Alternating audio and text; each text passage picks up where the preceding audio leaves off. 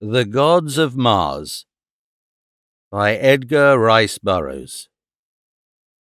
Narrated by Peter Silverleaf. Forward.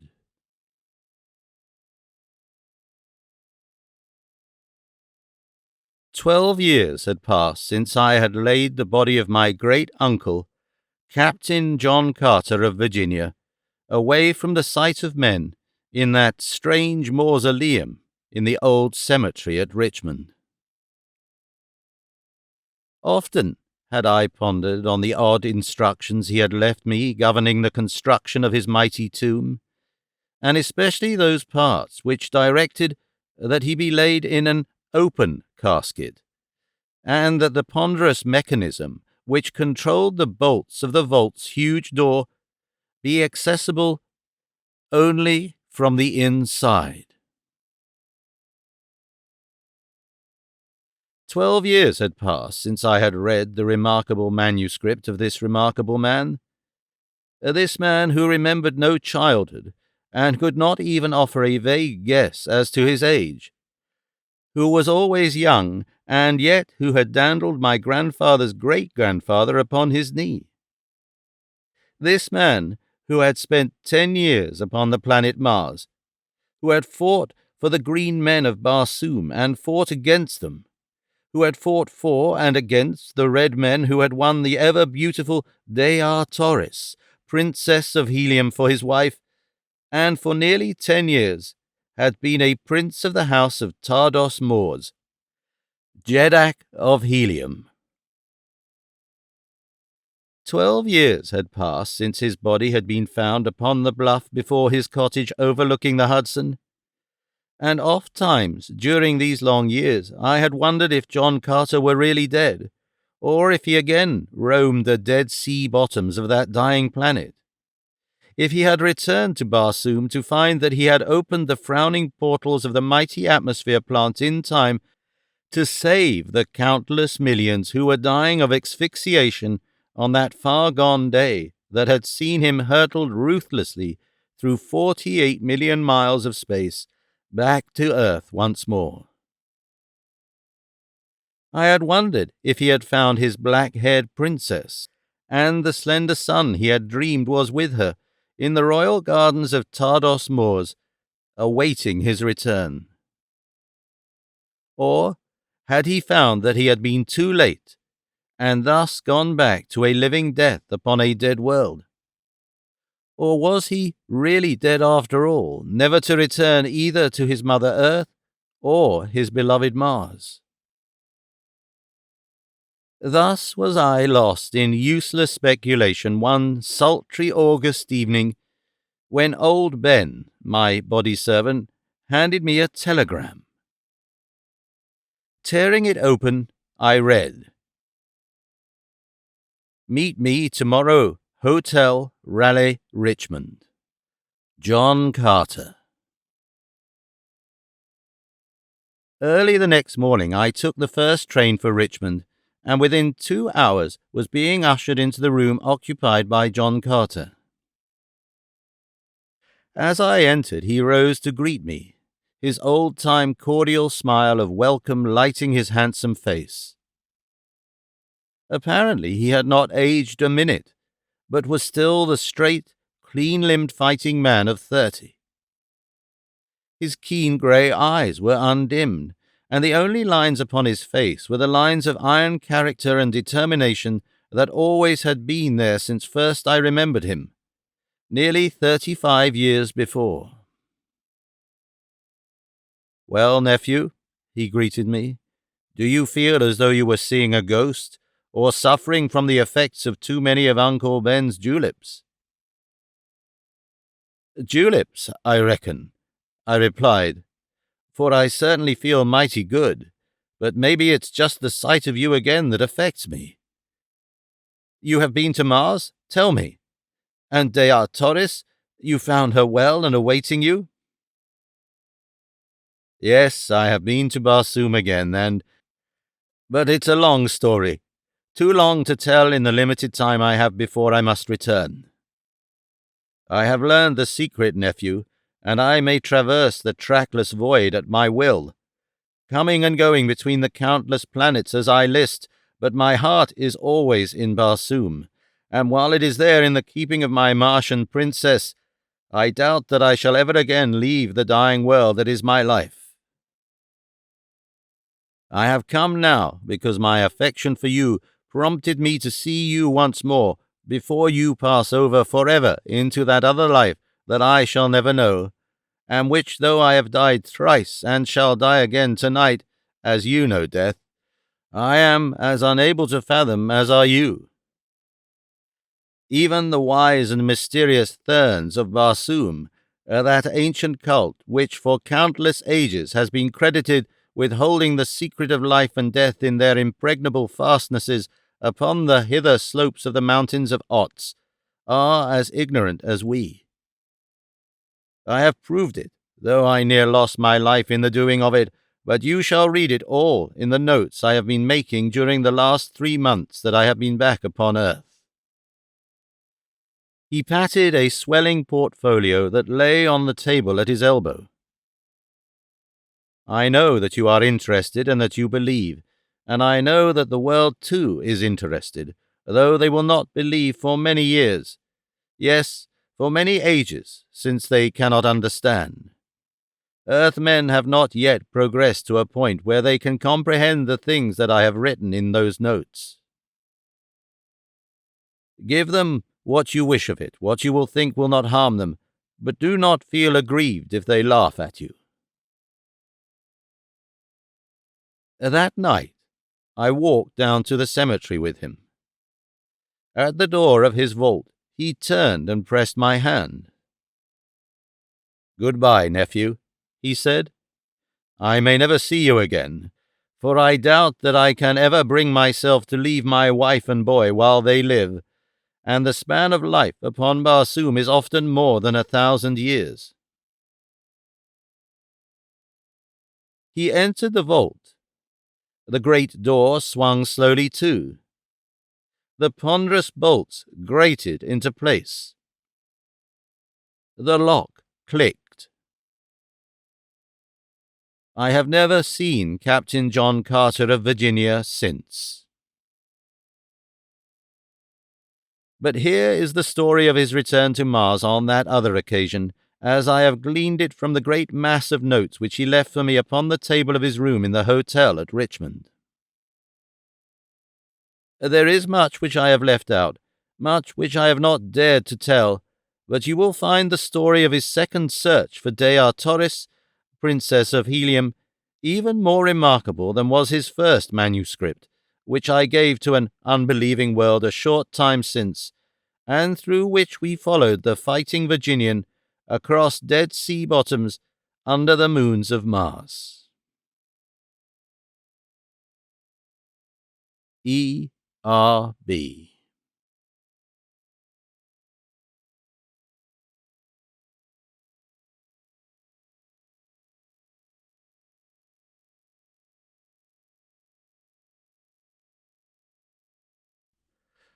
Chapter 1. The Plant Men.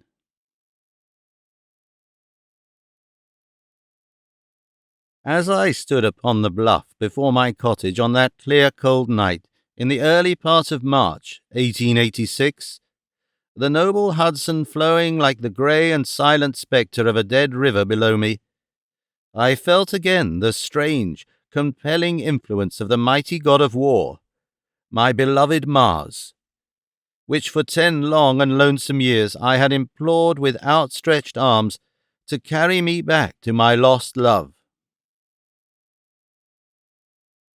Not since that other March night in 1866, when I had stood without that Arizona cave in which my still and lifeless body lay wrapped in the similitude of earthly death, had I felt the irresistible attraction of the god of my profession.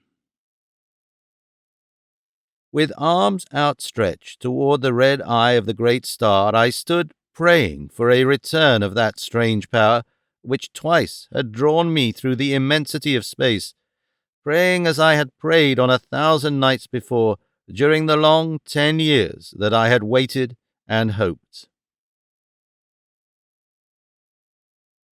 Suddenly, a qualm of nausea swept over me. My senses swam. My knees gave beneath me, and I pitched headlong to the ground upon the very verge of the dizzy bluff. Instantly, my brain cleared, and there swept back across the threshold of my memory the vivid picture of the horrors of that ghostly Arizona cave. Again, as on that far-gone night, my muscles refused to respond to my will, and again, as though even here upon the banks of the placid Hudson, I could hear the awful moans and rustling of the fearsome thing which had lurked and threatened me from the dark recesses of the cave. I made the same mighty and superhuman effort to break the bonds of the strange anesthesia which held me, and again came the sharp click as of the sudden parting of a taut wire, and I stood, naked and free, beside the staring, lifeless thing that had so recently pulsed with the warm red lifeblood of John Carter. With scarcely a parting glance, I turned my eyes again toward Mars, lifted my hands toward his lurid rays, and waited. Nor did I have long to wait, for scarce had I turned ere I shot with the rapidity of thought into the awful void before me. There was the same instant of unthinkable cold and utter darkness that I had experienced 20 years before, and then I opened my eyes in another world. Beneath the burning rays of a hot sun, which beat through a tiny opening in the dome of the mighty forest in which I lay. The scene that met my eyes was so un-Martian that my heart sprang to my throat as the sudden fear swept through me that I had been aimlessly tossed upon some strange planet by a cruel fate. Why not? What guide had I through the trackless waste of the interplanetary space? What assurance that I might not as well be hurtled to some far distant star of another solar system as to Mars? I lay upon a close-cropped sward of red grass-like vegetation, and about me stretched a grove of strange and beautiful trees, covered with huge and gorgeous blossoms and filled with brilliant, voiceless birds. I call them birds since they were winged, but mortal eye ne'er rested on such odd, unearthly shapes. The vegetation was similar to that which covers the lawns of the red Martians of the great waterways, but the trees and birds were unlike anything that I had ever seen upon Mars. And then, through the further trees, I could see that most un-Martian of all sights, an open sea, its blue waters shimmering beneath the brazen sun. As I rose to investigate further, I experienced the same ridiculous catastrophe that had met my first attempt to walk under Martian conditions. The lesser attraction of this smaller planet and the reduced air pressure of its greatly rarefied atmosphere afforded so little resistance to my earthly muscles that the ordinary exertion of the mere act of rising sent me several feet into the air and precipitated me upon my face in the soft and brilliant grass of this strange world. This experience, however, gave me some slightly increased assurance that, after all, I might indeed be in some, to me, unknown corner of Mars, and this was very possible since during my 10 years' residence upon the planet I had explored but a comparatively tiny area of its vast expanse. I arose again, laughing at my forgetfulness, and soon had mastered once more the art of attuning my earthly sinews to these changed conditions. As I walked slowly down the imperceptible slope toward the sea, I could not help but note the park-like appearance of the sward and trees. The grass was as close-cropped and carpet-like as some old English lawn, and the trees themselves showed evidence of careful pruning to a uniform height of about 15 feet from the ground, so that as one turned his glance in any direction, the forest had the appearance, at a little distance, of a vast, high-ceiled chamber. All these evidences of careful and systematic cultivation convinced me that I had been fortunate enough to make my entry into Mars on this second occasion through the domain of a civilized people, and that when I should find them, I would be accorded the courtesy and protection that my rank as a prince of the house of Tardos Mors entitled me to. The trees of the forest attracted my deep admiration as I proceeded toward the sea. Their great stems, some of them fully 100 feet in diameter, attested their prodigious height, which I could only guess at, since at no point could I penetrate their dense foliage above me to more than 60 or 80 feet. As far aloft as I could see, the stems and branches and twigs were as smooth and as highly polished as the newest of American-made pianos. The wood of some of the trees was as black as ebony, while their nearest neighbors might perhaps gleam in the subdued light of the forest as clear and white as the finest china, or again, they were azure, scarlet, yellow, or deepest purple.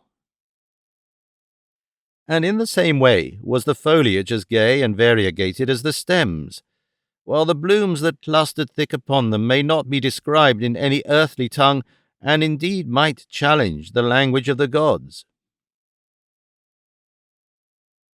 As I neared the confines of the forest, I beheld before me, and between the grove and the open sea, a broad expanse of meadowland, and as I was about to emerge from the shadows of the trees, a sight met my eyes that banished all romantic and poetic reflection upon the beauties of the strange landscape.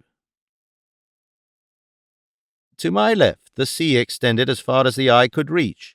Before me, only a vague, dim line indicated its further shore, while at my right, a mighty river, broad, placid, and majestic, flowed between scarlet banks to empty into the quiet sea before me.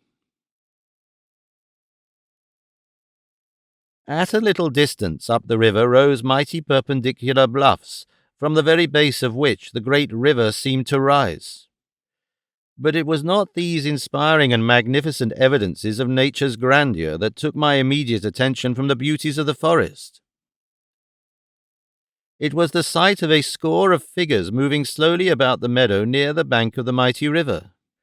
Odd, grotesque shapes they were, unlike anything that I had ever seen upon Mars, and yet, at a distance, most manlike in appearance. The larger specimens appeared to be about 10 or 12 feet in height when they stood erect, and to be proportioned as to torso and lower extremities, precisely as is earthly man. Their arms, however, were very short, and from where I stood seemed as though fashioned much after the manner of an elephant's trunk, in that they moved in sinuous and snake-like undulations, as though entirely without bony structure, or, if there were bones, it seemed that they must be vertebral in nature. As I watched them from behind the stem of a huge tree, one of the creatures moved slowly in my direction, engaged in the occupation that seemed to be the principal business of each of them, and which consisted in running their oddly shaped hands over the surface of the sward, for what purpose I could not determine. As he approached quite close to me, I obtained an excellent view of him, and though I was later to become better acquainted with his kind, I may say that that single cursory examination of this awful travesty on nature would have proved quite sufficient to my desires, had I been a free agent. The fastest flyer of the heliometric navy could not quickly enough have carried me far from this hideous creature. Its hairless body was a strange and ghoulish blue, except for a broad band of white which encircled its protruding single eye, an eye that was all dead white, pupil, iris, and ball. Its nose was a ragged, inflamed, circular hole in the center of its blank face, a hole that resembled more closely nothing that I could think of other than a fresh bullet wound which has not yet commenced to bleed. Below this repulsive orifice the face was quite blank to the chin, for the thing had no mouth that I could discover. The head, with the exception of the face, was covered by a tangled mass of jet-black hair some 8 or 10 inches in length. Each hair was about the bigness of a large angleworm, and as the thing moved the muscles of its scalp, this awful head covering seemed to writhe and wriggle and crawl about the fearsome face, as though indeed each separate hair was endowed with independent life. The body and the legs were as symmetrically human as nature could have fashioned them, and the feet, too, were human in shape, but of monstrous proportions. From heel to toe they were fully 3 feet long and very flat and very broad. As it came quite close to me, I discovered that its strange movements, running its odd hands over the surface of the turf, were the result of its peculiar method of feeding, which consists in cropping off the tender vegetation with its razor-like talons and sucking it up from its 2 mouths, which lie one in the palm of each hand, through its arm-like throats. In addition to the features which I have already described, the beast was equipped with a massive tail, about 6 feet in length, quite round where it joined the body, but tapering to a flat, thin blade toward the end, which trailed at right angles to the ground. By far the most remarkable feature of this most remarkable creature, however, were the 2 tiny replicas of it, each about 6 inches in length, which dangled one on either side from its armpits. They were suspended by a small stem which seemed to grow from the exact tops of their heads to where it connected them with the body of the adult. Whether they were the young or merely portions of a composite creature, I did not know. As I had been scrutinizing this weird monstrosity, the balance of the herd had fed quite close to me, and I now saw that while many had the smaller specimens dangling from them, not all were thus equipped, and I further noted that the little ones varied in size from what appeared to be but tiny unopened buds, an inch in diameter through various stages of development, to the full-fledged and perfectly formed creature of 10 to 12 inches in length. Feeding with the herd were many of the little fellows not much larger than those which remained attached to their parents, and from the young of that size the herd graded up to the immense adults. Fearsome looking as they were, I did not know whether to fear them or not, for they did not seem to be particularly well equipped for fighting, and I was on the point of stepping from my hiding-place and revealing myself to them to note the effect upon them of the sight of a man, when my rash resolve was, fortunately for me, nipped in the bud by a strange shrieking wail, which seemed to come from the direction of the bluffs at my right. Naked and unarmed, as I was, my end would have been both speedy and horrible at the hands of these cruel creatures had I had time to put my resolve into execution. But at the moment of the shriek, each member of the herd turned in the direction from which the sound seemed to come, and at the same instant every particular snake-like hair upon their heads rose stiffly perpendicular, as if each had been a sentient organism looking or listening for the source or meaning of the wail. And indeed the latter proved to be the truth, for this strange growth upon the craniums of the plant men of Barsoom represents the 1,000 ears of these hideous creatures, the last remnant of the strange race which sprang from the original tree of life. Instantly every eye turned toward one member of the herd, a large fellow who evidently was the leader. A strange purring sound issued from the mouth in the palm of one of his hands, and at the same time he started rapidly toward the bluff, followed by the entire herd. Their speed and method of locomotion were both remarkable, springing as they did in great leaps of 20 or 30 feet, much after the manner of a kangaroo. They were rapidly disappearing when it occurred to me to follow them, and so, hurling caution to the winds, I sprang across the meadow in their wake with leaps and bounds even more prodigious than their own, for the muscles of an athletic earthman produce remarkable results when pitted against the lesser gravity and air pressure of Mars. Their way led directly towards the apparent source of the river at the base of the cliffs, and as I neared this point I found the meadow dotted with huge boulders that the ravages of time had evidently dislodged from the towering crags above. For this reason I came quite close to the cause of the disturbance before the scene broke upon my horrified gaze. As I topped a great boulder, I saw the herd of plant men surrounding a little group of perhaps 5 or 6 green men and women of Barsoom. That I was indeed upon Mars, I now had no doubt, for here were members of the wild hordes that people the dead sea bottoms and deserted cities of that dying planet. Here were the great males, towering in all the majesty of their imposing height. Here were the gleaming white tusks protruding from their massive lower jaws to a point near the center of their foreheads, the laterally placed, protruding eyes with which they could look forward or backward, or to either side without turning their heads. Here the strange antennae-like ears rising from the tops of their foreheads, and the additional pair of arms extending from midway between the shoulders and the hips. Even without the glossy green hide and the metal ornaments which denoted the tribes to which they belonged, I would have known them on the instant for what they were, for where else in all the universe is their like duplicated?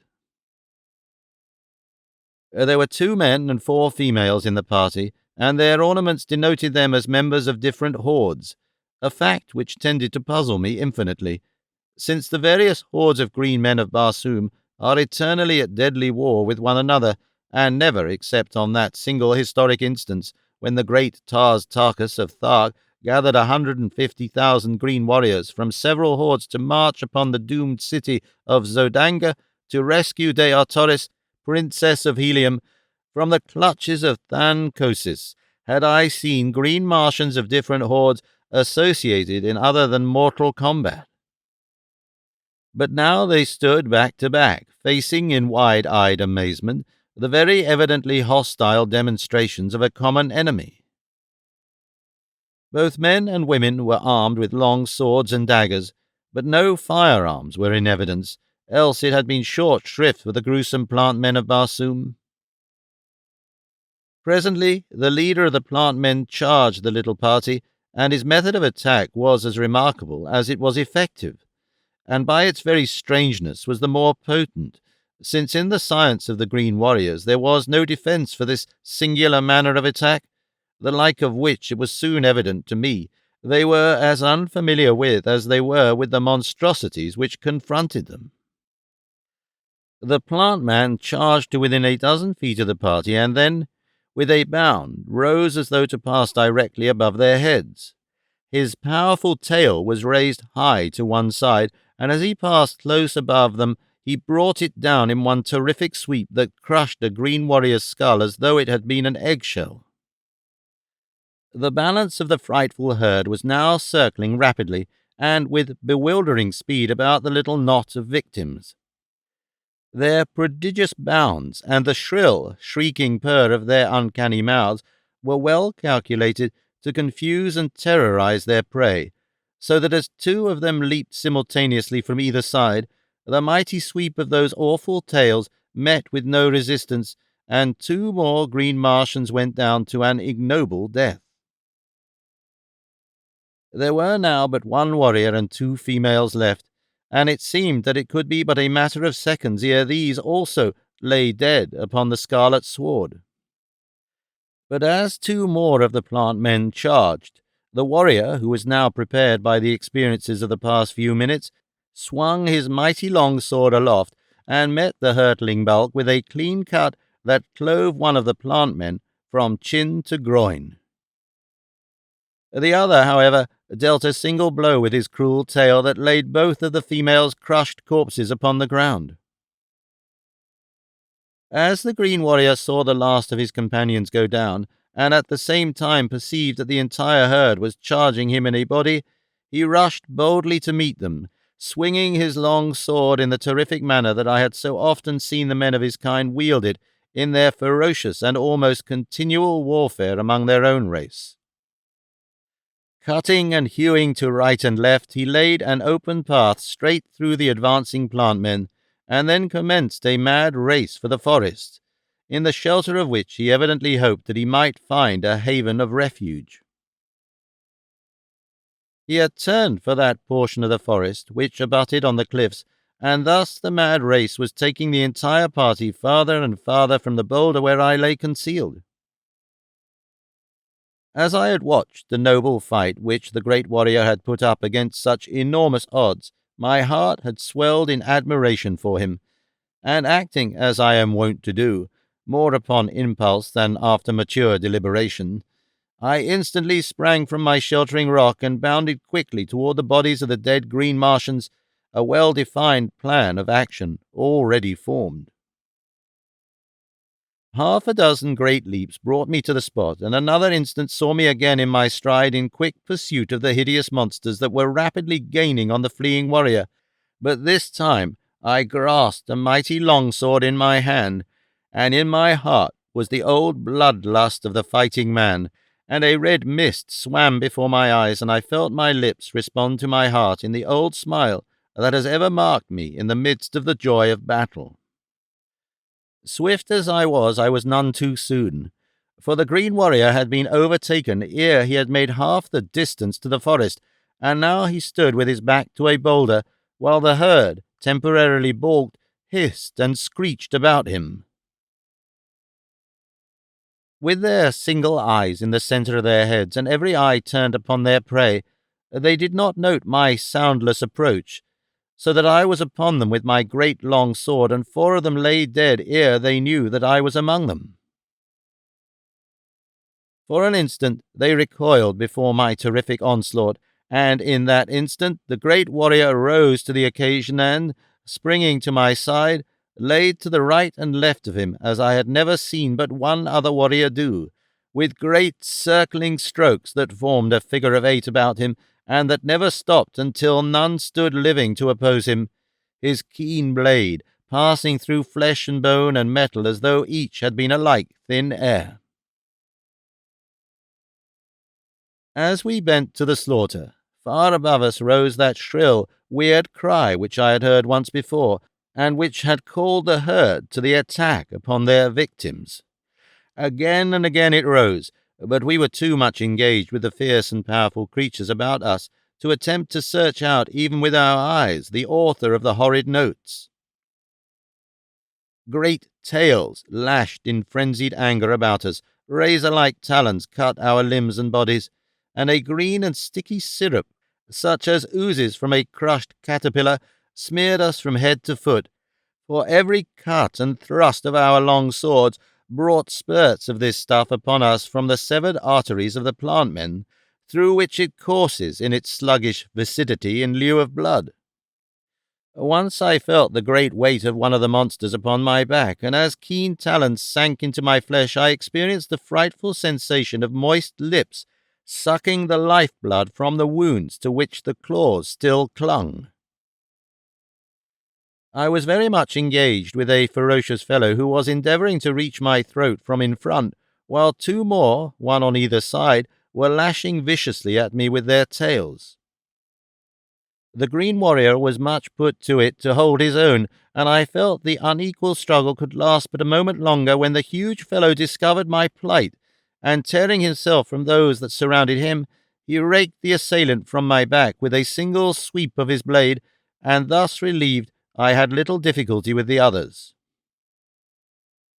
Once together, we stood almost back to back against the great boulder, and thus the creatures were prevented from soaring above us to deliver their deadly blows, and as we were easily their match while they remained upon the ground, we were making great headway in dispatching what remained of them when our attention was again attracted by the shrill wail of the caller above our heads. This time I glanced up, and far above us, upon a little natural balcony on the face of the cliff, stood a strange figure of a man shrieking out his shrill signal, and while he waved one hand in the direction of the river's mouth as though beckoning to someone there, and with the other pointed and gesticulated toward us.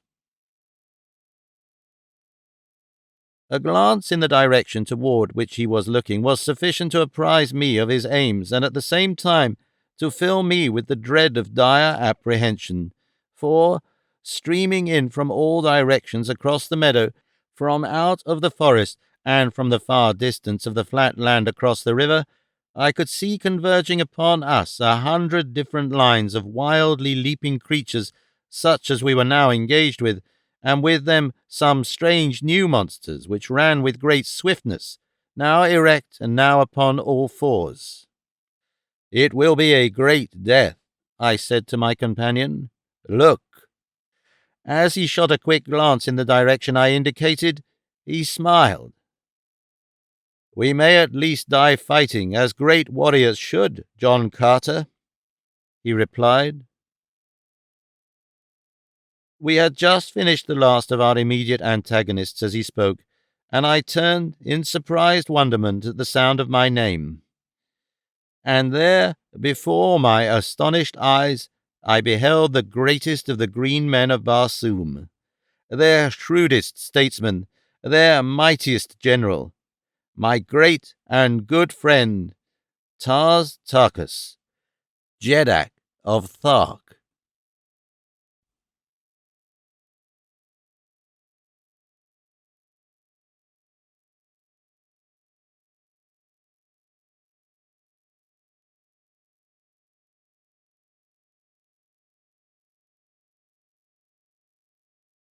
Chapter 2. A Forest Battle. Tars Tarkas and I found no time for an exchange of experiences as we stood there before the great boulder, surrounded by the corpses of our grotesque assailants, for from all directions down the broad valley was streaming a perfect torrent of terrifying creatures in response to the weird call of the strange figure far above us. "Come," cried Tars Tarkas, "we must make for the cliffs. There lies our only hope of even temporary escape. There we may find a cave or a narrow ledge, which too may defend forever against this motley, unarmed horde." Together we raced across the scarlet sward, I timing my speed that I might not outdistance my slower companion. We had perhaps 300 yards to cover between our boulder and the cliffs, and then to search out a suitable shelter for our stand against the terrifying things that were pursuing us. They were rapidly overhauling us when Tars Tarkas cried to me to hasten ahead and discover, if possible, the sanctuary we sought. The suggestion was a good one, for thus many valuable minutes might be saved to us, and, throwing every ounce of my earthly muscles into the effort, I cleared the remaining distance between myself and the cliffs in great leaps and bounds that put me at their base in a moment. The cliffs rose perpendicular directly from the almost level sward of the valley. There was no accumulation of fallen debris, forming a more or less rough ascent to them, as is the case with nearly all other cliffs I have ever seen. The scattered boulders that had fallen from above and lay upon or partly buried in the turf were the only indication that any disintegration of the massive, towering pile of rocks ever had taken place. My first cursory inspection of the face of the cliffs filled my heart with forebodings, since nowhere could I discern, except where the weird herald stood, still shrieking his shrill summons, the faintest indication of even a bare foothold upon the lofty escarpment. To my right, the bottom of the cliff was lost in the dense foliage of the forest, which terminated at its very foot, rearing its gorgeous foliage fully 1,000 feet against its stern and forbidding neighbour. To the left, the cliff ran, apparently unbroken, across the head of the broad valley, to be lost in the outlines of what appeared to be a range of mighty mountains that skirted and confined the valley in every direction. Perhaps 1,000 feet from me the river broke, as it seemed, directly from the base of the cliffs, and as there seemed not the remotest chance for escape in that direction, I turned my attention again toward the forest. The cliffs towered above me a good 5,000 feet. The sun was not quite upon them, and they loomed a dull yellow in their own shade. Here and there they are broken with streaks and patches of dusky red, green, and occasional areas of white quartz. Altogether, they were very beautiful, but I fear I did not regard them with a particularly appreciative eye on this, my first inspection of them. Just then, I was absorbed in them only as a medium of escape, and so, as my gaze ran quickly, time and again, over their vast expanse in search of some cranny or crevice, I came suddenly to loathe them as the prisoner must loathe the cruel and impregnable walls of his dungeon. Tarkas was approaching me rapidly, and still more rapidly came the awful horde at his heels. It seemed the forest now or nothing, and I was just on the point of motioning Tarkas to follow me in that direction when the sun passed the cliff's zenith, and as the bright rays touched the dull surface, it burst out into a million scintillant lights of burnished gold, of flaming red, of soft greens, and gleaming whites. A more gorgeous and inspiring spectacle human eye has never rested upon. The face of the entire cliff was, as later inspection conclusively proved, so shot with veins and patches of solid gold as to quite present the appearance of a solid wall of that precious metal, except where it was broken by outcroppings of ruby, emerald, and diamond boulders. A faint and alluring indication of the vast and unguessable riches which lay deeply buried behind the magnificent surface. But what caught my most interested attention at the moment that the sun's rays set the cliff's face a-shimmer was the several black spots which now appeared quite plainly in evidence high across the gorgeous wall close to the forest's top, and extending apparently below and behind the branches. Almost immediately I recognized them for what they were, the dark openings of caves entering the solid walls, possible avenues of escape or temporary shelter, could we but reach them. There was but a single way, and that led through the mighty towering trees upon our right. That I could scale them I knew full well, but Tarkas, with his mighty bulk and enormous weight, would find it a task possibly quite beyond his prowess or his skill, for Martians are at best but poor climbers. Upon the entire surface of that ancient planet, I never before had seen a hill or mountain that exceeded 4,000 feet in height above the Dead Sea bottoms, and as the ascent was usually gradual, nearly to their summits they presented but few opportunities for the practice of climbing. Nor would the Martians have embraced even such opportunities as might present themselves, for they could always find a circuitous route about the base of any eminence, and these roads they preferred and followed in preference to the shorter but more arduous ways. However, there was nothing else to consider than an attempt to scale the trees contiguous to the cliff in an effort to reach the caves above.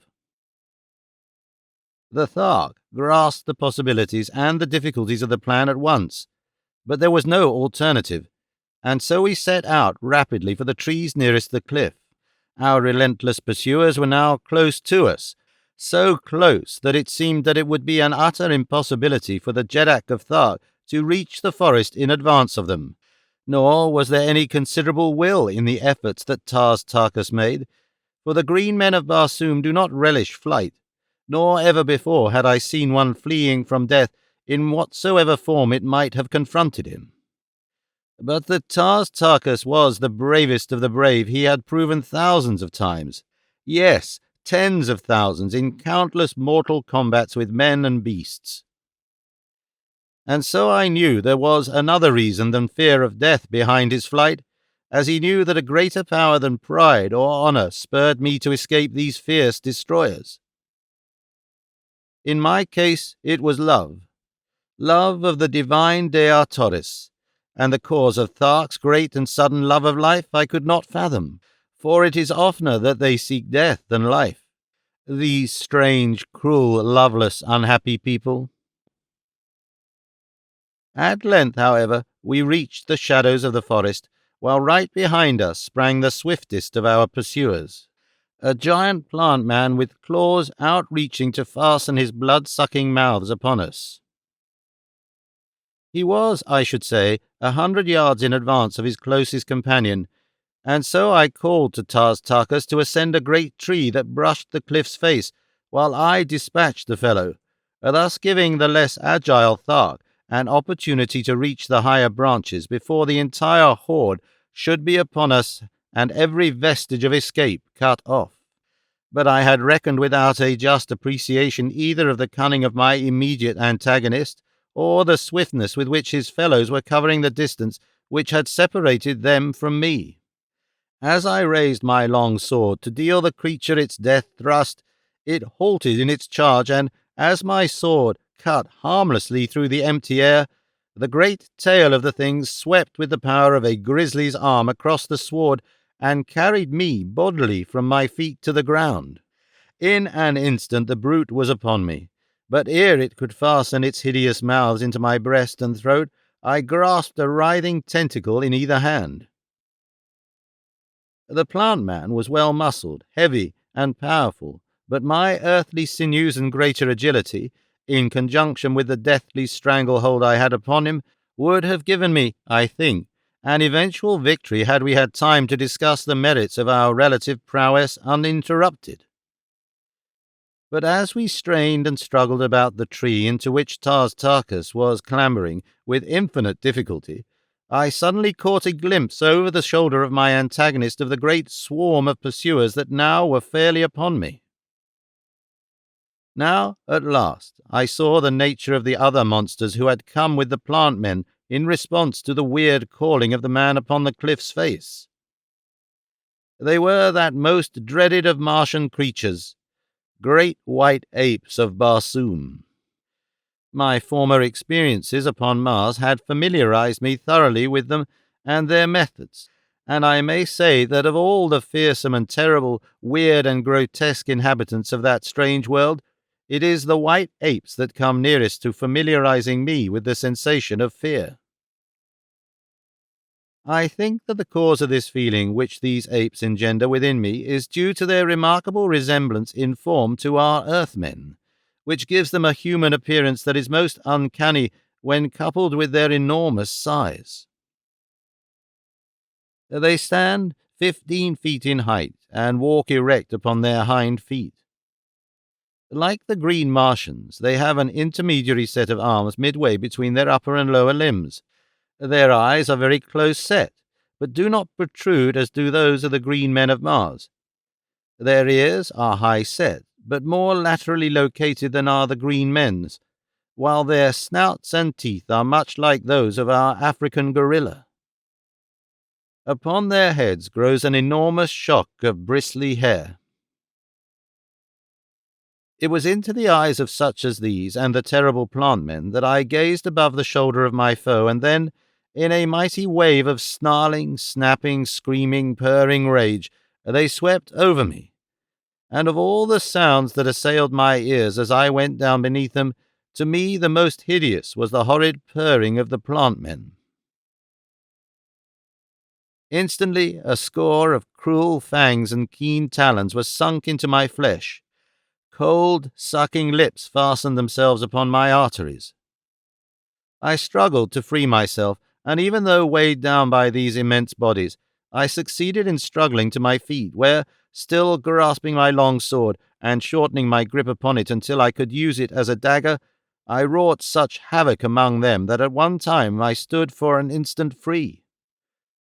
What it has taken minutes to write occurred in but a few seconds, but during that time Tartarchus had seen my plight and had dropped from the lower branches, which he had reached with such infinite labor, and as I flung the last of my immediate antagonists from me, the great Thark leapt to my side, and again we fought back to back, as we had done 100 times before.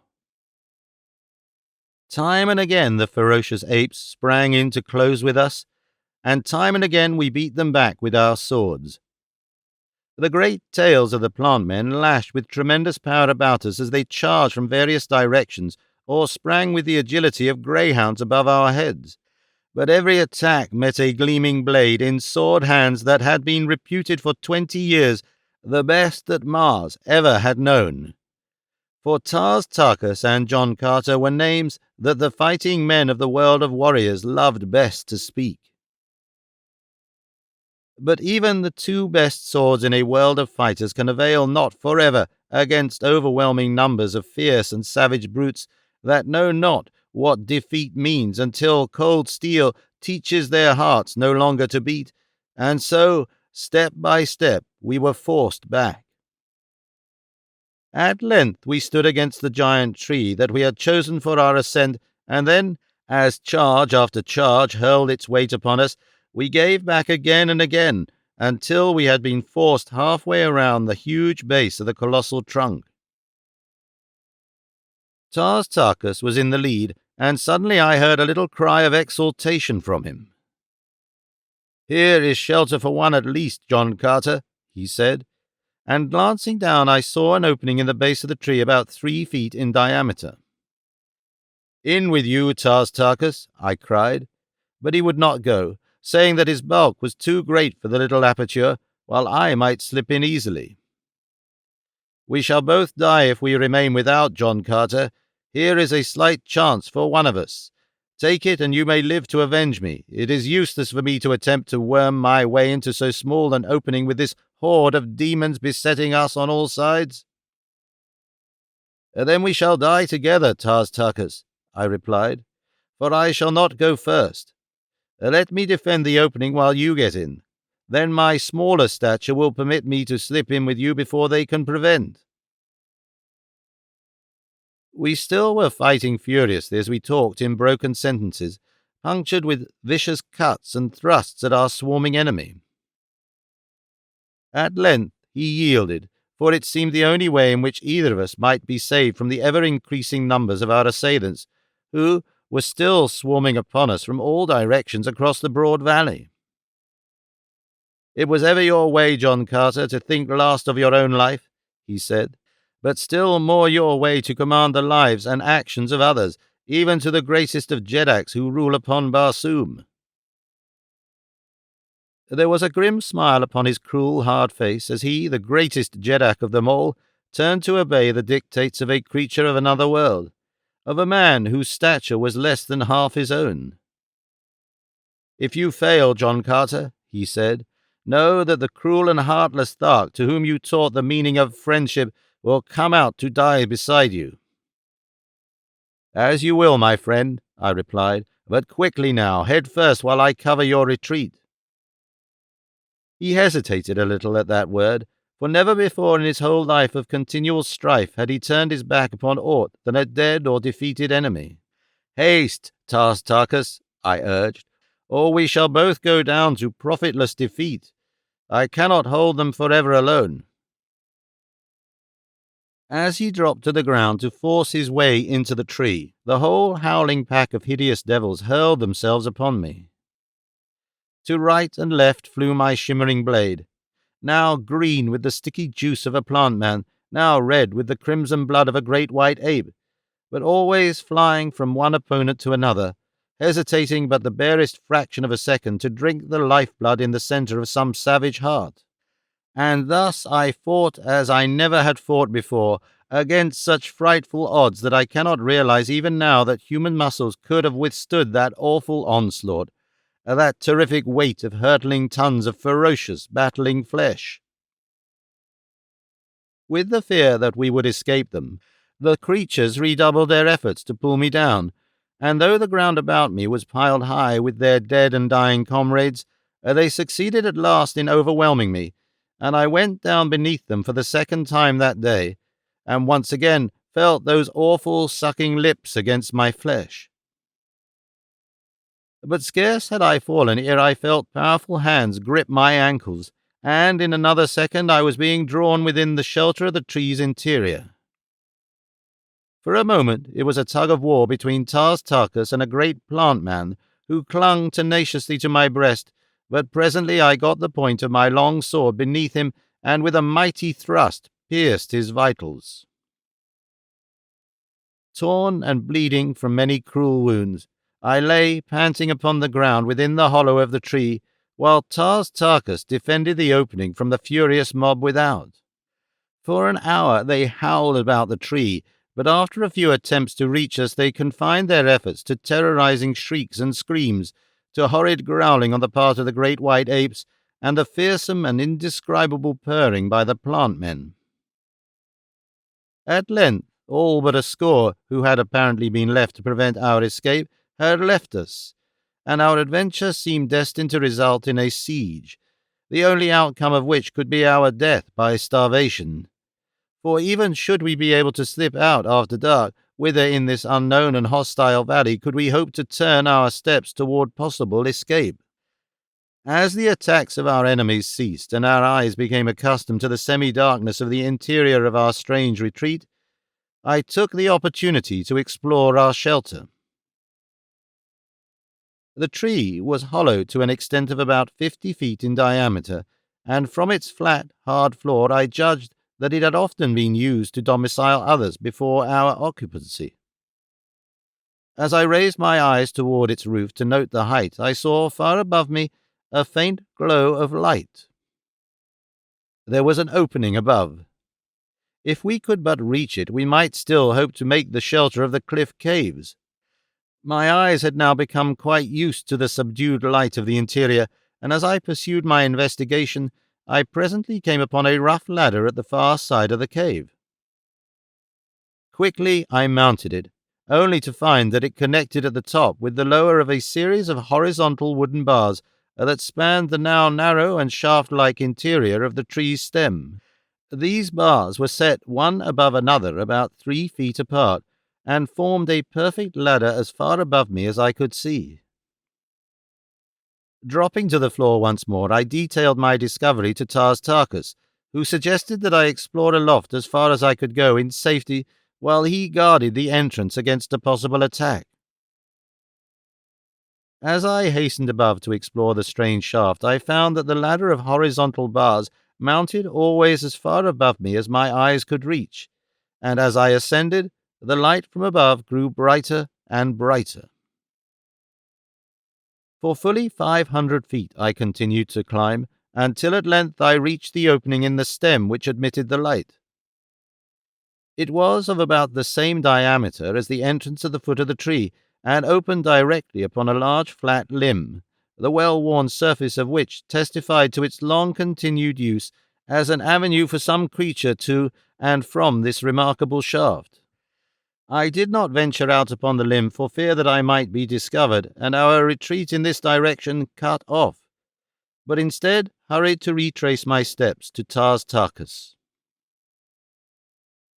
I soon reached him, and presently we were both ascending the long ladder toward the opening above. Tarkus went in advance, and as I reached the first of the horizontal bars, I drew the ladder up after me, and, handing it to him, he carried it 100 feet further aloft, where he wedged it safely between one of the bars and the side of the shaft. In like manner, I dislodged the lower bars as I passed them, so that we soon had the interior of the tree denuded of all possible means of ascent for a distance of 100 feet from the base, thus precluding possible pursuit and attack from the rear. As we were to learn later, this precaution saved us from dire predicament and was eventually the means of our salvation. When we reached the opening at the top, Tarkus drew to one side that I might pass out and investigate, as, owing to my lesser weight and greater agility, I was better fitted for the perilous threading of this dizzy, hanging pathway. The limb upon which I found myself ascended at a slight angle toward the cliff, and as I followed it I found that it terminated a few feet above a narrow ledge which protruded from the cliff's face at the entrance to a narrow cave. As I approached the slightly more slender extremity of the branch, it bent beneath my weight until, as I balanced perilously upon its outer tip, it swayed gently on a level with the ledge at a distance of a couple of feet. 500 feet below me lay the vivid scarlet carpet of the valley. Nearly 5,000 feet above towered the mighty gleaming face of the gorgeous cliffs. The cave that I faced was not one of those that I had seen from the ground, and which lay much higher, possibly 1,000 feet. But so far as I might know, it was as good for our purpose as another, and so I returned to the tree for Tarkus. Together we wormed our way along the waving pathway, but when we reached the end of the branch we found that our combined weight so depressed the limb that the cave's mouth was now too far above us to be reached. We finally agreed that Tartarchus should return along the branch, leaving his longest leather harness strap with me. And then, when the limb had risen to a height that would permit me to enter the cave, I was to do so, and on Tartarchus's return, I could then lower the strap and haul him up to the safety of the ledge. This we did without mishap, and soon found ourselves together upon the verge of a dizzy little balcony, with a magnificent view of the valley spreading out below us. As far as the eye could reach, gorgeous forest and crimson sward skirted a silent sea, and about all towered the brilliant monster-guardian cliffs. Once we thought we discerned a gilded minaret gleaming in the sun amidst the waving tops of far-distant trees, but we soon abandoned the idea in the belief that it was but an hallucination born of our great desire to discover the haunts of civilized men in this beautiful yet forbidding spot. Below us, upon the river's bank, the great white apes were devouring the last remnants of Tartarchus's former companions, while great herds of plant-men grazed in ever-widening circles about the sward, which they kept as close-clipped as the smoothest of lawns. Knowing that attack from the tree was now improbable, we determined to explore the cave, which we had every reason to believe was but a continuation of the path we had already traversed, leading the gods alone knew where, but quite evidently away from this valley of grim ferocity. As we advanced, we found a well-proportioned tunnel cut from the solid cliff. Its walls rose some 20 feet above the floor, which was about 5 feet in width. The roof was arched. We had no means of making a light, and so groped our way slowly into the ever-increasing darkness, Tartarchus keeping in touch with one wall while I felt along the other, while, to prevent our wandering into diverging branches and becoming separated or lost in some intricate and labyrinthine maze, we clasped hands. How far we traversed the tunnel in this manner I do not know, but presently we came to an obstruction which blocked our further progress. It seemed more like a partition than a sudden ending of the cave, for it was constructed not of the material of the cliff, but of something which felt like very hard wood. Silently I groped over its surface with my hands, and presently was rewarded by the feel of the button which as commonly denotes a door on Mars as does a doorknob on Earth. Gently pressing it, I had the satisfaction of feeling the door slowly give before me, and in another instant we were looking into a dimly lighted apartment which, so far as we could see, was unoccupied. Without more ado, I swung the door wide open and, followed by the huge Thark, stepped into the chamber.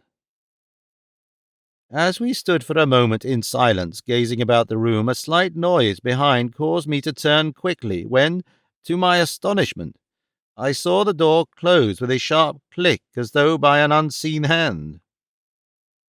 Instantly I sprang toward it to wrench it open again, for something in the uncanny movement of the thing and the tense and almost palpable silence of the chamber seemed to portend a lurking evil lying hidden in this rock-bound chamber within the bowels of the golden cliffs. My fingers clawed futilely at the unyielding portal, while my eyes sought in vain for a duplicate of the button which had given us ingress.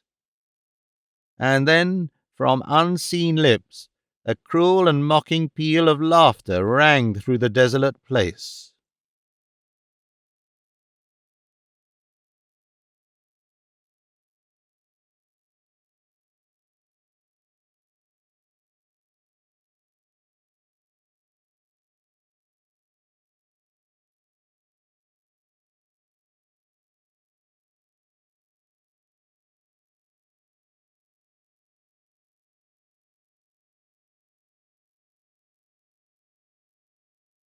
Chapter 3. The Chamber of Mystery. For moments after that awful laugh had ceased reverberating through the rocky room, Tartarchus and I stood in tense and expectant silence.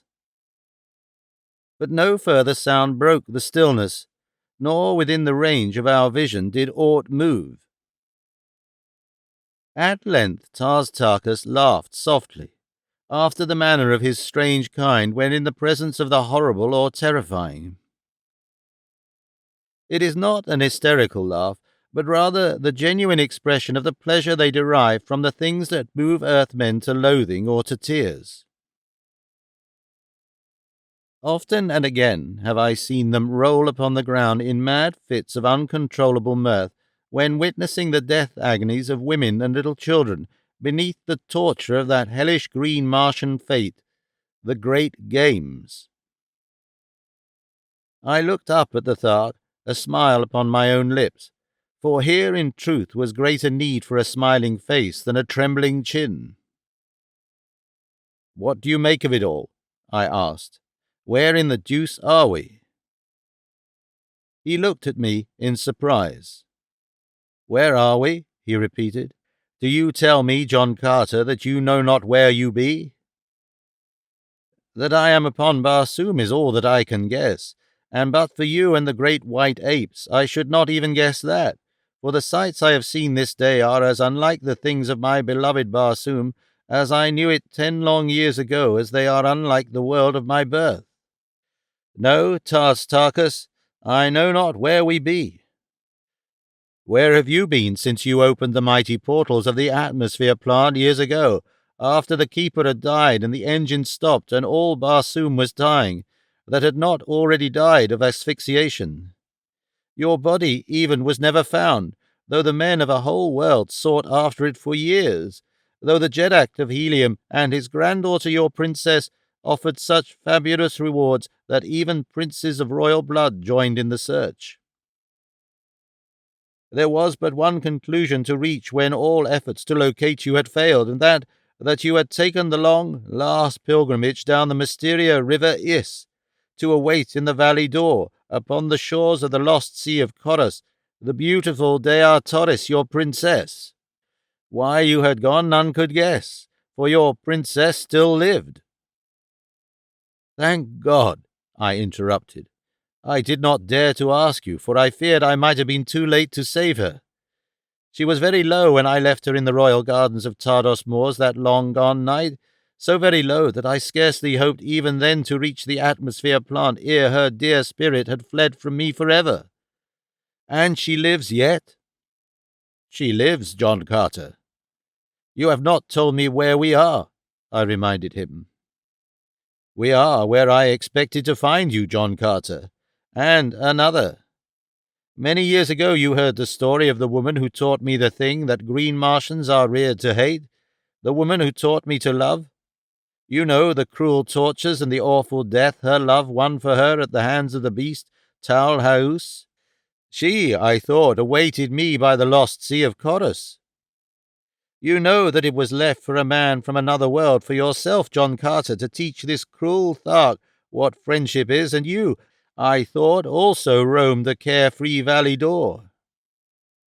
Thus were the two I most longed for at the end of the long pilgrimage I must take some day, and so as the time had elapsed which Dea Torres had hoped might bring you once more to her side, for she always tried to believe that you had but temporarily returned to your own planet, I at last gave way to my great yearning, and a month since I started upon the journey, the end of which you have this day witnessed.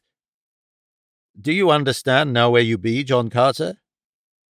"And that was the river Is emptying into the lost sea of Choros in the valley door?"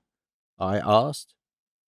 "This is the valley of love and peace and rest to which every Barsoomian since time immemorial has longed to pilgrimage at the end of the life of hate and strife and bloodshed," he replied.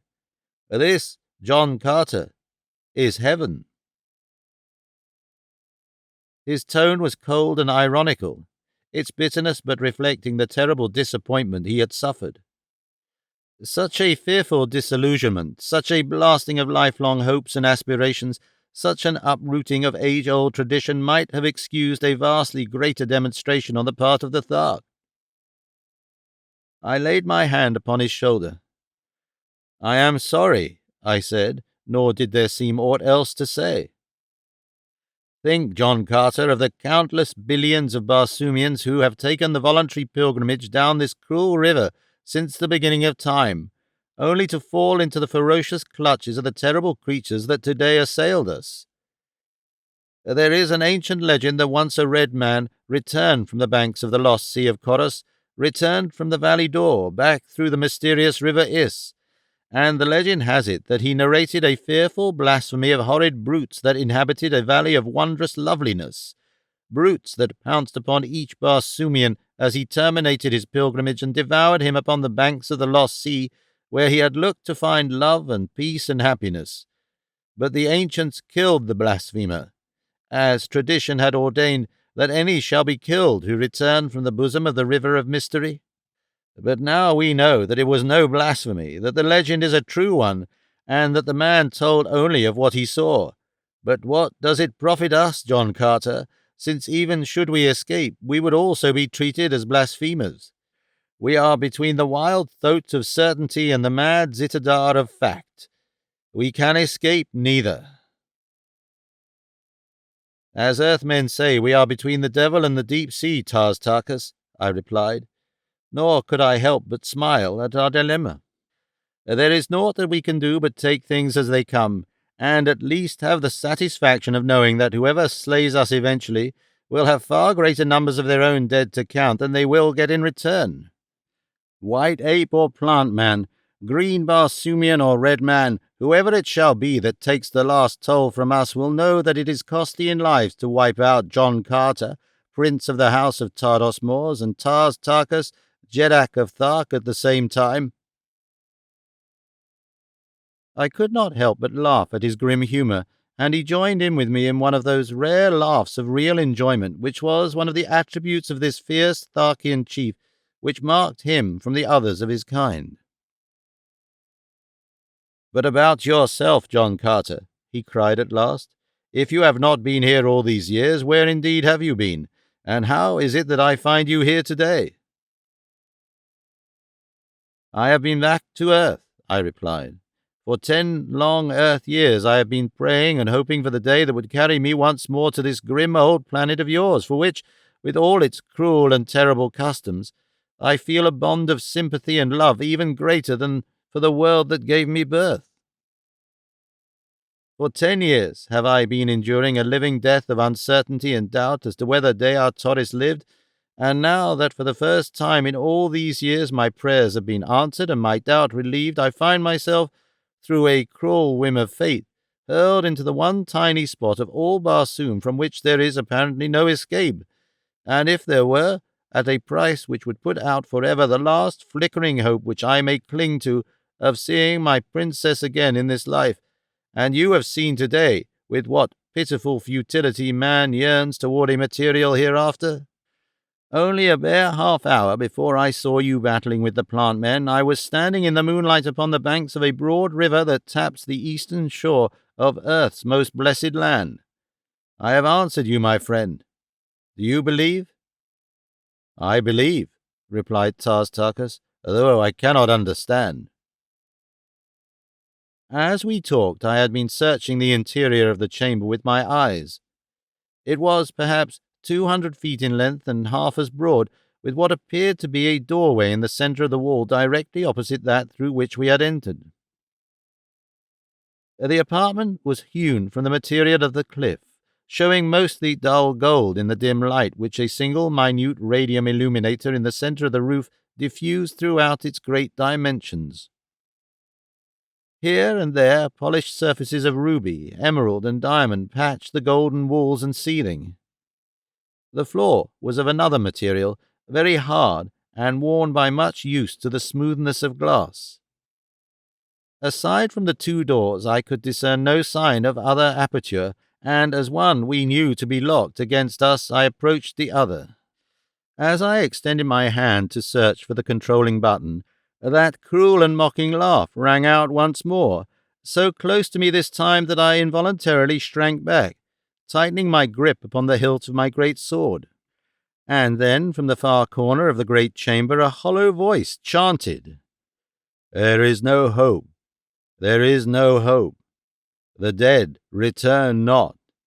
The dead return not, nor is there any resurrection. Hope not, for there is no hope.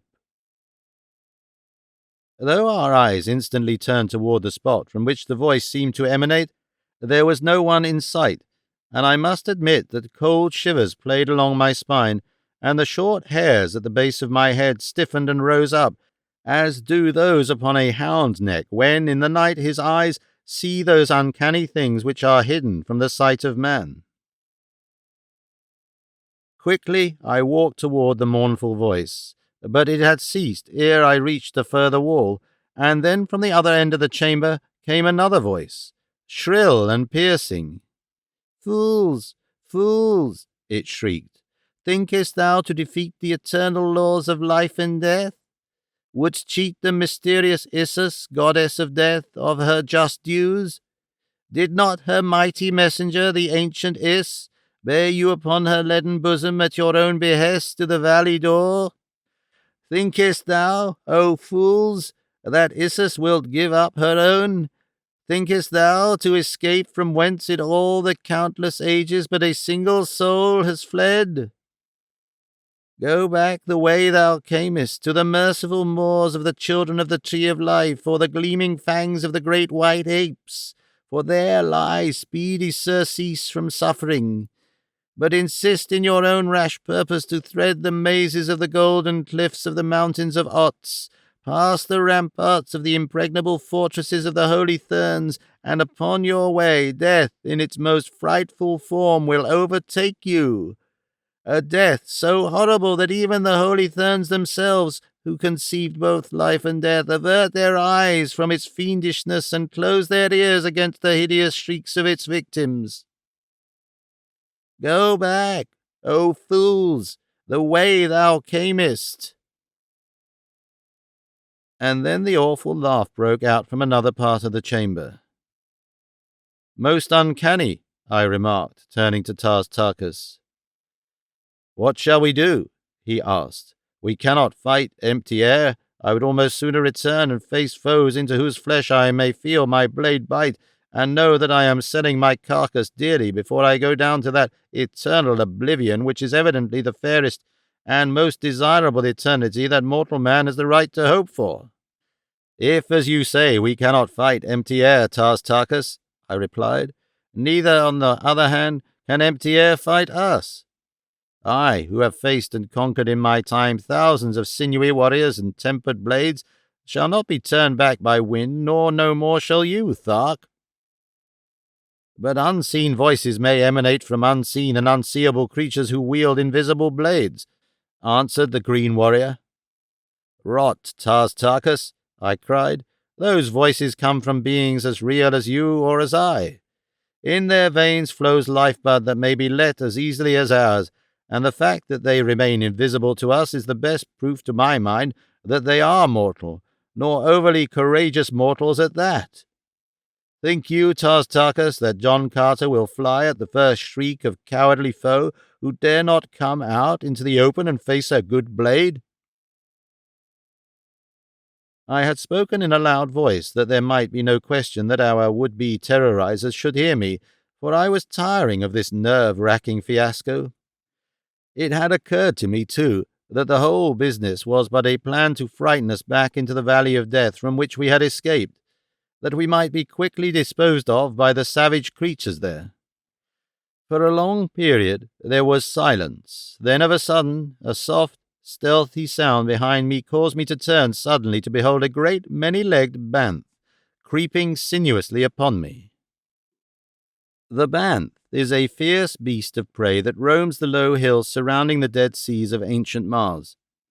Like nearly all Martian animals, it is almost hairless, having only a great bristly mane about its thick neck. Its long, lithe body is supported by 10 powerful legs. Its enormous jaws are equipped, like those of the Callet or Martian hound, with several rows of long, needle-like fangs. Its mouth reaches to a point far back of its tiny ears, while its enormous, protruding eyes of green add the last touch of terror to its awful aspect. As it crept toward me, it lashed its powerful tail against its yellow sides, and when it saw that it was discovered, it emitted the terrifying roar which often freezes its prey into momentary paralysis in the instant that it makes its spring. And so it launched its great bulk toward me, but its mighty voice had held no paralyzing terrors for me, and it met cold steel instead of the tender flesh its cruel jaws gaped so widely to engulf. An instant later I drew my blade from the still heart of this great Barsoomian lion, and turning toward Tars Tarkas, was surprised to see him facing a similar monster. No sooner had he dispatched his than I, turning, as though drawn by the instinct of my guardian subconscious mind, beheld another of the savage denizens of the Martian wilds leaping across the chamber toward me. From then on, for the better part of an hour, one hideous creature after another was launched upon us, springing apparently from the empty air about us. Tars Tarkas was satisfied. Here was something tangible that he could cut and slash with his great blade, while I, for my part, may say that the diversion was a marked improvement over the uncanny voices from unseen lips. That there was nothing supernatural about our new foes was well evidenced by their howls of rage and pain as they felt the sharp steel at their vitals, and the very real blood which flowed from their severed arteries as they died the real death. I noticed during the period of this new persecution that the beasts appeared only when our backs were turned. We never saw one really materialize from thin air, nor did I for an instant sufficiently lose my excellent reasoning faculties to be once deluded into the belief that the beast came into the room other than through some concealed and well-contrived doorway. Among the ornaments of Tars Tarkas' leather harness, which is the only manner of clothing worn by Martians other than silk capes and robes of silk and fur for protection from the cold after dark, was a small mirror, about the bigness of a lady's hand-glass, which hung midway between his shoulders and his waist against his broad back. Once, as he stood looking down at a newly fallen antagonist, my eyes happened to fall upon this mirror, and in its shiny surface I saw pictured a sight that caused me to whisper, "Move not, Tars Tarkas, move not a muscle." He did not ask why, but stood like a graven image while my eyes watched the strange thing that meant so much to us. What I saw was the quick movement of a section of the wall behind me. It was turning upon pivots, and with it a section of the floor directly in front of it was turning. It was as though you placed a visiting card upon an end of a silver dollar that you had laid flat upon a table, so that the edge of the card perfectly bisected the surface of the coin. The card might represent the section of the wall that turned, and the silver dollar the section of the floor. Both were so nicely fitted into the adjacent portions of the floor and wall that no crack had been noticeable in the dim light of the chamber. As the turn was half completed, a great beast was revealed sitting upon its haunches upon that part of the revolving floor that had been on the opposite side before the wall commenced to move. When the section stopped, the beast was facing toward me on our side of the partition. It was very simple. But what had interested me most was the sight that the half-turned section had presented through the opening that it had made. A great chamber, well lighted, in which were several men and women chained to the wall, and in front of them, evidently directing and operating the movement of the secret doorway, a wicked-faced man, neither red as are the red men of Mars, nor green as are the green men, but white, like myself, with a great mass of flowing yellow hair. The prisoners behind him were red Martians. Chained with them were a number of fierce beasts, such as had been turned upon us, and others equally as ferocious. As I turned to meet my new foe, it was with a heart considerably lightened. "Watch the wall at your end of the chamber, Tars Tarkas," I cautioned. "It is through secret doorways in the wall that the brutes are loosed upon us." I was very close to him and spoke in a low whisper that my knowledge of their secret might not be disclosed to our tormentors. As long as we remained each facing an opposite end of the apartment, no further attacks were made upon us, so it was quite clear to me that the partitions were in some way pierced that our actions might be observed from without. At length a plan of action occurred to me, and backing quite close to Tarkas, I unfolded my scheme in a low whisper, keeping my eyes still glued upon my end of the room.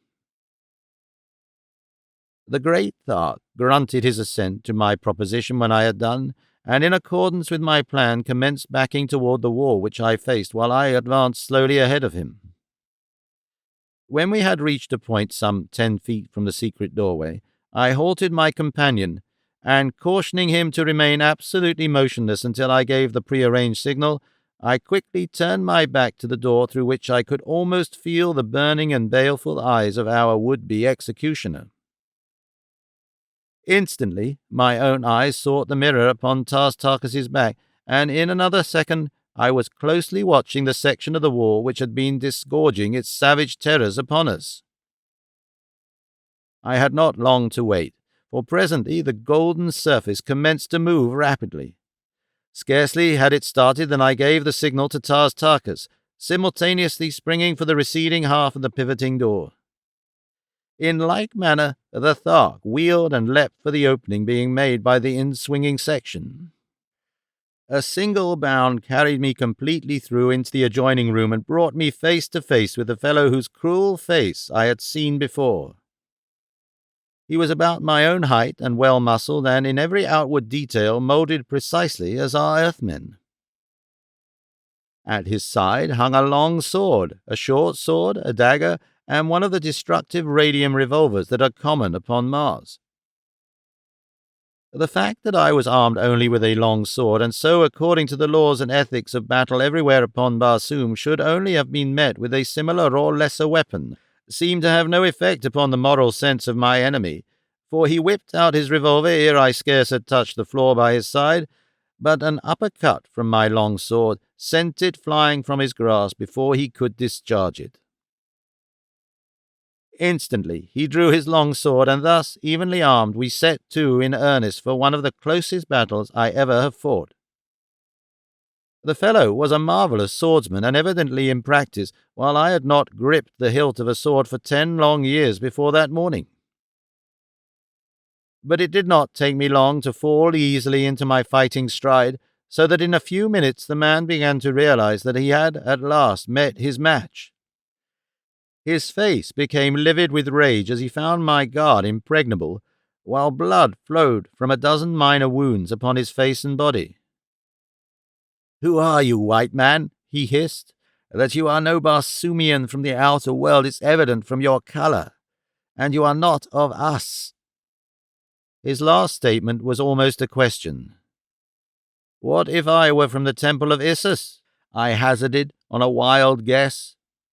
"Fate forfend!" he exclaimed, his face going white under the blood that now nearly covered it. I did not know how to follow up my lead, but I carefully laid the idea away for future use should circumstances require it. His answer indicated that for all he knew I might be from the Temple of Issus, and in it were men like unto myself, and either this man feared the inmates of the temple, or else he held their persons or their power in such reverence that he trembled to think of the harm and indignities he had heaped upon one of them. But my present business with him was of a different nature than that which requires any considerable abstract reasoning. It was to get my sword between his ribs, and this I succeeded in doing within the next few seconds, nor was I an instant too soon. The chained prisoners had been watching the combat in tense silence. Not a sound had fallen in the room other than the clashing of our contending blades, the soft shuffling of our naked feet, and the few whispered words we had hissed at each other through clenched teeth the while we continued our mortal duel. But as the body of my antagonist sank an inert mass to the floor, a cry of warning broke from one of the female prisoners.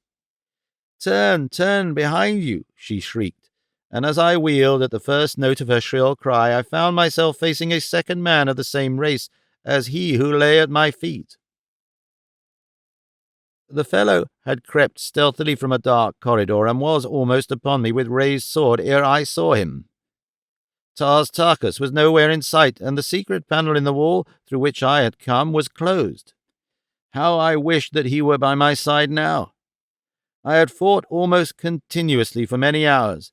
I had passed through such experiences and adventures as must sap the vitality of man, and with all this I had not eaten for nearly 24 hours, nor slept. I was fagged out, and for the first time in years felt a question as to my ability to cope with an antagonist. But there was naught else for it than to engage my man, and that as quickly and ferociously as lay in me, for my only salvation was to rush him off his feet by the impetuosity of my attack. I could not hope to win a long, drawn-out battle. But the fellow was evidently of another mind, for he backed and parried and sidestepped until I was almost completely fagged from the exertion of attempting to finish him. He was a more adroit swordsman, if possible, than my previous foe, and I must admit that he led me a pretty chase, and in the end came near to making a sorry fool of me, and a dead one into the bargain. I could feel myself growing weaker and weaker, until at length objects commenced to blur before my eyes, and I staggered and blundered about more asleep than awake, and then it was that he worked his pretty little coup that came near to losing me my life. He had backed me around so that I stood in front of the corpse of his fellow, and then he rushed me suddenly so that I was forced back upon it, and as my heel struck it, the impetus of my body flung me backward across the dead man. My head struck the hard pavement with a resounding whack, and to that alone I owe my life, for it cleared my brain and the pain roused my temper, so that I was equal for the moment to tearing my enemy to pieces with my bare hands, and I verily believe that I should have attempted it had not my right hand, in the act of raising my body from the ground, come in contact with a bit of cold metal. As the eyes of the layman, so is the hand of the fighting man when it comes in contact with an implement of his vocation, and thus I did not need to look or reason to know that the dead man's revolver, lying where it had fallen when I struck it from his grasp, was at my disposal. The fellow whose ruse had put me down was springing toward me, the point of his gleaming blade directed straight at my heart, and as he came there rang from his lips the cruel and mocking peal of laughter that I had heard within the chamber of mystery. And so he died, his thin lips curled in the snarl of his hateful laugh, and a bullet from the revolver of his dead companion bursting in his heart. His body, borne by the impetus of his headlong rush, plunged upon me. The hilt of his sword must have struck my head, for with the impact of the corpse I lost consciousness.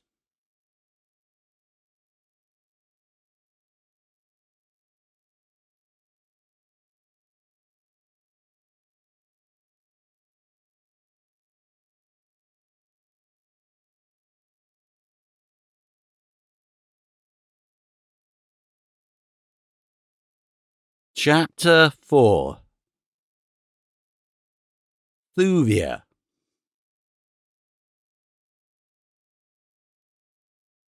It was the sound of conflict that aroused me once more to the realities of life.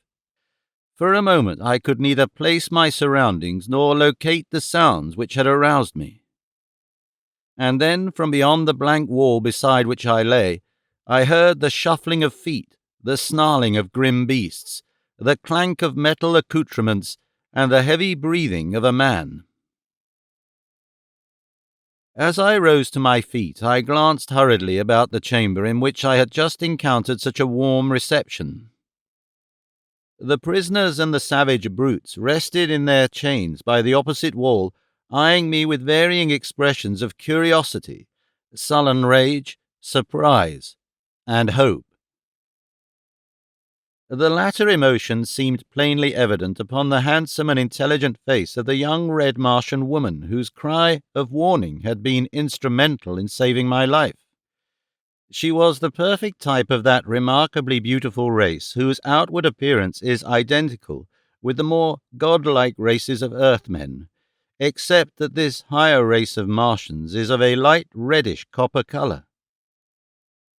As she was entirely unadorned, I could not even guess her station in life, though it was evident that she was either a prisoner or slave in her present environment. It was several seconds before the sounds upon the opposite side of the partition jolted my slowly returning faculties into a realization of their probable import, and then of a sudden I grasped the fact that they were caused by Tarkas in what was evidently a desperate struggle with wild beasts or savage men. With a cry of encouragement, I threw my weight against the secret door, but as well have essayed the down-hurling of the cliffs themselves. Then I sought feverishly for the secret of the revolving panel, but my search was fruitless, and as I was about to raise my long sword against the sullen gold when the young woman prisoner called out to me, "Save thy sword, O mighty warrior, for thou shalt need it more where it will avail to some purpose.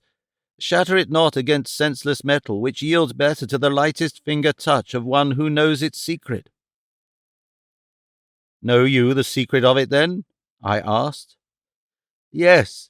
Release me, and I will give you entrance to the other horror chamber if you wish. The keys to my fetters are upon the first dead of thy foemen. But why would you return to face again the fierce Banth, or whatever other form of destruction they have loosed within that awful trap?" "Because my friend fights there alone," I answered, as I hastily sought and found the keys upon the carcass of the dead custodian of this grim chamber of horrors. There were many keys upon the oval ring, but the fair Martian maid quickly selected that which sprung the great lock at her waist, and freed, she hurried toward the secret panel. Again she sought out a key upon the ring. This time a slender needle-like affair which she inserted in an almost invisible hole in the wall. Instantly the door swung upon its pivot, and the contiguous section of the floor upon which I was standing carried me with it into the chamber where Tarkas fought. The great Thark stood with his back against an angle of the walls, while facing him in a semicircle, a half-dozen huge monsters crouched waiting for an opening. Their blood-streaked heads and shoulders testified to the cause of their wariness, as well as to the swordsmanship of the green warrior, whose glossy hide bore the same mute but eloquent witness to the ferocity of the attacks that he had so far withstood. Sharp talons and cruel fangs had torn leg, arm, and breast literally to ribbons. So weak was he from continued exertion and loss of blood that but for the supporting wall I doubt that he even could have stood erect. But with the tenacity and indomitable courage of his kind, he still faced his cruel and relentless foes, the personification of that ancient proverb of his tribe: "Leave to a Thark his head and one hand, and he may yet conquer." As he saw me enter, a grim smile touched those grim lips of his, but whether the smile signified relief or merely amusement at the sight of my own bloody and dishevelled condition, I do not know. As I was about to spring into the conflict with my sharp long sword, I felt a gentle hand upon my shoulder, and turning, found, to my surprise, that the young woman had followed me into the chamber. "Wait," she whispered. "Leave them to me," and pushing me advanced, all defenceless and unarmed, upon the snarling Banths. When quite close to them, she spoke a single Martian word in low but peremptory tones. Like lightning the great beasts wheeled upon her, and I looked to see her torn to pieces before I could reach her side. But instead the creatures slung to her feet like puppies that expect a merited whipping. Again she spoke to them, but in tones so low I could not catch the words, and then she started toward the opposite side of the chamber with the 6 mighty monsters trailing at heel. One by one she sent them through the secret panel into the room beyond, and when the last had passed from the chamber where we stood in wide-eyed amazement, she turned and smiled at us, and then herself passed through, leaving us alone. For a moment neither of us spoke. Then Tarkas said, "I heard the fighting beyond the partition through which you passed, But I did not fear for you, John Carter, until I heard the report of a revolver shot. I knew that there lived no man upon all Barsoom who could face you with naked steel and live, but the shot stripped the last vestige of hope from me, since you I knew to be without firearms. Tell me of it." I did as he bade, and then together we sought the secret panel through which I had just entered the apartment, the one at the opposite end of the room from that through which the girl had led her savage companions. To our disappointment, the panel eluded our every effort to negotiate its secret lock. We felt that once beyond it, we might look with some little hope of success for a passage to the outside world. The fact that the prisoners within were securely chained led us to believe that surely there must be an avenue of escape from the terrible creatures which inhabited this unspeakable place. Again and again we turned from one door to another, from the baffling golden panel at one end of the chamber to its mate at the other, equally baffling. When we had about given up all hope, one of the panels turned silently toward us, and the young woman who had led away the band stood once more beside us. "Who are you?" she asked, "and what your mission, that you have the temerity to attempt to escape from the valley door and the death you have chosen?" "I have chosen no death, maiden," I replied. "I am not of Barsoom, nor have I taken yet the voluntary pilgrimage upon the river Is. My friend here is Jeddak of all the Tharks, and though he has not yet expressed a desire to return to the living world, I am taking him with me from the living lie that hath lured him to this frightful place. I am of another world. I am John Carter, Prince of the House of Tardos Moors, Jeddak of Helium. Perchance some faint rumour of me may have leaked within the confines of your hellish abode." She smiled. "Yes," she replied. "Naught that passes in the world we have left is unknown here. I have heard of you many years ago. The Therns have ofttimes wondered whither you had flown, since you had neither taken the pilgrimage nor could be found upon the face of Barsoom." "Tell me," I said, "and who be you, and why a prisoner, yet with power over the ferocious beasts of the place that denotes familiarity and authority far beyond that which might be expected of a prisoner or a slave?" "Slave I am," she answered, "for 15 years a slave in this terrible place, and now that they have tired of me and become fearful of the power which my knowledge of their ways has given me, I am but recently condemned to die the death." She shuddered. "What death?" I asked. "The holy Therns eat human flesh," she answered me, "but only that which has died beneath the sucking lips of a plant man, flesh from which the defiling blood of life has been drawn. And to this cruel end I have been condemned.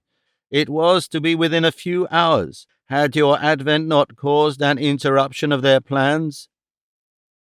"Was it then holy Therns who felt the weight of John Carter's hand?"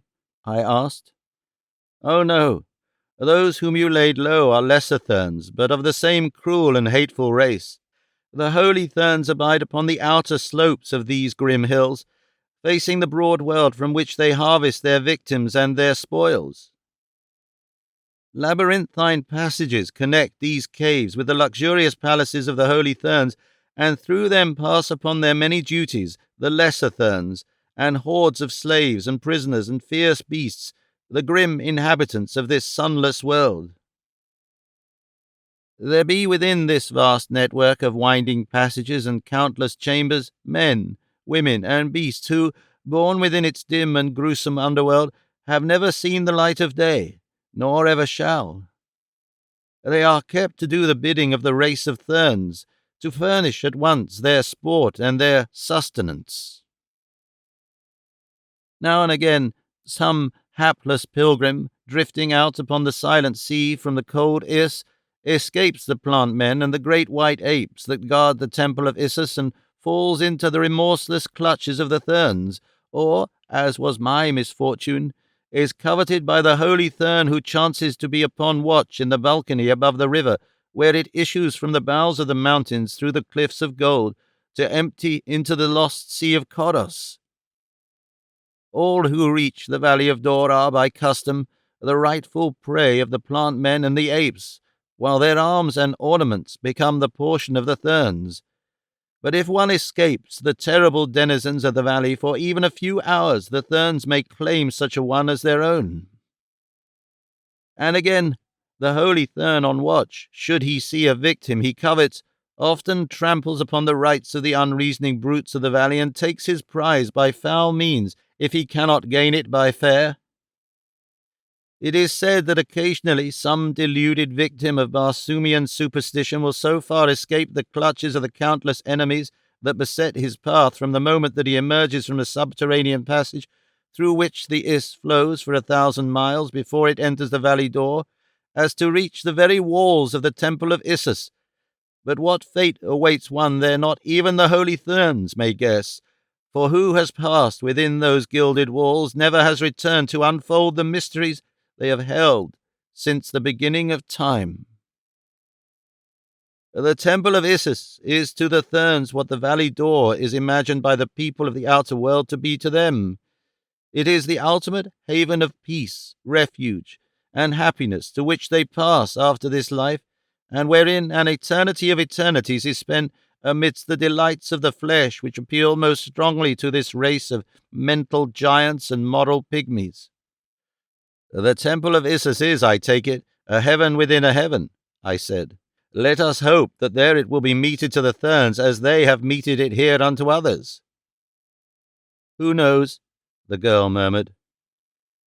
The Therns, I judge from what you have said, are no less mortal than we, and yet have I always heard them spoken of with the utmost awe and reverence by the people of Barsoom, as one might speak of the gods themselves. The Therns are mortal, she replied. They die from the same causes as you or I might. Those who do not live their allotted span of life, 1,000 years, when by the authority of custom they may take their way in happiness through the long tunnel that leads to Issus. Those who die before are supposed to spend the balance of their allotted time in the image of a plant man, and it is for this reason that the plant men are held sacred by the Therns, since they believe that each of these hideous creatures was formerly a Thern. And should a plant man die? I asked. Should he die before the expiration of the 1,000 years from the birth of the Thern whose immortality abides within him, then the soul passes into a great white ape. But should the ape die short of the exact hour that terminates the 1,000 years, the soul is forever lost, and passes for all eternity into the carcass of the slimy and fearsome Scylians, whose wriggling thousands seethe the silent sea beneath the hurtling moons when the sun has gone, and strange shapes walk through the valley door. We sent several holy Therns to the Scylians today, then, said Tarkas, laughing. And so will your death be the more terrible when it comes, said the maiden. And come it will, you cannot escape. One has escaped centuries ago, I reminded her, and what has been done may be done again. It is useless even to try, she answered hopelessly. But try we shall, I cried, and you shall go with us if you wish. To be put to death by mine own people and render my memory a disgrace to my family and my nation? A prince of the house of Tardos Mors should know better than to suggest such a thing. Tarkas listened in silence, but I could feel his eyes riveted upon me, and I knew that he awaited my answer as one might listen to the reading of his sentence by the foreman of a jury. What I advised the girl to do would seal our fate as well, since if I bowed to the inevitable decree of age-old superstition, we must all remain and meet our fate in some horrible form within this awful abode of horror and cruelty. We have the right to escape if we can, I answered. Our own moral senses will not be offended if we succeed, for we know that the fabled life of love and peace in the blessed valley of Dor is a rank and wicked deception. We know that the valley is not sacred, we know that the holy Therns are not holy, and that they are a race of cruel and heartless mortals, knowing no more of the real life to come than we do. Not only is it our right to bend every effort to escape, it is a solemn duty from which we should not shrink, even though we know that we should be reviled and tortured by our own peoples when we return to them. Only thus may we carry the truth to those without, and though the likelihood of our narrative being given credence is, I grant you, remote, so wedded are mortals to their stupid infatuation for impossible superstitions, we should be craven cowards indeed were we to shirk the plain duty which confronts us. Again, there is a chance that with the weight of the testimony of several of us, the truth of our statements may be accepted, and at least a compromise effected, which will result in the dispatching of an expedition of investigation to this hideous mockery of heaven." Both the girl and the green warrior stood silent in thought for some moments. The former it was who eventually broke the silence. "Never had I considered the matter in that light before," she said.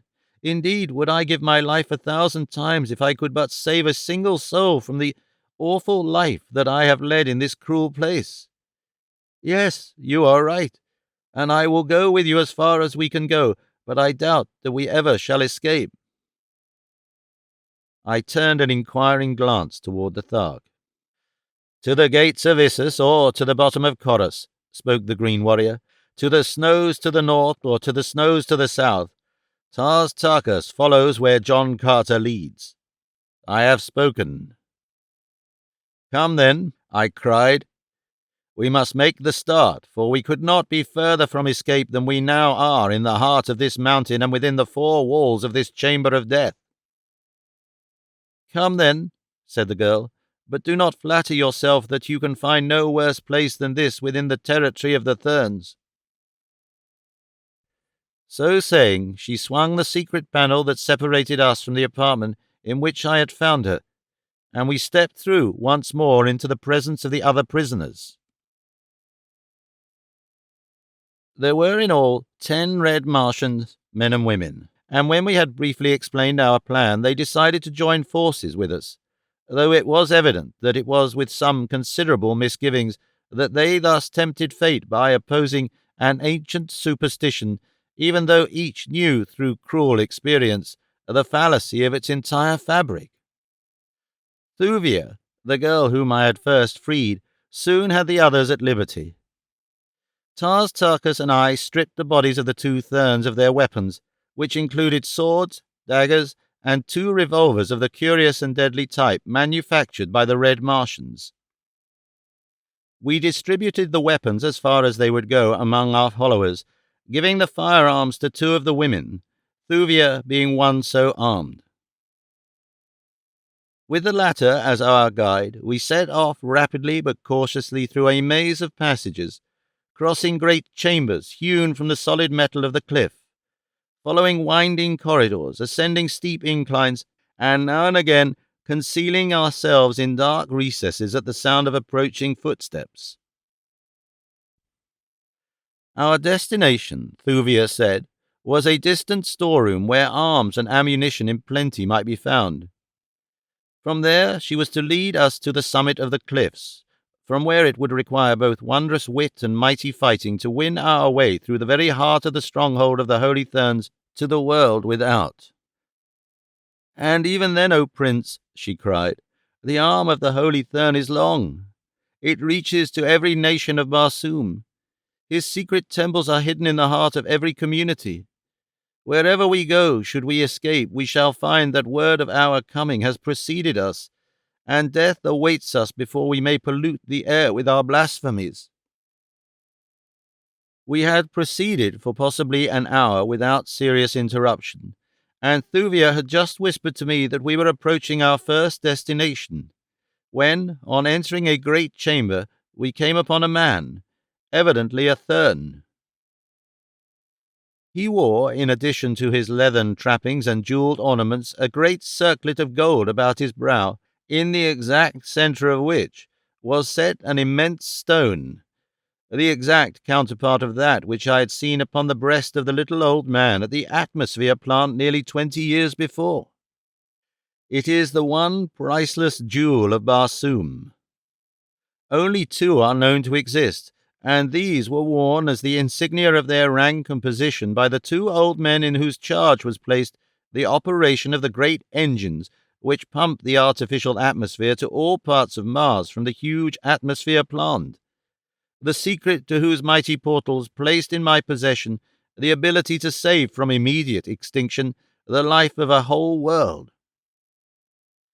The stone worn by the Thurn who confronted us was of about the same size as that which I had seen before, an inch in diameter, I should say.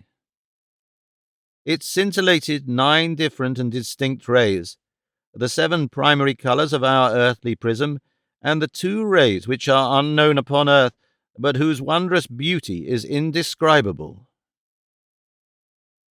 As the Thurn saw us, his eyes narrowed to 2 nasty slits. "Stop," he cried. "What means this, Thuvia?" For answer the girl raised her revolver and fired point-blank at him. Without a sound he sank to the earth, dead. "Beast," she hissed, "after all these years I am at last revenged."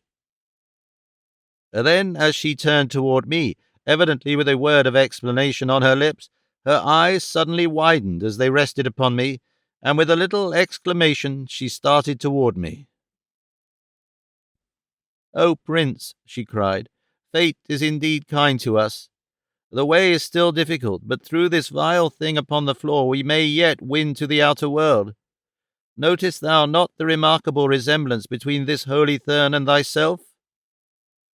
The man was indeed of my precise stature, nor were his eyes and features unlike mine, but his hair was a mass of flowing yellow locks like those of the 2 I had killed, while mine is black and close-cropped.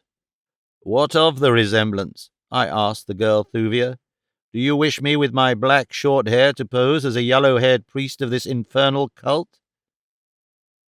She smiled, and for answer approached the body of the man she had slain, and kneeling beside it removed the circlet of gold from the forehead, and then, to my utter amazement, lifted the entire scalp bodily from the corpse's head. Rising, she advanced to my side, and placing the yellow wig over my black hair, crowned me with the golden circlet set with the magnificent gem. "Now don his harness, Prince," she said, "and you may pass where you will in the realm of the Thurns, for Satar Throg was a holy Thurn of the 10th circle, and mighty among his kind." As I stooped to the dead man to do her bidding, I noted that not a hair grew upon his head, which was quite as bald as an egg. "They are all thus from birth," explained Thuvia, noting my surprise. "The race from which they sprang were crowned with a luxuriant growth of golden hair, but for many ages the present race has been entirely bald. The wig, however, has come to be a part of their apparel, and so important a part do they consider it that it is cause for the deepest disgrace were a Thurn to appear in public without it." In another moment I stood, garbed in the habiliments of a holy Thurn. At Thuvia's suggestion, 2 of the released prisoners bore the body of the dead Thurn upon their shoulders with us as we continued our journey toward the storeroom, which we reached without further mishap. Here the keys which Thuvia bore from the dead Thurn of the prison vault were the means of giving us immediate entrance to the chamber, and very quickly we were thoroughly outfitted with arms and ammunition. By this time I was so thoroughly fagged out that I could go no further, so I threw myself upon the floor, bidding Tars Tarkas to do likewise, and cautioning 2 of the released prisoners to keep careful watch. In an instant I was asleep.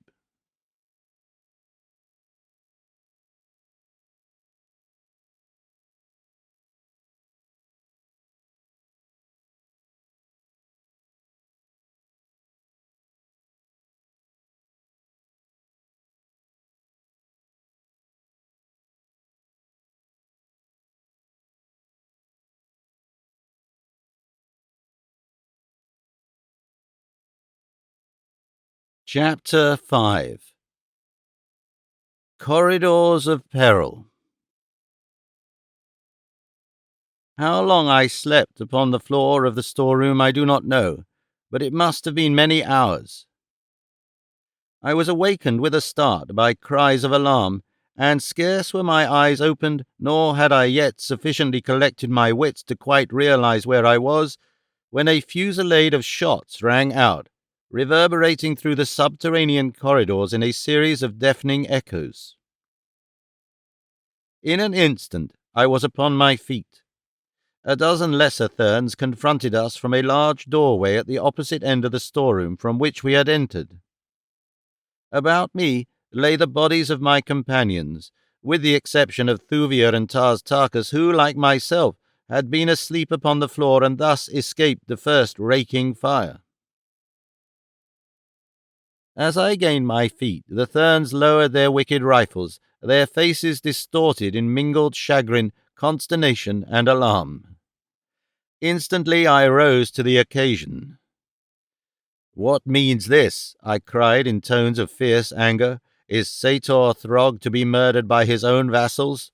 "Have mercy, O master of the 10th cycle," cried one of the fellows, while the others edged toward the doorway as though to attempt a surreptitious escape from the presence of the Mighty One. "Ask them their mission here," whispered Thuvir at my elbow. "What do you here, fellows?" I cried. "Two from the outer world are at large within the dominions of the Therns. We sought them at the command of the father of Therns.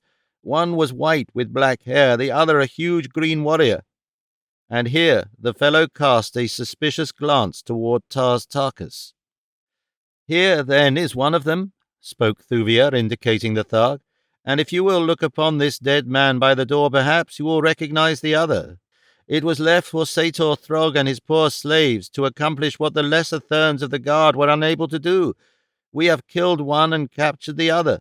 For this had Sator Throg given us our liberty. And now in your stupidity you have come and killed all but myself, and like to have killed the mighty Sator Throg himself." The men looked very sheepish and very scared. "Had they not better throw these bodies to the plant men and then return to their quarters, O Mighty One?" asked Thuvir of me. "Yes, do as Thuvir bids you," I said. As the men picked up the bodies, I noticed that the one who stooped to gather up the late Sator Throg started as his closer scrutiny fell upon the upturned face, and then the fellow stole a furtive, sneaking glance in my direction from the corner of his eye. That he suspicioned something of the truth I could have sworn, but that it was only a suspicion which he did not dare voice was evidenced by his silence. Again, as he bore the body from the room, he shot a quick glance, but searching glance toward me, and then his eyes fell once more upon the bald and shiny dome of the dead man in his arms. The last fleeting glimpse that I obtained of his profile as he passed from my sight without the chamber revealed a cunning smile of triumph upon his lips. Only Tarkas, Thuvir, and I were left. The fatal marksmanship of the Therns had snatched from our companions whatever slender chance they had of gaining the perilous freedom of the world without. So soon as the last of the gruesome procession had disappeared, the girl urged us to take up our flight once more. She, too, had noted the questioning attitude of the Thern who had borne Sator Throg away. "It bodes no good for us, O Prince," she said, "for even though this fellow dared not chance accusing you in error, there be those above with power sufficient to demand a closer scrutiny, and that, Prince, would indeed prove fatal." I shrugged my shoulders. It seemed that in any event the outcome of our plight must end in death. I was refreshed from my sleep, but still weak from loss of blood. My wounds were painful. No medicinal aid seemed possible. How I longed for the almost miraculous healing power of the strange salves and lotions of the green Martian women. In an hour they would have had me as new. I was discouraged. Never had a feeling of such utter hopelessness come over me in the face of danger. Then the long, flowing yellow locks of the holy Thern, caught by some vagrant draught, blew about my face. Might they not still open the way of freedom? If we acted in time, might we not even yet escape before the general alarm was sounded? We could at least try. What will the fellow do first, Thuvia? I asked. How long will it be before they may return for us? He will go directly to the father of Thurns, old Matai Shang. He may have to wait for an audience, but since he is very high among the lesser Therns, in fact as a Thorian among them, it will not be long that Matai Shang will keep him waiting. Then, if the father of Therns puts credence in his story, another hour will see the galleries and chambers, the courts and gardens, filled with searchers. What we do then must be done within an hour. What is the best way, Thuvia, the shortest way out of this celestial Hades? Straight to the top of the cliffs, Prince, she replied, and then through the gardens to the inner courts. From there our way will lie within the temples of the Therns, and across them to the outer court. Then the ramparts. Oh, Prince, it is hopeless. 10,000 warriors could not hew a way to liberty from out this awful place. Since the beginning of time, little by little, stone by stone, have the Therns been ever adding to the defences of their stronghold. A continuous line of impregnable fortifications circles the outer slopes of the mountains of Otz. Within the temples that lie behind the ramparts, 1,000,000 fighting men are ever ready. The courts and gardens are filled with slaves, with women, and with children. None could go a stone's throw without detection. If there is no other way, Thuvia, why dwell upon the difficulties of this? We must face them. Can we not better make the attempt after dark? Asked Tarkas. There would seem to be no chance by day. There would be a little better chance by night, but even then the ramparts are well guarded, possibly better than by day. There are fewer abroad in the courts and gardens, though, said Thuvia. What is the hour? I asked. It was midnight when you released me from my chains, said Thuvia. 2 hours later we reached the storeroom. There you slept for 14 hours. It must now be nearly sundown again. Come, we will go to some nearby window in the cliff and make sure. So saying, she led the way through winding corridors until, at a sudden turn, we came upon an opening which overlooked the valley door. At our right, the sun was setting, a huge red orb below the western range of Otz. A little below us stood the holy Thurn on watch upon his balcony. His scarlet robe of office was pulled tightly about him in anticipation of the cold that comes so suddenly with darkness as the sun sets. So rare is the atmosphere of Mars that it absorbs very little heat from the sun. During the daylight hours, it is always extremely hot. At night, it is intensely cold. Nor does the thin atmosphere refract the sun's rays or diffuse its light as upon Earth. There is no twilight on Mars. When the great orb of day disappears beneath the horizon, the effect is precisely as that of the extinguishing of a single lamp within a chamber. From brilliant light you are plunged without warning into utter darkness. Then the moons come, the mysterious magic moons of Mars, hurtling like monster meteors low across the face of the planet. The declining sun lighted brilliantly the eastern banks of Chorus, the crimson sward, the gorgeous forest. Beneath the trees we saw feeding many herds of plant-men. The adults stood aloft upon their toes and their mighty tails, their talons pruning every available leaf and twig. It was then that I understood the careful trimming of the trees which had led me to form the mistaken idea when first I opened my eyes upon the grove that it was the playground of a civilized people. As we watched, our eyes wandered to the rolling Iss which issued from the base of the cliffs beneath us. Presently there emerged from the mountain a canoe laden with lost souls from the outer world. There were a dozen of them. All were of the highly civilized and cultured race of red men who are dominant on Mars. The eyes of the herald upon the balcony beneath us fell upon the doomed party as soon as did ours. He raised his head and, leaning far out over the low rail that rimmed his dizzy perch, voiced the shrill, weird wail that called the demons of this hellish place to the attack. For an instant the brutes stood with stiffly erected ears.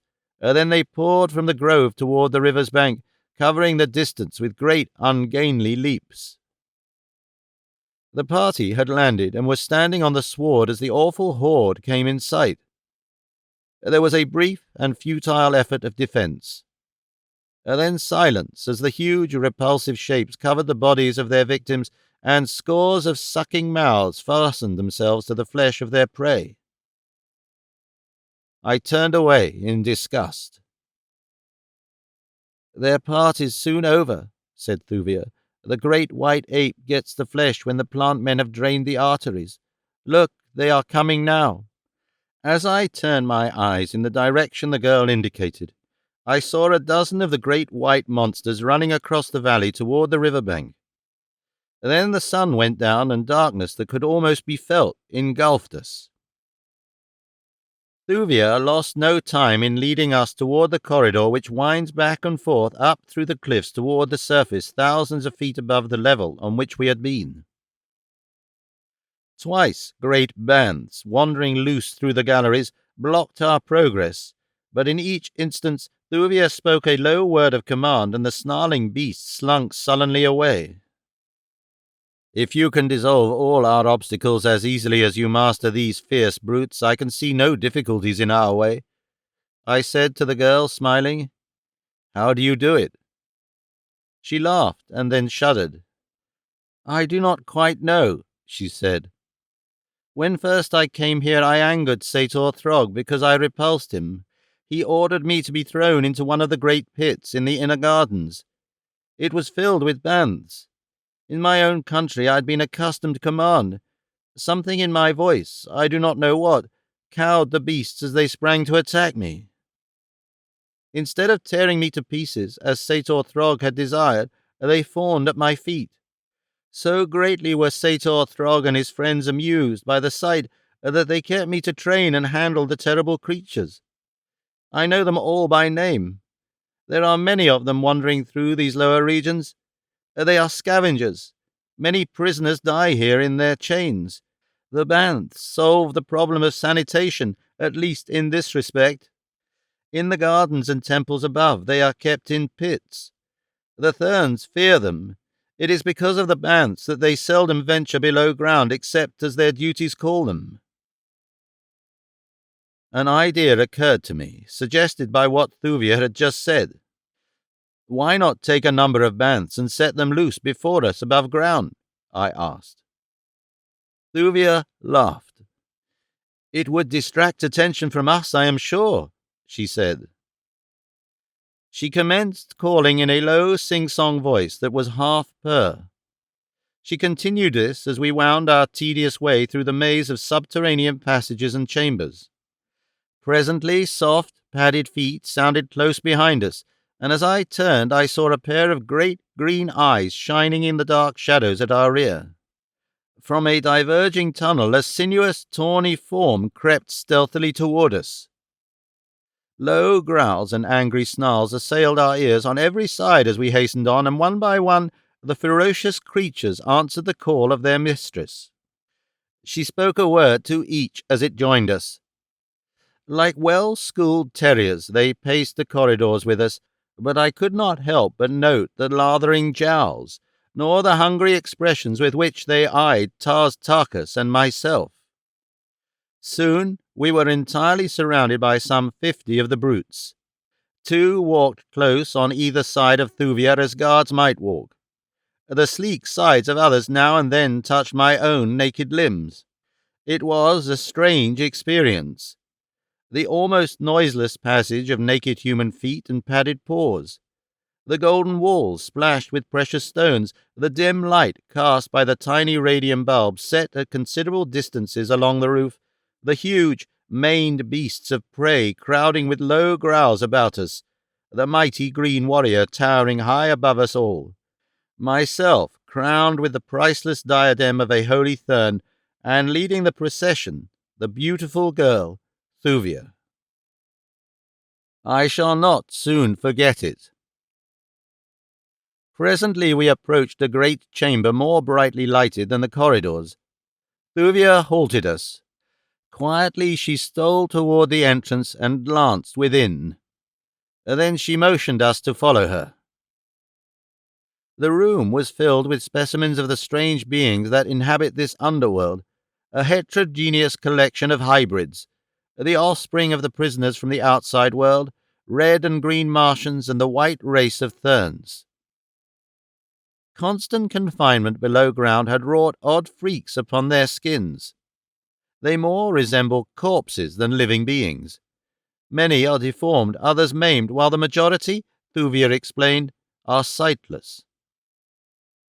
As they lay sprawled about the floor, sometimes overlapping one another, again in heaps of several bodies, they suggested instantly to me the grotesque illustrations that I had seen in copies of Dante's Inferno.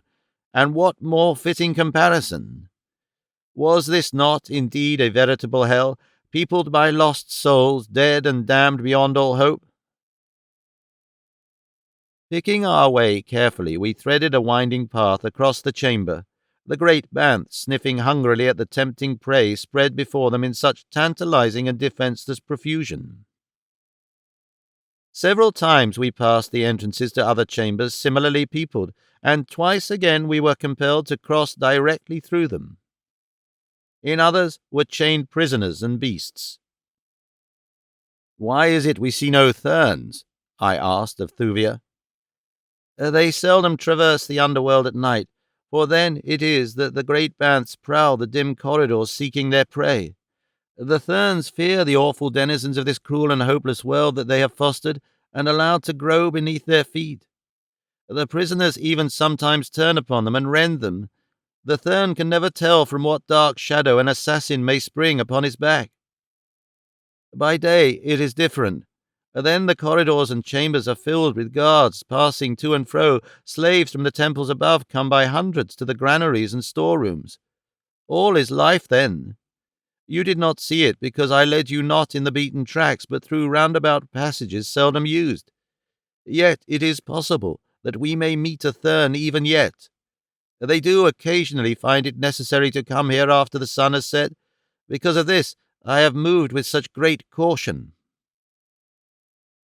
But we reached the upper galleries without detection, and presently Thuvia halted us at the foot of a short, steep ascent. "Above us," she said, "is a doorway which opens onto the inner gardens. I have brought you thus far.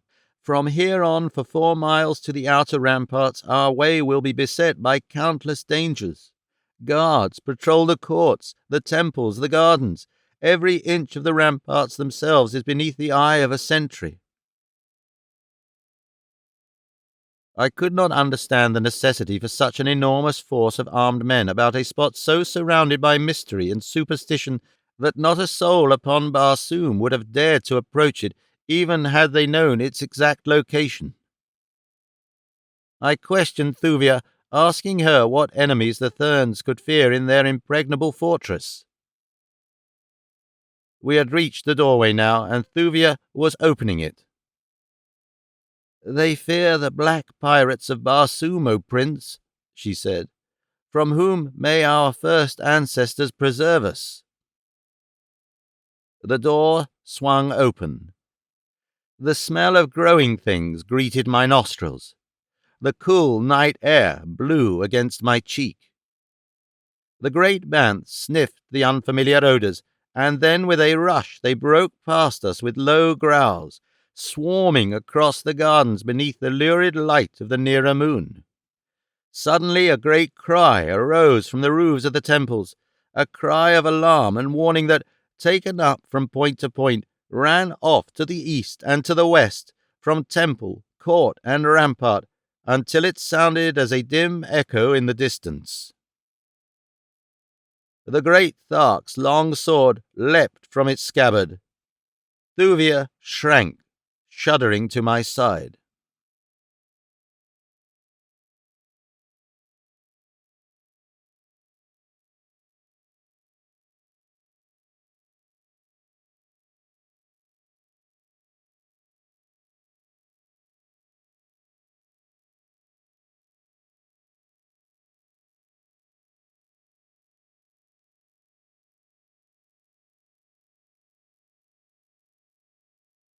Chapter 6.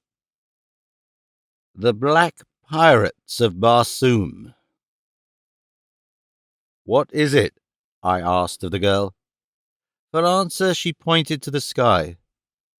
I looked, and there above us I saw shadowy bodies flitting hither and thither high over temple, court, and garden. Almost immediately flashes of light broke from these strange objects. There was a roar of musketry, and then answering flashes and roars from the temple and rampart. "The Black Pirates of Barsoom, O Prince," said Thuvia. In great circles the aircraft of the marauders swept lower and lower toward the defending forces of the Therns. Volley after volley they vomited upon the temple guards. Volley on volley crashed through the thin air toward the fleeting and elusive flyers. As the pirates swooped closer toward the ground, Thern's soldiery poured from the temples into the gardens and courts. The sight of them in the open brought a score of flyers darting toward us from all directions. The Therns fired upon them through shields affixed to their rifles, but on, steadily on, came the grim black craft. They were small flyers, for the most part, built for 2 to 3 men. A few larger ones there were, but these kept high aloft, dropping bombs upon the temples from their keel batteries. At length, with a concerted rush, evidently in response to a signal of command, the pirates in our immediate vicinity dashed recklessly to the ground in the very midst of the Thern soldiery. Scarcely waiting for their craft to touch, the creatures manning them leapt among the Therns with the fury of demons. Such fighting! Never had I witnessed its like before. I had thought the Green Martians the most ferocious warriors in the universe, but the awful abandon with which the black pirates threw themselves upon their foes transcended everything I ever before had seen. Beneath the brilliant light of Mars's 2 glorious moons, the whole scene presented itself in vivid distinctness.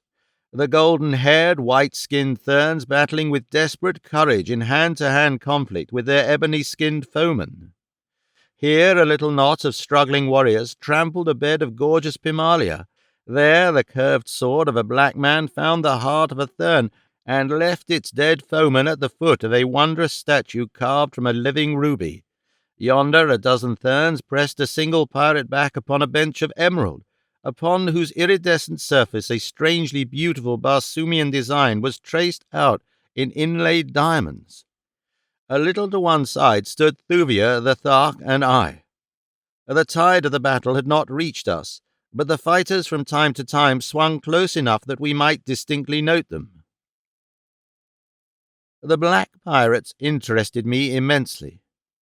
I had heard vague rumors, little more than legends they were, during my former life on Mars, but never had I seen them, nor talked with one who had. They were popularly supposed to inhabit the lesser moon, from which they descended upon Barsoom at long intervals. Where they visited, they wrought the most horrible atrocities, and when they left, carried away with them firearms and ammunition, and young girls as prisoners. These latter, the rumour had it, they sacrificed to some terrible god in an orgy which ended in the eating of their victims.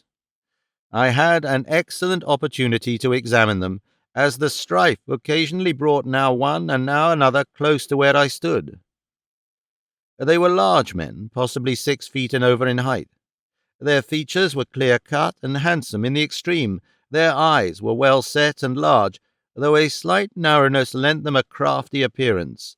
The iris, as well as I could determine by moonlight, was of extreme blackness, while the eyeball itself was quite white and clear.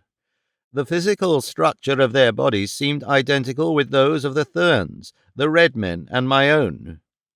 Only in the colour of their skin did they differ materially from us, that is, of the appearance of polished ebony, and odd as it may seem for a southerner to say it, adds to rather than detracts from their marvellous beauty. But if their bodies are divine, their hearts, apparently, are quite the reverse. Never did I witness such a malign lust for blood as these demons of the outer air evinced in their mad battle with the Therns. All about us in the garden lay their sinister craft, which the Therns, for some reason, then unaccountable to me, made no effort to injure. Now and again a black warrior would rush from a nearby temple bearing a young woman in his arms.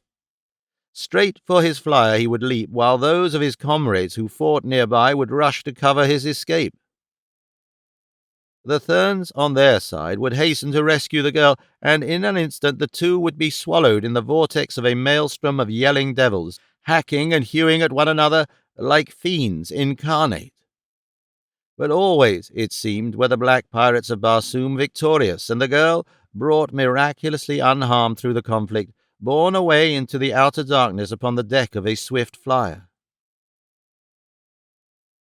Fighting similar to that which surrounded us could be heard in both directions as far as sound carried, and Thuvia told me that the attacks of the black pirates were usually made simultaneously along the entire ribbon-like domain of the Therns, which circles the valley door on the outer slopes of the mountains of Otz. As the fighting receded from our position for a moment, Thuvia turned toward me with a question. "Do you understand now, O Prince," she said, "why 1,000,000 warriors guard the domains of the Holy Therns by day and by night? The scene you are witnessing now is but a repetition of what I have seen enacted a score of times during the 15 years I have been a prisoner here. From time immemorial the black pirates of Barsoom have preyed upon the Holy Therns. Yet they never carry their expeditions to a point, as one might readily believe it was in their power to do, where the extermination of the race of Therns is threatened.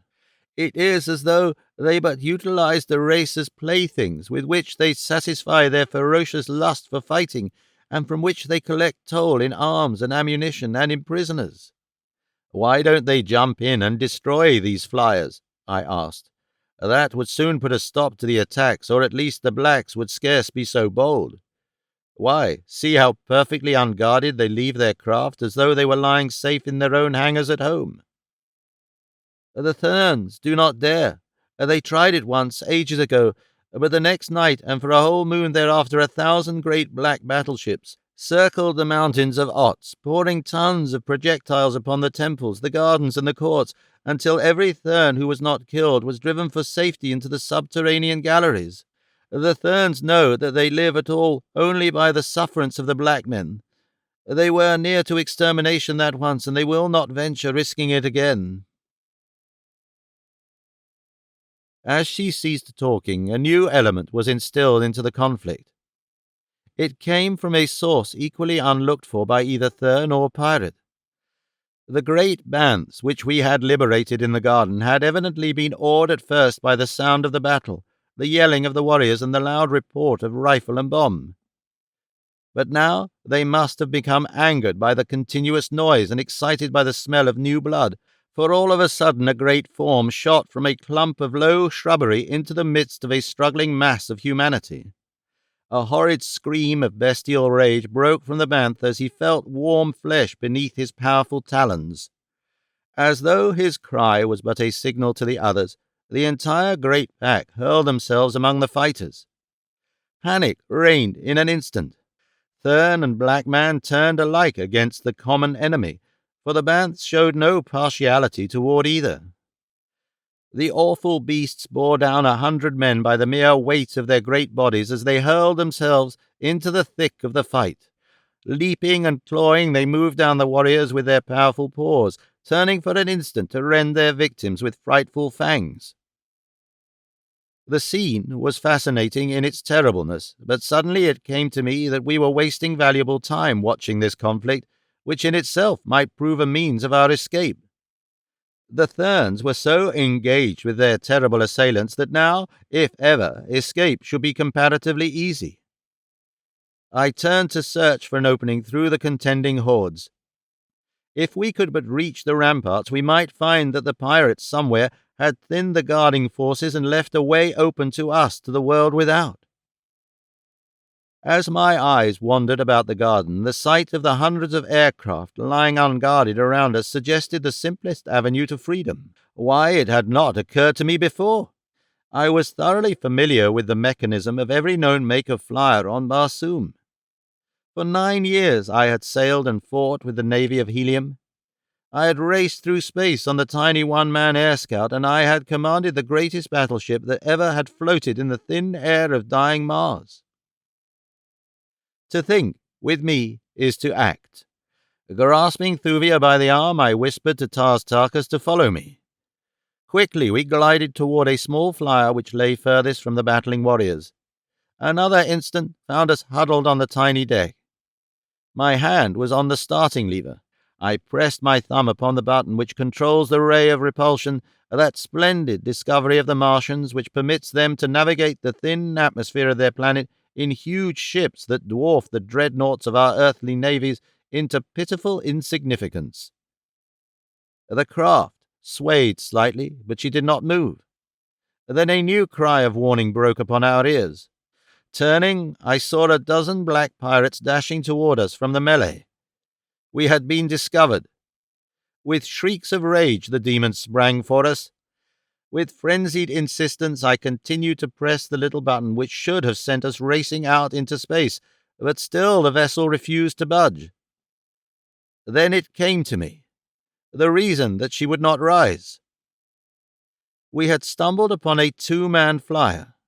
Its ray tanks were charged only with sufficient repulsive energy to lift two ordinary men. The Thark's great weight was anchoring us to our doom. The blacks were nearly upon us. There was not an instant to be lost in hesitation or doubt. I pressed the button far in and locked it.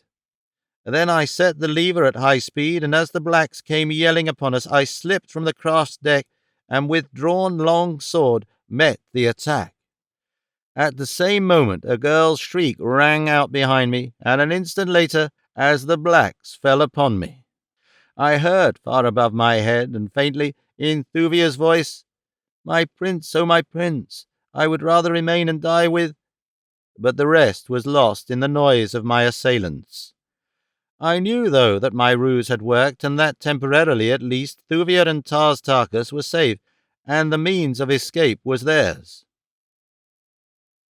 For a moment it seemed that I could not withstand the weight of numbers that confronted me, but again, as on so many other occasions when I had been called upon to face fearful odds upon this planet of warriors and fierce beasts, I found that my earthly strength so far transcended that of my opponents that the odds were not so greatly against me as they appeared. My seething blade wove a net of death about me. For an instant the blacks pressed close to reach me with their shorter swords, but presently they gave back, and the esteem in which they suddenly had learned to hold my sword arm was writ large upon each countenance. I knew, though, that it was but a question of minutes before their greater numbers would wear me down or get around my guard. I must go down eventually to certain death before them. I shuddered at the thought of it, dying thus in this terrible place where no word of my end ever could reach my Dea Torres, dying at the hands of nameless black men in the gardens of the cruel Therns. Then my old-time spirit reasserted itself. The fighting blood of my Virginian sires coursed hot through my veins. The fierce bloodlust and the joy of battle surged over me. The fighting smile that has brought consternation to 1,000 foemen touched my lips. I put the thought of death out of my mind, and fell upon my antagonists with fury that those who escaped would remember to their dying day. That others would press to the support of those who faced me I knew, so even as I fought I kept my wits at work, searching for an avenue of escape. It came from an unexpected quarter out of the black night behind me. I had just disarmed a huge fellow who had given me a desperate struggle, and for a moment the blacks stood back for a breathing spell. They eyed me with malignant fury, yet withal there was a touch of respect in their demeanour. "Thurn," said one, "you fight like a dator. But for your detestable yellow hair and your white skin you would be an honour to the firstborn of Barsoom." "I am no Thurn," I said, and was about to explain that I was from another world, thinking that by patching a truce with these fellows and fighting with them against the Therns I might enlist their aid in regaining my liberty. But just at that moment a heavy object smote me a resounding whack between my shoulders that nearly felled me to the ground. As I turned to meet this new enemy, an object passed over my shoulder, striking one of my assailants squarely in the face and knocking him senseless to the sward. At the same instant I saw that the thing that had struck us was the trailing anchor of a rather fair-sized air vessel, possibly a 10-man cruiser. The ship was floating slowly above us, not more than 50 feet over our heads. Instantly, the one chance for escape that it offered presented itself to me. The vessel was slowly rising, and now the anchor was beyond the blacks who faced me and several feet above their heads. With a bound that left them gaping in wide-eyed astonishment, I sprang completely over them. A second leap carried me just high enough to grasp the now rapidly receding anchor.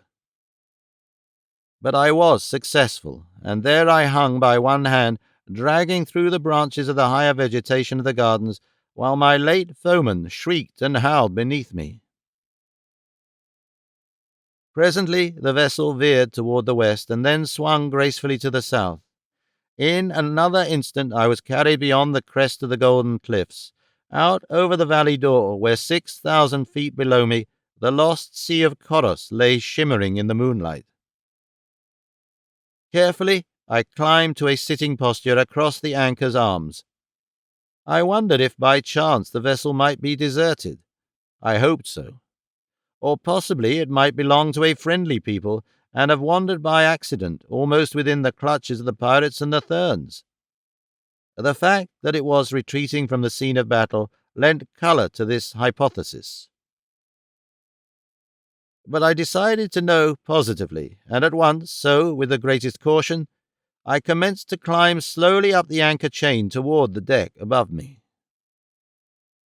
One hand had just reached for the vessel's rail, and found it when a fierce black face was thrust over the side, and eyes filled with triumphant hate looked into mine.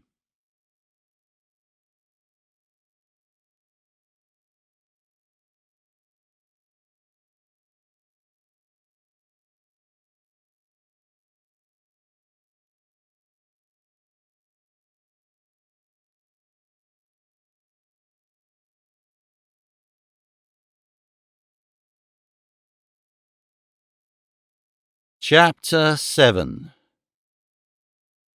A Fair Goddess.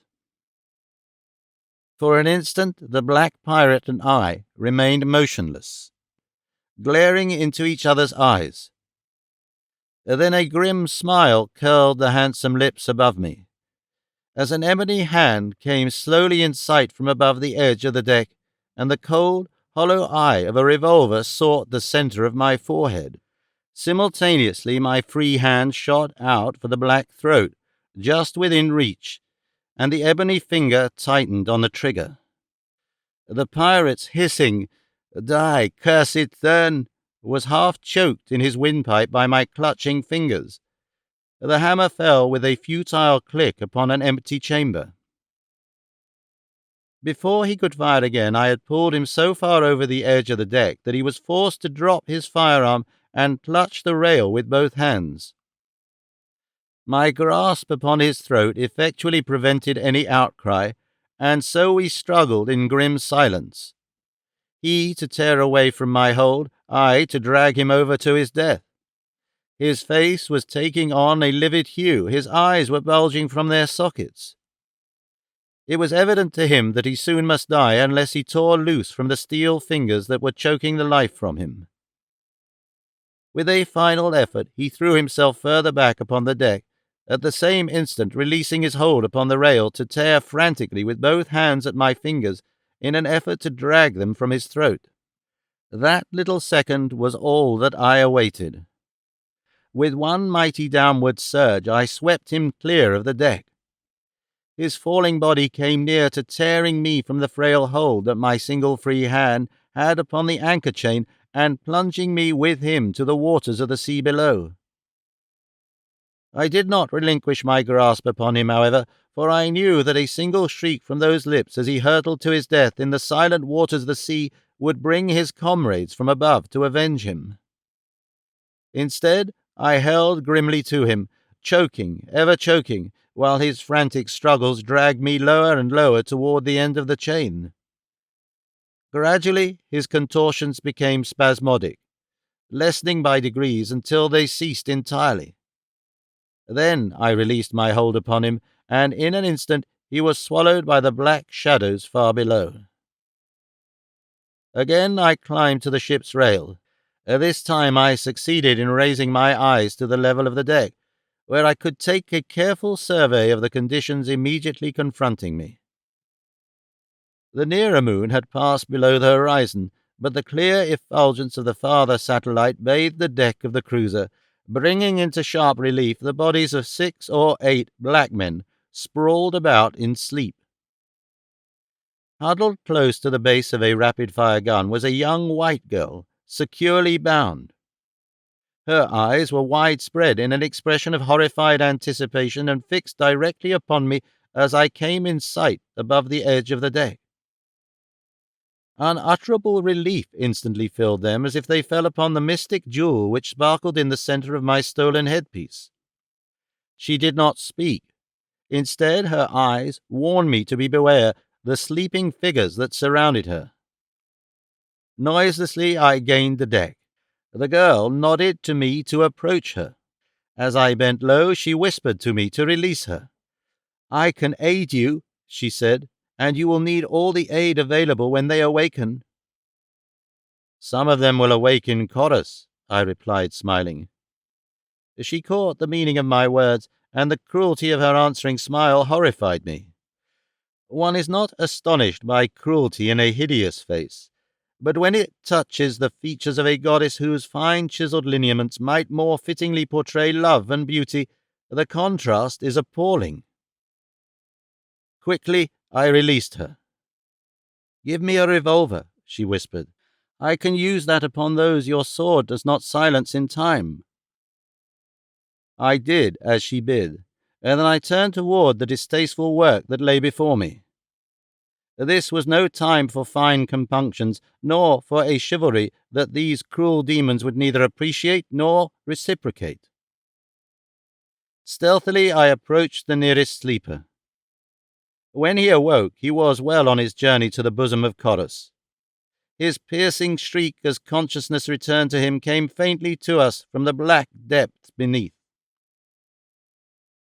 The second awoke as I touched him, and though I succeeded in hurling him from the cruiser's deck, his wild cry of alarm brought the remaining pirates to their feet.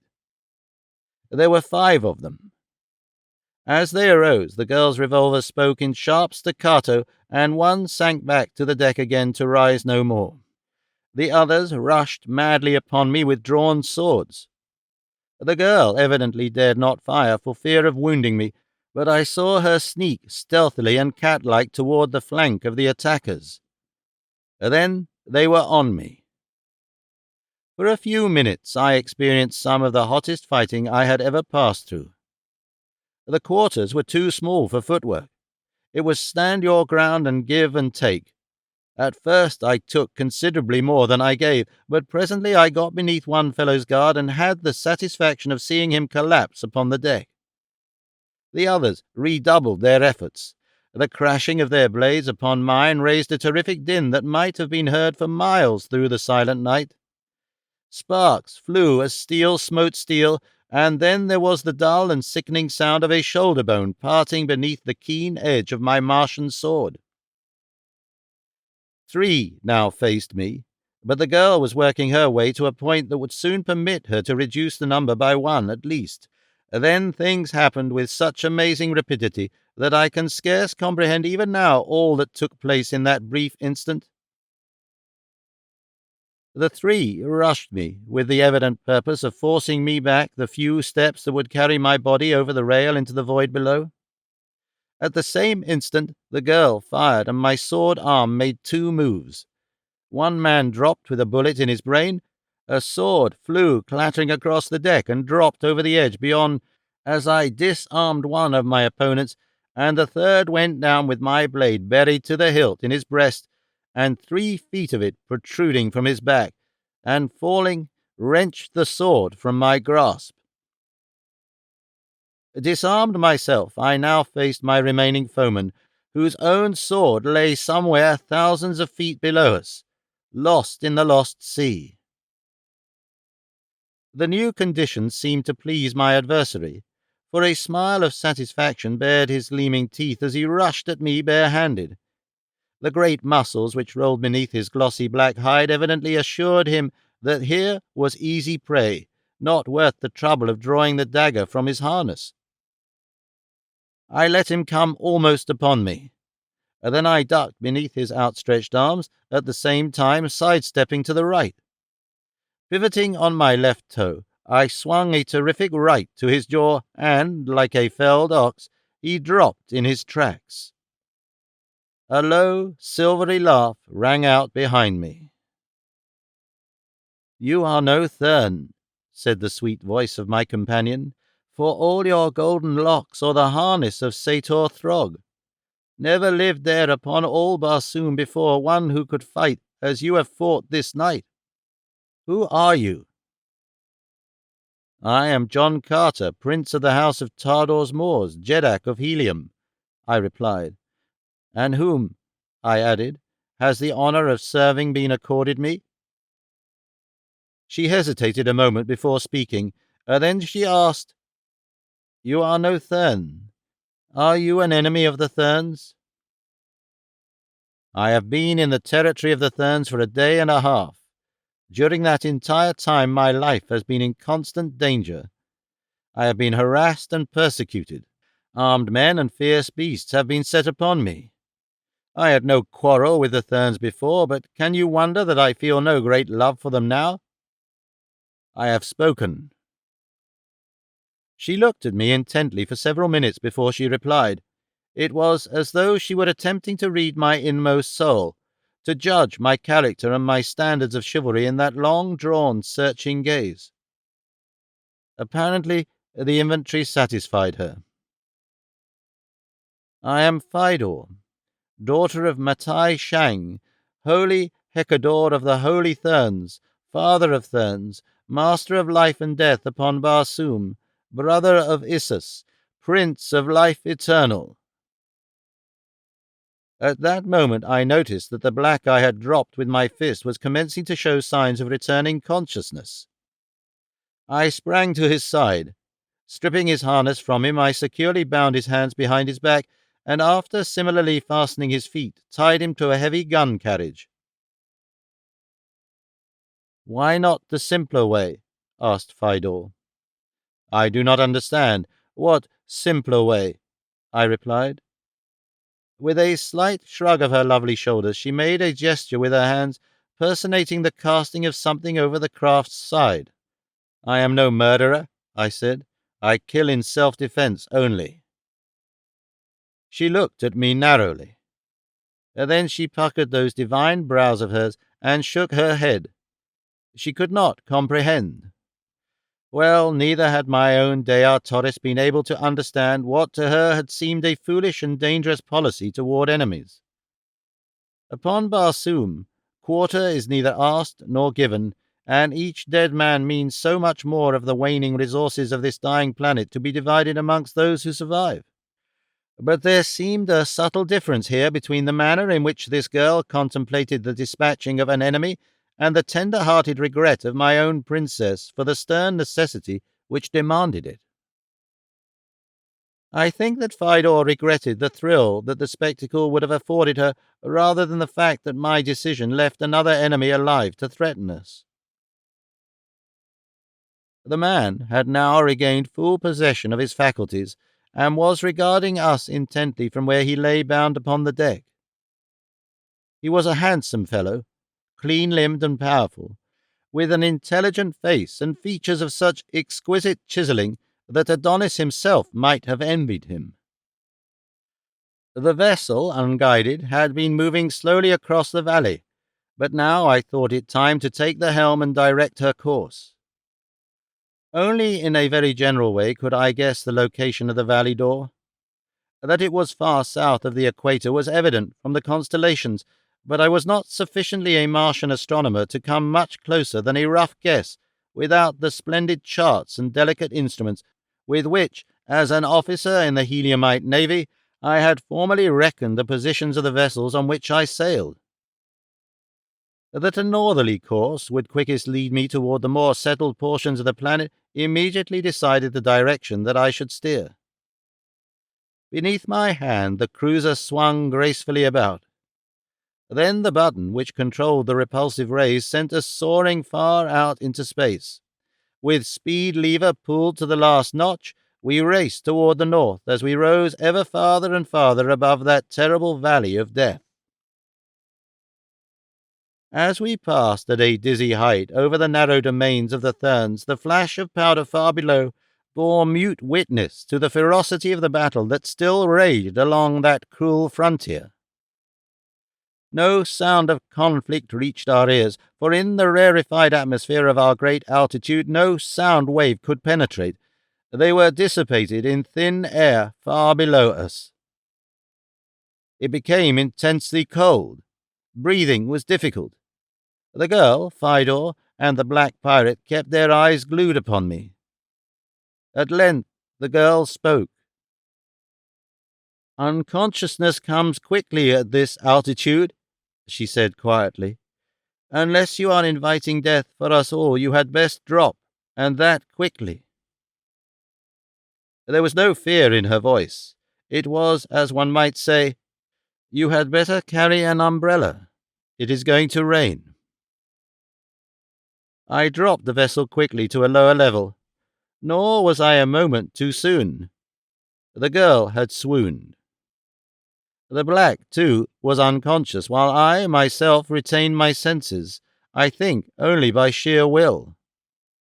The one on whom all responsibility rests is apt to endure the most. We were swinging along low above the foothills of the Otts.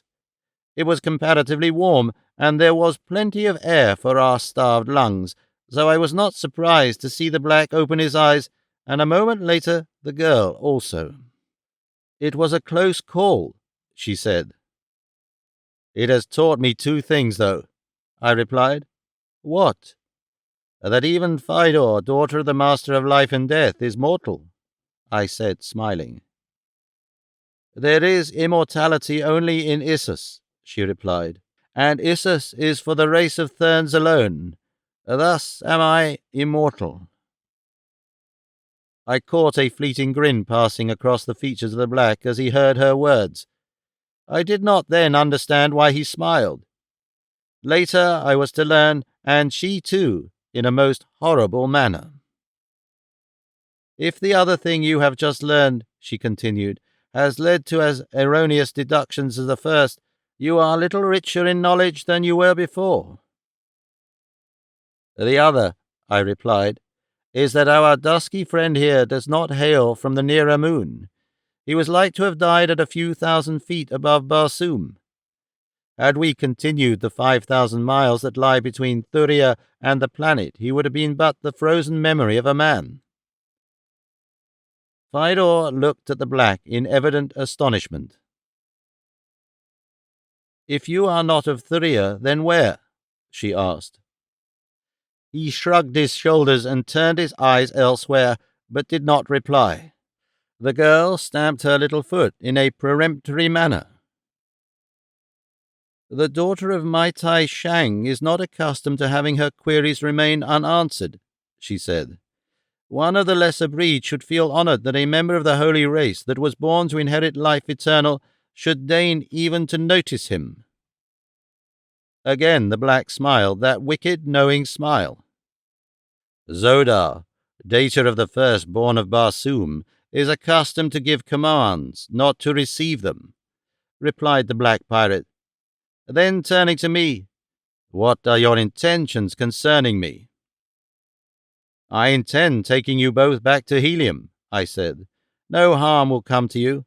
You will find the red men of Helium a kindly and magnanimous race, but if they listen to me, there will be no more voluntary pilgrimages down the river Is, and the impossible belief that they have cherished for ages will be shattered into 1,000 pieces." "Are you of Helium?" he asked. "I am a prince of the house of Tardos Moors, Jeddak of Helium," I replied, "but I am not of Barsoom. I am of another world." Zodar looked at me intently for a few moments. "I can well believe that you are not of Barsoom," he said at length. "None of this world could have bested 8 of the firstborn single-handed. But how is it that you wear the golden hair and the jewelled circlet of a holy thern?" He emphasized the word holy with a touch of irony.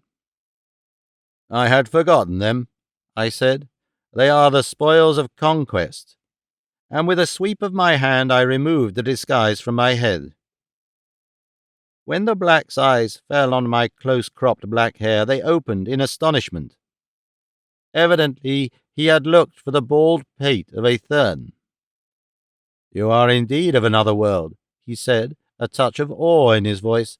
"With the skin of a thern, the black hair of a firstborn, and the muscles of a dozen dators, it was no disgrace even for Zodar to acknowledge your supremacy, a thing he could never do were you a Barsoomian," he added.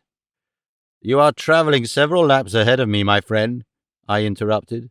"I glean that your name is Zodar, but whom, pray, are the firstborn, and what a dator, and why? If you were conquered by a Barsoomian, could you not acknowledge it?" "The firstborn of Barsoom," he explained, "are the race of black men of which I am a dator, or, as the lesser Barsoomians would say, prince. My race is the oldest on the planet. We trace our lineage unbroken, direct to the tree of life which flourished in the center of the Valley d'Or 23 million years ago. For countless ages the fruit of this tree underwent the gradual changes of evolution, passing by degrees from true plant life to a combination of plant and animal. In the first stages the fruit of the tree possessed only the power of independent muscular action, while the stem remained attached to the parent plant. Later, a brain developed in the fruit, so that hanging there by their long stems, they thought and moved as individuals. Then, with the development of perceptions, came a comparison of them. Judgments were reached and compared, and thus reason and the power to reason were born upon Barsoom. Ages passed. Many forms of life came and went upon the tree of life, but still all were attached to the parent plant by stems of varying lengths. At length the fruit tree consisted in tiny plant men, such as we now see reproduced in such huge dimensions in the Valley d'Or, but still hanging to the limbs and branches of the tree by the stems which grew from the tops of their heads. The buds from which the plant men blossomed resembled large nuts about a foot in diameter, divided by double partition walls into 4 sections. In one section grew the plant man, in another a 16-legged worm, in the third the progenitor of the white ape, and in the fourth the primeval black man of Barsoom. When the bud burst, the plant man remained dangling at the end of his stem, but the 3 other sections fell to the ground, where the efforts of their imprisoned occupants to escape sent them hopping about in all directions. Thus, as time went on, all Barsoom was covered with these imprisoned creatures. For countless ages they lived their long lives within their hard shells, hopping and skipping about the broad planet, falling into rivers, lakes, and seas, to be still further spread about the surface of the new world. Countless billions died before the first black man broke through his prison walls into the light of day. Prompted by curiosity, he broke open other shells, and the peopling of Barsoom commenced.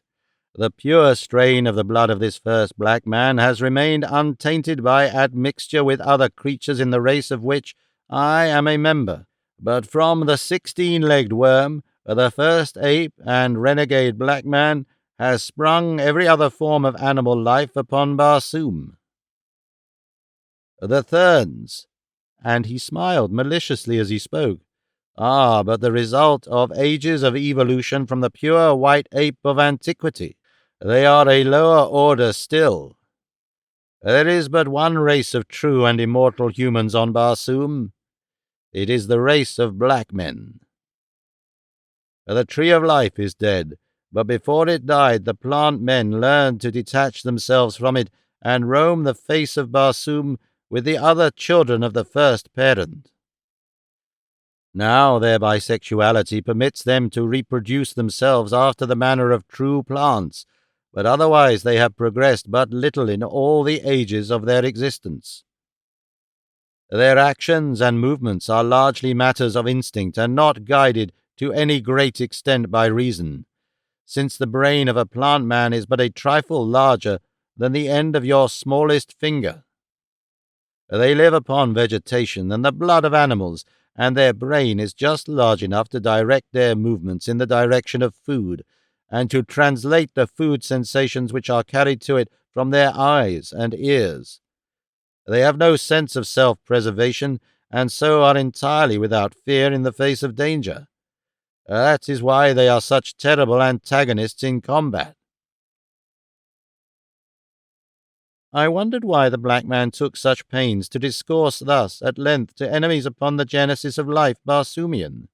It seemed a strangely inopportune moment for a proud member of a proud race to unbend in casual conversation with a captor, especially in view of the fact that the black still lay securely bound upon the deck.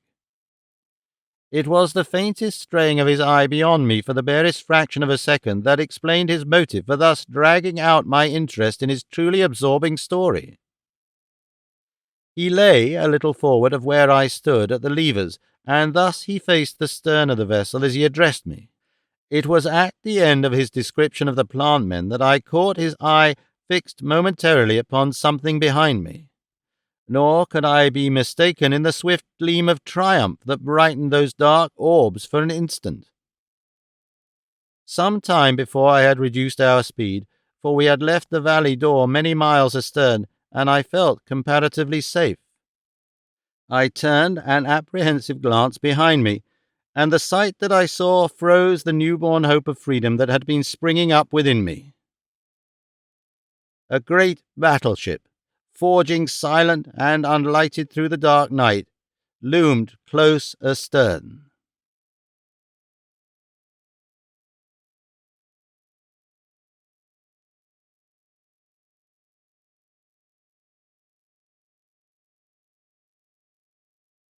Chapter 8.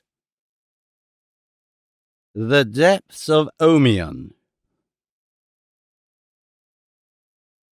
Now I realized why the black pirate had kept me engrossed with his strange tale. For miles he had sensed the approach of succor, and but for that single telltale glance the battleship would have been directly above us in another moment, and the boarding party, which was doubtless even now swinging in their harness from the ship's keel, would have swarmed our deck, placing my rising hope of escape in sudden and total eclipse. I was too old a hand in aerial warfare to be at a loss now for the right maneuver. Simultaneously I reversed the engines and dropped the little vessel a sheer 100 feet. Above my head I could see the dangling forms of the boarding party as the battleship raced over us. Then I rose at a sharp angle, throwing my speed lever to its last notch. Like a bolt from a crossbow, my splendid craft shot its steel prow straight at the whirring propellers of the giant above us.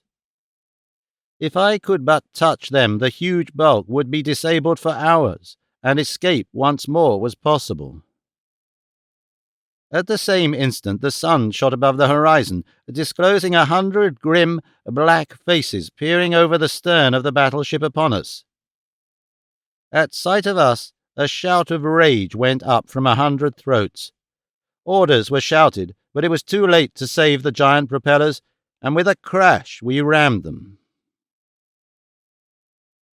Instantly, with the shock of impact, I reversed my engine, but my prow was wedged in the hole it had made in the battleship's stern. Only a second I hung there before tearing away, but that second was amply long to swarm my deck with black devils. There was no fight. In the first place, there was no room to fight. We were simply submerged by numbers. Then, as swords menaced me, a command from Zodar stayed the hands of his fellows. "Secure them," he said, "but do not injure them." Several of the pirates had already released Zodar. He now personally attended to my disarming and saw that I was properly bound. At least he thought that the binding was secure. It would have been had I been a Martian, but I had to smile at the puny strands that confined my wrists. When the time came, I could snap them as they had been cotton string. The girl they bound also, and then they fastened us together. In the meantime, they had brought our craft alongside the disabled battleship, and soon we were transported to the latter's deck. Fully 1,000 black men manned the great engine of destruction. Her decks were crowded with them as they pressed forward as far as discipline would permit to get a glimpse of their captives. The girl's beauty elicited many brutal comments and vulgar jests. It was evident that these self-thought supermen were far inferior to the red men of Barsoom in refinement and in chivalry. My close-cropped black hair and thorn complexion were the subjects of much comment. When Zodar told his fellow nobles of my fighting ability and strange origin, they crowded about me with numerous questions. The fact that I wore the harness and metal of a Thurn who had been killed by a member of my party convinced them that I was an enemy of their hereditary foes, and placed me on a better footing in their estimation. Without exception, the blacks were handsome men and well built. The officers were conspicuous through the wondrous magnificence of their resplendent trappings. Many harnesses were so encrusted with gold, platinum, silver, and precious stones as to entirely hide the leather beneath. The harness of the commanding officer was a solid mass of diamonds. Against the ebony background of his skin they blazed out with a peculiarly accentuated effulgence. The whole scene was enchanting. The handsome men, the barbaric splendor of their accoutrements, the polished skeel wood of the deck, the gloriously grained sorapus of the cabins, inlaid with priceless jewels and precious metals in intricate and beautiful design, the burnished gold of handrails, the shining metal of the guns. Fidor and I were taken below decks, where, still fast bound, we were thrown into a small compartment which contained a single porthole. As our escort left us, they barred the door behind them. We could hear the men working on the broken propellers, and from the porthole we could see that the vessel was drifting lazily toward the south. For some time neither of us spoke. Each was occupied with his own thoughts. For my part, I was wondering as to the fate of Tarkas and the girl, Thuvia. Even if they succeeded in eluding pursuit, they must eventually fall into the hands of either red men or green, and as fugitives from the valley door they could look for but little else than a swift and terrible death. How I wished that I might have accompanied them! It seemed to me that I could not fail to impress upon the intelligent red men of Barsoom the wicked deception that a cruel and senseless superstition had foisted upon them. Tardos Mors would believe me. Of that I was positive. And that he would have the courage of his convictions my knowledge of his character assured me. Dea Torres would believe me.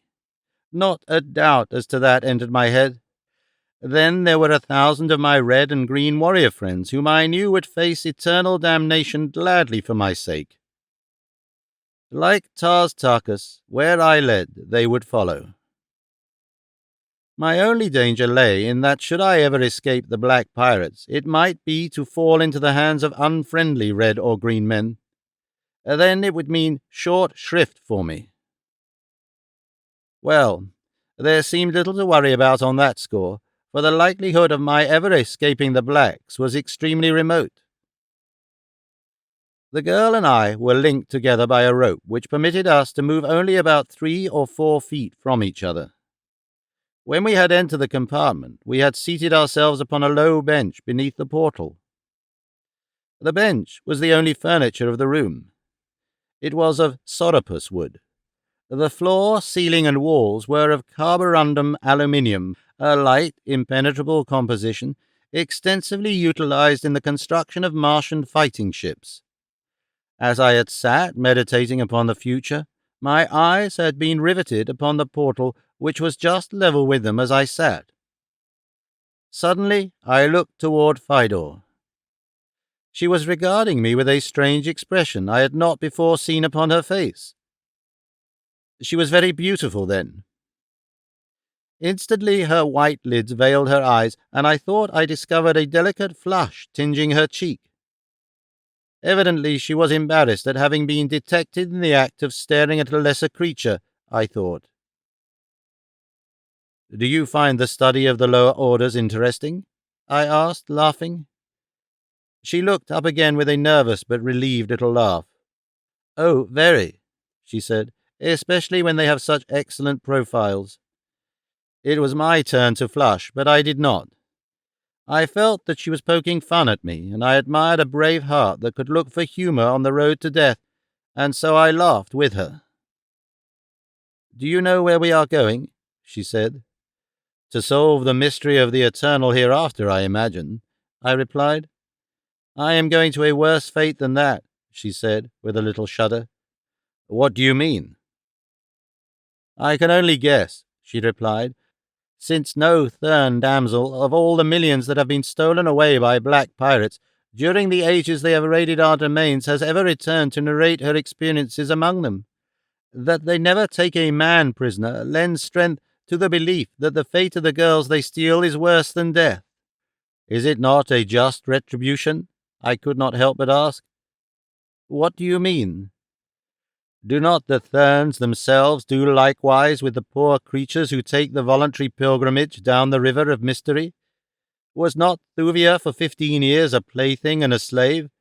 Is it less than just that you should suffer as you have caused others to suffer?" "You do not understand," she replied. "We Therns are a holy race. It is an honor to a lesser creature to be a slave among us. Did we not occasionally save a few of the lower orders that stupidly float down an unknown river to an unknown end, all would become the prey of the plant men and the apes. But do you not by every means encourage the superstition among those of the outside world?" I argued. "That is the wickedest of your deeds. Can you tell me why you foster the cruel deception?" "All life on Barsoom," she said, "is created solely for the support of the race of Therns. How else could we live did the outer world not furnish our labor and our food? Think you that a Thern would demean himself by labor?" "It is true, then, that you eat human flesh?" I asked in horror. She looked at me in pitying commiseration for my ignorance. "Truly, we eat the flesh of the lower orders. Do you not also?" "The flesh of beasts, yes," I replied, "but not the flesh of man." "As man may eat of the flesh of beasts, so may gods eat of the flesh of man. The holy Therns are the gods of Barsoom." I was disgusted, and I imagined that I showed it. "You are an unbeliever now," she continued gently, "but should we be fortunate enough to escape the clutches of the black pirates and come again to the court of Matai Shang, I think we shall find an argument to convince you of the error of your ways. And," she hesitated, "perhaps we shall find a way to keep you as one of us." Again her eyes dropped to the floor, and a faint colour suffused her cheek. I could not understand her meaning, nor did I for a long time. Dea Torres was wont to say that in some things I was a veritable simpleton, and I guessed that she was right. "I fear that I would ill requite your father's hospitality," I answered, "since the first thing that I should do were I a Thern would be to set an armed guard at the mouth of the river Ist to escort the poor, deluded voyagers back to the outer world. Also, I should devote my life to the extermination of the hideous plant men and their horrible companions, the great white apes." She looked at me, really horror-struck. "No, no," she cried, "you must not say such terribly sacrilegious things. You must not even think them. Should they ever guess that you entertain such frightful thoughts, should we chance to regain the temples of the Therns, they would mete out a frightful death to you. Not even my— Again she flushed and started over. "Not even I could save you." I said no more. Evidently It was useless. She was even more steeped in superstition than the Martians of the outer world. They only worshipped a beautiful hope for a life of love and peace and happiness in the hereafter. The Therns worshipped the hideous plant men and the apes, or at least they reverenced them as the abodes of the departed spirits of their own dead. At this point the door of our prison opened to admit Zodar. He smiled pleasantly at me, and when he smiled his expression was kindly, anything but cruel or vindictive. "Since you cannot escape under any circumstances," he said, "I cannot see the necessity for keeping you confined below. I will cut your bonds, and you may come on deck. You will witness something very interesting, and as you never shall return to the outer world, it will do no harm to permit you to see it. You will see what no other than the firstborn and their slaves know the existence of, the subterranean entrance to the Holy Land, to the real heaven of Barsoom. It will be an excellent lesson for this daughter of the Therns," he added, "for she shall see the temple of Issus, and Issus, perchance, shall embrace her." Fidor's head went high. "What blasphemy is this, dog of a pirate?" she cried. "Issus would wipe out your entire breed, and you never came within sight of her temple." "You have much to learn, Thern," replied Zodar with an ugly smile, "nor do I envy you the manner in which you will learn it." As we came on deck, I saw to my surprise that the vessel was passing over a great field of snow and ice. As far as the eye could reach in any direction, naught else was visible. There could be but one solution to the mystery. We were above the South Polar ice cap. Only at the poles of Mars is there ice or snow upon the planet. No sign of life appeared below us. Evidently, we were too far south even for the great fur-bearing animals which the Martians so delight in hunting. Zodar was at my side as I stood looking out over the ship's rail. "What course?" I asked him. "A little west of south," he replied. "You will see the Ots Valley directly. We shall skirt it for a few hundred miles." "The Ots Valley?" I exclaimed. "But man, is not there where lie the domains of the Therns from which I but just escaped?"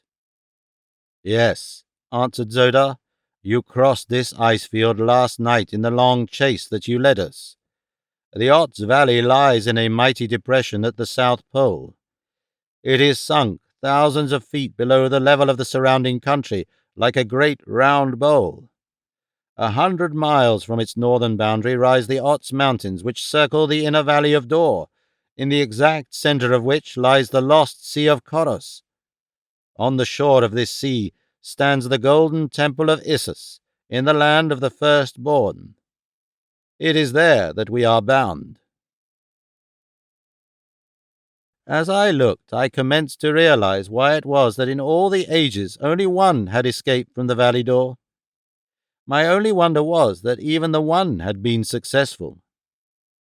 To cross this frozen, wind-swept waste of bleak ice alone and on foot would be impossible.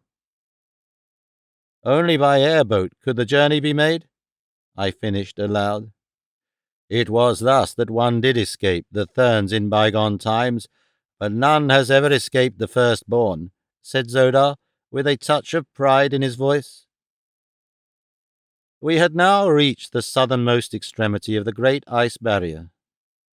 It ended abruptly in a sheer wall thousands of feet high, at the base of which stretched a level valley, broken here and there by low rolling hills and little clumps of forest, and with tiny rivers formed by the melting of the ice barrier at its base.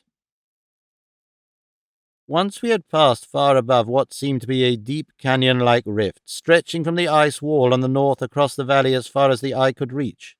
"That is the bed of the river Is," said Zodar. "It runs far beneath the ice field, and below the level of the valley Ots, but its canyon is open here." Presently I descried what I took to be a village, and pointing it out to Zodar, asked him what it might be.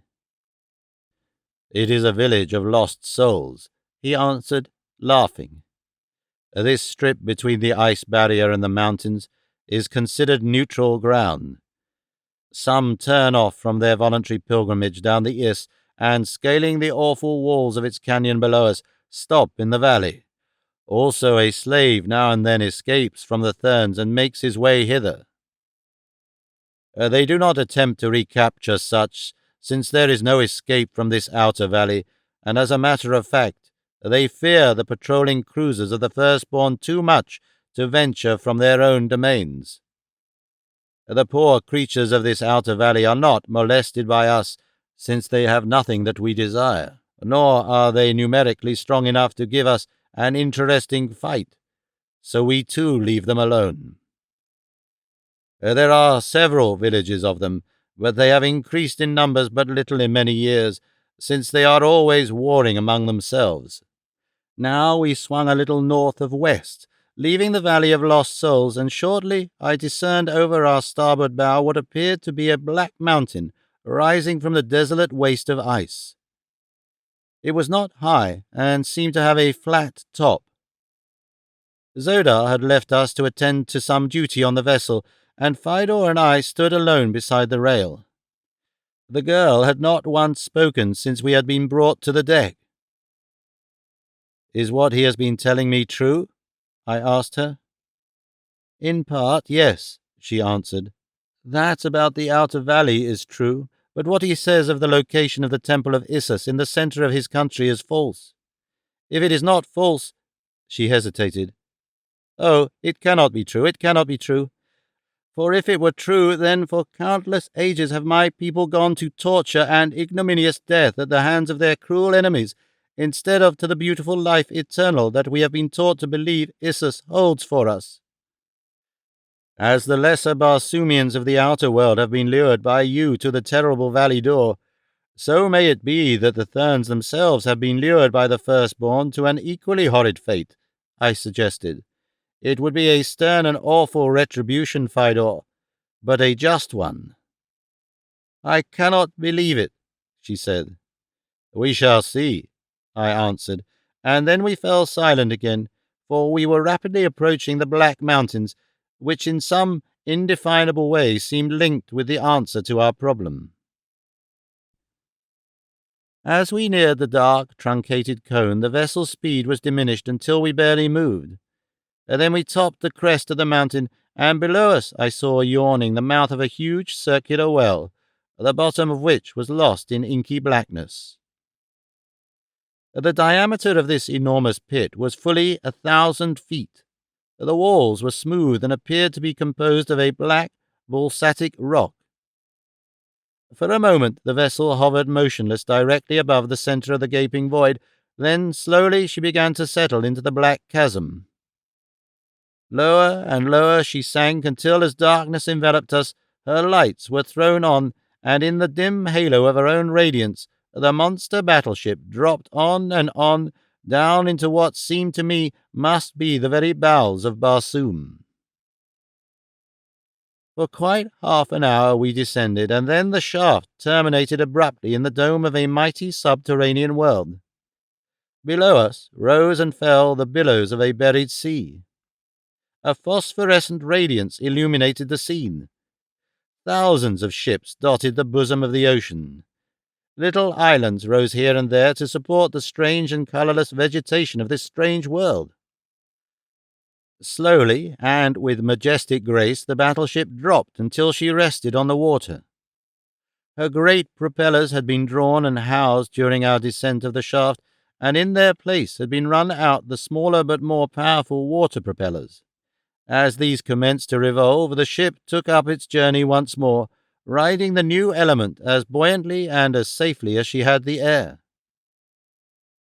Fidor and I were dumbfounded. Neither had either heard or dreamed that such a world existed beneath the surface of Barsoom. Nearly all the vessels we saw were war-craft.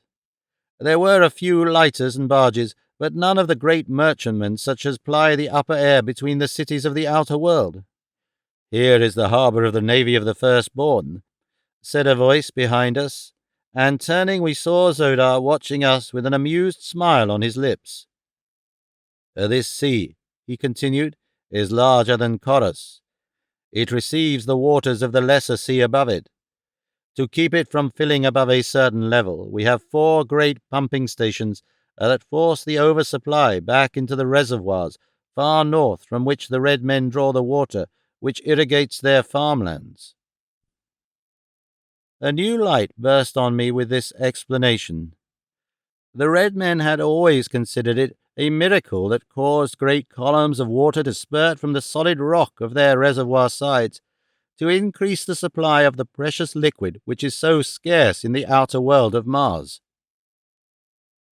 Never had their learned men been able to fathom the secret of the source of this enormous volume of water. As ages passed, they had simply come to accept it as a matter of course and ceased to question its origin. We passed several islands on which were strangely shaped circular buildings, apparently roofless, and pierced midway between the ground and their tops with small, heavily barred windows. They bore the earmarks of prisons, which were further accentuated by the armed guards who squatted on low benches without or patrolled the short beach lines. Few of these islets contained over an acre of ground, but presently we sighted a much larger one directly ahead. This proved to be our destination, and the great ship was soon made fast against the steep shore. Zodar signalled us to follow him, and with a half-dozen officers and men we left the battleship and approached a large oval structure a couple of 100 yards from the shore. "You shall soon see Issus," said Zodar to Phidor. "The few prisoners we take are presented to her. Occasionally she selects slaves from among them to replenish the ranks of her handmaidens. None serves Issus above a single year." And there was a grim smile on the black's lips that lent a cruel and sinister meaning to his simple statement. Phidor, though loath to believe that Issus was allied to such as these, had commenced to entertain doubts and fears.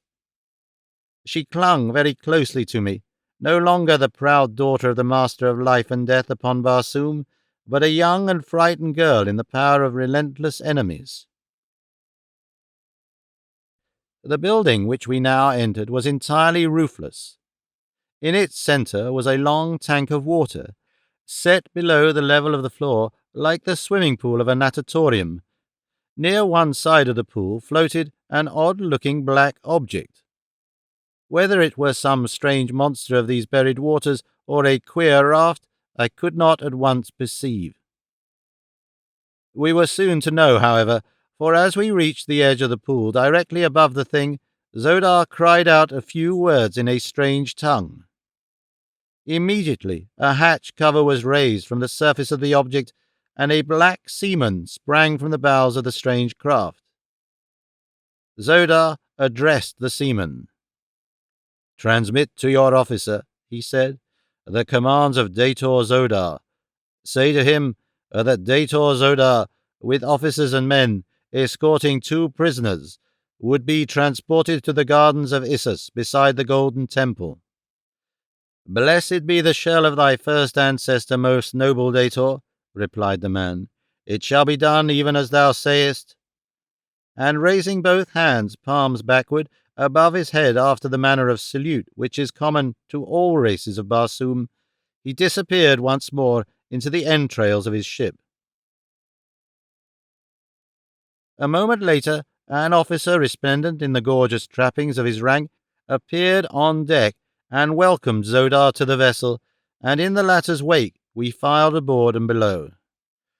The cabin in which we found ourselves extended entirely across the ship, having portals on either side below the waterline. No sooner were all below than a number of commands were given, in accordance with which the hatch was closed and secured, and the vessel commenced to vibrate to the rhythmic purr of its machinery. "Where can we be going in such a tiny pool of water?" asked Phidor. "Not up," I replied, "for I notice particularly that while the building is roofless, it is covered with a strong metal grating." "Then where?" she asked again. "From the appearance of the craft, I judge we are going down," I replied. Phidor shuddered.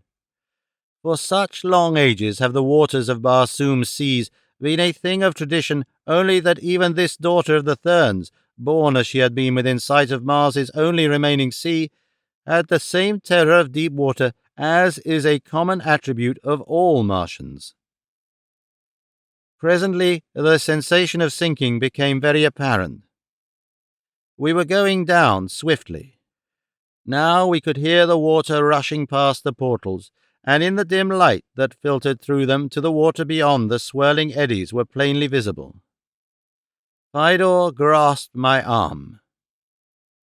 "Save me," she whispered. "Save me, and your every wish shall be granted. Anything within the power of the Holy Therns to give will be yours.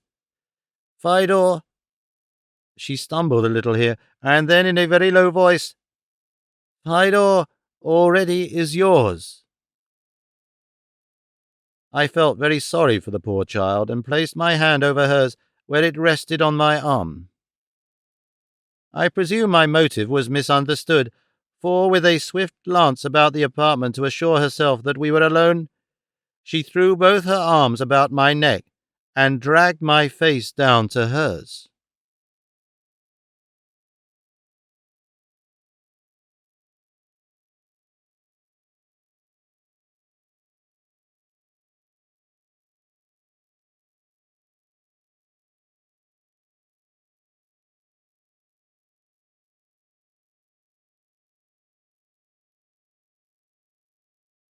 Chapter 9. Issus, Goddess of Life Eternal.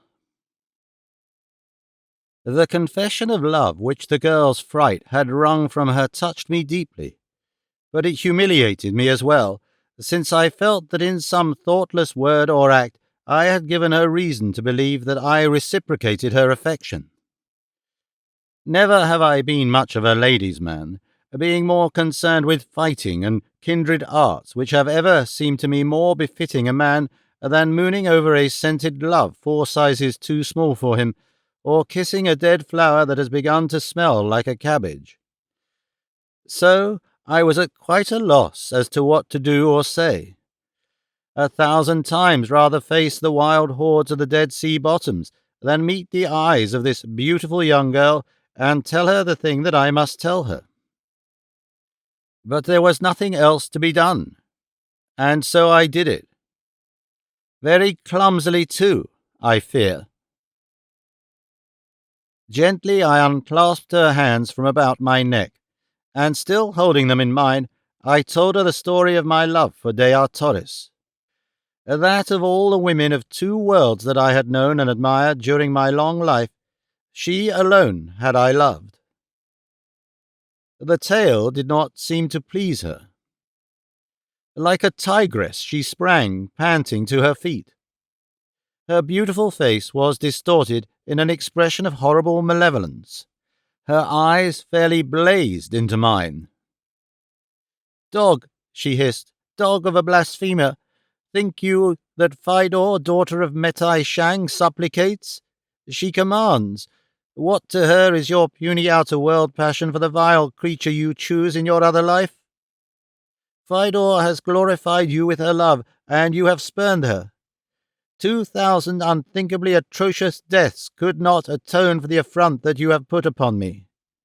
The thing that you call Torres shall die the most horrible of them all. You have sealed the warrant for her doom. And you shall be the meanest slave in the service of the goddess you have attempted to humiliate.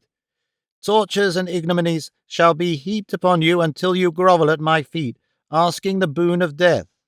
In my gracious generosity I shall at length grant your prayer, and from the high balcony of the golden cliffs I shall watch the great white apes tear you asunder." She had it all fixed up, the whole lovely programme from start to finish. It amazed me to think that one so divinely beautiful could at the same time be so fiendishly vindictive. It occurred to me, however, that she had overlooked one little factor in her revenge, and so, without any intent to add to her discomfiture, but rather to permit her to rearrange her plans along more practical lines, I pointed to the nearest porthole. Evidently, she had entirely forgotten her surroundings and her present circumstances, for a single glance at the dark, swirling waters without sent her crumpled upon a low bench, where, with her face buried in her arms, she sobbed more like a very unhappy little girl than a proud and all-powerful goddess. Down, down we continued to sink, until the heavy glass of the portholes became noticeably warm from the heat of the water without. Evidently, we were very far beneath the surface crust of Mars. Presently, our downward motion ceased, and I could hear the propellers swirling through the water at our stern and forcing us ahead at high speed. It was very dark down there, but the light from our portholes and the reflection from what must have been a powerful searchlight on the submarine's nose showed that we were forging through a narrow passage, rock-lined and tube-like. After a few minutes, the propellers ceased their whirring. We came to a full stop and then commenced to rise swiftly toward the surface. Soon the light from without increased, and we came to a stop. Zodar entered the cabin with his men. "Come," he said, and we followed him through the hatchway which had been opened by one of the seamen. We found ourselves in a small subterranean vault, in the center of which was the pool in which lay our submarine, floating as we had first seen her, with only her black back showing. Around the edge of the pool was a level platform, and then the walls of the cave rose perpendicularly for a few feet to arch toward the center of the low roof. The walls about the ledge were pierced with a number of entrances to dimly lighted passageways. Toward one of these our captors led us, and after a short walk halted before a steel cage which lay at the bottom of a shaft rising above us as far as one could see. The cage proved to be one of the common types of elevator cars that I had seen in other parts of Barsoom. They are operated by means of enormous magnets which are suspended at the top of the shaft. By an electrical device, the volume of magnetism generated is regulated and the speed of the car varied. In long stretches they move at a sickening speed, especially on the upward trip, since the small force of gravity inherent in Mars results in very little opposition to the powerful force above. Scarcely had the door of the car closed behind us than we were slowing up to stop at the landing above, so rapid was our ascent of the long shaft. When we emerged from the little building which houses the upper terminus of the elevator, we found ourselves in the midst of a veritable fairyland of beauty. The combined languages of Earthmen hold no words to convey to the mind the gorgeous beauties of the scene. One may speak of scarlet sward and ivory-stemmed trees decked with brilliant purple blooms, of winding walks paved with crushed rubies, with emerald, with turquoise, even with diamonds themselves, of a magnificent temple of burnished gold, hand-wrought with marvellous designs. But where are the words to describe the glorious colours that are unknown to earthly eyes? Where the mind or the imagination that can grasp the gorgeous scintillations of unheard-of rays as they emanate from the thousand nameless jewels of Barsoom? Even my eyes, for long years accustomed to the barbaric splendours of a Martian Jedak's court, were amazed at the glory of the scene. Fidor's eyes were wide in amazement. "The Temple of Issus," she whispered, half to herself. Zodar watched us with his grim smile, partly of amusement and partly malicious gloating. The gardens swarmed with brilliantly trapped black men and women. Among them moved red and white females serving their every want. The places of the outer world and the temples of the Therns had been robbed of their princesses and goddesses that the blacks might have their slaves.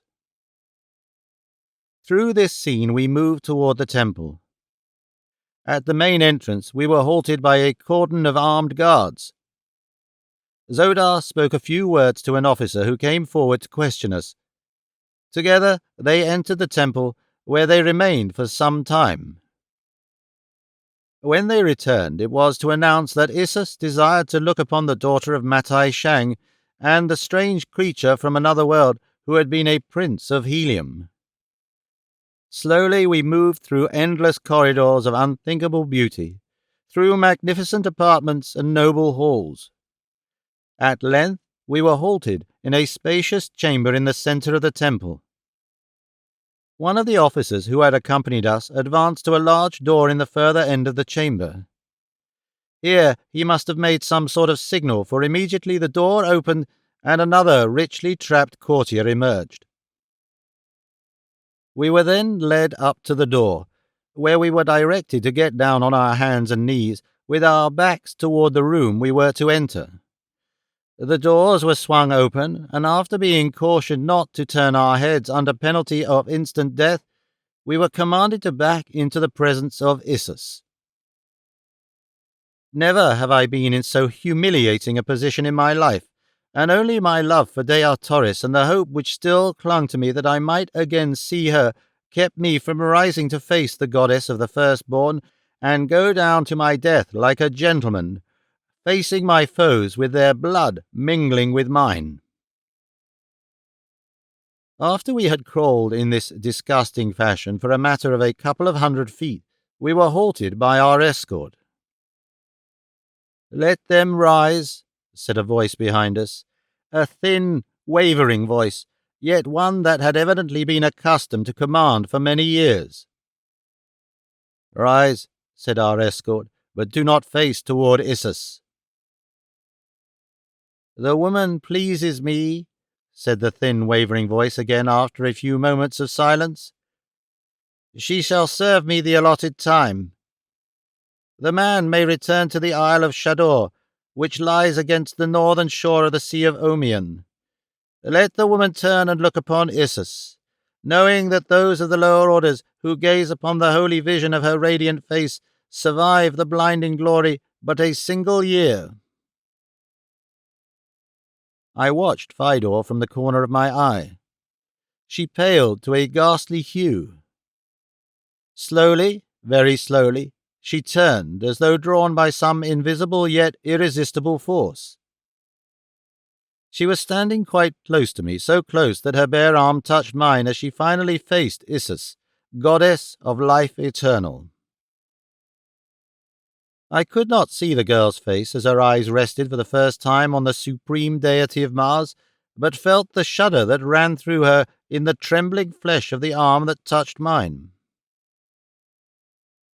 It must be dazzling loveliness indeed, thought I, to cause such emotion in the breast of so radiant a beauty as Fidor, daughter of Maitai Shang.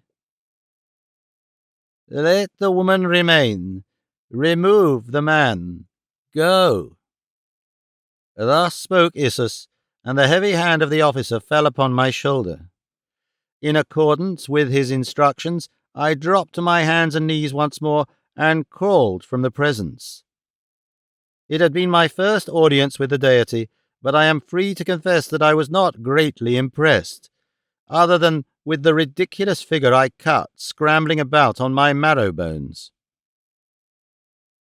Once without the chamber, the doors closed behind us, and I was bid to rise. Zodar joined me, and together we slowly retraced our steps toward the gardens. "You spared my life when you easily might have taken it," he said after we had proceeded some little way in silence, "and I would aid you if I might. I can help to make your life here more bearable, but your fate is inevitable. You may never hope to return to the outer world." "What will be my fate?" I asked. "That will depend largely upon Issus. So long as she does not send for you and reveal her face to you, you may live on for years in as mild a form of bondage as I can arrange for you." "Why should she send for me?" I asked. "The men of the lower orders she often uses for various purposes of amusement. Such a fighter as you, for example, would render fine sport in the monthly rites of the temple. There are men pitted against men, and against beasts, for the edification of Issus and the replenishment of her larder." "She eats human flesh?" I asked.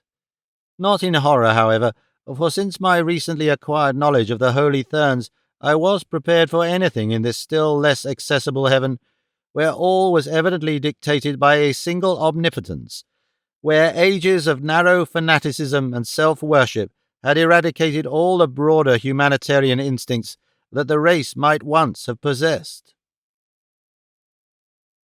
They were a people drunk with power and success, looking upon the other inhabitants of Mars as we look upon the beasts of the field and the forest. Why then should they not eat of the flesh of the lower orders whose lives and characters they no more understood than do we the inmost thoughts and sensibilities of the cattle we slaughter for our earthly tables? She eats only the flesh of the best bred of the holy Therns and the red Barsoomians. The flesh of the others goes to our boards. The animals are eaten by the slaves. She also eats other dainties." I did not understand then that there lay any special significance in his reference to other dainties. I thought the limit of ghoulishness already had been reached in the recitation of Issus's menu. I still had much to learn as to the depths of cruelty and bestiality to which omnipotence may drag its possessor. We had about reached the last of the many chambers and corridors which led to the gardens, when an officer overtook us. "Issus would look again upon this man," he said. "The girl has told her that he is of wondrous beauty and of such prowess that alone he slew 7 of the firstborn, and with his bare hands took Zodar captive, binding him with his own harness." Zodar looked uncomfortable. Evidently he did not relish the thought that Issus had learned of his inglorious defeat. Without a word he turned, and we followed the officer once again to the closed doors before the audience chamber of Issus, goddess of life eternal. Here the ceremony of entrance was repeated. Again Issus bid me rise. For several minutes all was silent as the tomb. The eyes of deity were appraising me. Presently the thin, wavering voice broke the stillness, repeating in a sing-song drone the words which for countless ages had sealed the doom of numberless victims. "Let the man turn and look upon Issus, knowing that those of the lower orders who gaze upon the holy vision of her radiant face survive the blinding glory but a single year." I turned as I had been bid, expecting such a treat as only the revealment of divine glory to mortal eyes might produce. What I saw was a solid phalanx of armed men between myself and a dais, supporting a great bench of carved serapis wood. On this bench or throne squatted a female black. She was evidently very old. Not a hair remained upon her wrinkled skull. With the exception of 2 yellow fangs, she was entirely toothless. On either side of her thin, hawk-like nose, her eyes burned from the depths of horribly sunken sockets. The skin of her face was seamed and creased with 1,000,000 deep-cut furrows. Her body was as wrinkled as her face, and as repulsive. Emaciated arms and legs attached to a torso which seemed to be mostly distorted abdomen completed the holy vision of her radiant beauty. Surrounding her were a number of female slaves, among them Phidor, white and trembling. "This is the man who slew 7 of the firstborn and bare-handed bound Dator Zodar with his own harness?" asked Issus. "Most glorious vision of divine loveliness, it is," replied the officer who stood at my side. "Produce Dator Zodar," she commanded. Zodar was brought from the adjoining room.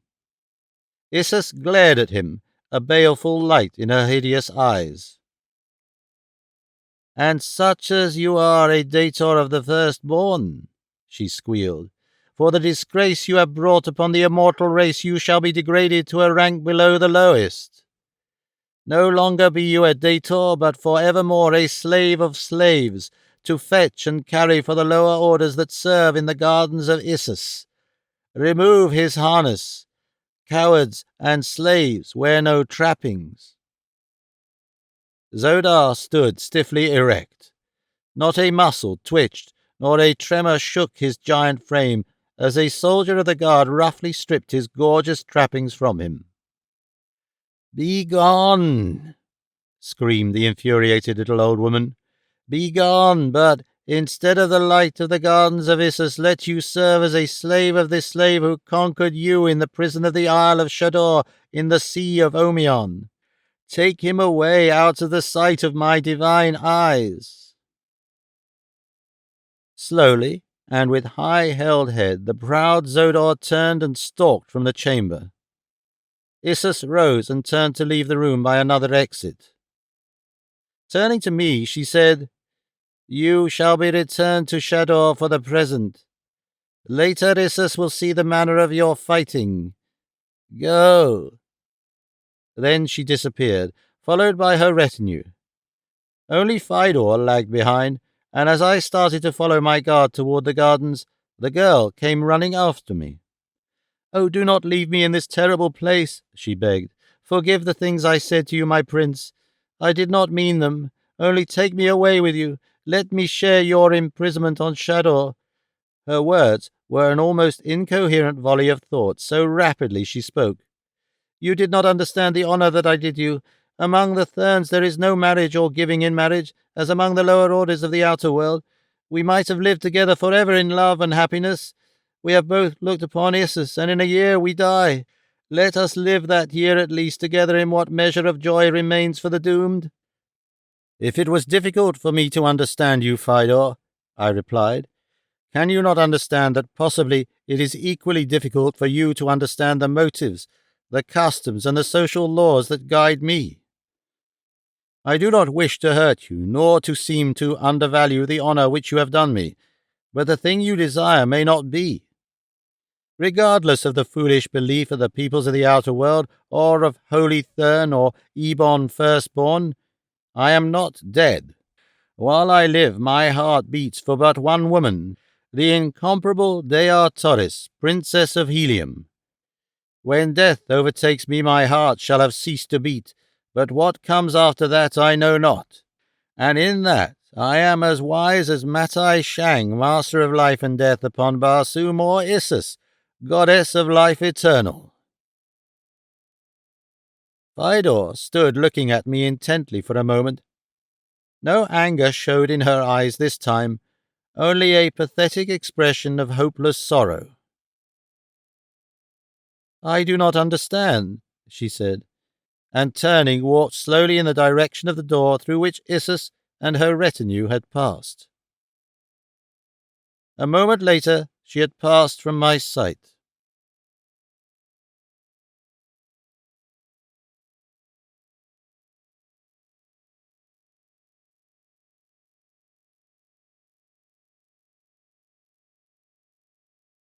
Chapter 10. The Prison Isle of Shador.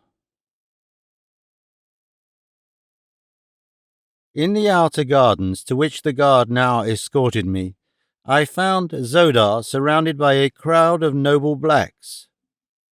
They were reviling and cursing him. The men slapped his face. The women spat upon him. When I appeared, they turned their attentions toward me. "Ah," cried one, "so this is the creature who overcame the great Zodar bare-handed. Let us see how it was done." "Let him buy Thurid," suggested a beautiful woman, laughing. "Thurid is a noble dator. Let Thurid show the dog what it means to face a real man." "Yes, Thurid, Thurid," cried a dozen voices. "Here he is now," exclaimed another, and turning in the direction indicated, I saw a huge black weighed down with resplendent ornaments and arms advancing with noble and gallant bearing toward us. "What now?" he cried. "What would you of Thurid?" Quickly a dozen voices explained. Theorid turned toward Zodar, his eyes narrowing to two nasty slits. "Callot," he hissed, "ever did I think you carried the heart of a Sorak in your putrid breast? Often have you bested me in the secret councils of Issus, but now in the field of war where men are truly gauged, your scabby heart hath revealed its sores to all the world. Callot, I spurn you with my foot." And with the words, he turned to kick Zodar. My blood was up. For minutes it had been boiling at the cowardly treatment they had been according this once beautiful comrade because he had fallen from the favour of Issus. I had no love for Zodar, but I cannot stand the sight of cowardly injustice and persecution without seeing red as though a haze of bloody mist, and doing things on the impulse of the moment that I presume I never should do after mature deliberation. I was standing close beside Zodar as Theorid swung his foot for the cowardly kick. The degraded Dator stood erect and motionless as a carven image. He was prepared to take whatever his former comrades had to offer in the way of insults and reproaches, and take them in manly silence and stoicism. But as Theorid's foot swung, so did mine, and I caught him a painful blow upon the shin-bone that saved Zodar from this added ignominy. For a moment there was tense silence, then Theorid, with a roar of rage, sprang for my throat, just as Zodar had upon the deck of the cruiser. The results were identical. I ducked beneath his outstretched arms, and as he lunged past me, planted a terrific right on the side of his jaw. The big fellow spun around like a top, his knees gave beneath him, and he crumpled to the ground at my feet. The blacks gazed in astonishment, first at the still form of the proud Dator lying there in the ruby dust of the pathway, then at me, as though they could not believe that such a thing could be. "You asked me to bind Theorid?" I cried. "Behold!" And then I stooped beside the prostrate form, tore the harness from it, and bound the fellow's arms and legs securely. "As you have done to Zodar, now do you likewise to Theorid. Take him before Issus, bound in his own harness, that she may see with her own eyes that there be one among you now who is greater than the firstborn."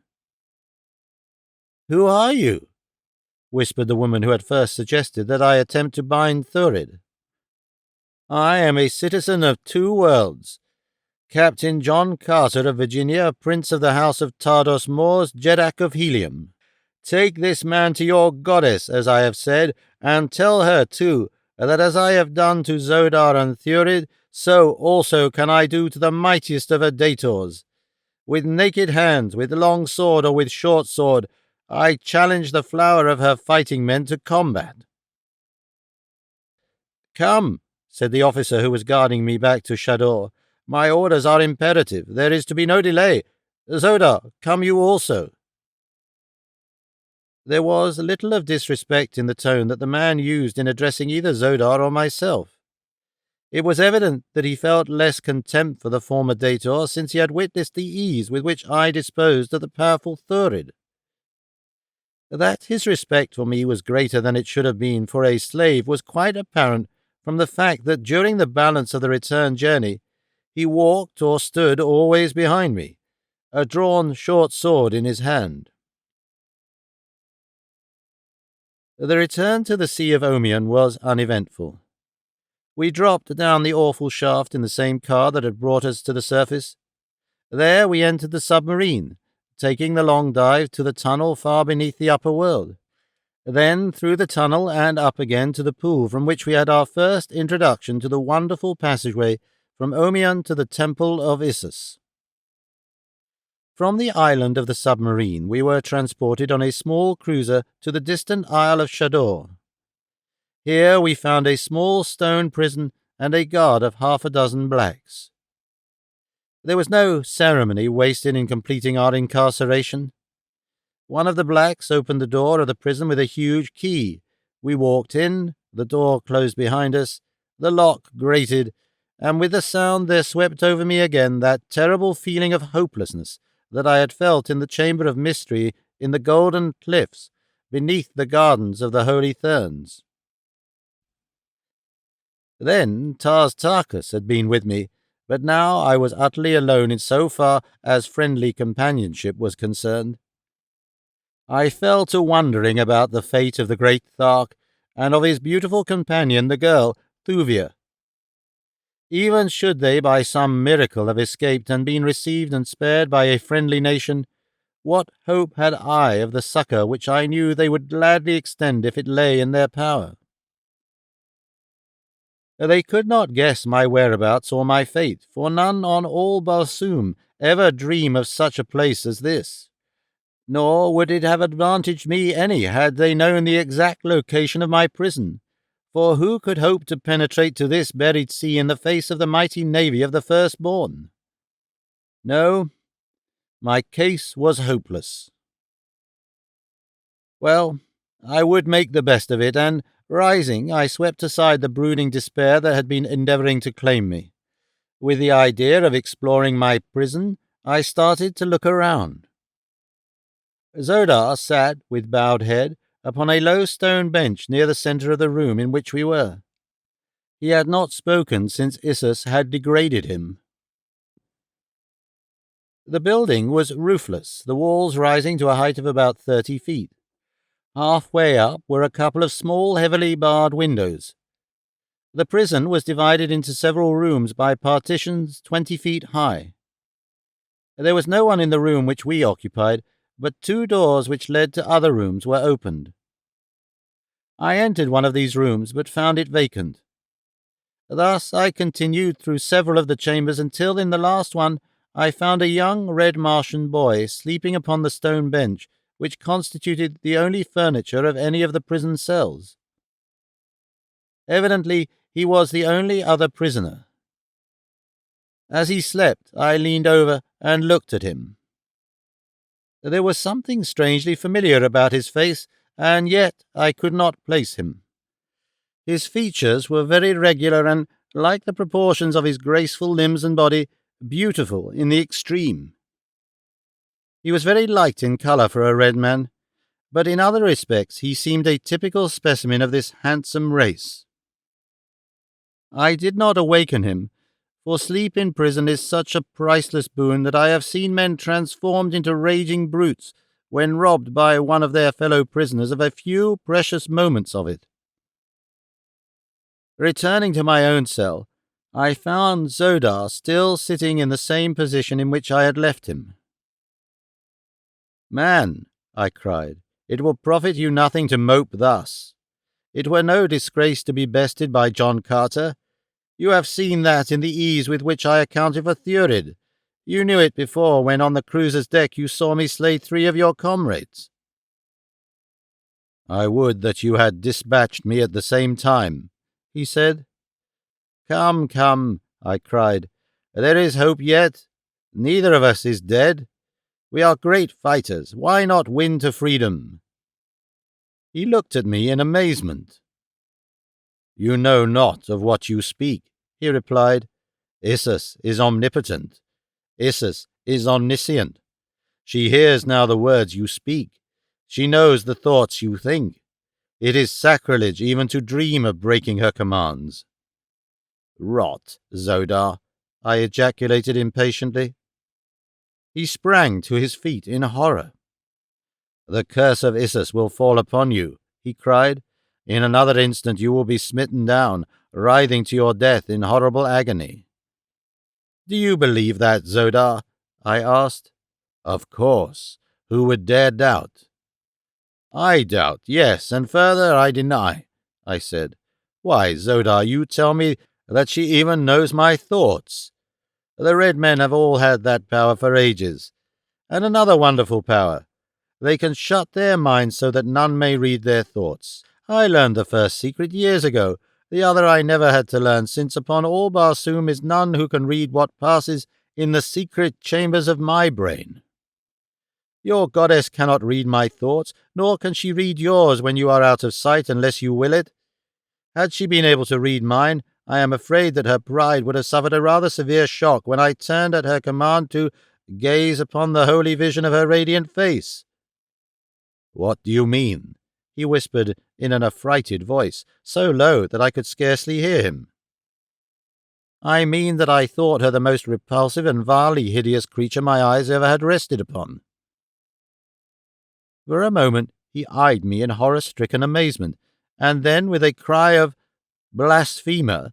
he sprang upon me. I did not wish to strike him again, nor was it necessary, since he was unarmed and therefore quite harmless to me.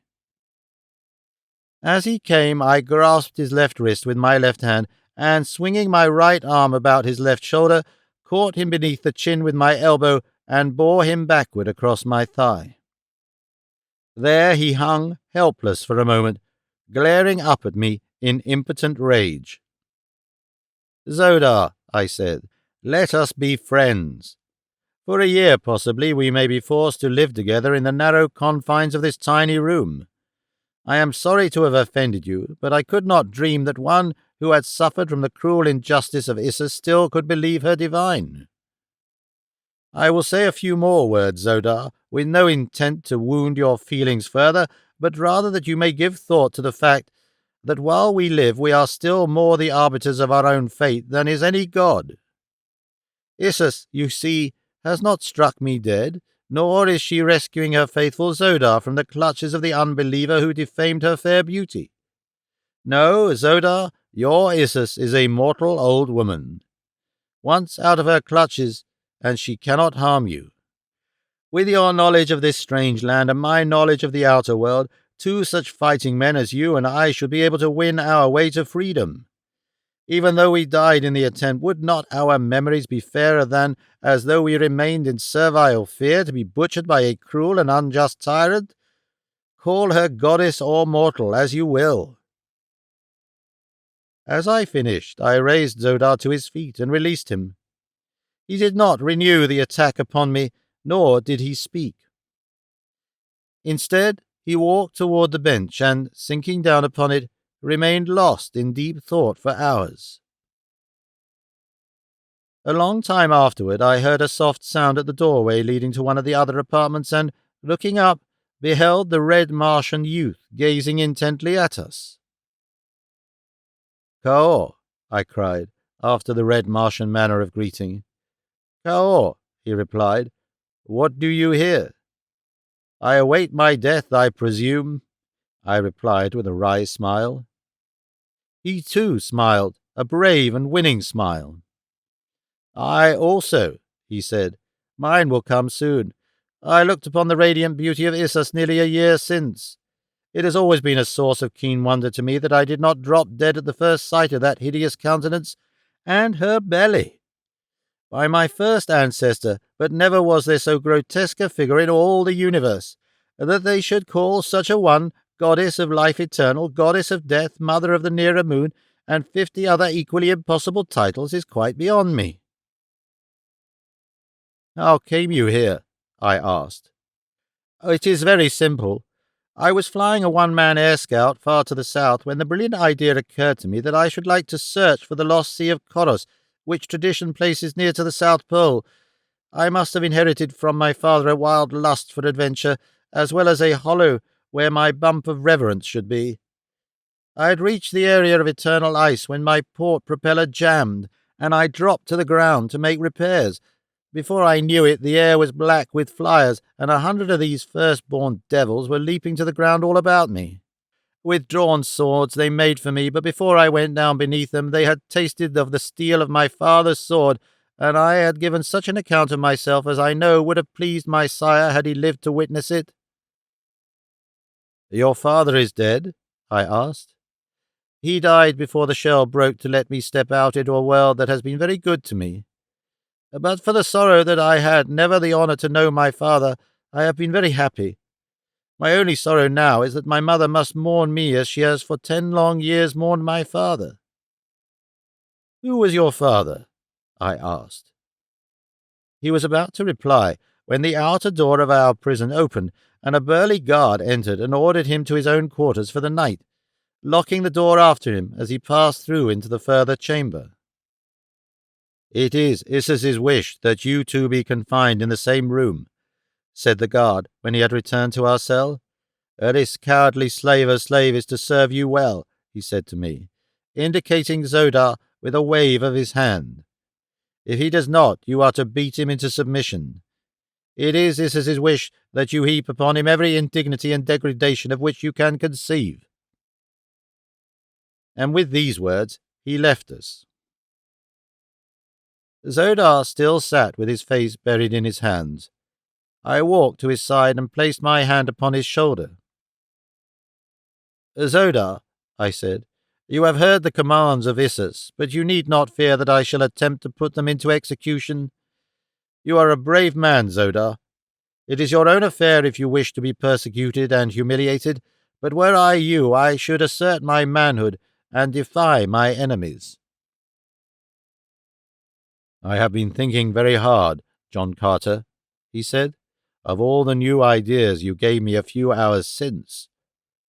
Little by little I have been piecing together the things that you said, which sounded blasphemous to me, and then with the things that I have seen in my past life and dared not even think about for fear of bringing down upon me the wrath of Isis.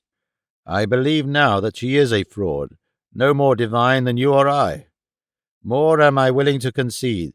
The firstborn are no holier than the holy Therns, nor the holy Therns more holy than the red men. The whole fabric of our religion is based on superstitious belief in lies that have been foisted upon us for ages by those directly above us, to whose personal profit and aggrandizement it was to have us continue to believe as they wished us to believe. I am ready to cast off the ties that have bound me. I am ready to defy Isis herself. But what will it avail us? Be the firstborn gods or mortals, they are a powerful race, and we are as fast in their clutches as though we were already dead. There is no escape. I have escaped from bad plights in the past, my friend, I replied. Nor while life is in me shall I despair of escaping from the Isle of Shador and the Sea of Omion. But we cannot escape even from the four walls of our prison, urged Zodar. Test this flint-like surface, he cried, smiting the solid rock that confined us. And look upon this polished surface. None could cling to it to reach the top. I smiled. That is the least of our trouble, Zodar, I replied. I will guarantee to scale the wall and take you with me, if you will help with your knowledge of the customs here to appoint the best time for the attempt, and guide me to the shaft that lets from the dome of this abysmal sea to the light of God's pure air above. Night time is the best, and offers the only slender chance we have, for then men sleep, and only a dozing watch nods in the tops of the battleships. No watch is kept upon the cruisers and smaller craft. The watchers upon the larger vessels see to all about them. It is all night now. But, I exclaimed, it is not dark. How can it be night, then? He smiled. You forget, he said, that we are far below ground. The light of the sun never penetrates here. There are no moons and no stars reflected in the bosom of Omion. The phosphorescent light you now see pervading this great subterranean vault emanates from the rocks that form its dome. It is always thus upon Omion, just as the billows are always as you see them, rolling, ever rolling over a windless sea. At the appointed hour of night upon the world above, the men whose duties hold them here sleep, where the light is ever the same. It will make escape more difficult, I said. And then I shrugged my shoulders. For what, pray, is the pleasure of doing an easy thing? Let us sleep on it tonight, said Zodar. A plan may come without awakening. So we threw ourselves upon the hard stone floor of our prison and slept the sleep of tired men.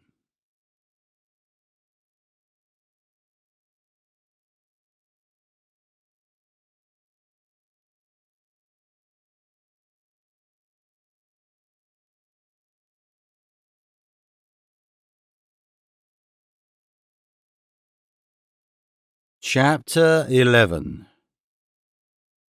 When Hell Broke Loose. Early the next morning, Zodar and I commenced work upon our plans for escape. First, I had him sketch upon the stone floor of our cell as accurate a map of the South Polar regions as was possible with the crude instruments at our disposal. A buckle from my harness, and the sharp edge of the wondrous gem I had taken from Sator Throg.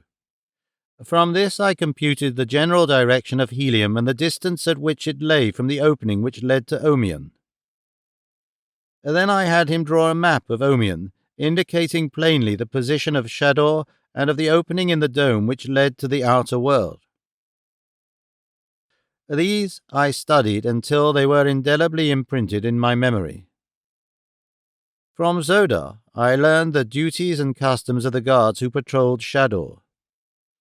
It seemed that during the hours set aside for sleep, only one man was on duty at a time. He paced a beat that passed around the prison at a distance of about 100 feet from the building. The pace of the sentry, Zodar said, was very slow, requiring nearly 10 minutes to make a single round.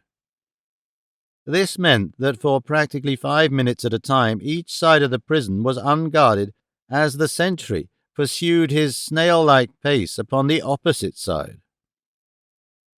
This information you ask, said Zodar, will be all very valuable after we get out, but nothing that you have asked me has any bearing on that first and most important consideration. We will get out all right, I replied, laughing. Leave that to me.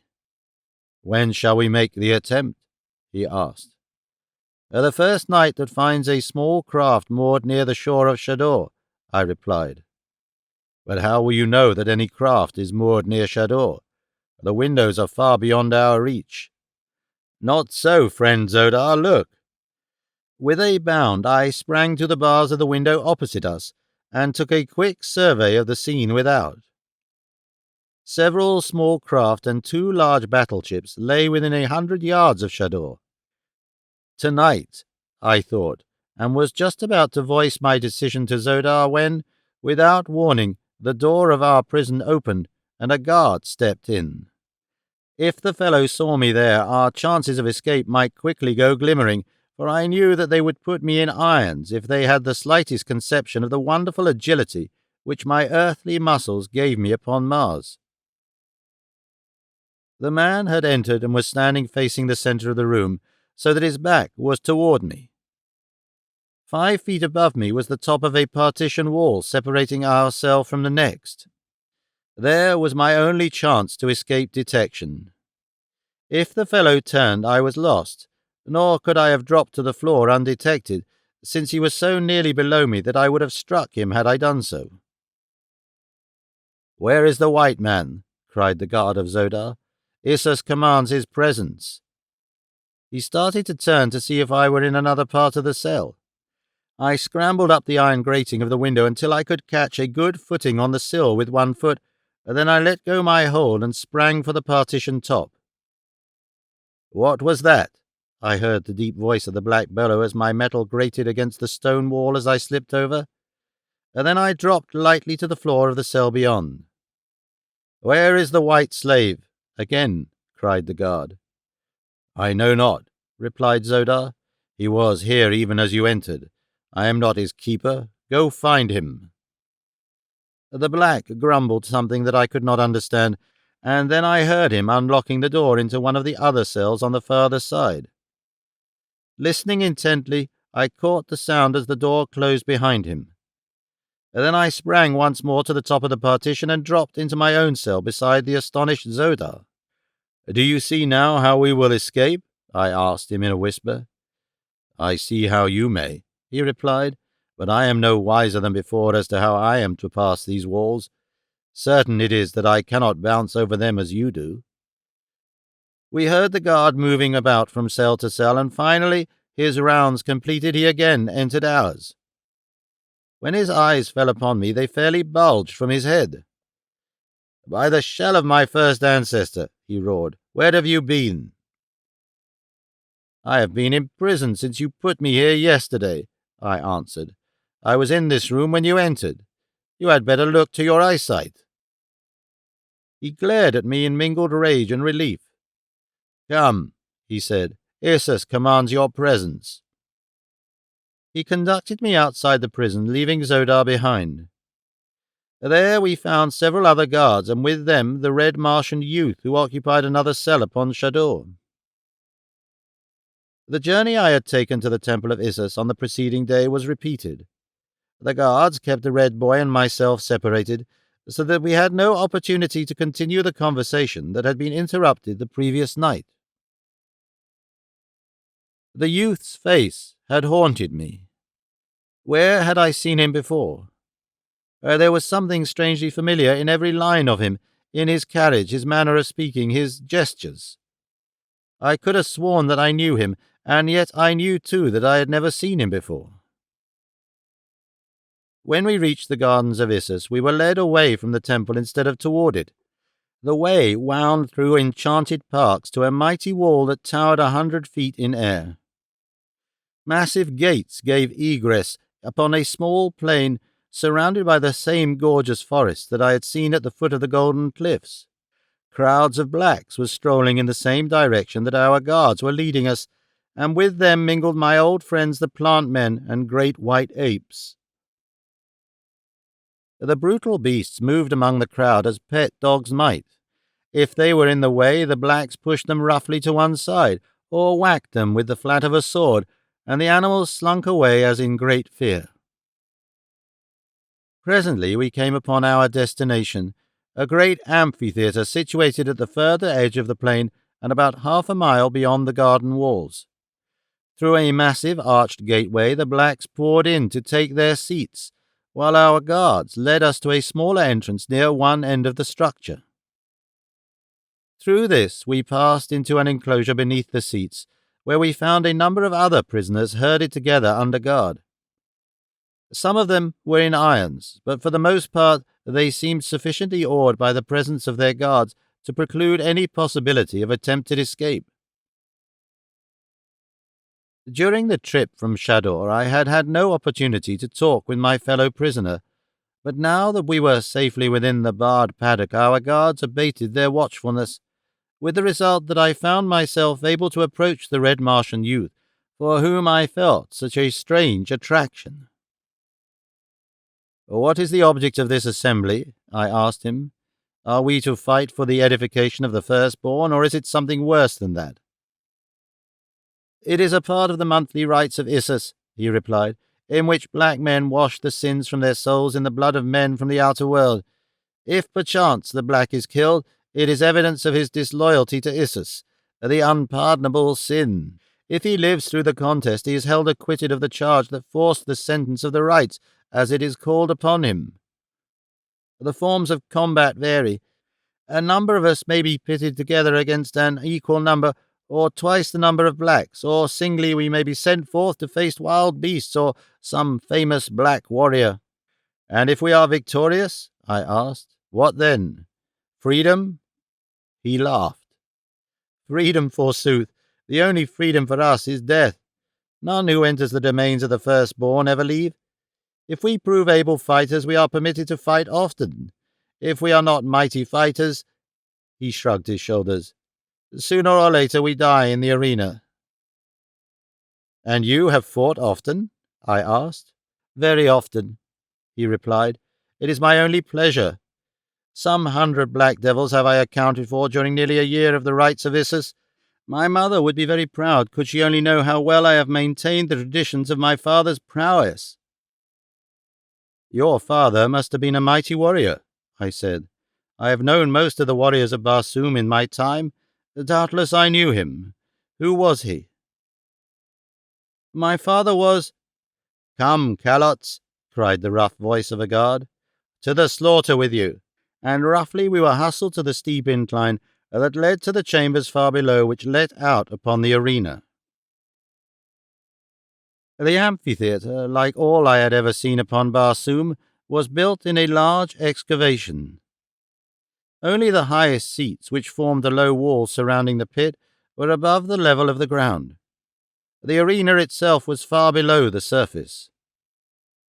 Just beneath the lowest tier of seats was a series of barred cages on a level with the surface of the arena. Into these we were herded. But unfortunately my youthful friend was not of those who occupied a cage with me. Directly opposite my cage was the throne of Issus. Here the horrid creature squatted, surrounded by 100 slave maidens sparkling in jewelled trappings. Brilliant cloths of many hues and strange patterns formed the soft cushion covering of the dais upon which they reclined about her. On 4 sides of the throne and several feet below it stood 3 solid ranks of heavily armed soldiery, elbow to elbow.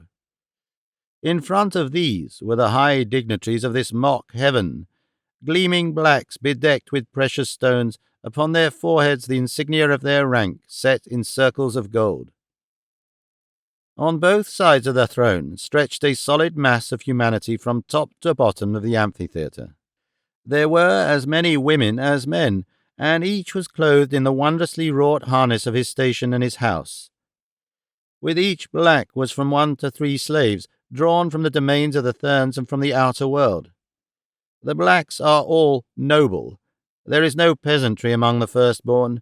Even the lowest soldier is a god, and has his slaves to wait upon him. The firstborn do no work.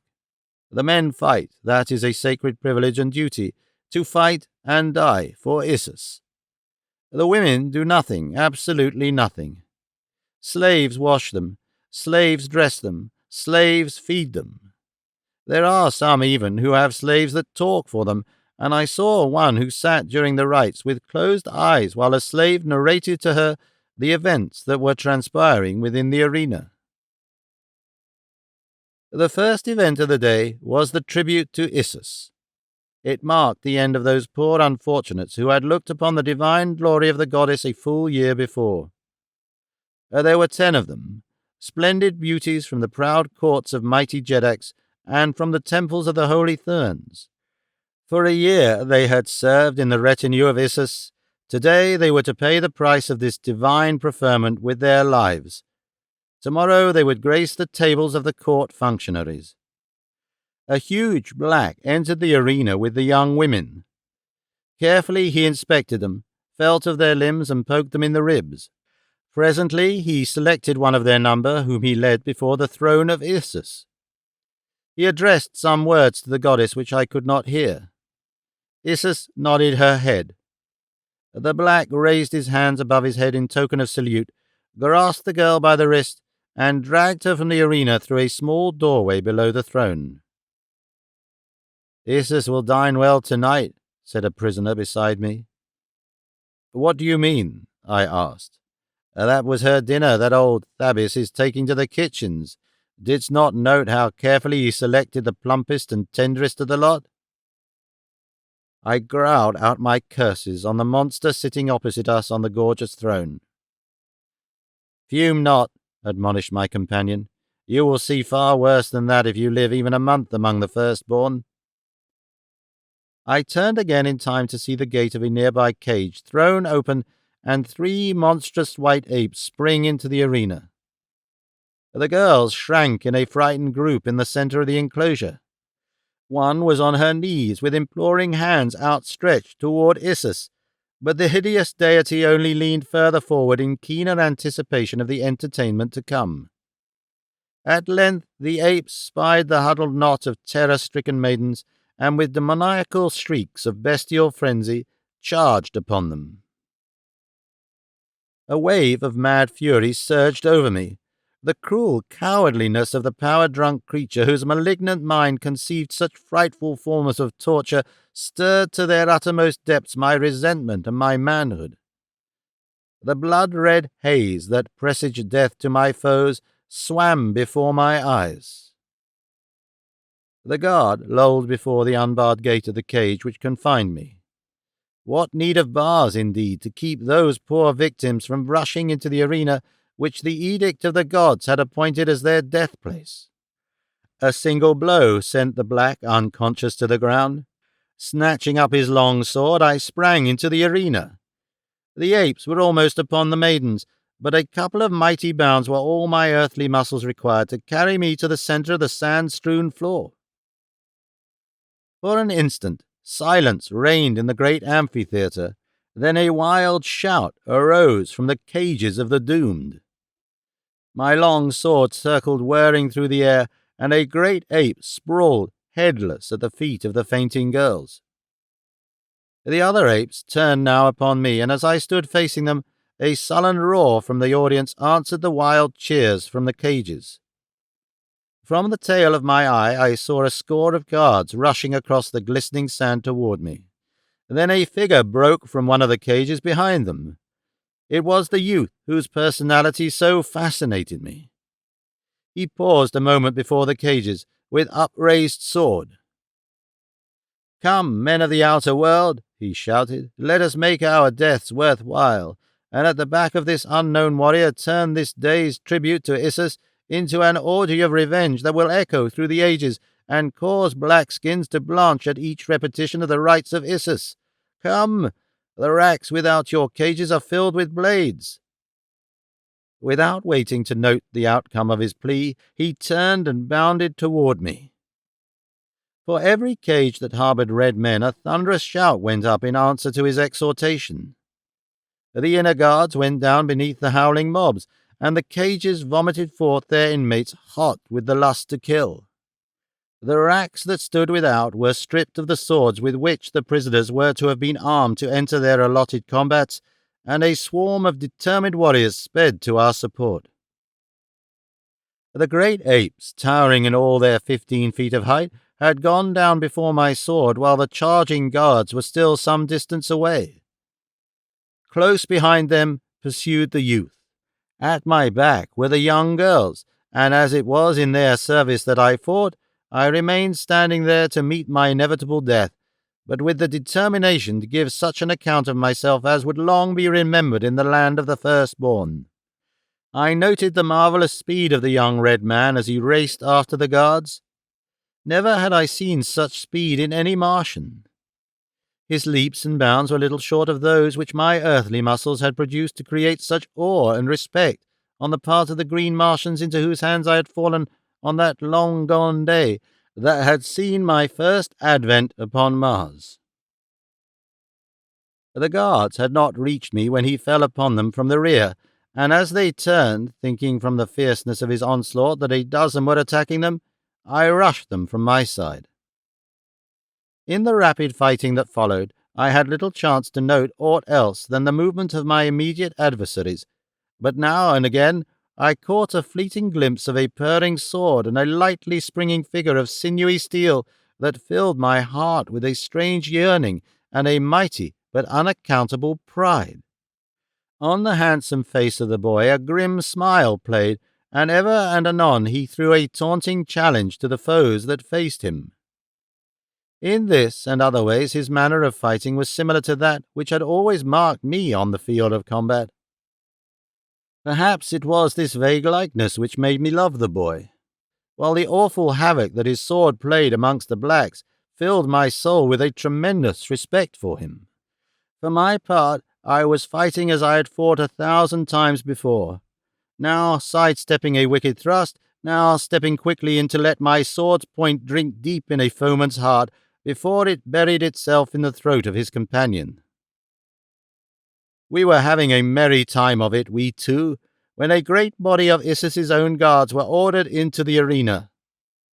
On they came with fierce cries, while from every side the armed prisoners swarmed upon them. For half an hour it was as though all hell had broken loose. In the walled confines of the arena we fought in an inextricable mass.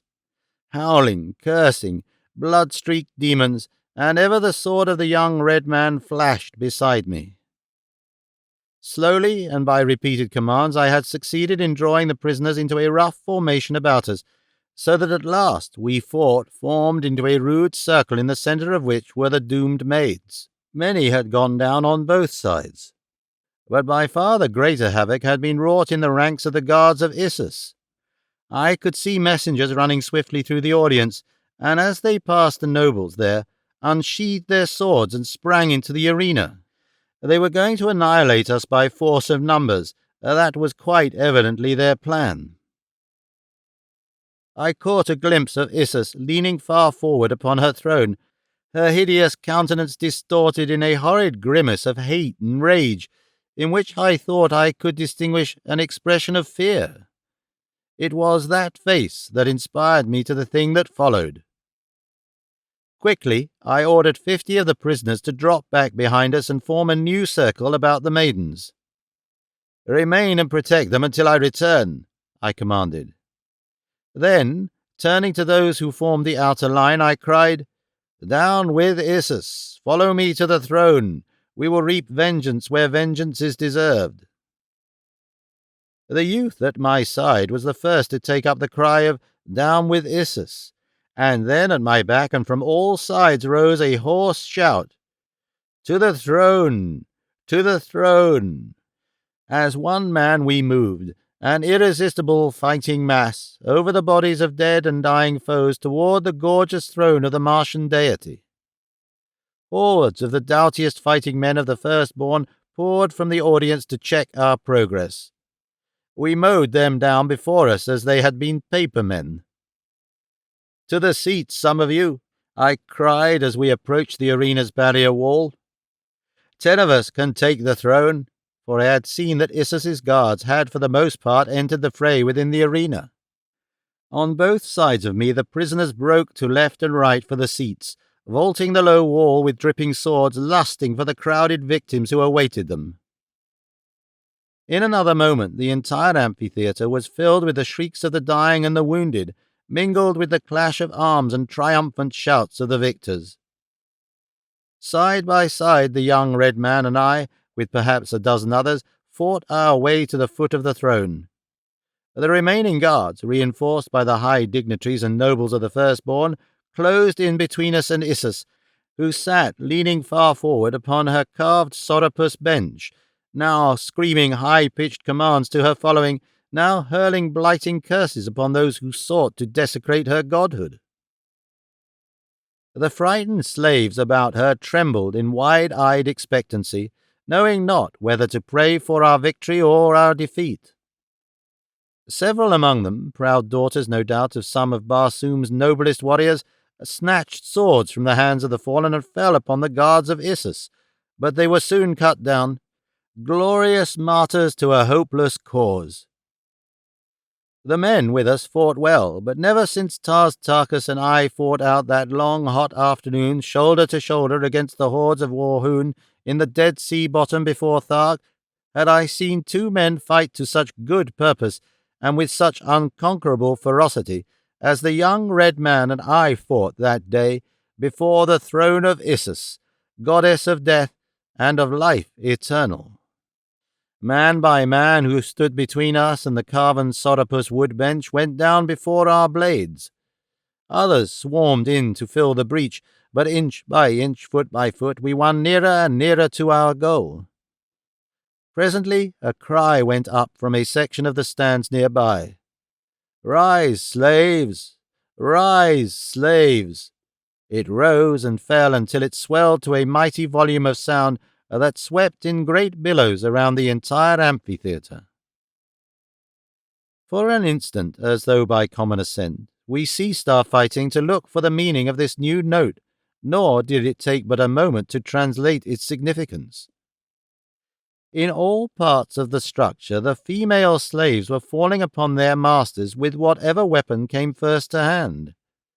A dagger snatched from the harness of her mistress was waved aloft by some fair slave, its shimmering blade crimson with the life-blood of its owner.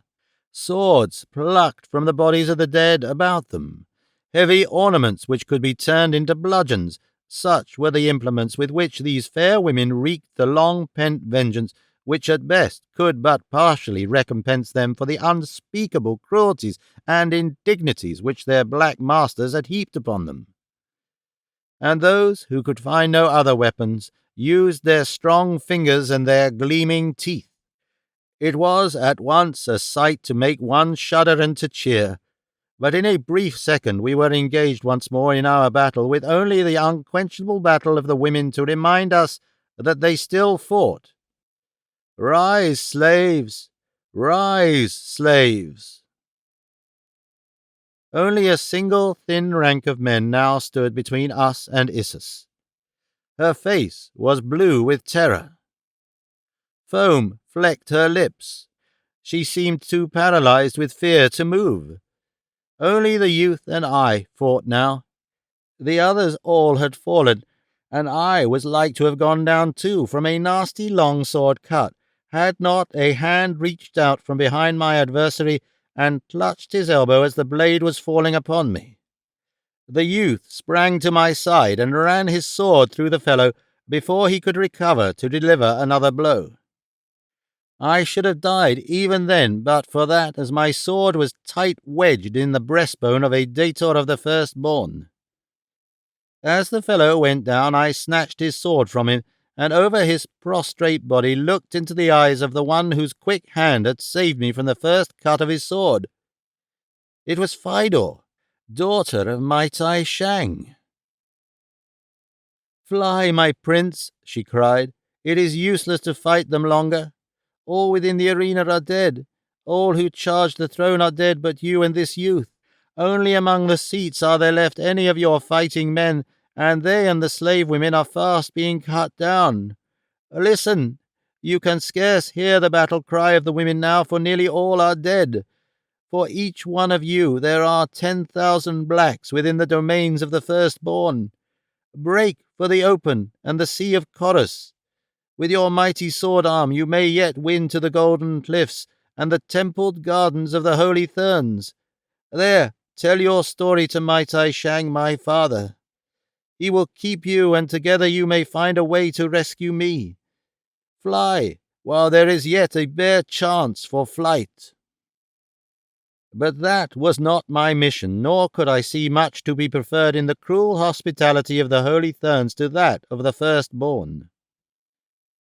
"Down with Issus!"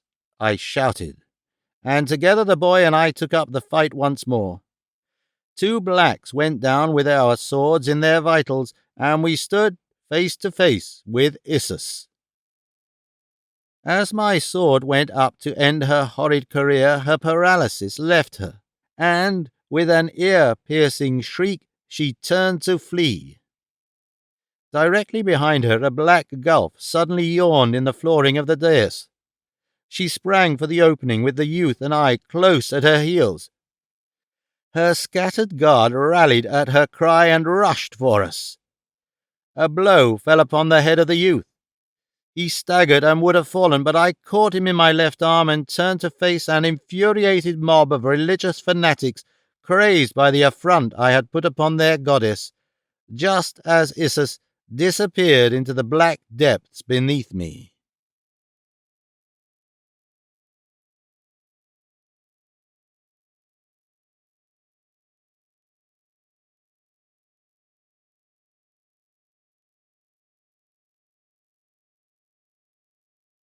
Chapter 12. Doomed to Die. For an instant I stood there before they fell upon me, but the first rush of them forced me back a step or two. My foot felt for the floor, but found only empty space. I had backed into the pit which had received Issus. For a second I toppled there upon the brink, and then I too, with the boy still tightly clutched in my arms, pitched backward into the black abyss. We struck a polished chute. The opening above us closed as magically as it had opened, and we shot down unharmed into a dimly lighted apartment far below the arena.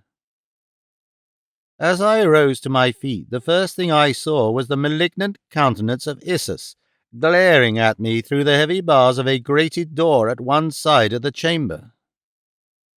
"Rash mortal," she shrilled, "you shall pay the awful penalty for your blasphemy in this secret cell. Here you shall lie alone and in darkness with the carcass of your accomplice festering in its rottenness by your side, until, crazed by loneliness and hunger, you feed upon the crawling maggots that were once a man." That was all. In another instant she was gone, and the dim light which had filled the cell faded into Cimmerian blackness. "Pleasant old lady," said a voice at my side. "Who speaks?" I asked. "'Tis I, your companion, who has had the honour this day of fighting shoulder to shoulder with the greatest warrior that ever wore metal upon Barsoom." "I thank God that you are not dead," I said. "I feared for that nasty cut upon your head." "It but stunned me," he replied. "A mere scratch." "Maybe it were as well it had been final," I said. "We seem to be in a pretty fix here, with a splendid chance of dying of starvation and thirst." "Where are we?" "Beneath the arena," I replied. "We tumbled down the shaft that swallowed Issus as she was almost at our mercy." He laughed a low laugh of pleasure and relief, and then, reaching out through the inky blackness, he sought my shoulder and pulled my ear close to his mouth. "Nothing could be better," he whispered. "There are secrets within the secrets of Issus, of which Issus herself does not dream." "What do you mean?" "I laboured with the other slaves a year since in the remodelling of these subterranean galleries, and at that time we found below these an ancient system of corridors and chambers that had been sealed up for ages. The blacks in charge of the work explored them, taking several of us along to do whatever work there might be occasion for. I know the entire system perfectly. There are miles of corridors honeycombing the ground beneath the gardens and the temple itself, and there is one passage that leads down to and connects with the lower regions that open on the water shaft that gives passage to Omion. If we can reach the submarine undetected, we may yet make the sea in which there are many islands where the blacks never go. There we may live for a time, and who knows what may transpire to aid us to escape."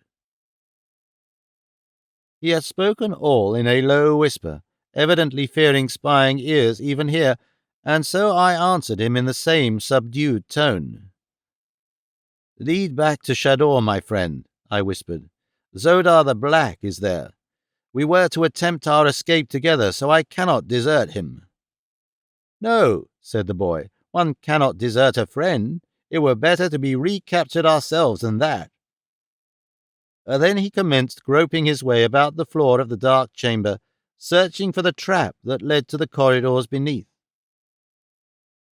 At length he summoned me by a low "St," and I crept toward the sound of his voice to find him kneeling on the brink of an opening in the floor. "There is a drop here of about 10 feet," he whispered. "Hang by your hands and you will alight safely on a level floor of soft sand." Very quietly I lowered myself from the inky cell above into the inky pit below. So utterly dark was it that we could not see our hands at an inch from our noses. Never, I think, have I known such complete absence of light as existed in the pits of Issus. For an instant I hung in mid-air. There is a strange sensation connected with an experience of that nature which is quite difficult to describe. When the feet tread empty air and the distance below is shrouded in darkness, there is a feeling akin to panic at the thought of releasing the hold and taking the plunge into unknown depths. Although the boy had told me that it was but 10 feet to the floor below, I experienced the same thrills as though I were hanging above a bottomless pit. Then I released my hold and dropped 4 feet to a soft cushion of sand. The boy followed me. "Raise me to your shoulders," he said, "and I will replace the trap." This done, he took me by the hand, leading me very slowly, with much feeling about, and frequent halts to assure himself that he did not stray into wrong passageways. Presently we commenced the descent of a very steep incline. "It will not be long," he said, "before we shall have light. At the lower levels we meet the same stratum of phosphorescent rock that illuminates Omion." Never shall I forget that trip through the pits of Issus. While it was devoid of important incidents, yet it was filled for me with a strange charm of excitement and adventure which I think must have hinged principally on the unguessable antiquity of these long-forgotten corridors. The things which the Stygian darkness hid from my objective eye could not have been half so wonderful as the pictures which my imagination wrought as it conjured to life again the ancient peoples of this dying world and set them once more to the labours, the intrigues, the mysteries, and the cruelties which they had practised to make their last stand against the swarming hordes of the dead sea bottoms that had driven them step by step to the uttermost pinnacle of the world, where they were now entrenched behind an impenetrable barrier of superstition. In addition to the green men, there had been three principal races upon Barsoom: the blacks, the whites, and a race of yellow men. As the waters of the planet dried and the seas receded, all other resources dwindled until life upon the planet became a constant battle for survival. The various races had made war upon one another for ages, and the three higher types had easily bested the green savages of the water places of the world, but now that the receding seas necessitated constant abandonment of their fortified cities, and forced upon them a more or less nomadic life in which they became separated into smaller communities, they soon fell prey to the fierce hordes of green men. The result was a partial amalgamation of the blacks, whites, and yellows, the result of which is shown in the present splendid race of red men. I had always supposed that all traces of the original races had disappeared from the face of Mars, yet within the past 4 days I had found both whites and blacks in great multitudes.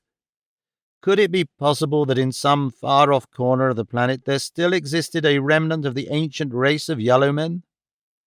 My reveries were broken in upon by a low exclamation from the boy. "At last, the lighted way!" he cried, and looking up I beheld at a long distance before us a dim radiance. As we advanced, the light increased until presently we emerged into well-lighted passageways.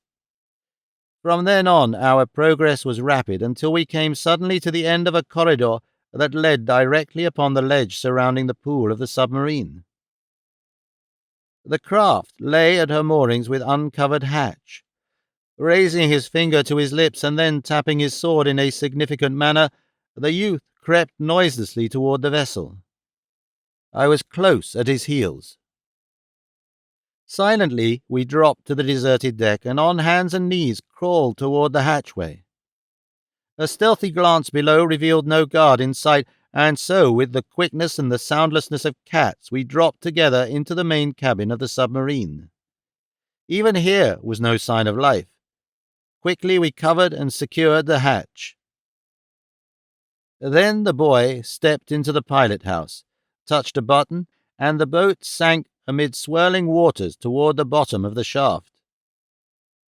Even then there was no scurrying of feet as we had expected, and while the boy remained to direct the boat, I slid from cabin to cabin in futile search for some member of the crew. The craft was entirely deserted. Such good fortune seemed almost unbelievable. When I returned to the pilot-house to report the good news to my companion, he handed me a paper. "This may explain the absence of the crew," he said. It was a radio-aerial message to the commander of the submarine. "The slaves have risen. Come with what men you have and those that you can gather on the way. Too late to get aid from Omion. They are massacring all within the amphitheatre. Issus is threatened. Haste. Zithad." "Zithad is data of the guards of Issus," explained the youth. "We gave them a bad scare, one that they will not soon forget." "Let us hope that it is but the beginning of the end of Issus," I said. "Only our first ancestor knows," he replied. We reached the submarine pool in Omion without incident. Here we debated the wisdom of sinking the craft before leaving her, but finally we decided that it would add nothing to our chances for escape. There were plenty of blacks on Omion to thwart us were we apprehended. However many more might come from the temples and gardens of Issus would not in any way decrease our chances. We were now in a quandary as to how to pass the guards who patrolled the island about the pool. At last I hit upon a plan. "What is the name or title of the officer in charge of these guards?" I asked the boy. "A fellow named Torith was on duty when we entered this morning," he replied. "Good.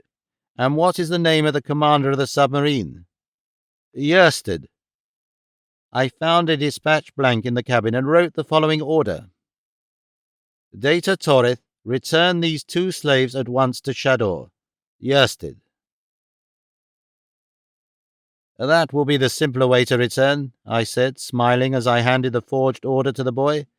"Come, we shall see how well it works." "But our swords," he exclaimed. "What shall we say to explain them?" "Since we cannot explain them, we shall have to leave them behind us," I replied. "Is it not the extreme of rashness to thus put ourselves again unarmed in the power of the firstborn?" "It is the only way," I answered. "You may trust me to find a way out of the prison of Shador, and I think, once out, that we shall find no great difficulty in arming ourselves once more in a country which abounds so plentifully in armed men." "As you say," he replied with a smile and a shrug. "I could not follow another leader who inspired greater confidence than you. Come, let us put your ruse to the test." Boldly we emerged from the hatchway of the craft, leaving our swords behind us, and strode to the main exit which led to the sentry's post and the office of the Dator of the Guard. At sight of us, the members of the guard sprang forward in surprise and with levelled rifles halted us. I held out the message to one of them. He took it, and seeing to whom it was addressed, turned and handed it to Torith, who was emerging from his office to learn the cause of the commotion. The black read the order, and for a moment eyed us with evident suspicion. "Where is Dator Yersted?" he asked, and my heart sank within me as I cursed myself for a stupid fool in not having sunk the submarine to make good the lie that I must tell.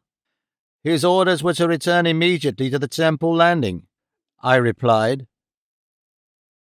Torith took a half-step toward the entrance to the pool as though to corroborate my story. For that instant everything hung in the balance, for had he done so and found the empty submarine still lying at our wharf, the whole weak fabric of my concoction would have tumbled about our heads. But evidently he decided the message must be genuine, nor, indeed, was there any good reason to doubt it, since it would scarce have seemed credible to him that 2 slaves would voluntarily have given themselves into custody in any such manner as this. It was the very boldness of the plan which rendered it successful. "Were you connected with the rising of the slaves?" asked Torith.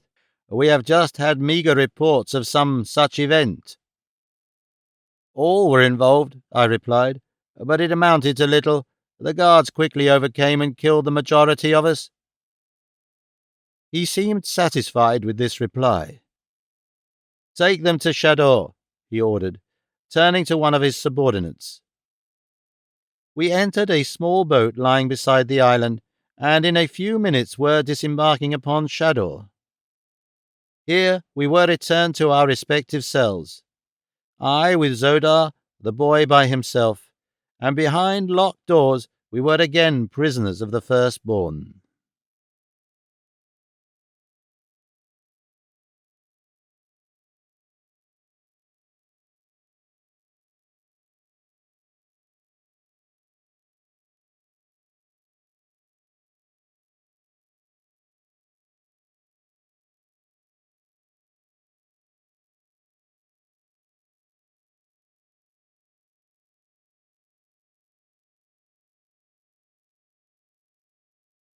Chapter 13.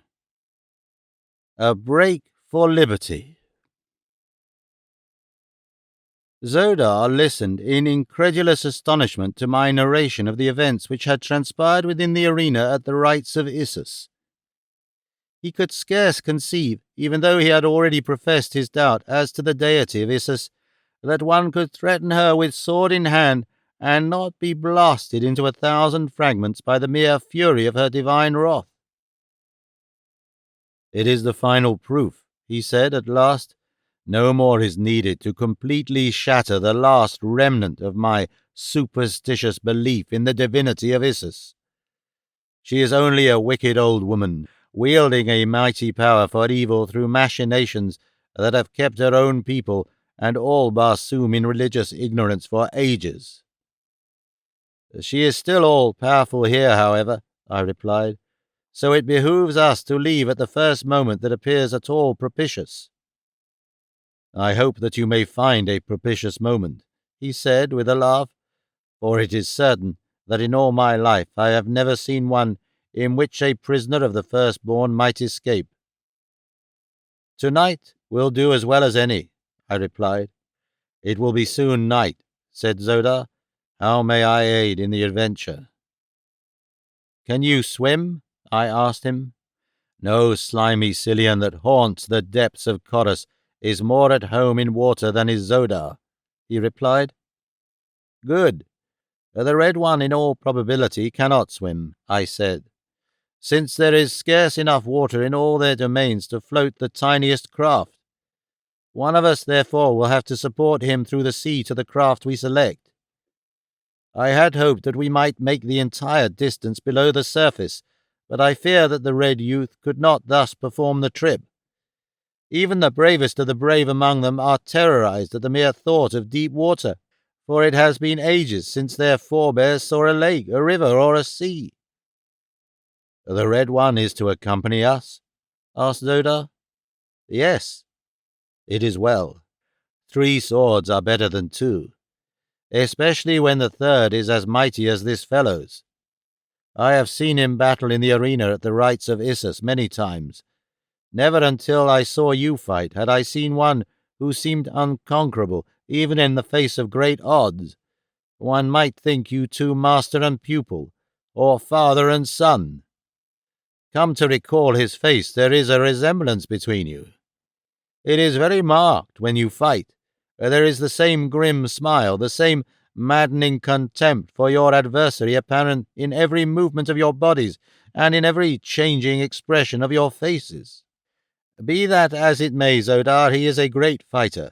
I think that we will make a trio difficult to overcome, and if my friend Tarkas, Jeddak of Thark, were but one of us, we could fight our way from one end of Barsoom to the other, even though the whole world were pitted against us.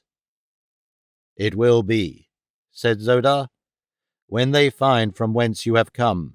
That is but one of the superstitions which Isis has foisted upon a credulous humanity. She works through the holy Therns, who are as ignorant of her real self as are the Barsoomians of the outer world. Her decrees are borne to the Therns written in blood upon a strange parchment. The poor deluded fools think that they are receiving the revelations of a goddess through some supernatural agency, since they find these messages upon their guarded altars to which none could have access without detection. I myself have borne these messages for Isis for many years. There is a long tunnel from the temple of Isis to the principal temple of Maitai Shang. It was dug ages ago by the slaves of the firstborn in such utter secrecy that no Thern ever guessed its existence. The Therns, for their part, have temples dotted about the entire civilized world. Here, priests whom the people never see communicate the doctrine of the mysterious river Is, the Valley Door, and the lost Sea of Chorus, to persuade the poor deluded creatures to take the voluntary pilgrimage that swells the wealth of the holy Therns and adds to the numbers of their slaves. Thus the Therns are used as the principal means for collecting the wealth and labor that the firstborn wrest from them as they need it. Occasionally the firstborn themselves make raids upon the outer world. It is then that they capture many females of the royal houses of the Red Men, and take the newest in battleships and the trained artisans who build them, that they may copy what they cannot create. We are a non-productive race, priding ourselves upon our non-productiveness. It is criminal for a firstborn to labor or invent. That is the work of the lower orders, who live merely that the firstborn may enjoy long lives of luxury and idleness. With us, fighting is all that counts. Were it not for that, there would be more of the firstborn than all the creatures of Barsoom could support, for in so far as I know, none of us ever dies a natural death. Our females would live forever but for the fact that we tire of them and remove them to make place for others. Issus alone of all is protected against death. She has lived for countless ages. Would not the other Barsoomians live forever but for the doctrine of the voluntary pilgrimage which drags them to the bosom of Is at or before their 1000th year? I asked him. I feel now that there is no doubt but that they are precisely the same species of creature as the firstborn, and I hope that I shall live to fight for them in atonement of the sins I have committed against them through the ignorance born of generations of false teaching. As he ceased speaking, a weird call rang out across the waters of Omion. I had heard it at the same time the previous evening, and knew that it marked the ending of the day, when the men of Omion spread their silks upon the deck of battleship and cruiser, and fall into the dreamless sleep of Mars. Our guard entered to inspect us for the last time before the new day broke upon the world above. His duty was soon performed, and the heavy door of our prison closed behind him. We were alone for the night. I gave him time to return to his quarters, as Zodar said he probably would do, and then I sprang to the grated window and surveyed the nearby waters. At a little distance from the island, a quarter of a mile perhaps, lay a monster battleship, while between her and the shore were a number of smaller cruisers and one-man scouts. Upon the battleship alone was there a watch. I could see him plainly in the upper works of the ship, and as I watched I saw him spread his sleeping silks upon the tiny platform in which he was stationed. Soon he threw himself at full length upon his couch. The discipline on Omion was lax indeed, but it is not to be wondered at, since no enemy guessed the existence upon Barsoom of such a fleet, or even of the firstborn, or the Sea of Omion. Why indeed should they maintain a watch? Presently I dropped to the floor again and talked with Zodar, describing the various craft I had seen. "There is one there," he said, "my personal property, built to carry 5 men. That is the swiftest of the swift. If we can board her, we can at least make a memorable run for liberty." And then he went on to describe to me the equipment of the boat, her engines, and all that went to make her the flyer that she was. In his explanation I recognized a trick of gearing that Kantos Khan had taught me that time we sailed under false names in the navy of Zodanga, beneath Sabthan the prince. And I knew then that the firstborn had stolen it from the ships of Helium, for only they are thus geared. And I knew, too, that Zodar spoke the truth when he lauded the speed of his little craft, for nothing that cleaves the thin air of Mars can approximate the speed of the ships of Helium.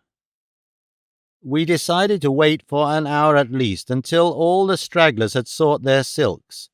In the meantime I was to fetch the Red Youth to our cell, so that we would be in readiness to make our rash break for freedom together. I sprang to the top of our partition wall and pulled myself up onto it. There I found a flat surface about a foot in width, and along this I walked until I came to the cell in which I saw the boy sitting upon his bench. He had been leaning back against the wall, looking up at the glowing dome above Omion, and when he spied me balancing upon the partition wall above him, his eyes opened wide in astonishment. Then a wide grin of appreciative understanding spread across his countenance. As I stooped to drop to the floor beside him, he motioned me to wait, and coming close below me whispered, "Catch my hand. I can almost leap to the top of that wall myself. I have tried it many times, and each day I come a little closer. Some day I should have been able to make it." I lay upon my belly across the wall and reached my hand far down toward him. With a little run from the center of the cell, he sprang up until I grasped his outstretched hand, and thus I pulled him to the wall's top beside me. "You are the first jumper I ever saw among the red men of Barsoom," I said. He smiled. "It is not strange. I will tell you why when we have more time." Together we returned to the cell in which Zodar sat, descending to talk with him until the hour had passed. There we made our plans for the immediate future, binding ourselves by a solemn oath to fight to the death for one another against whatsoever enemies should confront us, for we knew that even should we succeed in escaping the firstborn, we might still have a whole world against us. The power of religious superstition is mighty. It was agreed that I should navigate the craft after we had reached her, and that if we made the outer world in safety, we should attempt to reach Helium without a stop. "Why Helium?" asked the red youth. "I am a prince of Helium," I replied. He gave me a peculiar look, but said nothing further on the subject. I wondered at the time what the significance of his expression might be, but in the press of other matters it soon left my mind, nor did I have occasion to think of it again until later. "Come," I said at length, "now is as good a time as any. Let us go." Another moment found me at the top of the partition wall again, with the boy beside me. Unbuckling my harness, I snapped it together with a single long strap, which I lowered to the waiting Zodar below. He grasped the end and was soon sitting beside us. "How simple," he laughed. "The balance should be even simpler," I replied, and then I raised myself to the top of the outer wall of the prison, just so that I could peer over and locate the passing sentry. For a matter of 5 minutes I waited, and then he came in sight on his slow and snail-like beat about the structure. I watched him until he had made the turn at the end of the building which carried him out of sight of the side of the prison that was to witness our dash for freedom. The moment his form disappeared, I grasped Zodar and drew him to the top of the wall. Placing one end of my harness strap in his hands, I lowered him quickly to the ground below. Then the boy grasped the strap and slid down to Zodar's side. In accordance with our arrangement, they did not wait for me, but walked slowly toward the water, a matter of 100 yards, directly past the guardhouse filled with sleeping soldiers. They had taken scarce a dozen steps when I too dropped to the ground and followed them leisurely toward the shore. As I passed the guardhouse, the thought of all the good blades lying there gave me pause, for if ever men were to have need of swords, it was my companions and I, on the perilous trip upon which we were about to embark. I glanced toward Zodar and the youth, and saw that they had slipped over the edge of the dock into the water. In accordance with our plan, they were to remain there, clinging to the metal rings which studded the concrete-like substance of the dock at the water's level, with only their mouths and noses above the surface of the sea, until I should join them. The lure of the swords within the guardhouse was strong upon me, and I hesitated a moment, half inclined to risk the attempt to take the few we needed. That he who hesitates is lost proved itself a true aphorism in this instance, for another moment saw me creeping stealthily toward the door of the guardhouse. Gently I pressed it open a crack, enough to discover a dozen blacks stretched upon their silks in profound slumber. At the far side of the room a rack held the swords and firearms of the men. Warily I pushed the door a trifle wider to admit my body. A hinge gave out a resentful groan. One of the men stirred, and my heart stood still. I cursed myself for a fool to have thus jeopardized our chances for escape, but there was nothing for it now but to see the adventure through. With a spring as swift and as noiseless as a tiger's, I lit beside the guardsman who had moved. My hands hovered about his throat, awaiting the moment that his eyes should open. For what seemed an eternity to my overwrought nerves, I remained poised thus. Then the fellow turned again upon his side and resumed the even respiration of deep slumber. Carefully I picked my way between and over the soldiers until I had gained the rack at the far side of the room. Here I turned to survey the sleeping men. All were quiet. Their regular breathing rose and fell in a soothing rhythm that seemed to me the sweetest music I ever had heard. Gingerly, I drew a long sword from the rack. The scraping of the scabbard against its holder as I withdrew it sounded like the filing of cast iron with a great rasp, and I looked to see the room immediately filled with alarmed and attacking guardsmen. But none stirred. The second sword I withdrew noiselessly, but the third clanked in its scabbard with a frightful din. I knew that it must awaken some of the men at least, and was on the point of forestalling their attack by a rapid charge for the doorway when again, to my intense surprise, not a black moved. Either they were wondrous heavy sleepers, or else the noises that I made were really much less than they seemed to me. I was about to leave the rack when my attention was attracted by the revolvers. I knew that I could not carry more than one away with me, for I was already too heavily laden to move quietly with any degree of safety or speed. As I took one of them from its pin, my eye fell for the first time on an open window beside the rack. Ah, here was a splendid means of escape, for it let directly upon the dock, not 20 feet from the water's edge. And as I congratulated myself, I heard the door opposite me open, and there, looking me full in the face, stood the officer of the guard. He evidently took in the situation at a glance, and appreciated the gravity of it as quickly as I, for our revolvers came up simultaneously, and the sounds of the two reports were as one as we touched the buttons on the grips that exploded the cartridges. I felt the wind of his bullet as it whizzed past my ear, and at the same instant I saw him crumple to the ground. Where I hit him I do not know, nor if I killed him, for scarce had he started to collapse when I was through the window at my rear. In another second, the waters of the Omian closed above my head, and the three of us were making for the little flyer 100 yards away. Zodar was burdened with the boy, and I with the 3 long swords. The revolver I had dropped, so that while we were both strong swimmers, it seemed to me that we moved at a snail's pace through the water.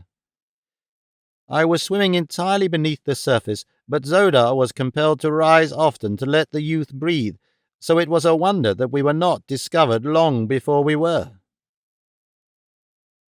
In fact, we reached the boat's side and were all aboard before the watch upon the battleship, aroused by the shots, detected us. Then an alarm gun bellowed from a ship's bow, its deep boom reverberating in deafening tones beneath the rocky dome of Omian. Instantly the sleeping thousands were awake. The decks of 1,000 monster craft teemed with fighting men, for an alarm on Omian was a thing of rare occurrence. We cast away before the sound of the first gun had died, and another second saw us rising swiftly from the surface of the sea. I lay at full length along the deck, with the levers and buttons of control before me. Zodar and the boy were stretched directly behind me, prone also that we might offer as little resistance to the air as possible. "Rise high," whispered Zodar. "They dare not fire their heavy guns toward the dome. The fragments of the shells would drop back among their own craft. If we are high enough, our keel plates will protect us from rifle fire." I did as he bade. Below us we could see the men leaping into the water by hundreds, and striking out for the small cruisers and one-man flyers that lay moored about the big ships. The larger craft were getting under way, following us rapidly but not rising from the water. "A little to your right," cried Zodar, for there were no points of compass upon Omian, where every direction is due north. The pandemonium that had broken out below us was deafening. Rifles cracked, officers shouted orders, men yelled directions to one another from the water and from the decks of myriad boats, while through all ran the purr of countless propellers cutting water and air. I had dared not pull my speed lever to the highest for fear of overrunning the mouth of the shaft that passed from Omian's dome to the world above. But even so, we were hitting a clip that I doubt has ever been equalled on the windless sea. The smaller flyers were commencing to rise toward us when Zodar shouted, "The shaft! The shaft! Dead ahead! and I saw the opening black and yawning in the glowing dome of this underworld. A 10-man cruiser was rising directly in front to cut off our escape. It was the only vessel that stood in our way, but at the rate that it was travelling, it would come between us and the shaft in plenty of time to thwart our plans.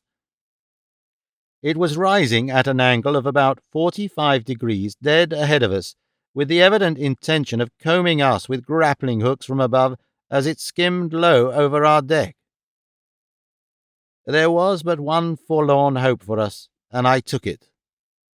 It was useless to try to pass over her, for that would have allowed her to force us against the rocky dome above, and we were already too near that as it was.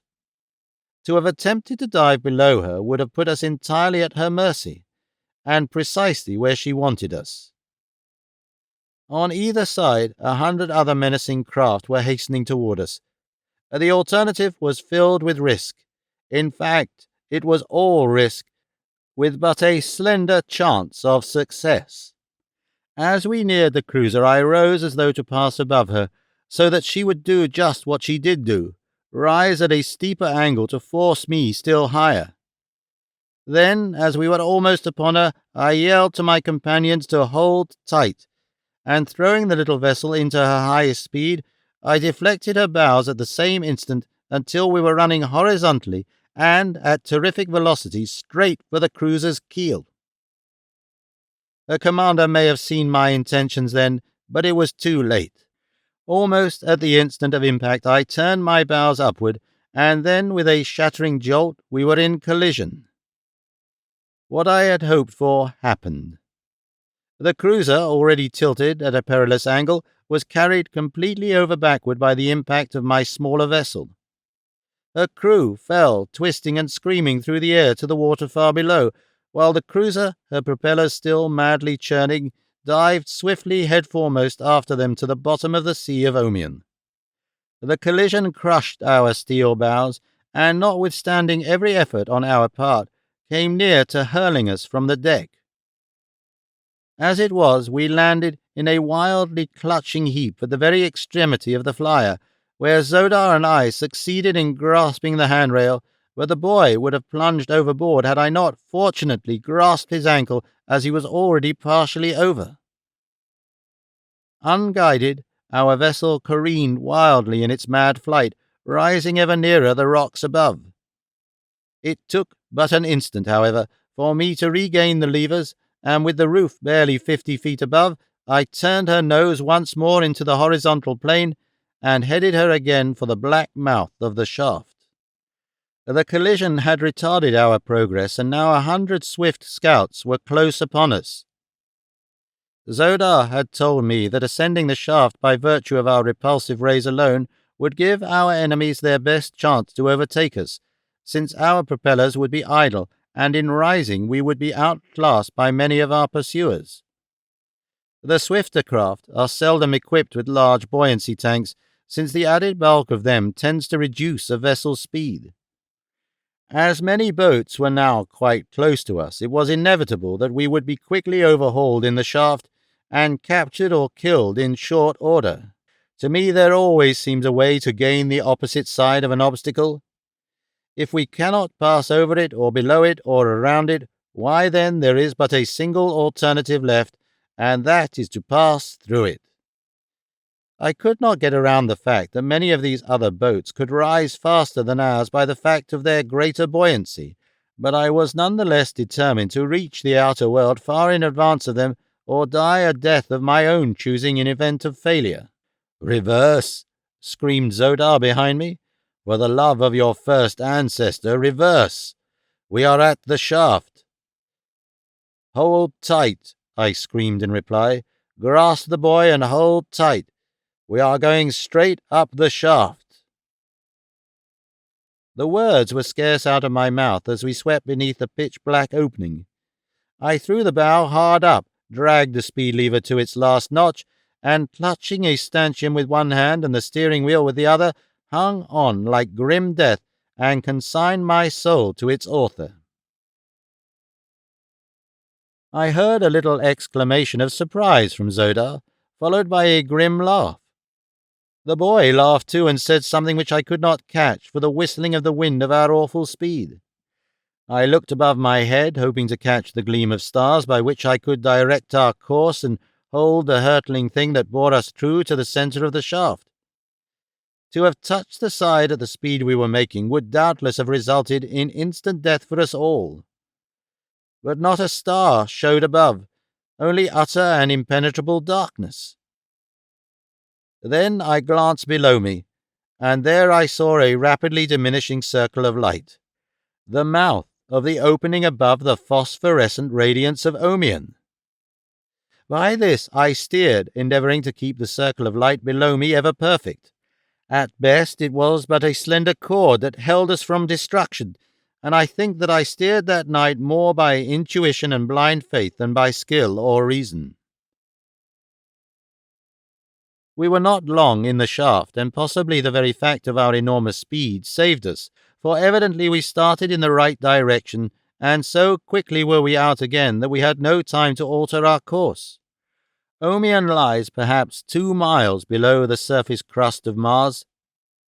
Our speed must have approximated 200 miles an hour, for Martian flyers are swift, so that at most we were in the shaft not over 40 seconds. We must have been out of it for some seconds before I realized that we had accomplished the impossible. Black darkness enshrouded all about us. There were neither moons nor stars. Never before had I seen such a thing upon Mars, and for the moment I was nonplussed. Then the explanation came to me. It was summer at the South Pole. The ice cap was melting, and those meteoric phenomena, clouds unknown upon the greater part of Barsoom, were shutting out the light of heaven from this portion of the planet.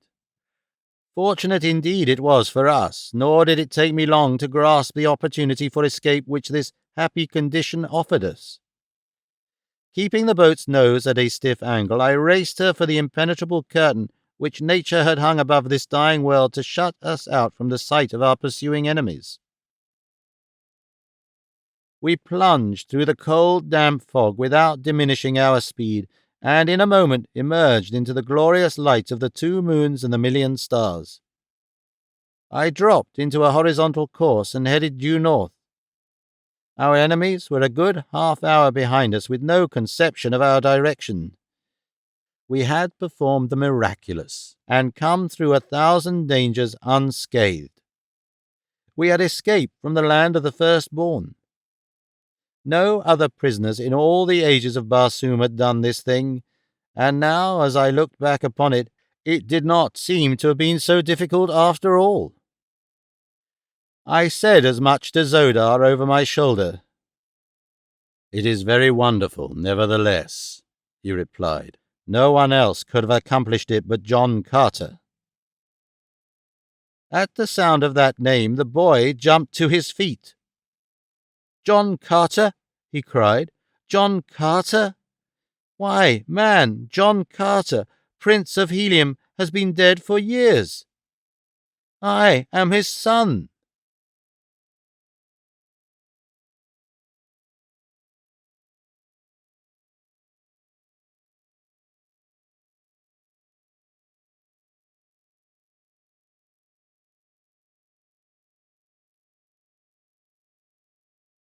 Chapter 14. The Eyes in the Dark.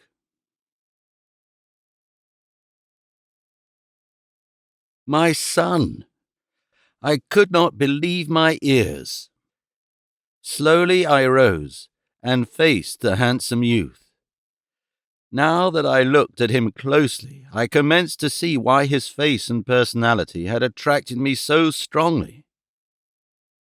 There was much of his mother's incomparable beauty in his clear-cut features, but it was strongly masculine beauty, and his grey eyes and the expression of them were mine.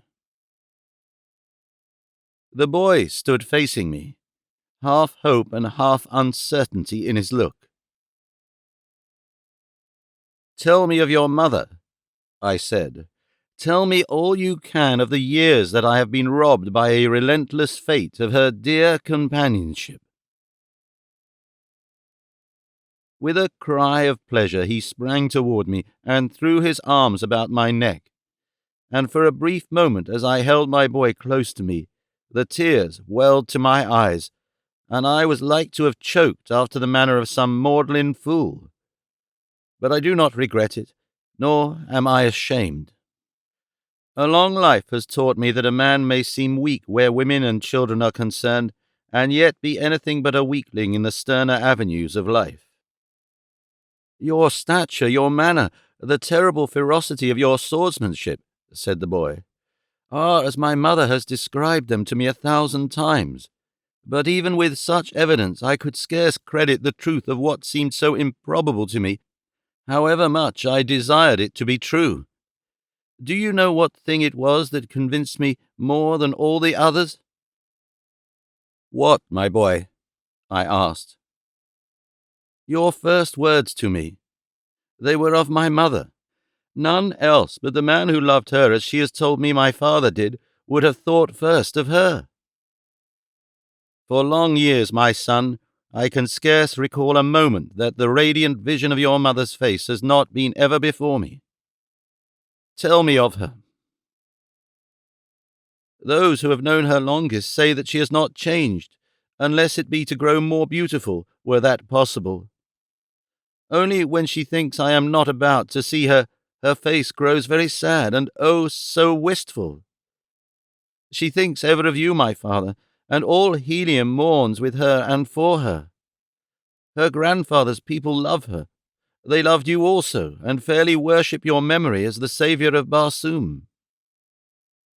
Each year that brings its anniversary of the day that saw you racing across a near-dead world to unlock the secret of that awful portal behind which lay the mighty power of life for countless millions, a great festival is held in your honour.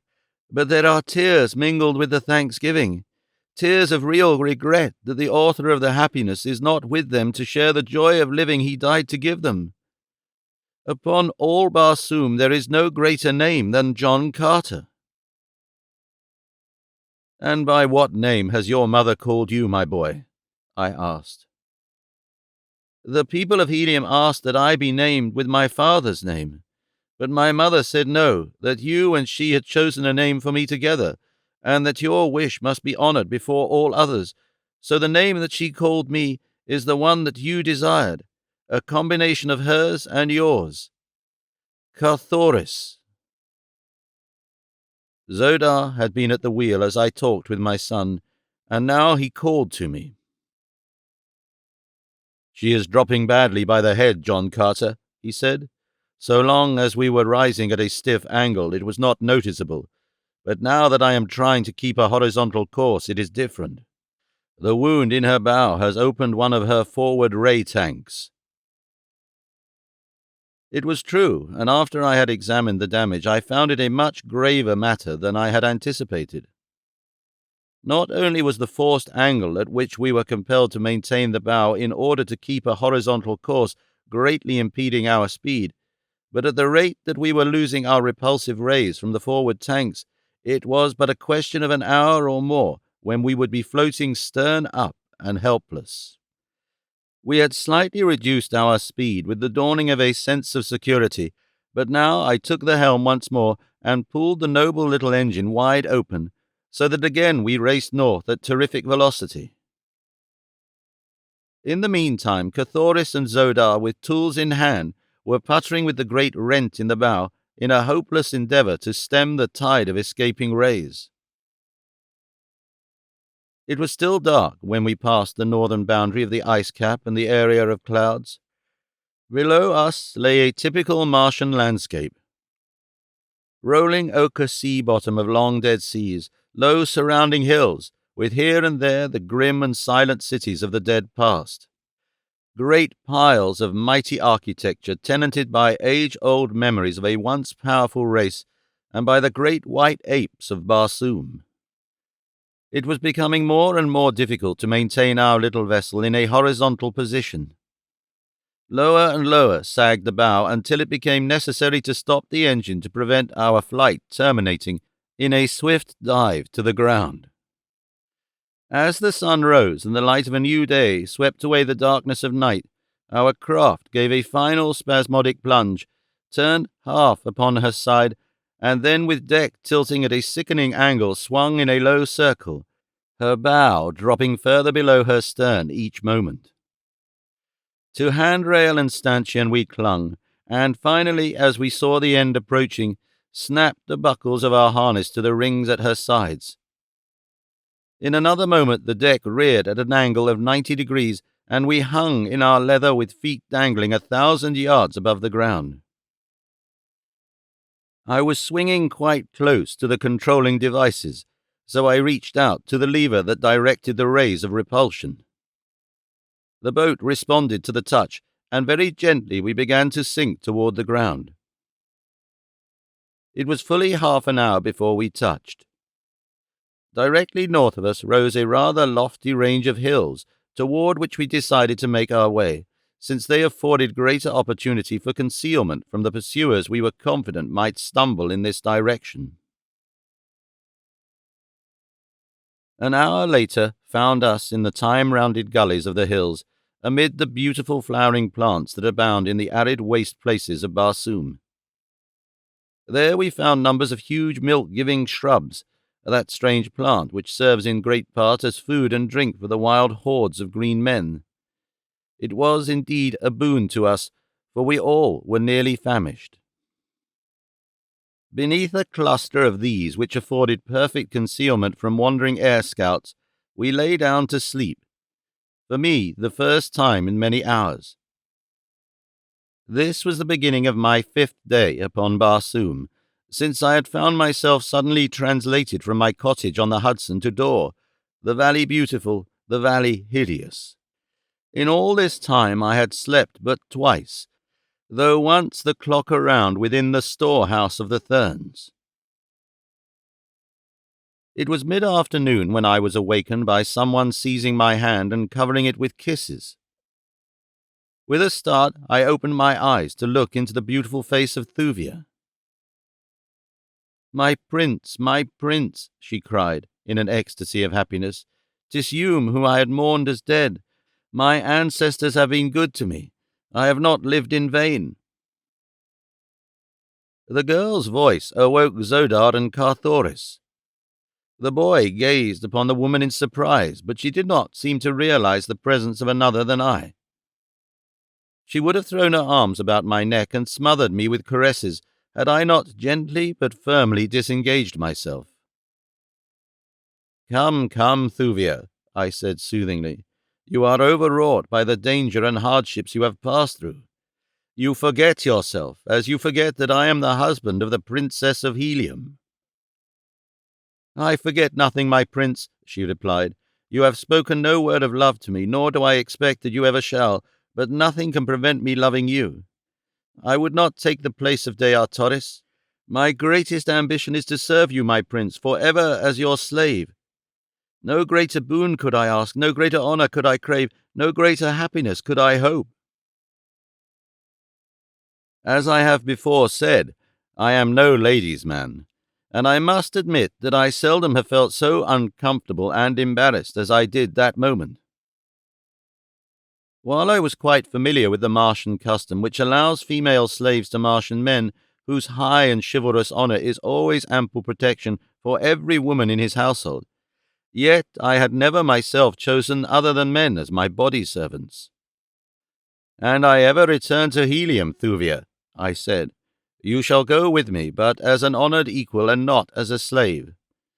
There you shall find plenty of handsome young nobles who would face Isis herself to win a smile from you, and we shall have you married in short order to one of the best of them.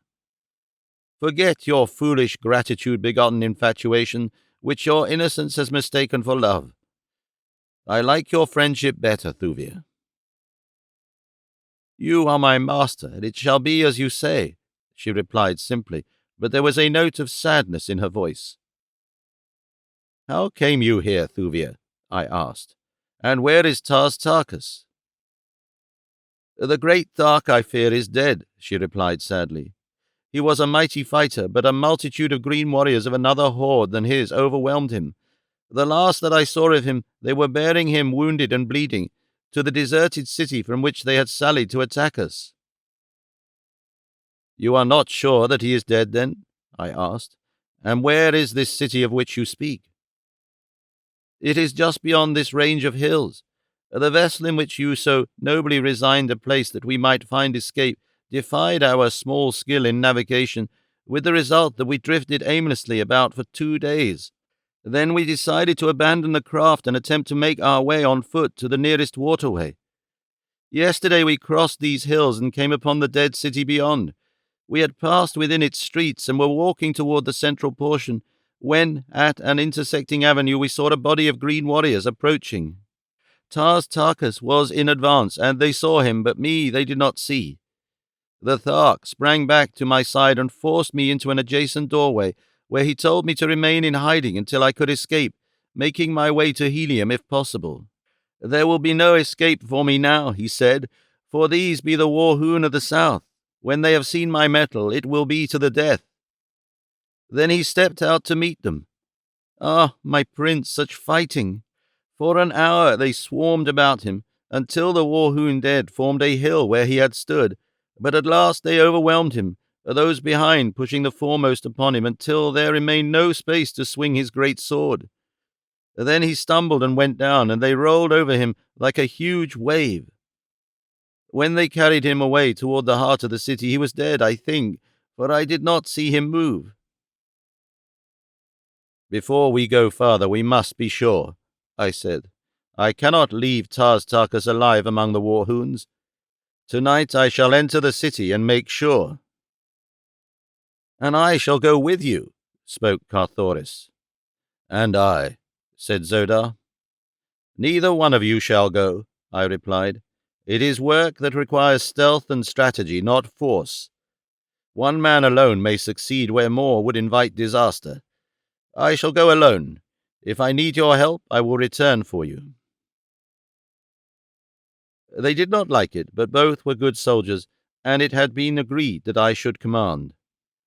The sun already was low, so that I did not have long to wait before the sudden darkness of Barsoom engulfed us.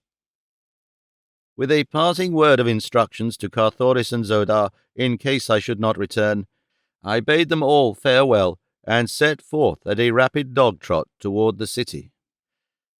As I emerged from the hills, the nearer moon was winging its wild flight through the heavens, its bright beams turning to burnished silver the barbaric splendor of the ancient metropolis. The city had been built upon the gently rolling foothills that in the dim and distant past had sloped down to meet the sea. It was due to this fact that I had no difficulty in entering the streets unobserved. The green hordes that use these deserted cities seldom occupy more than a few squares about the central plaza, and as they come and go always across the Dead Sea bottoms that the cities face, it is usually a matter of comparative ease to enter from the hillside. Once within the streets, I kept close in the dense shadows of the walls. At intersections I halted a moment to make sure that none was in sight before I sprang quickly to the shadows of the opposite side. Thus I made the journey to the vicinity of the plaza without detection. As I approached the purlieus of the inhabited portion of the city, I was made aware of the proximity of the warriors' quarters by the squealing and grunting of the thoats and zitadars corralled within the hollow courtyards formed by the buildings surrounding each square. These old, familiar sounds that are so distinctive of green Martian life sent a thrill of pleasure surging through me. It was as one might feel on coming home after a long absence. It was amid such sounds that I had first courted the incomparable De Artoris in the age-old marble halls of the dead city of Korad. As I stood in the shadows at the far corner of the first square which housed members of the Horde, I saw warriors emerging from several of the buildings. They all went in the same direction, toward a great building which stood in the center of the plaza.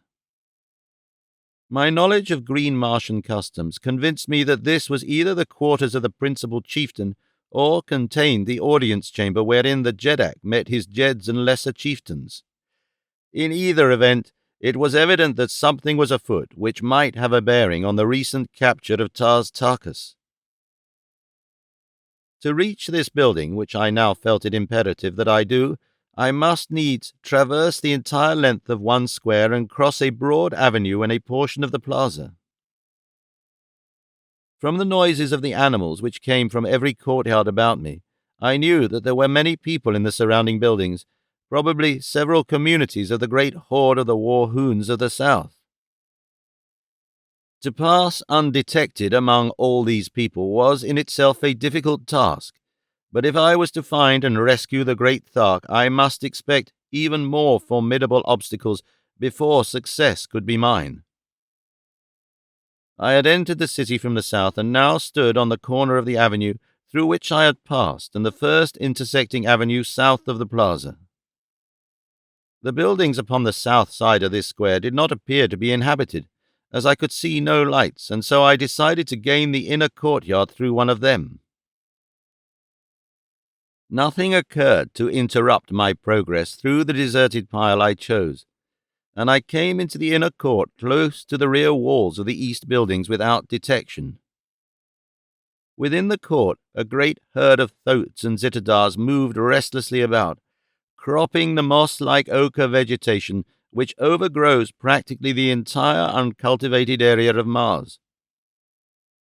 What breeze there was came from the northwest, so there was little danger that the beasts would scent me. Had they, their squealing and grunting would have grown to such a volume as to attract the attention of the warriors within the buildings. Close to the east wall, beneath the overhanging balconies of the second floors, I crept in dense shadows the full length of the courtyard until I came to the buildings at the north end. These were lighted for about 3 floors up, but above the 3rd floor all was dark. To pass through the lighted rooms was, of course, out of the question, since they swarmed with green Martian men and women. My only path lay through the upper floors, and to gain these it was necessary to scale the face of the wall. The reaching of the balcony of the 2nd floor was a matter of easy accomplishment. An agile leap gave my hands a grasp upon the stone handrail above. In another instant I had drawn myself up on the balcony. Here, through the open windows, I saw the green folk squatting upon their sleeping silks and furs, grunting an occasional monosyllable, which, in connection with their wondrous telepathic powers, is ample for their conversational requirements. As I drew closer to listen to their words, a warrior entered the room from the hall beyond. "Come, Tangama," he cried. "We are to take the Thark before Kajia. Bring another with you." The warrior addressed arose, and beckoning to a fellow squatting near, the 3 turned and left the apartment. If I could but follow them, the chance might come to free Tartarchus at once. At least I would learn the location of his prison. At my right was a door leading from the balcony into the building.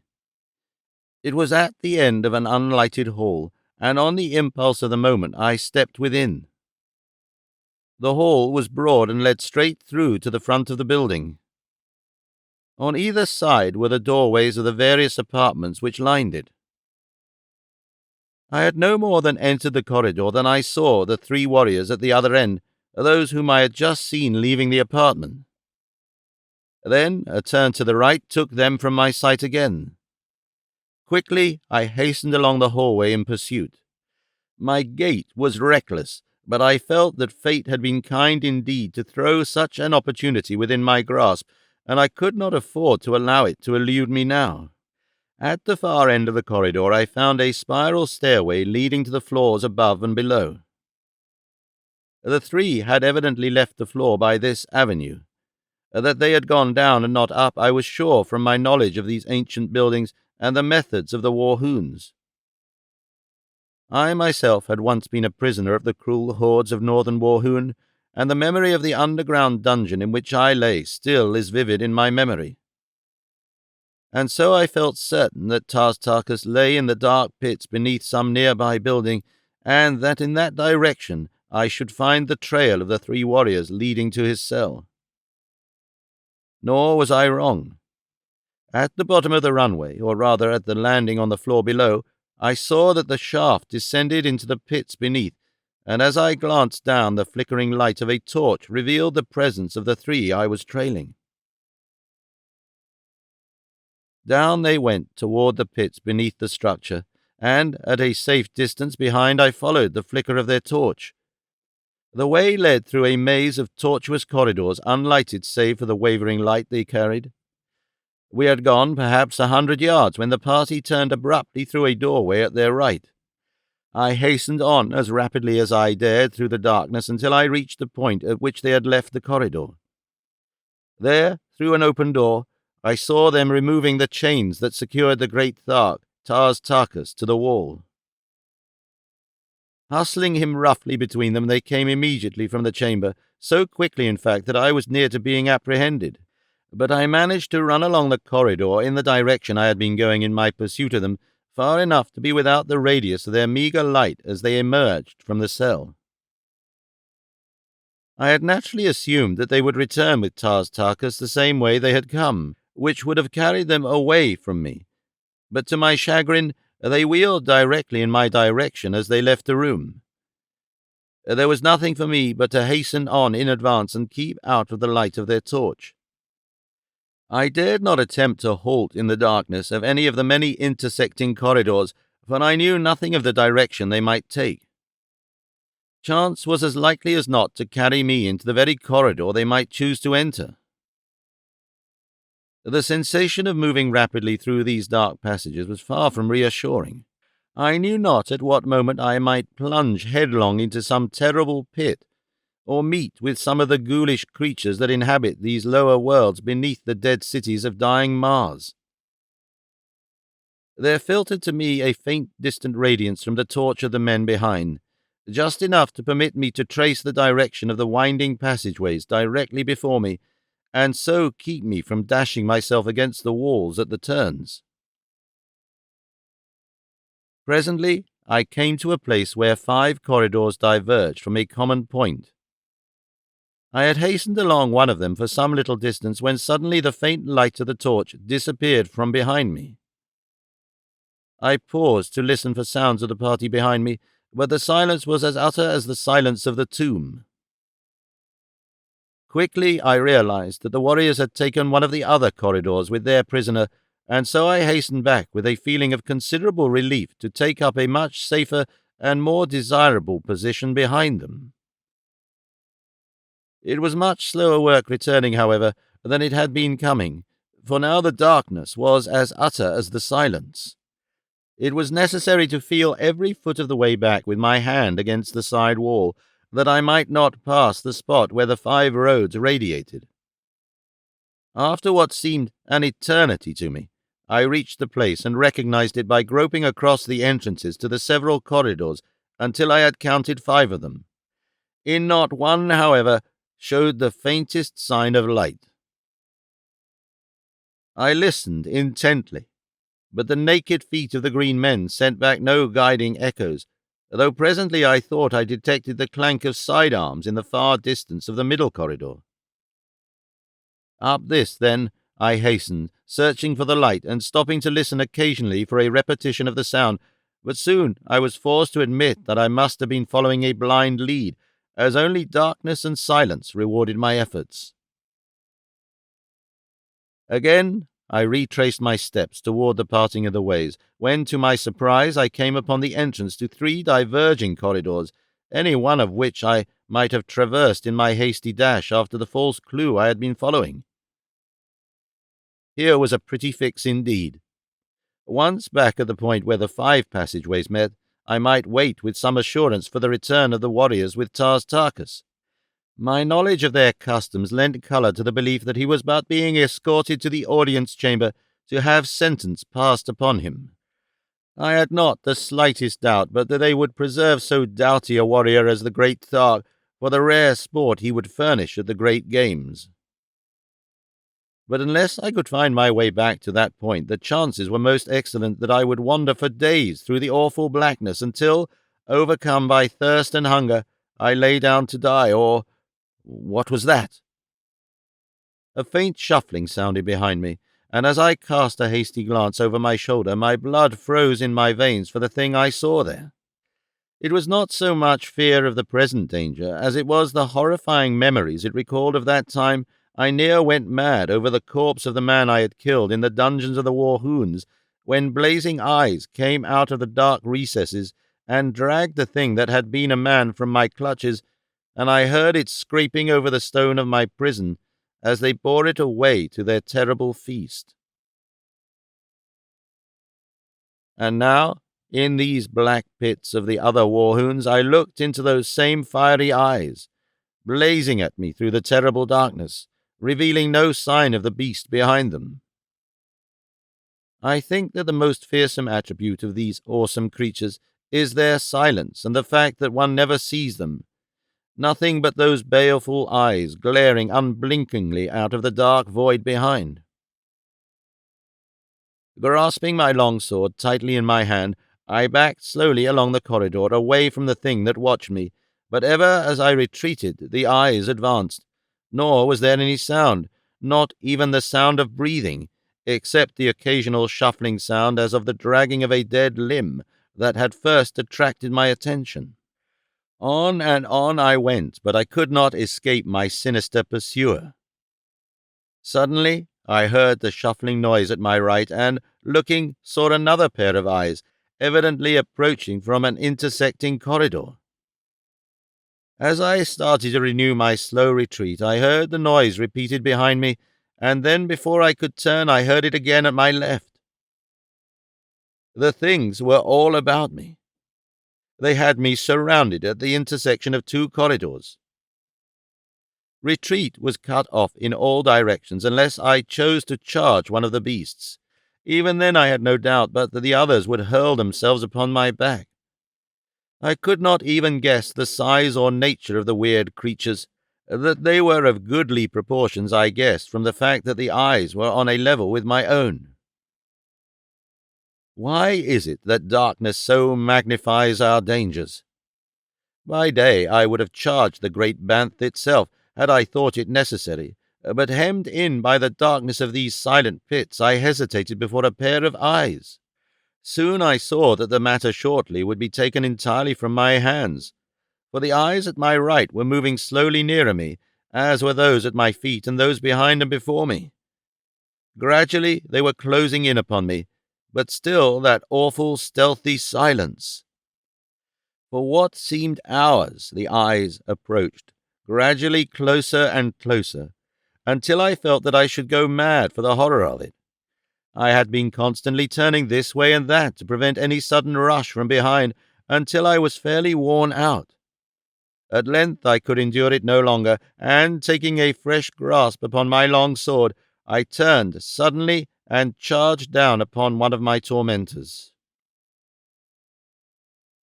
As I was almost upon it, the thing retreated before me, but a sound from behind caused me to wheel in time to see 3 pairs of eyes rushing at me from the rear.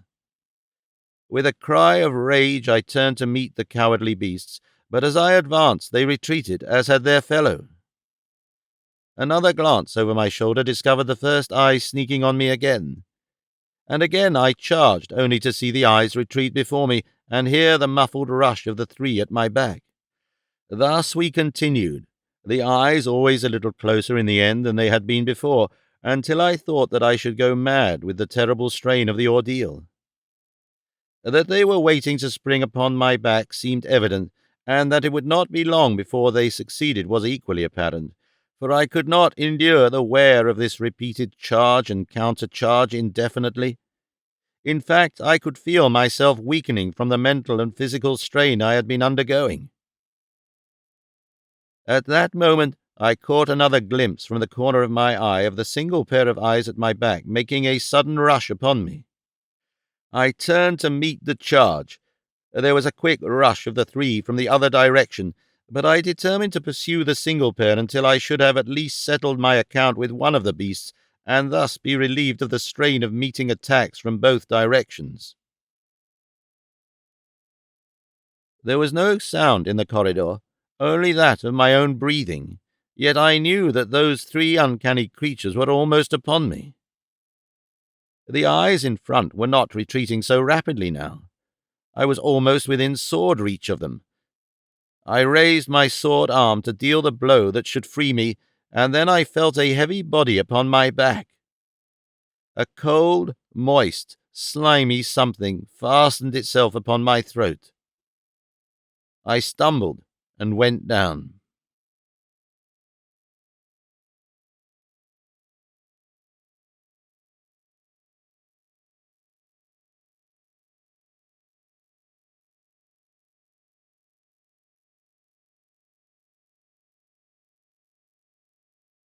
Chapter 15.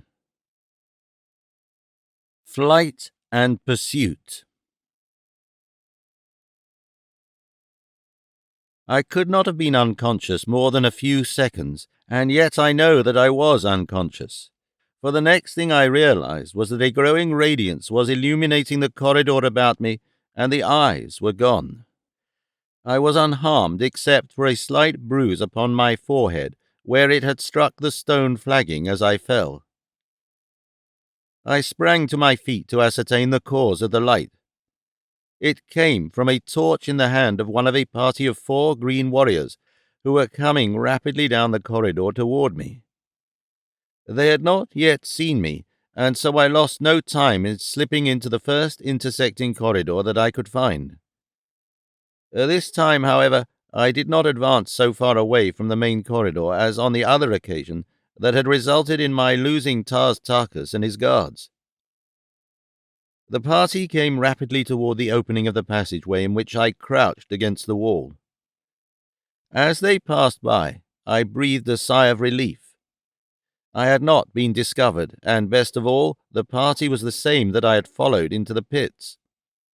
It consisted of Tarkas and his 3 guards. I fell in behind them, and soon we were at the cell in which the great Thark had been chained. 2 of the warriors remained without, while the man with the keys entered with the Thark to fasten his irons upon him once more. The 2 outside started to stroll slowly in the direction of the spiral runway which led to the floors above, and in a moment were lost to view beyond a turn in the corridor. The torch had been stuck in a socket beside the door, so that its rays illuminated both the corridor and the cell at the same time. As I saw the 2 warriors disappear, I approached the entrance to the cell with a well-defined plan already formulated.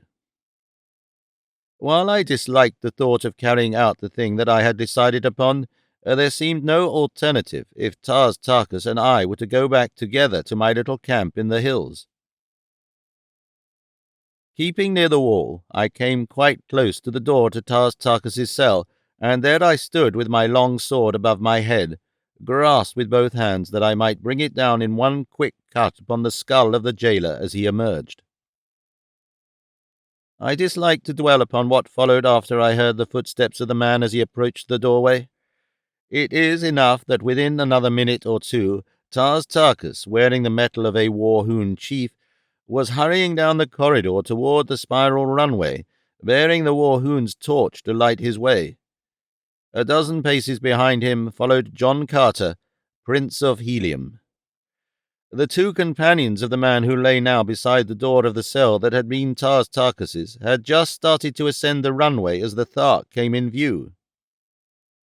"Why so long, Tangama?" cried one of the men. "I had trouble with a lock," replied Tarkas, "and now I find that I have left my short sword in the Thark's cell. Go you on, I'll return and fetch it." "As you will, Tangama," replied he who had before spoken. "We shall see you above directly." "Yes," replied Tarkas, and turned as though to retrace his steps to the cell, but he only waited until the 2 had disappeared at the floor above. Then I joined him. We extinguished the torch, and together we crept toward the spiral incline that led to the upper floors of the building. At the first floor we found that the hallway ran but halfway through, necessitating the crossing of a rear room full of green folk, ere we could reach the inner courtyard, so there was but one thing left for us to do, and that was to gain the second floor, and the hallway through which I had traversed the length of the building. Cautiously we ascended.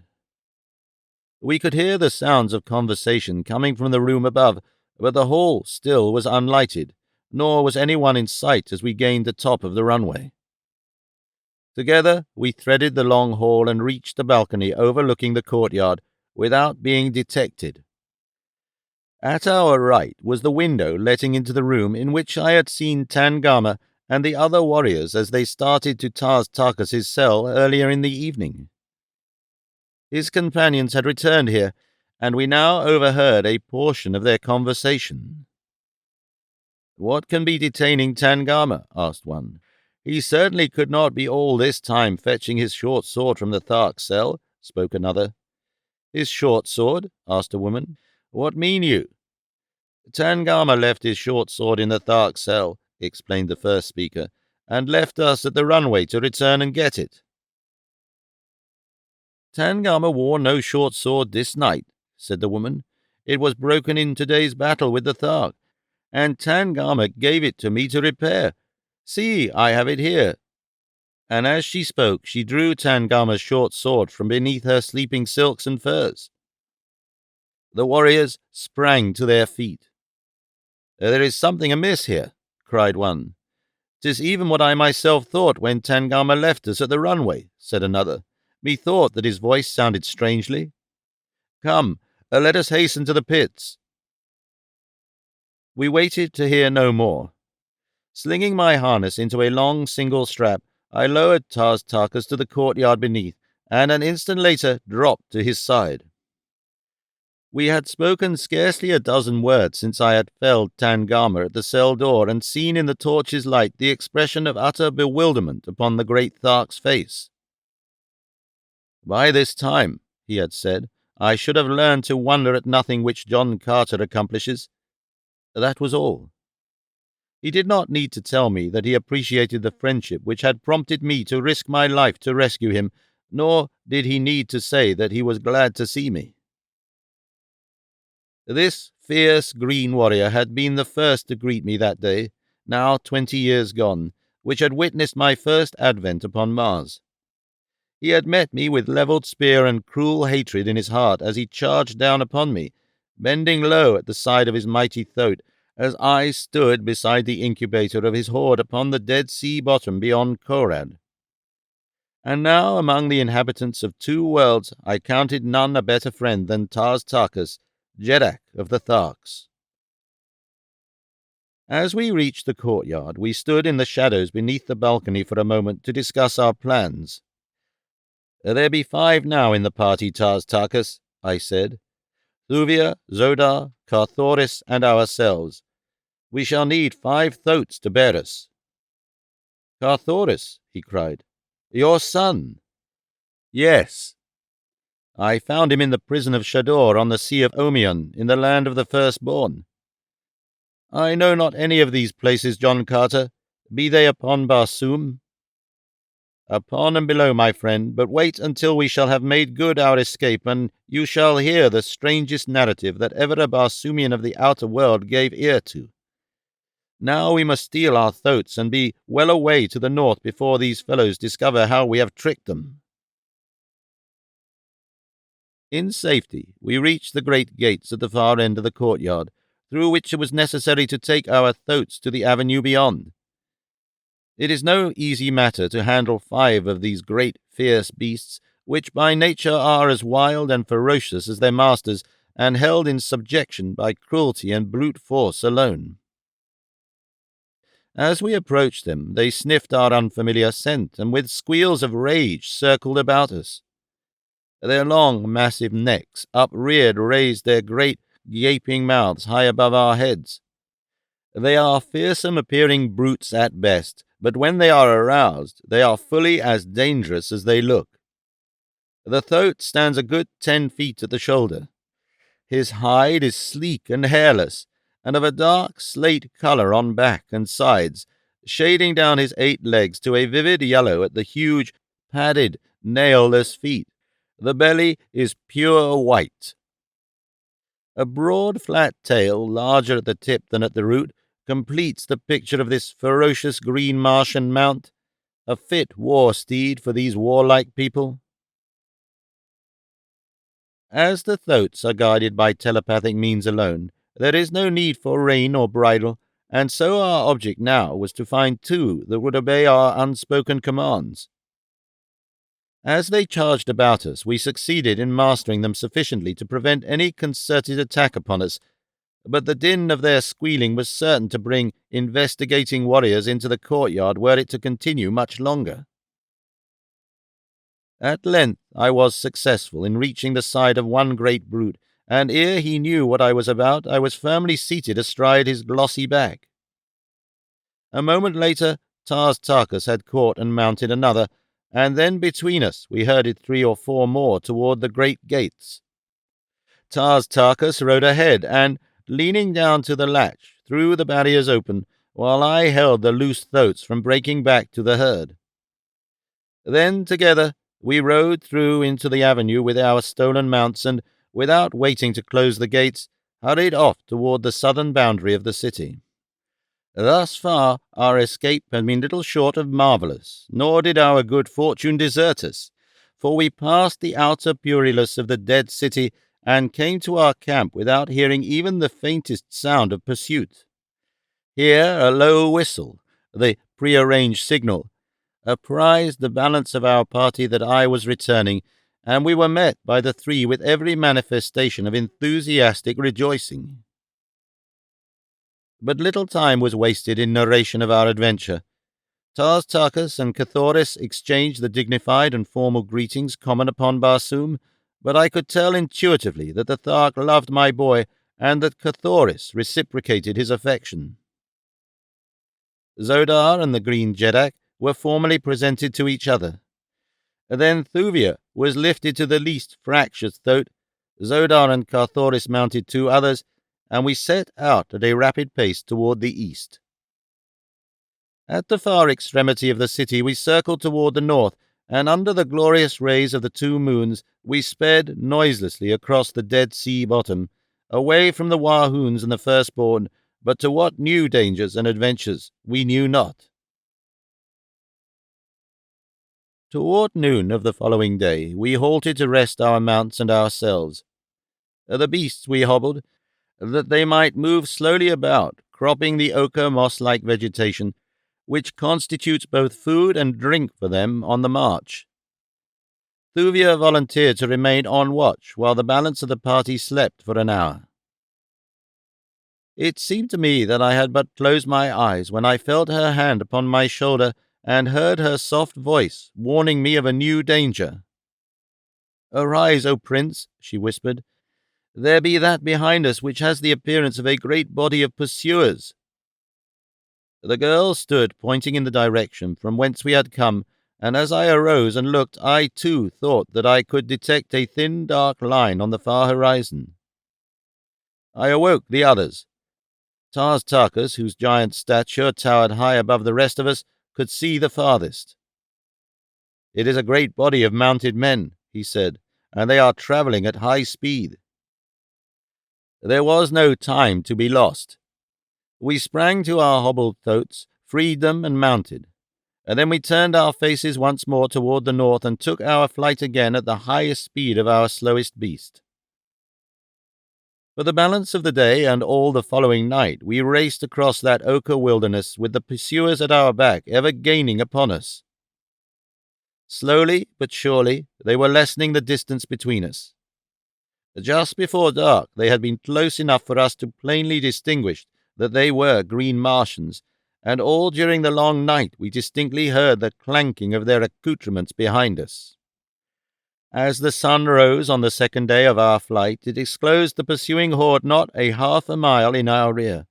As they saw us, a fiendish shout of triumph rose from their ranks. Several miles in advance lay a range of hills, the farther shore of the Dead Sea we had been crossing. Could we but reach these hills, our chances of escape would be greatly enhanced, but Thuvia's mount, although carrying the lightest burden, already was showing signs of exhaustion. I was riding beside her when suddenly her animal staggered and lurched against mine.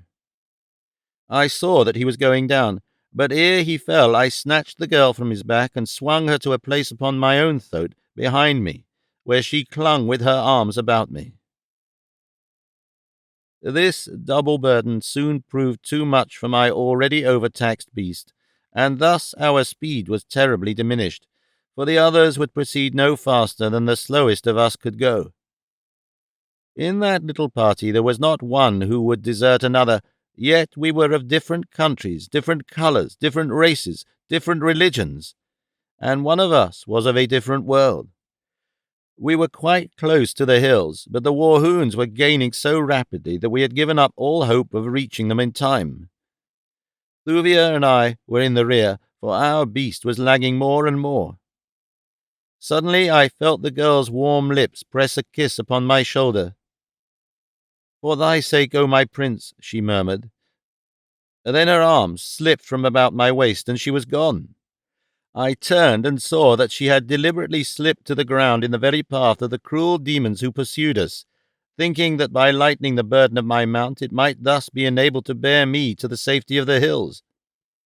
Poor child! She should have known John Carter better than that. Turning my throat, I urged him after her, hoping to reach her side and bear her on again in our hopeless flight. Carthoris must have glanced behind him at about the same time and taken in the situation, for by the time I had reached Thuvia's side he was there also, and, springing from his mount, he threw her upon its back and, turning the animal's head toward the hills, gave the beast a sharp crack across the rump with the flat of his sword. Then he attempted to do the same with mine. The brave boy's act of chivalrous self-sacrifice filled me with pride, nor did I care that it had wrested from us our last frail chance for escape. The Warhoons were now close upon us. Tarkas and Zodar had discovered our absence and were charging rapidly to our support. Everything pointed toward a splendid ending of my second journey to Barsoom. I hated to go out without having seen my divine princess, and held her in my arms once again, but if it were not writ upon the book of fate that such was to be, then I would take the most that was coming to me, and in these last few moments that were to be vouchsafed me before I passed over into that unguessed future, I could at least give such an account of myself in my chosen vocation as would leave the Warhoons of the South food for discourse for the next 20 generations. As Carthoris was not mounted, I slipped from the back of my own mount and took my place at his side to meet the charge of the howling devils bearing down upon us. A moment later, Tarkas and Zodar ranged themselves on either side, turning their throats loose that we might all be on equal footing. The Warhoons were perhaps 100 yards from us when a loud explosion sounded from above and behind us, and almost at the same instant a shell burst in their advancing ranks. At once all was confusion. 100 warriors toppled to the ground. Riderless throats plunged hither and thither among the dead and dying. Dismounted warriors were trampled underfoot in the stampede which followed. All semblance of order had left the ranks of the green men, and as they looked far above our heads to trace the origin of this unexpected attack, disorder turned to retreat, and retreat to a wild panic. In another moment they were racing as madly away from us as they had before been charging down upon us. We turned to look in the direction from whence the first report had come, and there we saw, just clearing the tops of the nearer hills, a great battleship swinging majestically through the air. Her bow gun spoke again even as we looked, and another shell burst among the fleeing Warhoons. As she drew nearer, I could not repress a wild cry of elation, for upon her bows I saw the device of helium.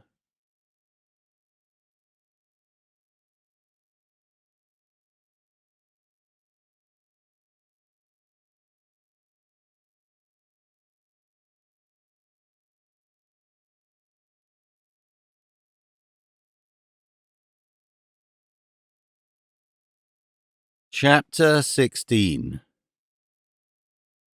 Under Arrest.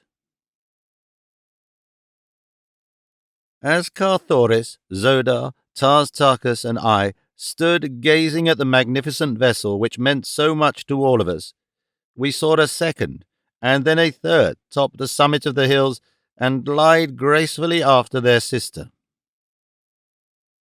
Now a score of one-man air scouts were launching from the upper decks of the nearer vessel, and in a moment more were speeding in long, swift dives to the ground about us.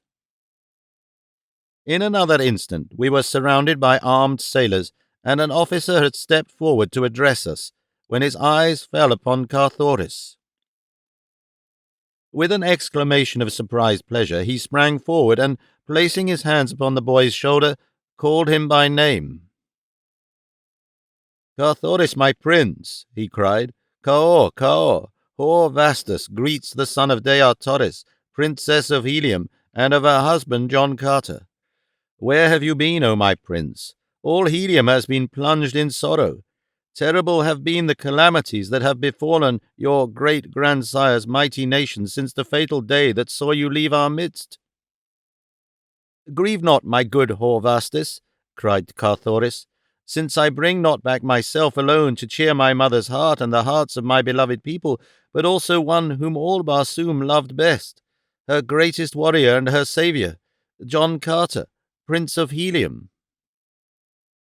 Poor Vastus turned in the direction indicated by Carthoris, and as his eyes fell upon me, he was like to have collapsed from sheer surprise. "John Carter!" he exclaimed, and then a sudden troubled look came into his eyes. "My prince," he started, "where hast thou—" And then he stopped, but I knew the question that his lips dared not frame. The loyal fellow would not be the one to force from mine a confession of the terrible truth that I had returned from the bosom of the Is, the river of mystery, back from the shore of the lost sea of Coros and the valley door. "Ah, my prince," he continued, as though no thought had interrupted his greeting, "that you are back is sufficient, and let Hor Vastus's sword have the high honour of being first at thy feet." With these words the noble fellow unbuckled his scabbard and flung his sword upon the ground before me. Could you know the customs and the character of Red Martians, you would appreciate the depth of meaning that simple act conveyed to me and to all about us who witnessed it. The thing was equivalent to saying, "My sword, my body, my life, my soul are yours to do with as you wish. Until death and after death I look to you alone for authority for my every act. Be you right or wrong, your word shall be my only truth. Whoso raises his hand against you must answer to my sword." It is the oath of fealty that men occasionally pay to a Jeddak whose high character and chivalrous acts have inspired the enthusiastic love of his followers. Never had I known this high tribute paid to a lesser mortal. There was but one response possible. I stooped and lifted the sword from the ground, raised the hilt to my lips, and then, stepping to Hor Vastus, I buckled the weapon upon him with my own hands. "Hor Vastus," I said, placing my hand upon his shoulder, "you know best the promptings of your own heart.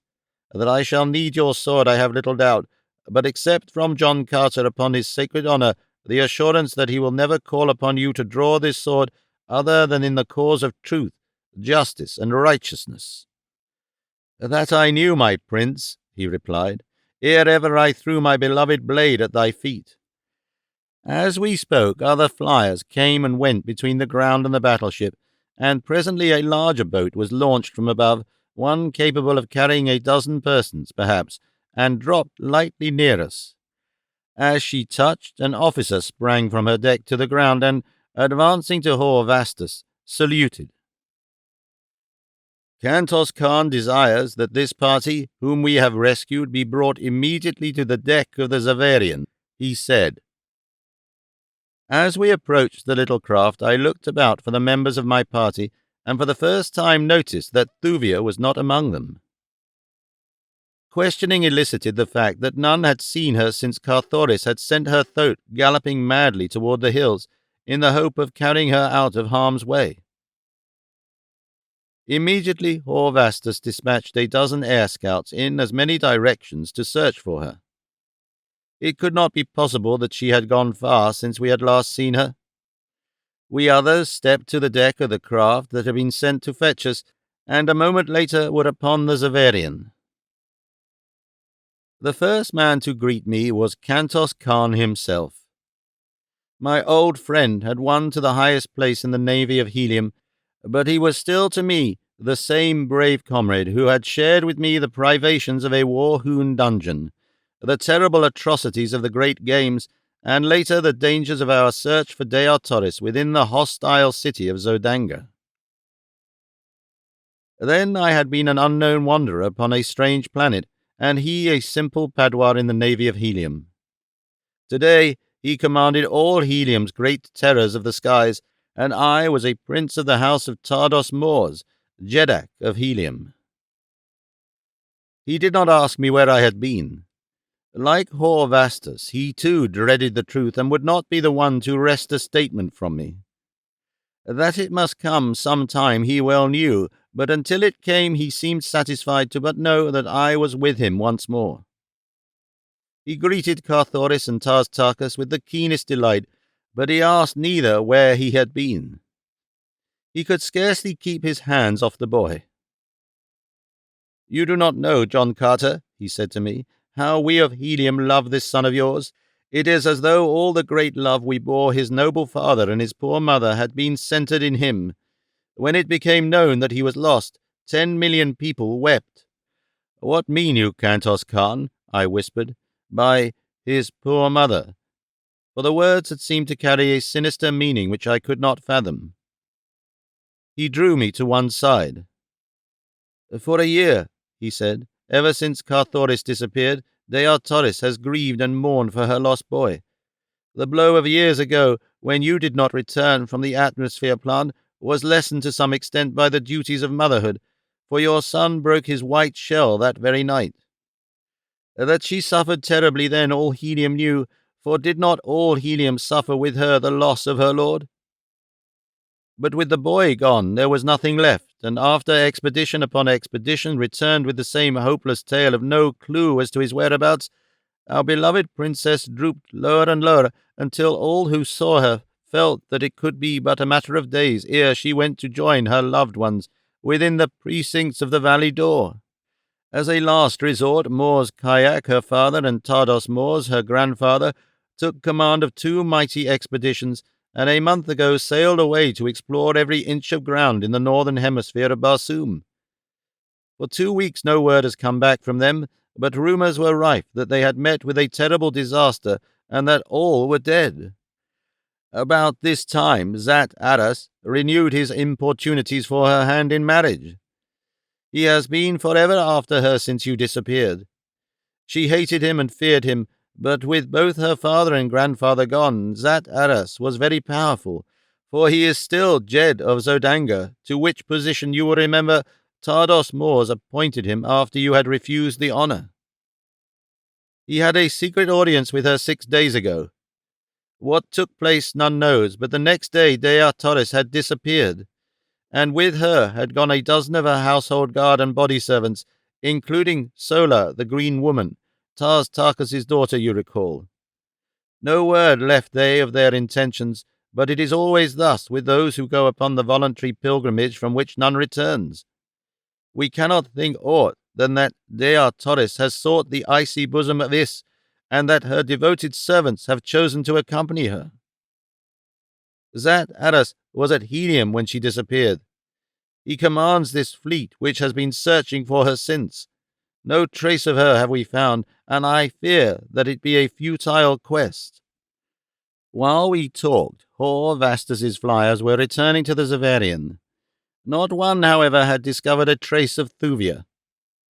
I was much depressed over the news of Deotoris' disappearance, and now there was added the further burden of apprehension concerning the fate of this girl, whom I believed to be the daughter of some proud Barsoomian house, and it had been my intention to make every effort to return her to her people.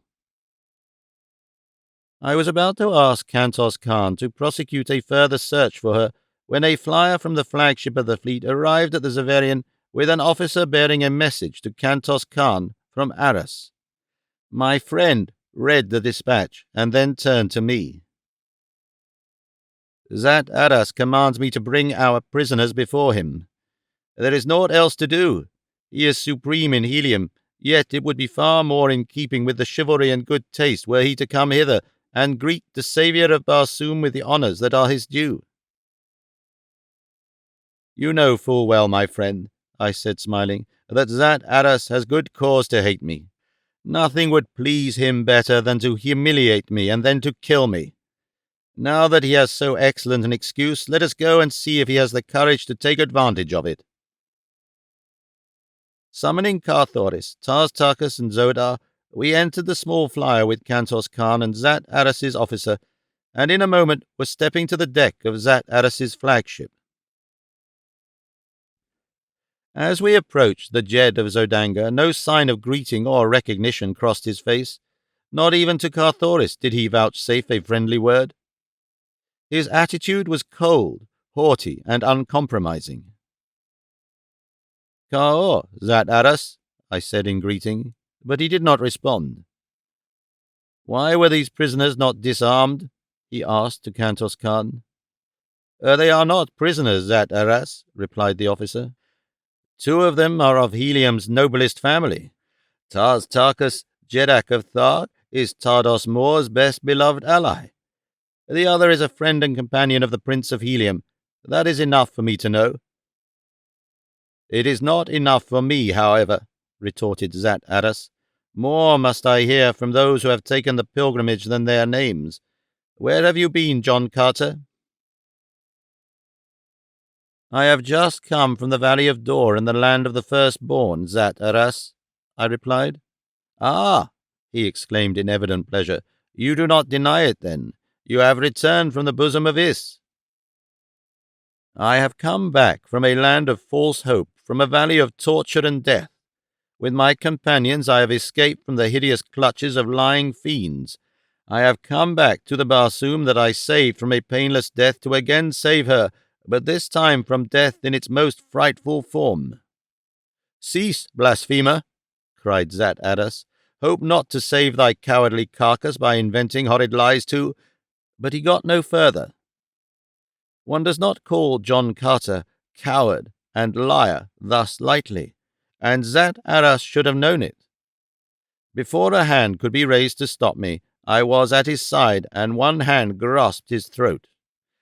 "Come I from heaven or hell, Zat Aras, you will find me still the same John Carter that I have always been, nor did ever man call me such names and live without apologizing." And with that I commanded to bend him back across my knee and tighten my grip upon his throat.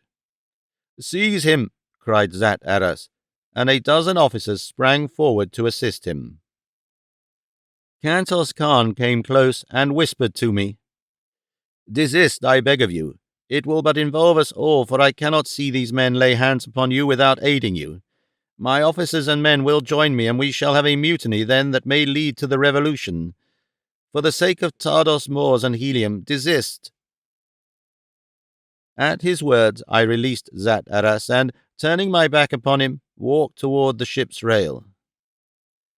"Come, Kantos Khan," I said. "The Prince of Helium would return to the Zavarian." None interfered. Zat Aras stood white and trembling amidst his officers. Some there were who looked upon him with scorn and drew toward me, while one, a man long in the service and confidence of Tardos Mors, spoke to me in a low tone as I passed him. "You may count my mettle among your fighting men, John Carter," he said. I thanked him and passed on. In silence we embarked, and shortly after stepped once more upon the deck of the Zavarian. 15 minutes later we received orders from the flagship to proceed toward Helium. Our journey thither was uneventful. Carthoris and I were wrapped in the gloomiest of thoughts. Kantos Khan was sombre in contemplation of the furthest calamity that might fall upon Helium, should Zat Aras attempt to follow the age-old precedent that allotted a terrible death to fugitives from the Valley Dor. Tartarchus grieved for the loss of his daughter. Zodar alone was carefree. A fugitive and outlaw, he could be no worse off in Helium than elsewhere. "Let us hope that we may at least go out with good red blood upon our blades," he said. It was a simple wish, and one most likely to be gratified.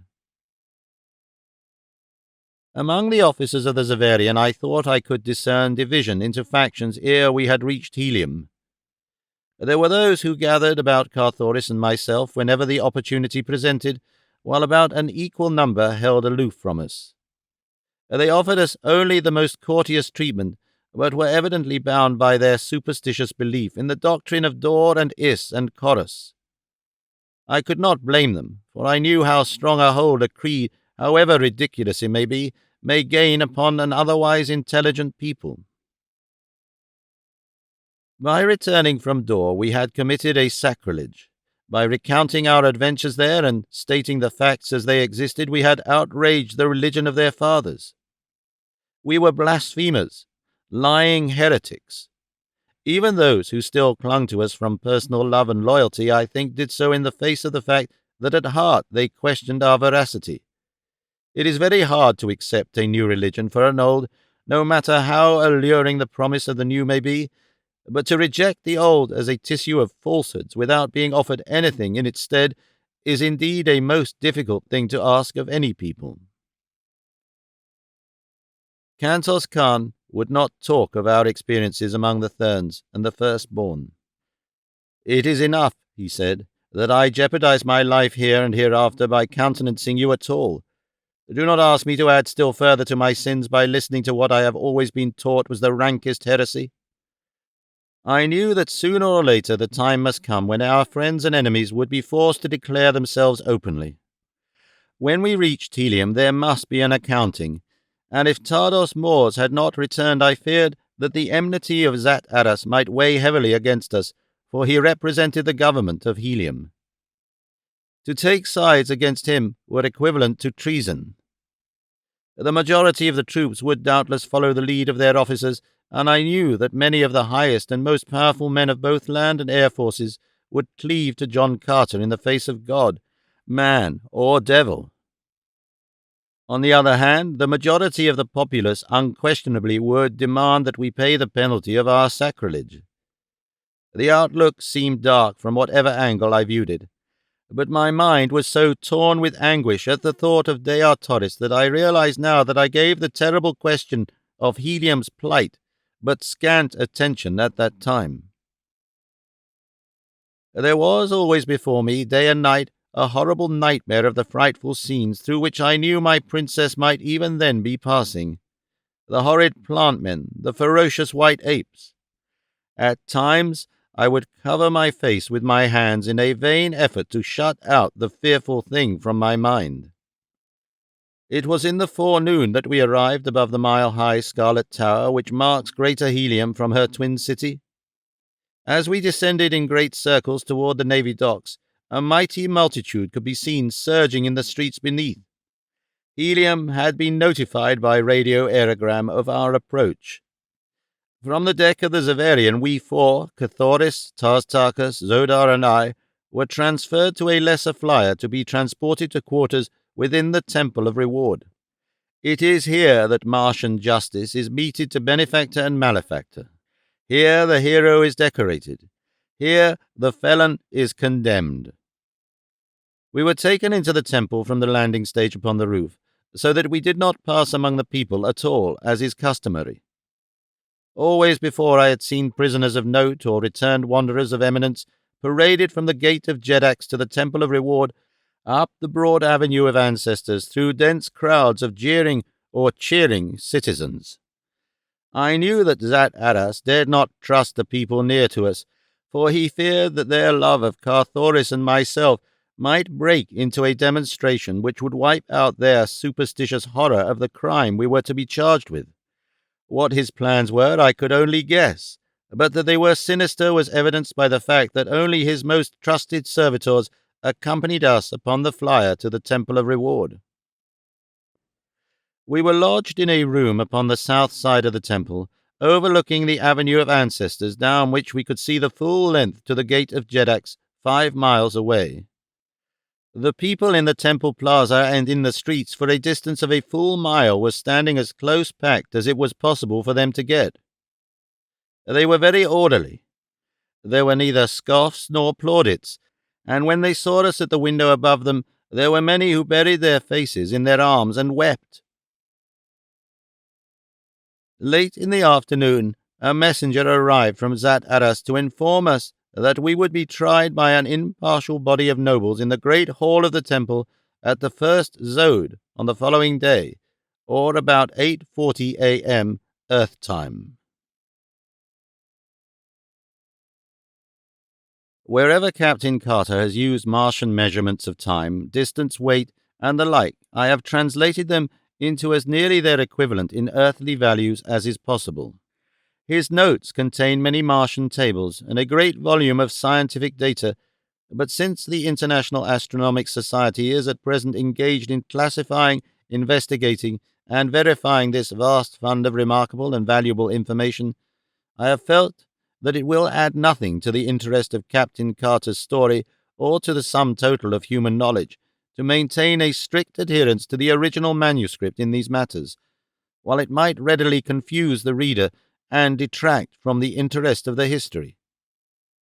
For those who may be interested, however, I will explain that the Martian day is a trifle over 24 hours 37 minutes duration, Earth time. This the Martians divide into 10 equal parts, commencing the day at about 6 a.m., Earth time.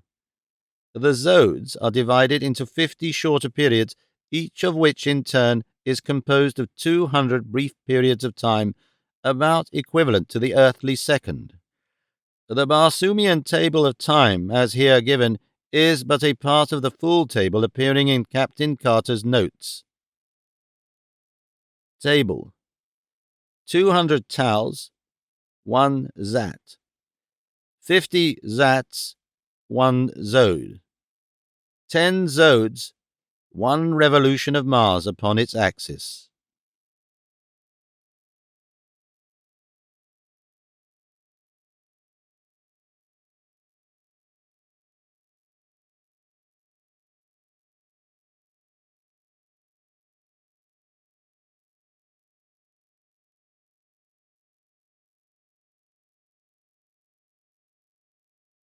Chapter 17. The Death Sentence. A few moments before the appointed time on the following morning, a strong guard of Zat Aras's officers appeared at our quarters to conduct us to the great hall of the temple. In twos we entered the chamber and marched down the broad aisle of Hope, as it is called, to the platform in the center of the hall.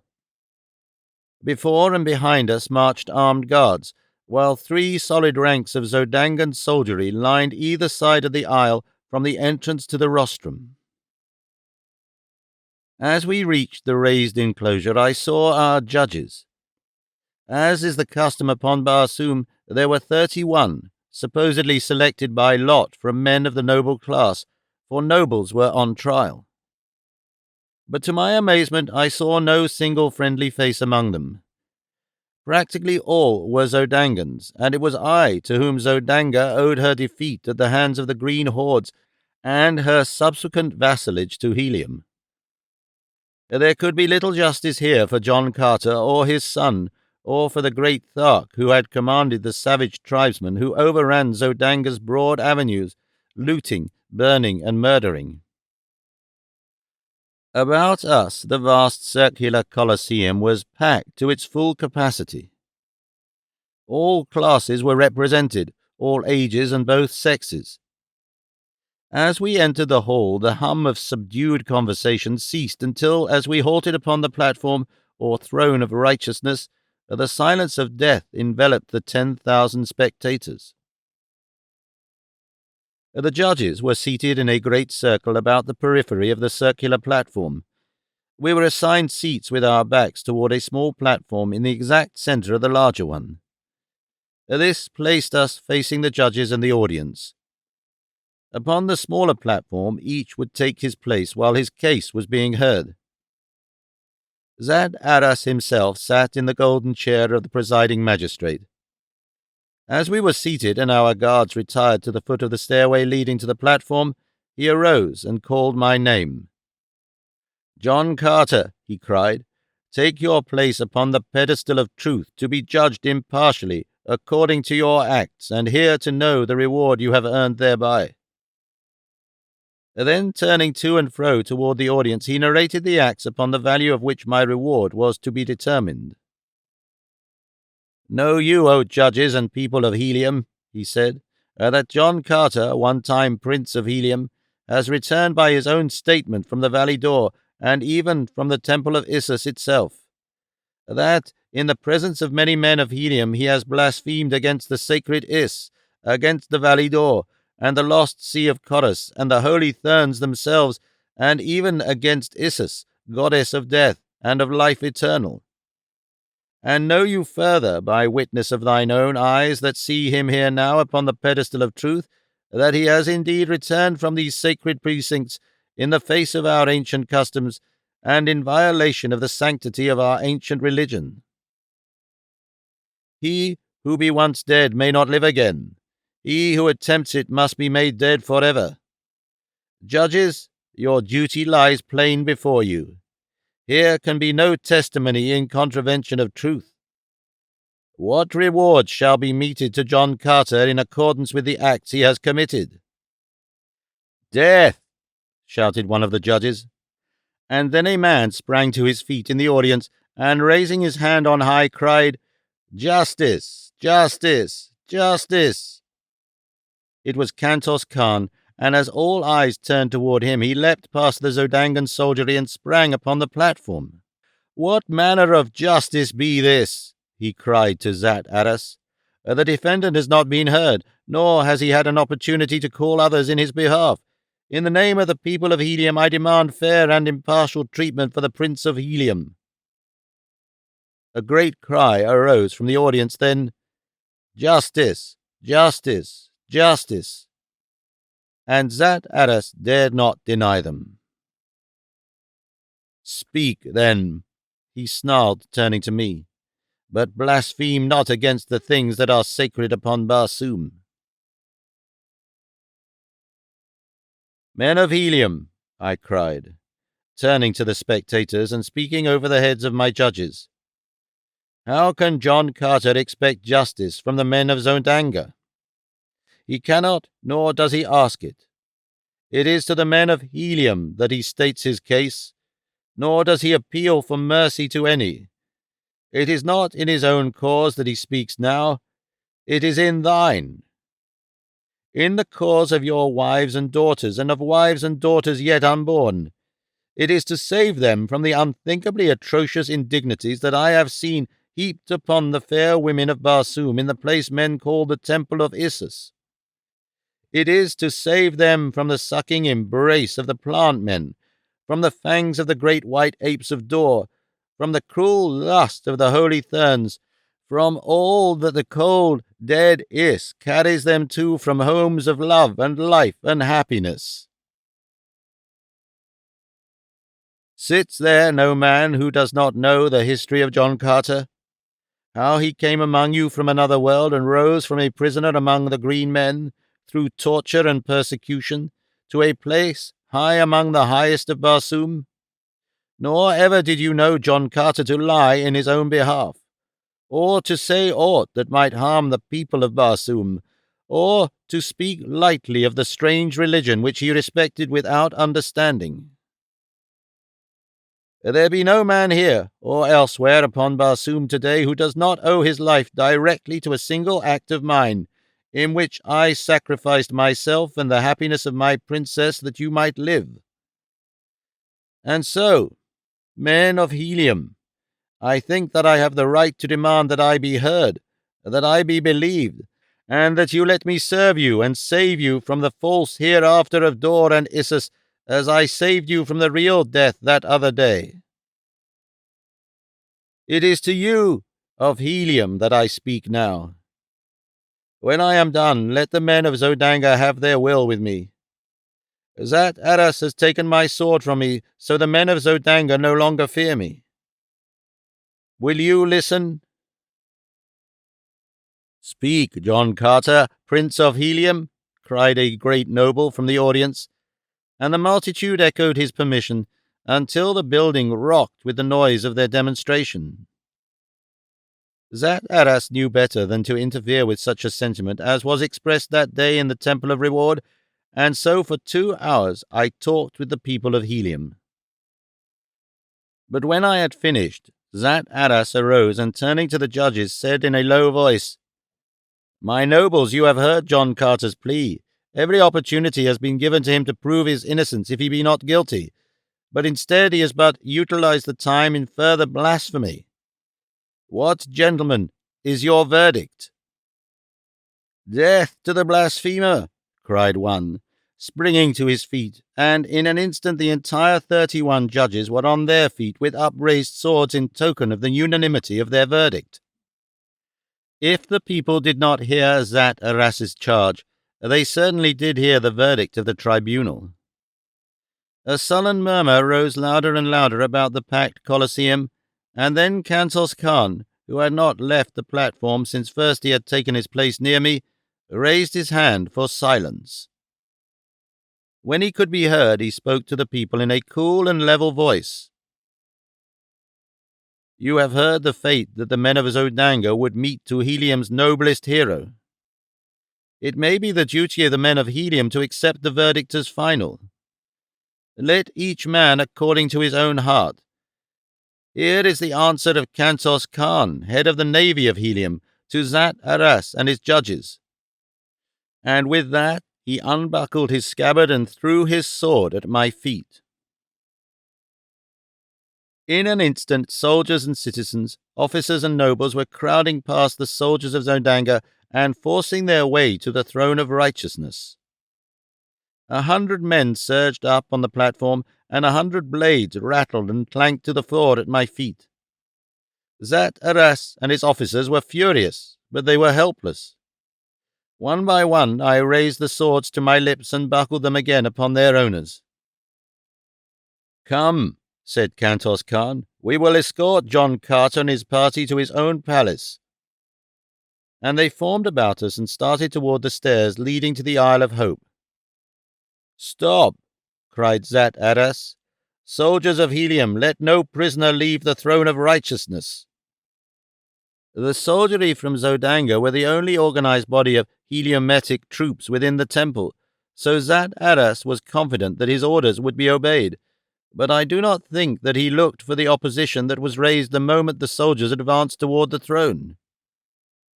From every quarter of the Colosseum swords flashed and men rushed threateningly upon the Zodangans. Someone raised a cry. "Tardos Mors is dead! 1,000 years to John Carter, Jeddak of Helium!" As I heard that and saw the ugly attitude of the men of Helium toward the soldiers of Zat-Aras, I knew that only a miracle could avert a clash that would end in civil war. "Hold!" I cried, leaping to the pedestal of truth once more. "Let no man move till I am done. A single sword thrust here today may plunge Helium into a bitter and bloody war, the results of which none can foresee. It will turn brother against brother and father against son. No man's life is worth that sacrifice. Rather would I submit to the biased judgment of Zat-Aras than be the cause of civil strife in Helium. Let us each give in a point to the other, and let this entire matter rest until Tardos Mors returns, or Mors Kayak his son. If neither be back at the end of a year, a second trial may be held. The thing has a precedent." And then, turning to Zat-Aras, I said in a low voice, "Unless you be a bigger fool than I take you to be, you will grasp the chance I am offering you ere it is too late. Once that multitude of swords below is drawn against your soldiery, no man upon Barsoom, not even Tardos Mors himself, can avert the consequences. What say you? Speak quickly." The Jed of Zodangan Helium raised his voice to the angry sea beneath us. "Stay your hands, men of Helium," he shouted, his voice trembling with rage. "The sentence of the court is passed, but the day of retribution has not been set. I, Zat-Aras, Jed of Zodanga, appreciating the royal connections of the prisoner and his past services to Helium and Barsoom, Grant a respite of 1 year, or until the return of Moore's kayak, or Tardos Moore's to Helium. Disperse quietly to your houses. Go. No one moved.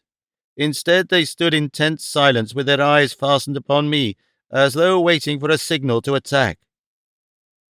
"Clear the temple," commanded Zat-Aras in a low tone to one of his officers. Fearing the result of an attempt to carry out this order by force, I stepped to the edge of the platform and, pointing toward the main entrance, bid them pass out. As one man, they turned at my request and filed, silent and threatening, past the soldiers of Zat-Aras, Jed of Zodanga, who stood scowling in impotent rage. Kantos Khan, with the others who had sworn allegiance to me, still stood upon the throne of righteousness with me. "Come," said Kantos Khan to me. "We will escort you to your palace, my prince. Come, Cathoris and Zodar. Come, Taz Tarkas." And with a haughty sneer for Zat-Aras upon his handsome lips, he turned and strode to the throne steps and up the Isle of Hope. We 4 and the 100 loyal ones followed behind him, nor was a hand raised to stay us, though glowering eyes followed our triumphal march through the temple. In the avenues we found a press of people, but they opened a pathway for us, and many were the swords that were flung at my feet as I passed through the city of Helium toward my palace upon the outskirts. Here my old slaves fell upon their knees and kissed my hands as I greeted them. They cared not where I had been. It was enough that I had returned to them. "Ah, master," cried one, "if our divine princess were but here, this would be a day indeed." Tears came to my eyes, so that I was forced to turn away that I might hide my emotions. Carthoris wept openly as the slaves pressed about him with expressions of affection and words of sorrow for our common loss. It was now that Taz Tarkas for the first time learned that his daughter Sola had accompanied Deartoris upon the last long pilgrimage. I had not had the heart to tell him what Kantos Khan had told me. With the stoicism of the great Martian, he showed no sign of suffering, yet I knew that his grief was as poignant as my own. In marked contrast to his kind, he had in well-developed form the kindlier human characteristics of love, friendship, and charity. It was a sad and sombre party that sat at the feast of welcome in the great dining hall of the palace of the Prince of Helium that day. We were over 100 strong, not counting the members of my little court, for Deartoris and I had maintained a household consistent with our royal rank. The board, according to Red Martian custom, was triangular, for there were 3 in our family. Carthoris and I presided in the center of our sides of the table. Midway of the third side, Deartoris's high-backed, carven chair stood vacant except for her gorgeous wedding trappings and jewels which were draped upon it. Behind stood a slave as in the days when his mistress had occupied her place at the board, ready to do her bidding. It was the way upon Barsoom, so I endured the anguish of it, though it wrung my heart to see that silent chair where should have been my laughing and vivacious princess, keeping the great hall ringing with her merry gaiety.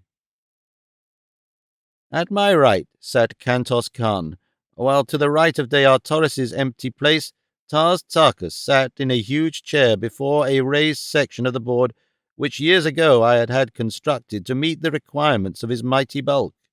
The place of honor at a Martian board is always at the hostess's right, and this place was ever reserved by Deartoris for the great Thark upon the occasions that he was in Helium.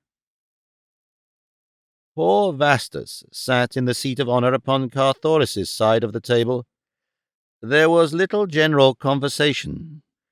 It was a quiet and saddened party. The loss of Deartoris was still fresh in the minds of all, and to this was added fear for the safety of Tardos Moore's and Moore's kayak, as well as doubt and uncertainty as to the fate of Helium, should it prove true that she was permanently deprived of her great Jeddak. Suddenly our attention was attracted by the sound of distant shouting, as of many people raising their voices at once, but whether in anger or rejoicing we could not tell. Nearer and nearer came the tumult. A slave rushed into the dining hall to cry that a great concourse of people was swarming through the palace gates. A second burst upon the heels of the first, alternately laughing and shrieking as a madman. "Dea Torres is found!" he cried. "A messenger from Dea Torres!" I waited to hear no more. The great windows of the dining hall overlooked the avenue leading to the main gates. They were upon the opposite side of the hall from me, with the table intervening. I did not waste time encircling the great board. With a single leap I cleared the table and diners and sprang upon the balcony beyond. 30 feet below lay the scarlet sward of the lawn, and beyond were many people crowding about a great thoat which bore a rider headed toward the palace. I vaulted to the ground below and ran swiftly toward the advancing party. As I came near to them, I saw that the figure on the thoat was Sola. "Where is the Princess of Helium?" I cried. The green girl slid from her mighty mount and ran toward me. "Oh, my prince, she cried. "She is gone forever. Even now she may be a captive upon the lesser moon. The black pirates of Barsoom have stolen her."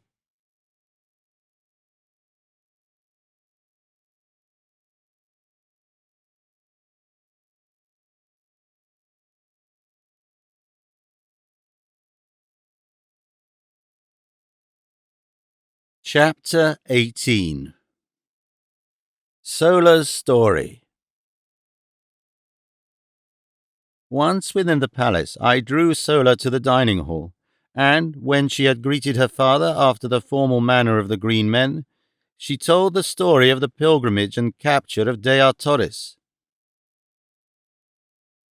7 days ago, after her audience with Zat Aras, Dea Torres attempted to slip from the palace in the dead of night. Although I had not heard the outcome of her interview with Zat Aras, I knew that something had occurred then to cause her the keenest mental agony, and when I discovered her creeping from the palace, I did not need to be told her destination. Hastily arousing a dozen of her most faithful guards, I explained my fears to them, and as one they enlisted with me to follow our beloved princess in her wanderings, even to the sacred Is and the valley door. We came upon her but a short distance from the palace. With her was the faithful Wula the hound, but none other. When we overtook her, she feigned anger and ordered us back to the palace, but for once we disobeyed her, and when she found that we would not let her go upon the last long pilgrimage alone, she wept and embraced us, and together we went out into the night toward the south. The following day we came upon a herd of small thoats, and thereafter we were mounted and made good time. We travelled very fast and very far due south until the morning of the 5th day we sighted a great fleet of battleships sailing north. They saw before us we could seek shelter, and soon we were surrounded by a horde of black men. The princess's guard fought nobly to the end, but they were soon overcome and slain. Only Dea Torres and I were spared. When she realized that she was in the clutches of the black pirates, she attempted to take her own life, but one of the blacks tore her dagger from her, and then they bound us both so that we could not use our hands. The fleet continued north after capturing us. There were about 20 large battleships in all, besides a number of small, swift cruisers. That evening one of the smaller cruisers that had been far in advance of the fleet returned with a prisoner, a young red woman whom they had picked up in a range of hills under the very noses, they said, of a fleet of 3 red Martian battleships. From scraps of conversation which we overheard, it was evident that the black pirates were searching for a party of fugitives that had escaped them several days prior. That they considered the capture of the young woman important was evident from the long and earnest interview the commander of the fleet held with her when she was brought to him. Later she was bound and placed in the compartment with Dea Torres and myself. The new captive was a very beautiful girl. She told Dea Torres that many years ago she had taken the voluntary pilgrimage from the court of her father, the Jeddak of Tarth. She was Thuvia, the princess of Tarth.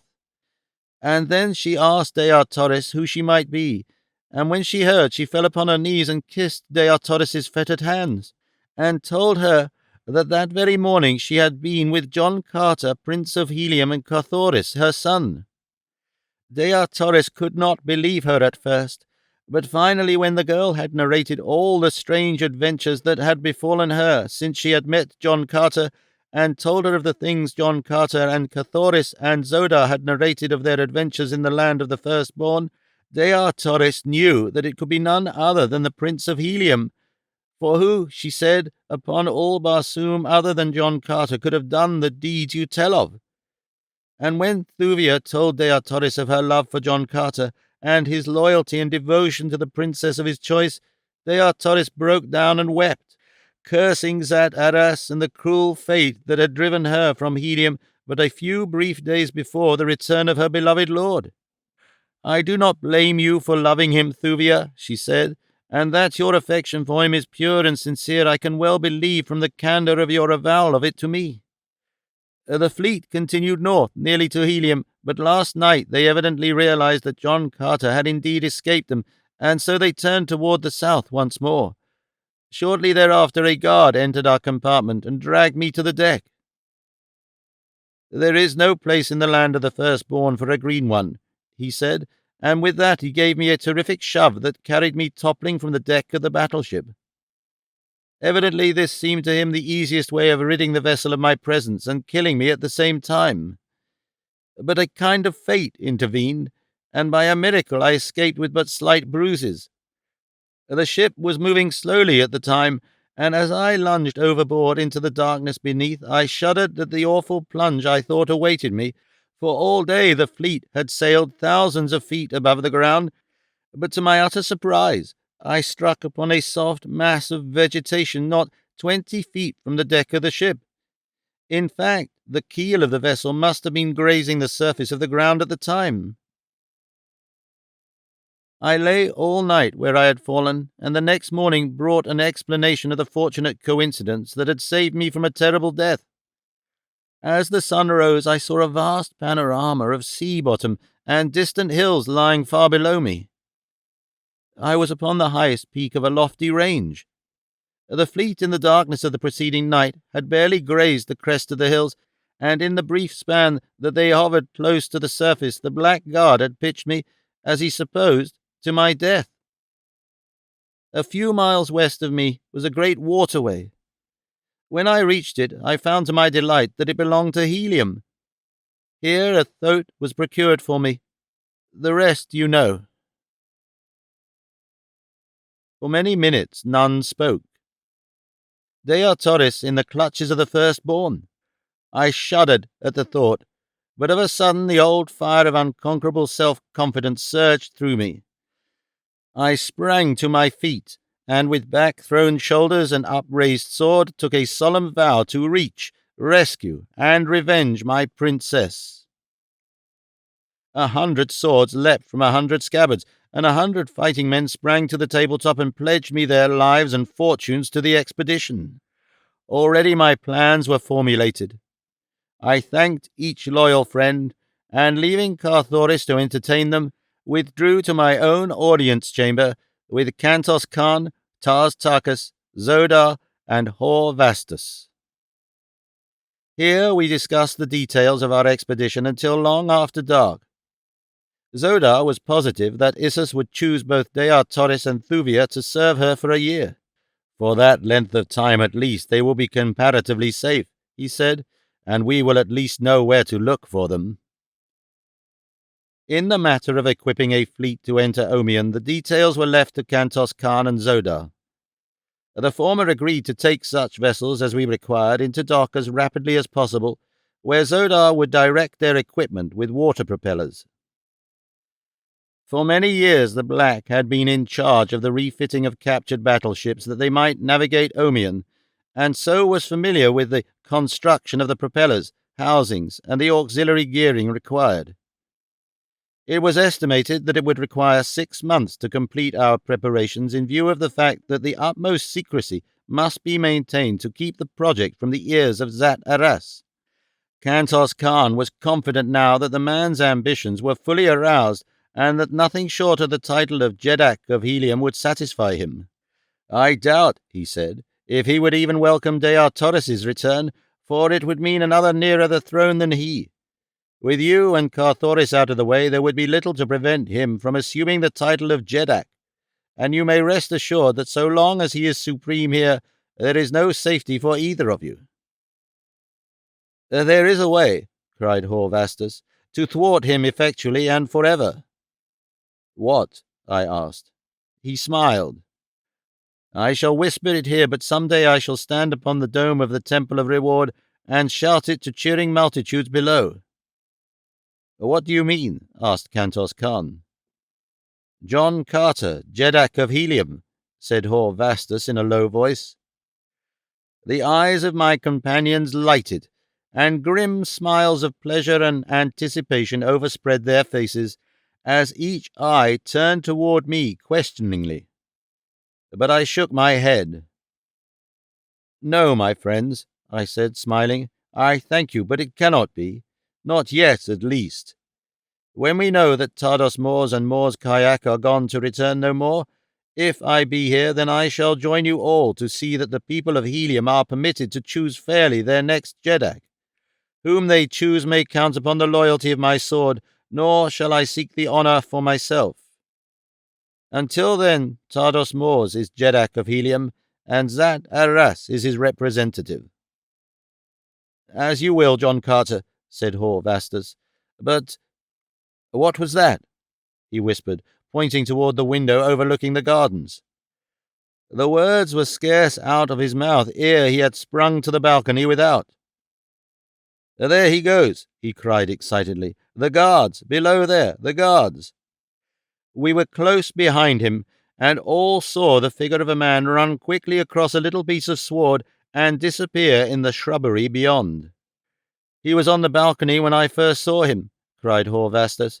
Quick, let us follow him. Together we ran to the gardens, but even though we scoured the grounds with the entire guard for hours, no trace could we find of the night marauder. What do you make of it, Kantos Khan? Asked Tars Tarkas. A spy sent by Zat Arras, he replied. It was ever his way. He will have something interesting to report to his master, then, laughed Horvastus. I hope he heard only our references to a new Jeddak, I said. If he overheard our plans to rescue Deartoris, it will mean civil war, for he will attempt to thwart us, and in that I will not be thwarted. There would I turn against Tardos Mors himself, were it necessary. If it throws all Helium into a bloody conflict, I shall go on with these plans to save my princess. Nothing shall stay me now short of death, and should I die, my friends, will you take oath to prosecute the search for her and bring her back in safety to her grandfather's court? Upon the hilt of his sword, each of them swore to do as I had asked. It was agreed that the battleships that were to be remodelled should be ordered to Hastor, another heliometic city, far to the southwest. Kantos Khan thought that the docks there, in addition to their regular work, would accommodate at least 6 battleships at a time. As he was commander-in-chief of the navy, it would be a simple matter for him to order the vessels there, as they could be handled and thereafter keep the remodelled fleet in remote parts of the empire until we should be ready to assemble it for the dash upon Omion. It was late that night before our conference broke up, but each man there had his particular duties outlined, and the details of the entire plan had been mapped out. Kantos Khan and Zodar were to attend to the remodelling of the ships. Tars Tarkas was to get into communication with Thark, and learn the sentiments of his people toward his return from Dor. If favourable, he was to repair immediately to Thark and devote his time to the assembling of a great horde of green warriors, whom it was our plan to send in transports directly to the Validor and the Temple of Issus, while the fleet entered Omion and destroyed the vessels of the firstborn. Upon Horvastus devolved the delicate mission of organizing a secret force of fighting men sworn to follow John Carter wherever he might lead. As we estimated that it would require over 1,000,000 men to man the 1,000 great battleships we intended to use on Omian, and the transports for the Green Men, as well as the ships that were to convoy the transports, it was no trifling job that Horvastus had before him. After they had left, I bid Cathoris good night, for I was very tired, and going to my own apartments, bathed and lay down upon my sleeping silks and furs, for the first good night's sleep I had had an opportunity to look forward to since I had returned to Barsoom. But even now I was to be disappointed. How long I slept I do not know. When I awoke suddenly, it was to find a half-dozen powerful men upon me, a gag already in my mouth, and a moment later my arms and legs securely bound. So quickly had they worked, and to such good purpose, that I was utterly beyond the power to resist them by the time I was fully awake. Never a word spoke they, and the gag effectually prevented me speaking. Silently they lifted me and bore me toward the door of my chamber. As they passed the window through which the father moon was casting its brilliant beams, I saw that each of the party had his face swathed in layers of silk. I could not recognize one of them. When they had come into the corridor with me, they turned toward a secret panel in the wall which led to the passage that terminated in the pits beneath the palace. That any knew of this panel outside my own household, I was doubtful. Yet the leader of the band did not hesitate a moment. He stepped directly to the panel, touched the concealed button, and as the door swung open he stood aside while his companions entered with me. Then he closed the panel behind him and followed us. Down through the passageway to the pits we went. The leader rapped upon it with hilt of his sword, 3 quick, sharp blows, a pause, then 3 more, another pause, and then 2. A second later, the wall swung in, and I was pushed within a brilliantly lighted chamber in which sat 3 richly trapped men. One of them turned toward me with a sardonic smile upon his thin, cruel lips. It was Zat Addis.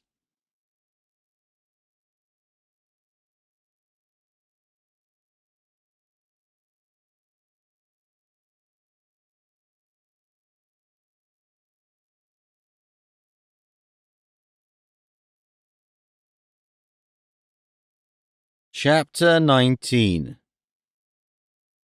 Black Despair. "Ah," said Zat Addis, "to what kindly circumstance am I indebted for the pleasure of this unexpected visit from the Prince of Helium?"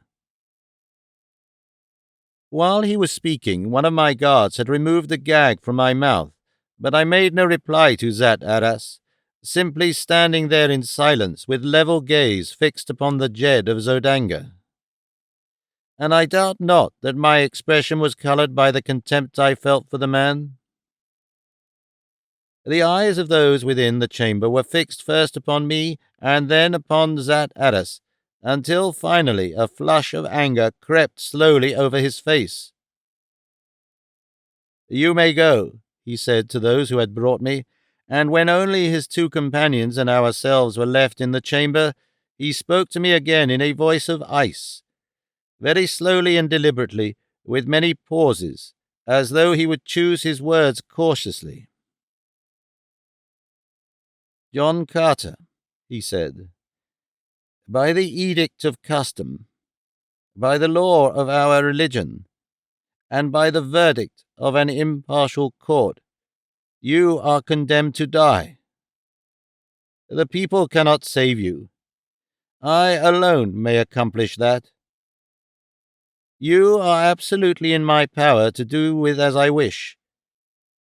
I may kill you, or I may free you, and should I elect to kill you, none would be the wiser. Should you go free in Helium for a year, in accordance with the conditions of your reprieve, there is little fear that the people would ever insist upon the execution of the sentence imposed upon you. You may go free within 2 minutes upon one condition. Tardos Mors will never return to Helium. Neither will Mors Kayak, nor Dea Torres. Helium must select a new Jeddak within the year. Zat Aras would be Jeddak of Helium. Say that you will espouse my cause. This is the price of your freedom. I am done. I knew it was within the scope of Zat Aras's cruel heart to destroy me, and if I were dead I could see little reason to doubt that he might easily become Jeddak of Helium. Free, I could prosecute the search for Dea Torres. Were I dead, my brave comrades might not be able to carry out our plans. So by refusing to accede to his request, it was quite probable that not only would I not prevent him from becoming Jeddak of Helium, but that I would be the means of sealing Dea Torres' fate, of consigning her, through my refusal, to the horrors of the arena of Issus. For a moment, I was perplexed, but for a moment only. The proud daughter of 1,000 Jeddaks would choose death to a dishonorable alliance such as this, nor could John Carter do less for Helium than his princess would do. Then I turned to Zat Aras. There can be no alliance, I said, between a traitor to Helium and a prince of the house of Tardos Mors. I do not believe, Zat Aras, that the great Jeddak is dead. Zat Aras shrugged his shoulders. It will not be long, John Carter, he said, that your opinions will be of interest even to yourself, so make the best of them while you can. Zat Aras will permit you in due time to reflect further upon the magnanimous offer he has made you. Into the silence and darkness of the pits you will enter upon your reflection this night, with the knowledge that should you fail within a reasonable time to agree to the alternative which has been offered you, never shall you emerge from the darkness and the silence again. Nor shall you know at what minute the hand will reach out through the darkness and the silence with the keen dagger that shall rob you of your last chance to win against the warmth and freedom and joyousness of the outer world. Zat Aras clapped his hands as he ceased speaking. The guards returned. Zat Aras waved his hand in my direction. To the pits, he said. That was all. 4 men accompanied me from the chamber, and with a radium handlight to illumine the way, escorted me through seemingly interminable tunnels, down, ever down, beneath the city of Helium. At length they halted within a fair-sized chamber. There were rings set in the rocky walls. To them chains were fastened, and at the ends of many of the chains were human skeletons. One of these they kicked aside, and, unlocking the huge padlock that had held a chain about what had once been a human ankle, they snapped the iron band about my own leg. Then they left me, taking the light with them. Utter darkness prevailed. For a few minutes I could hear the clanking of accoutrements, but even this grew fainter and fainter, until at last the silence was as complete as the darkness. I was alone with my gruesome companions, with the bones of dead men whose fate was likely but the index of my own. How long I stood listening in the darkness I do not know, but the silence was unbroken, and at last I sunk to the hard floor of my prison, where, leaning my head against the stony wall, I slept. It must have been several hours later that I awakened to find a young man standing before me. In one hand he bore a light, in the other a receptacle containing a gruel-like mixture, the common prison fare of Barsoom. Zat Aras sends you greetings, said the young man, and commands me to inform you that though he is fully advised of the plot to make you Jeddak of Helium, he is, however, not inclined to withdraw the offer which he has made you.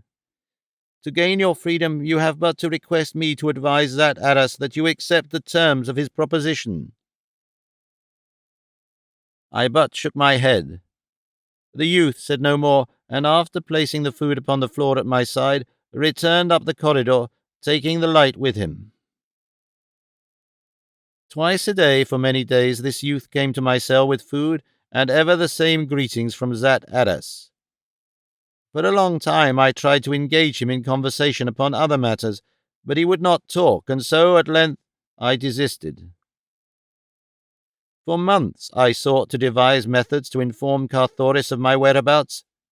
For months I scraped and scraped upon a single link of the massive chain which held me, hoping eventually to wear it through, that I might follow the youth back through the winding tunnels to a point where I could make a break for liberty. I was beside myself with anxiety for knowledge of the progress of the expedition which was to rescue de Artoris. I felt that Carthoris would not let the matter drop, were he free to act, but in so far as I knew, he also might be a prisoner in Zat Aras's pits.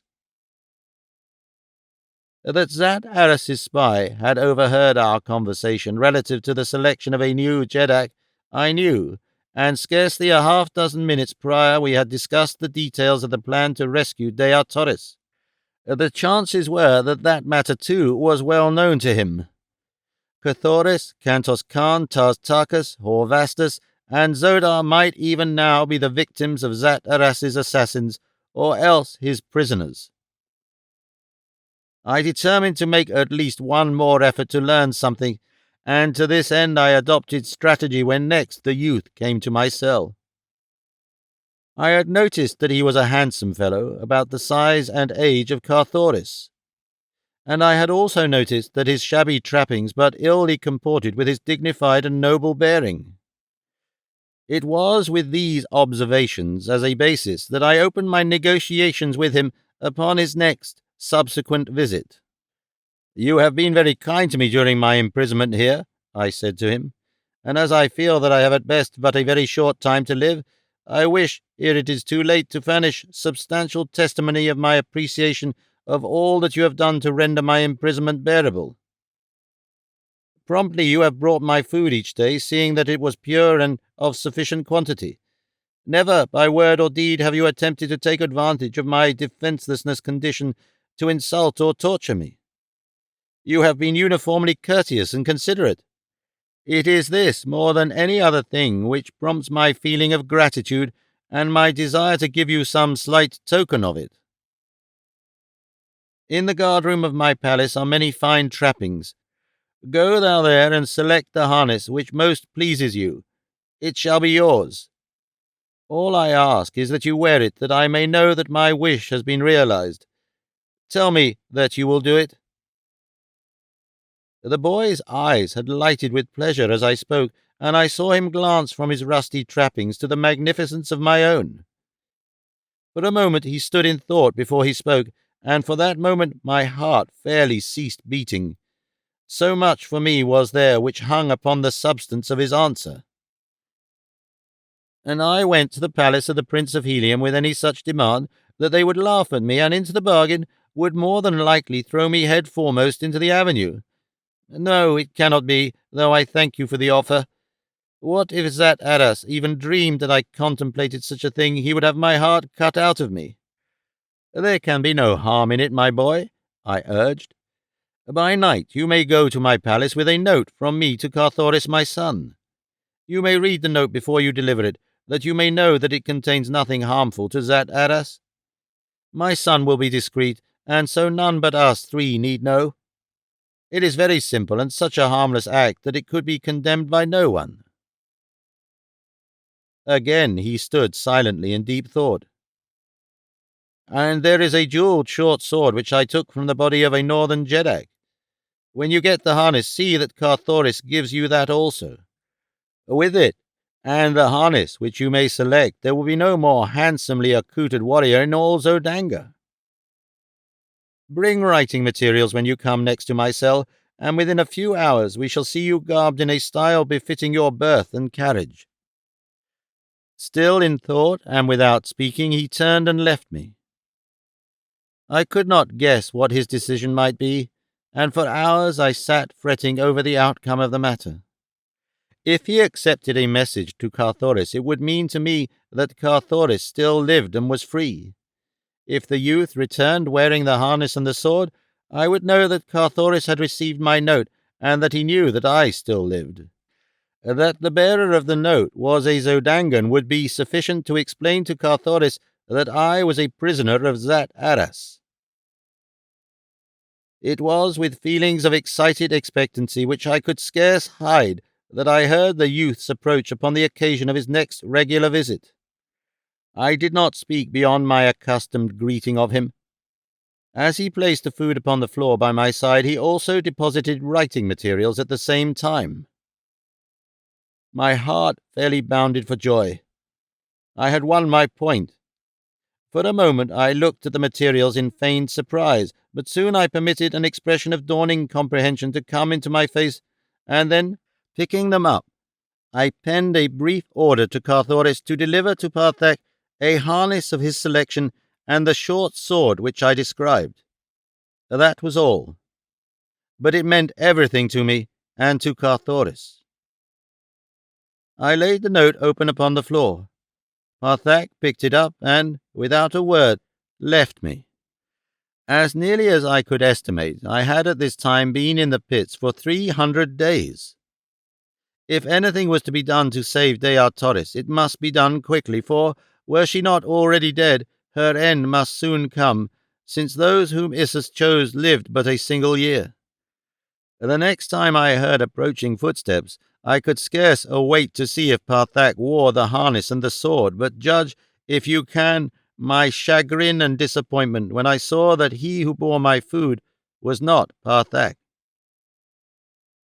"What has become of Parthak?" I asked, but the fellow would not answer, and as soon as he had deposited my food, turned and retraced his steps to the world above. Days came and went, and still my new jailer continued his duties, nor would he ever speak a word to me, either in reply to the simplest question or of his own initiative. I could only speculate on the cause of Parthak's removal, but that it was connected in some way directly with the note I had given him was most apparent to me. After all my rejoicing, I was no better off than before, for now I did not even know that Carthoris lived, for if Parthak had wished to raise himself in the estimation of Zat Aras, he would have permitted me to go on precisely as I did, so that he could carry my note to his master in proof of his own loyalty and devotion. 30 days had passed since I had given the youth the note. 330 days had passed since my incarceration. As closely as I could figure, there remained a bare 30 days ere Deartoris would be ordered to the arena for the rites of Issus. As the terrible picture forced itself vividly across my imagination, I buried my face in my arms, and only with the greatest difficulty was it that I repressed the tears that welled to my eyes despite my every effort. To think of that beautiful creature torn and rended by the cruel fangs of the hideous white apes, it was unthinkable. Such a horrid fact could not be, and yet my reason told me that within 30 days my incomparable princess would be fought over in the arena of the firstborn by those very wild beasts, that her bleeding corpse would be dragged through the dirt and the dust, until at last a part of it would be rescued to be served as food upon the tables of the black nobles. I think that I should have gone crazy but for the sound of my approaching jailer. It distracted my attention from the terrible thoughts that had been occupying my entire mind. Now a new and grim determination came to me. I would make one superhuman effort to escape, kill my jailer by a ruse, and trust to fate to lead me to the outer world in safety. With the thought came instant action. I threw myself upon the floor of my cell close by the wall, in a strained and distorted posture, as though I were dead after a struggle or convulsions. When he should stoop over me, I had but to grasp his throat with one hand and strike him a terrific blow with the slack of my chain, which I gripped firmly in my right hand for the purpose. Nearer and nearer came the doomed man. Now I heard him halt before me. There was a muttered exclamation, and then a step as he came to my side. I felt him kneel beside me. My grip tightened upon the chain. He leaned close to me. I must open my eyes to find his throat, grasp it, and strike one mighty final blow all at the same instant. The thing worked just as I had planned. So brief was the interval between the opening of my eyes and the fall of the chain that I could not check it, though in that minute interval I recognized the face so close to mine as that of my son, Carthoris. God! What cruel and malign fate had worked to such a frightful end? What devious chain of circumstances had led my boy to my side at this one particular minute of our lives when I could strike him down and kill him in ignorance of his identity? A benign though tardy providence blurred my vision and my mind as I sank into unconsciousness across the lifeless body of my only son. When I regained consciousness, it was to feel a cool, firm hand pressed upon my forehead. For an instant, I did not open my eyes. I was endeavouring to gather the loose ends of many thoughts and memories which flitted elusively through my tired and overwrought brain. At length came the cruel recollection of the thing that I had done in my last conscious act, and then I dared not to open my eyes for fear of what I should see lying beside me.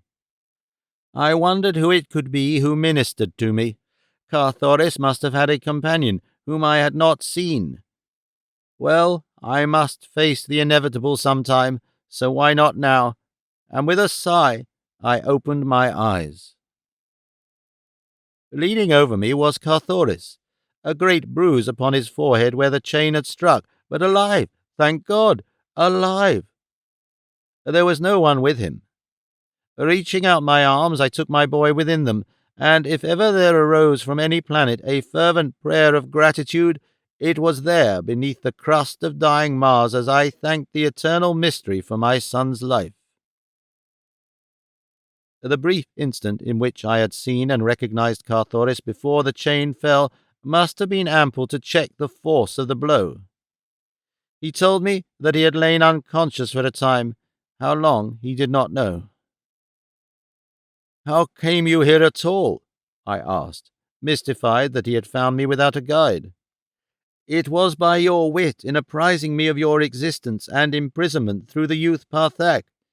Until he came for his harness and his sword, we had thought you dead. When I had read your note, I did as you had bid, giving Parthak his choice of the harnesses in the guard-room, and later bringing the jewelled short sword to him. But the minute that I had fulfilled the promise you evidently had made him, my obligation to him ceased. Then I commenced to question him, but he would give me no information as to your whereabouts. He was intensely loyal to Zat Aras.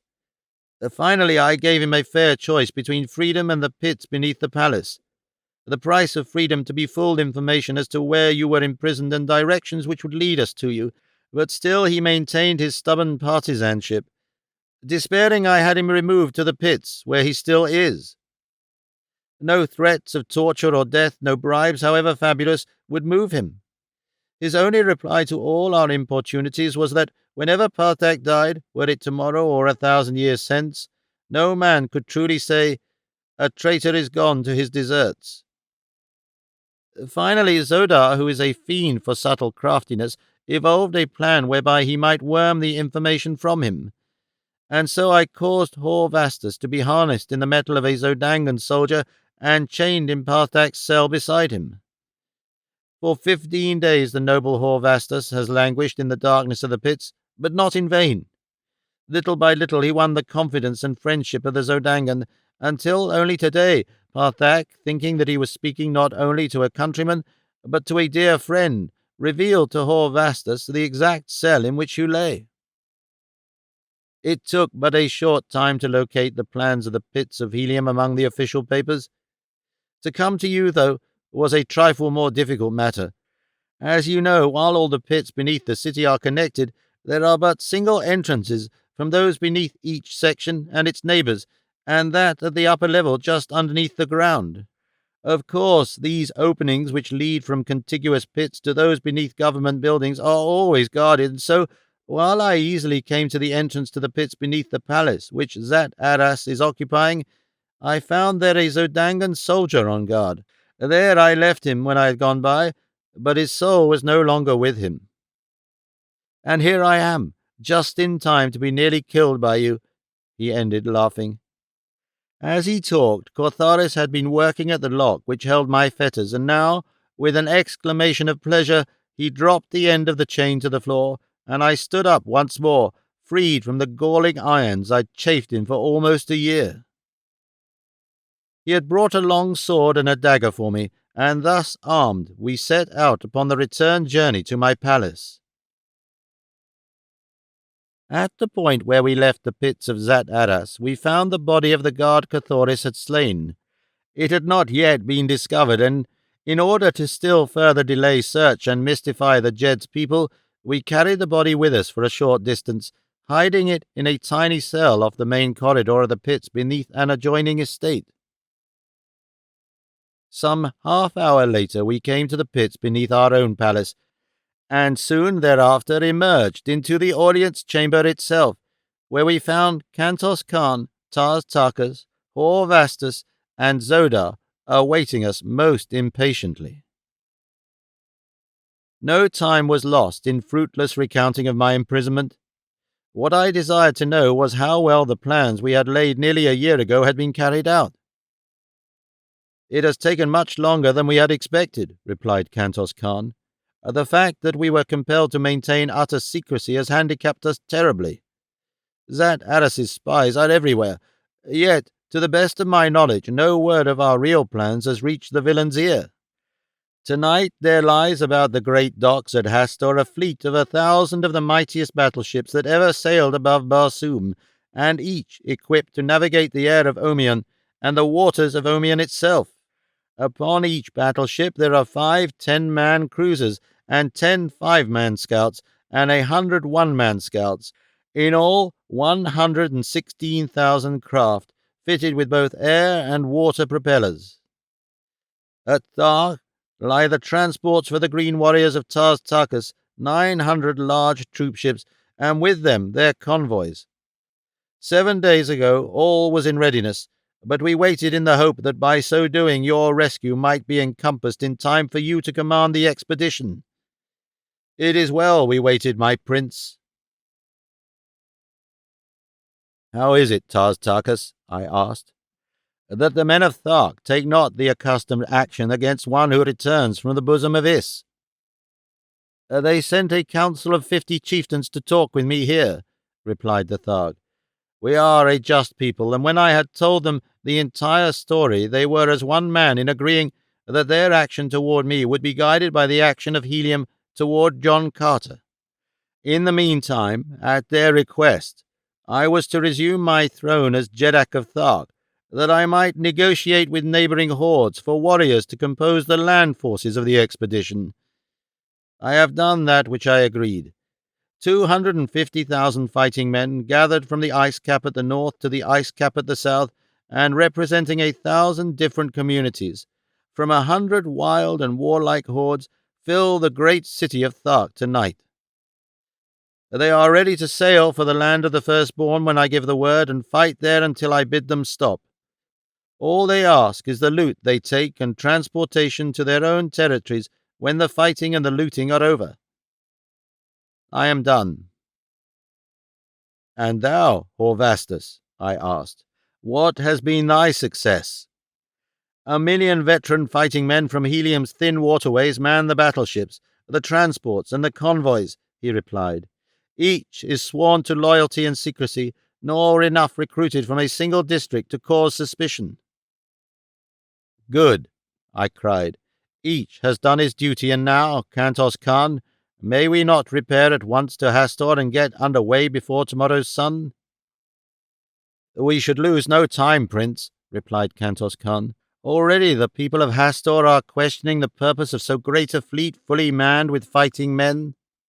I wonder much that word of it has not before reached Zat Aras. A cruiser awaits above at your own dock. Let us leave it." A fusillade of shots from the palace gardens just without cut short his further words. Together we rushed to the balcony in time to see a dozen members of my palace guard disappear in the shadows of some distant shrubbery, as in pursuit of one who fled. Directly beneath us, upon the scarlet sward, a handful of guardsmen were stooping above a still and prostrate form. While we watched, they lifted the figure in their arms, and at my command bore it to the audience chamber where we had been in council. When they stretched the body at our feet, we saw that it was that of a red man in the prime of life. His metal was plain, such as common soldiers wear, or those who wish to conceal their identity. "Another of Zat Aras's spies," said Horvastus. "So it would seem," I replied, and then to the guard, "You may remove the body." "Wait," said Zodar. "If you will, Prince, ask that a cloth and a little thoat oil be brought." I nodded to one of the soldiers, who left the chamber, returning presently with the things that Zodar had requested. The black kneeled beside the body and, dipping a corner of the cloth in the thoat oil, rubbed for a moment on the dead face before him. Then he turned to me with a smile, pointing to his work. I looked and saw that where Zodar had applied the thoat oil, the face was white as mine, and then Zodar seized the black hair of the corpse and with a sudden wrench tore it all away, revealing a hairless pate beneath. Guardsmen and nobles pressed close about the silent witness upon the marble floor. Many were the exclamations of astonishment and questioning wonder as Zodar's axe confirmed the suspicion which he had held. "A Thurn," whispered Tars Tarkas. "Worse than that, I fear," replied Zodar, "but let us see." With that he drew his dagger and cut open a locked pouch which had dangled from the Thurn's harness, and from it he brought forth a circlet of gold set with a large gem. It was the mate to that which I had taken from Satar Throg. "He was a holy Thurn," said Zodar. "Fortunate indeed it is for us that he did not escape." The officer of the guard entered the chamber at this juncture. "My prince," he said, "I have to report that this fellow's companion escaped us. I think that it was with the connivance of one or more of the men at the gate. I have ordered them all under arrest." Zodar handed him the thoat oil and cloth. "With this you may discover the spy among you," he said. I at once ordered a secret search within the city, for every Martian noble maintains a secret service of his own. A half-hour later the officer of the guard came again to report. This time it was to confirm our worst fears. Half the guards at the gate that night had been Therns disguised as red men. "Come," I cried, "we must lose no time.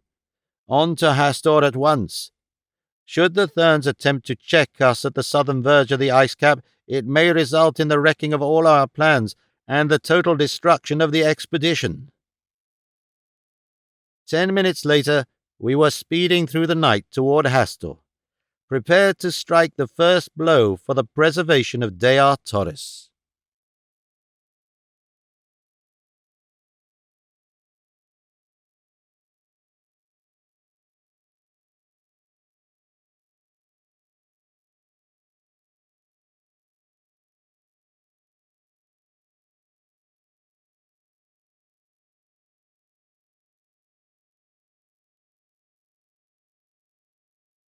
Chapter 20.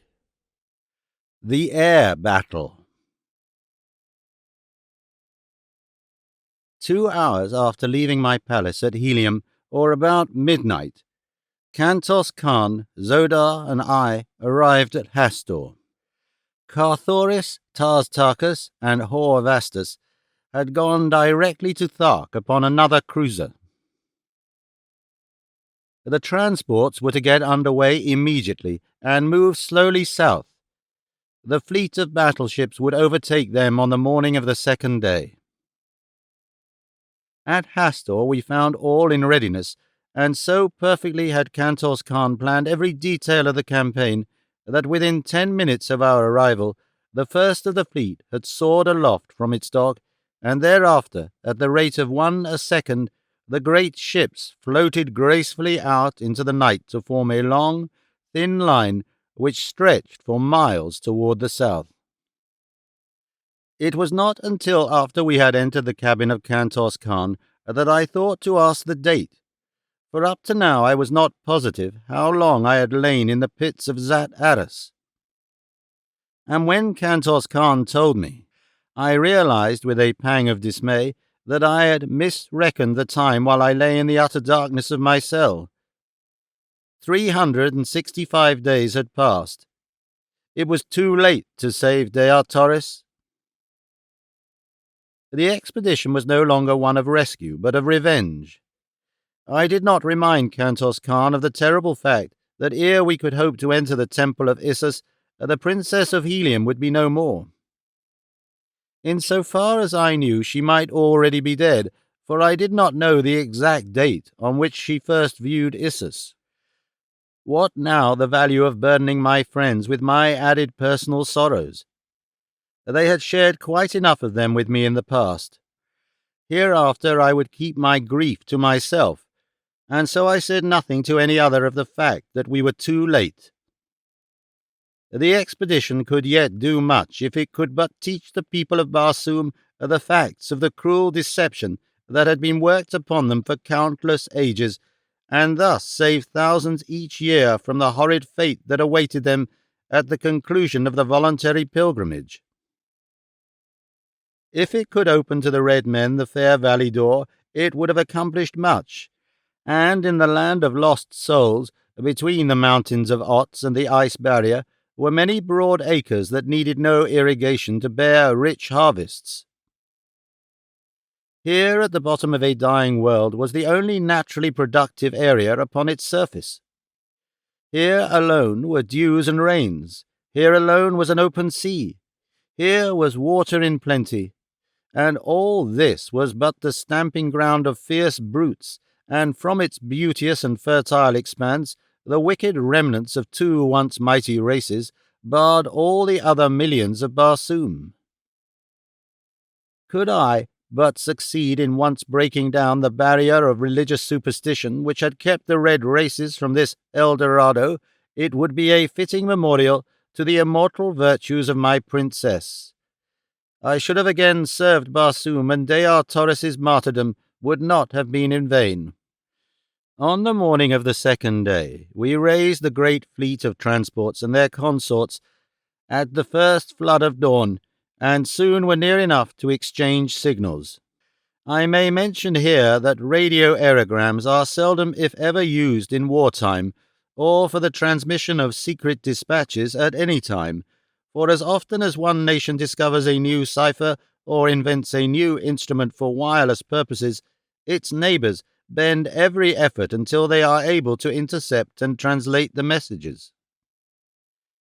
For so long a time has this gone on that practically every possibility of wireless communication has been exhausted, and no nation dares transmit dispatches of importance in this way. Tars Tarkas reported all well with the transports. The battleships passed through to take an advanced position, and the combined fleets moved slowly over the ice cap, hugging the surface closely to prevent detection by the Therns whose land we were approaching.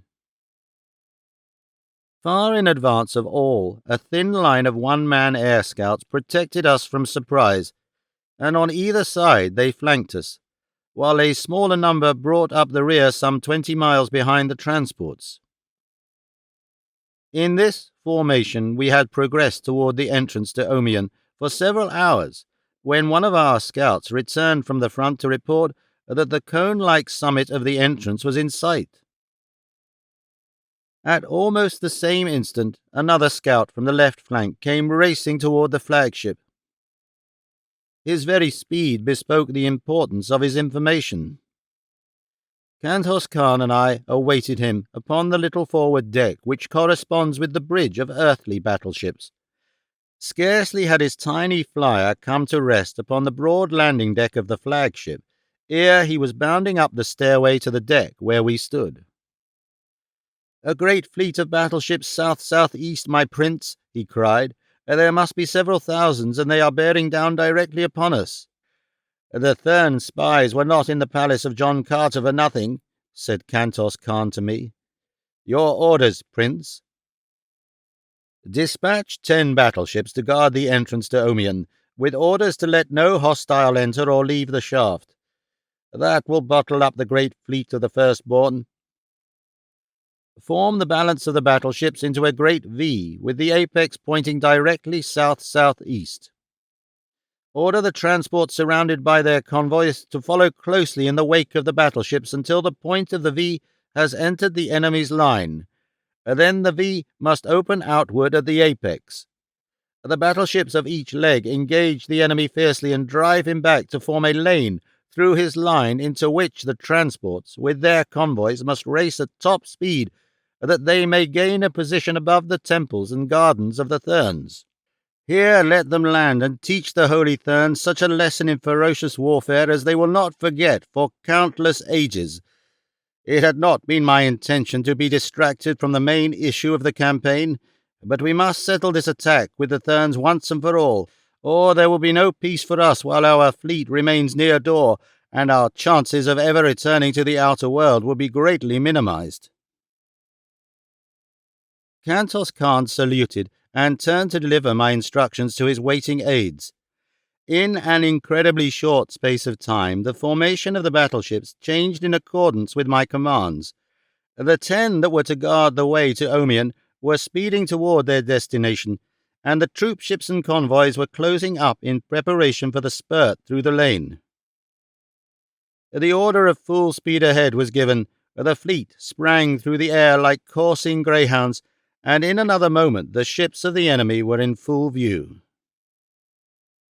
They formed a ragged line as far as the eye could reach in either direction, and about 3 ships deep. So sudden was our onslaught that they had no time to prepare for it. It was as unexpected as lightning from a clear sky. Every phase of my plan worked splendidly.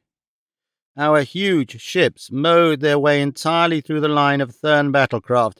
Then the V opened up, and a broad lane appeared through which the transports leaped toward the temples of the Therns, which could now be plainly seen, glistening in the sunlight. By the time the Therns had rallied from the attack, 100,000 green warriors were already pouring through the courts and gardens, while 150,000 others leaned from low swinging transports to direct their almost uncanny marksmanship upon the Thern soldiery that manned the ramparts or attempted to defend the temples. Now the 2 great fleets closed in a titanic struggle far above the fiendish din of battle in the gorgeous gardens of the Therns. Slowly the 2 lines of Helium's battleships joined their ends, and then commenced the circling within the line of the enemy, which is so marked a characteristic of Barsoomian naval warfare. Around and around in each other's tracks moved the ships under Kantos Khan, until at length they formed nearly a perfect circle. By this time they were moving at high speed, so that they presented a difficult target for the enemy. Broadside after broadside they delivered as each vessel came in line with the ships of the Therns. The latter attempted to rush in and break up the formation, but it was like stopping a buzzsaw with the bare hand. From my position on the deck beside Kantos Khan, I saw ship after ship of the enemy take the awful, sickening dive which proclaims its total destruction. Slowly he manoeuvred our circle of death until we hung above the gardens where our green warriors were engaged. The order was passed down for them to embark. Then they rose slowly to a position within the center of the circle. In the meantime, the Therns' fire had practically ceased. They had had enough of us and were only too glad to let us go on our way in peace. But our escape was not to be encompassed with such ease, for scarcely had we gotten under way once more in the direction of the entrance to Omian, than we saw far to the north a great black line topping the horizon. It could be nothing other than a fleet of war, whose or whither bound we could not even conjecture. When they had come close enough to make us out at all, Kantos Khan's operator received a radio aerogram, which he immediately handed to my companion. He read the thing and handed it to me. Kantos Khan, it read, surrender in the name of the Jeddak of Helium, for you cannot escape. And it was signed Zat Aras.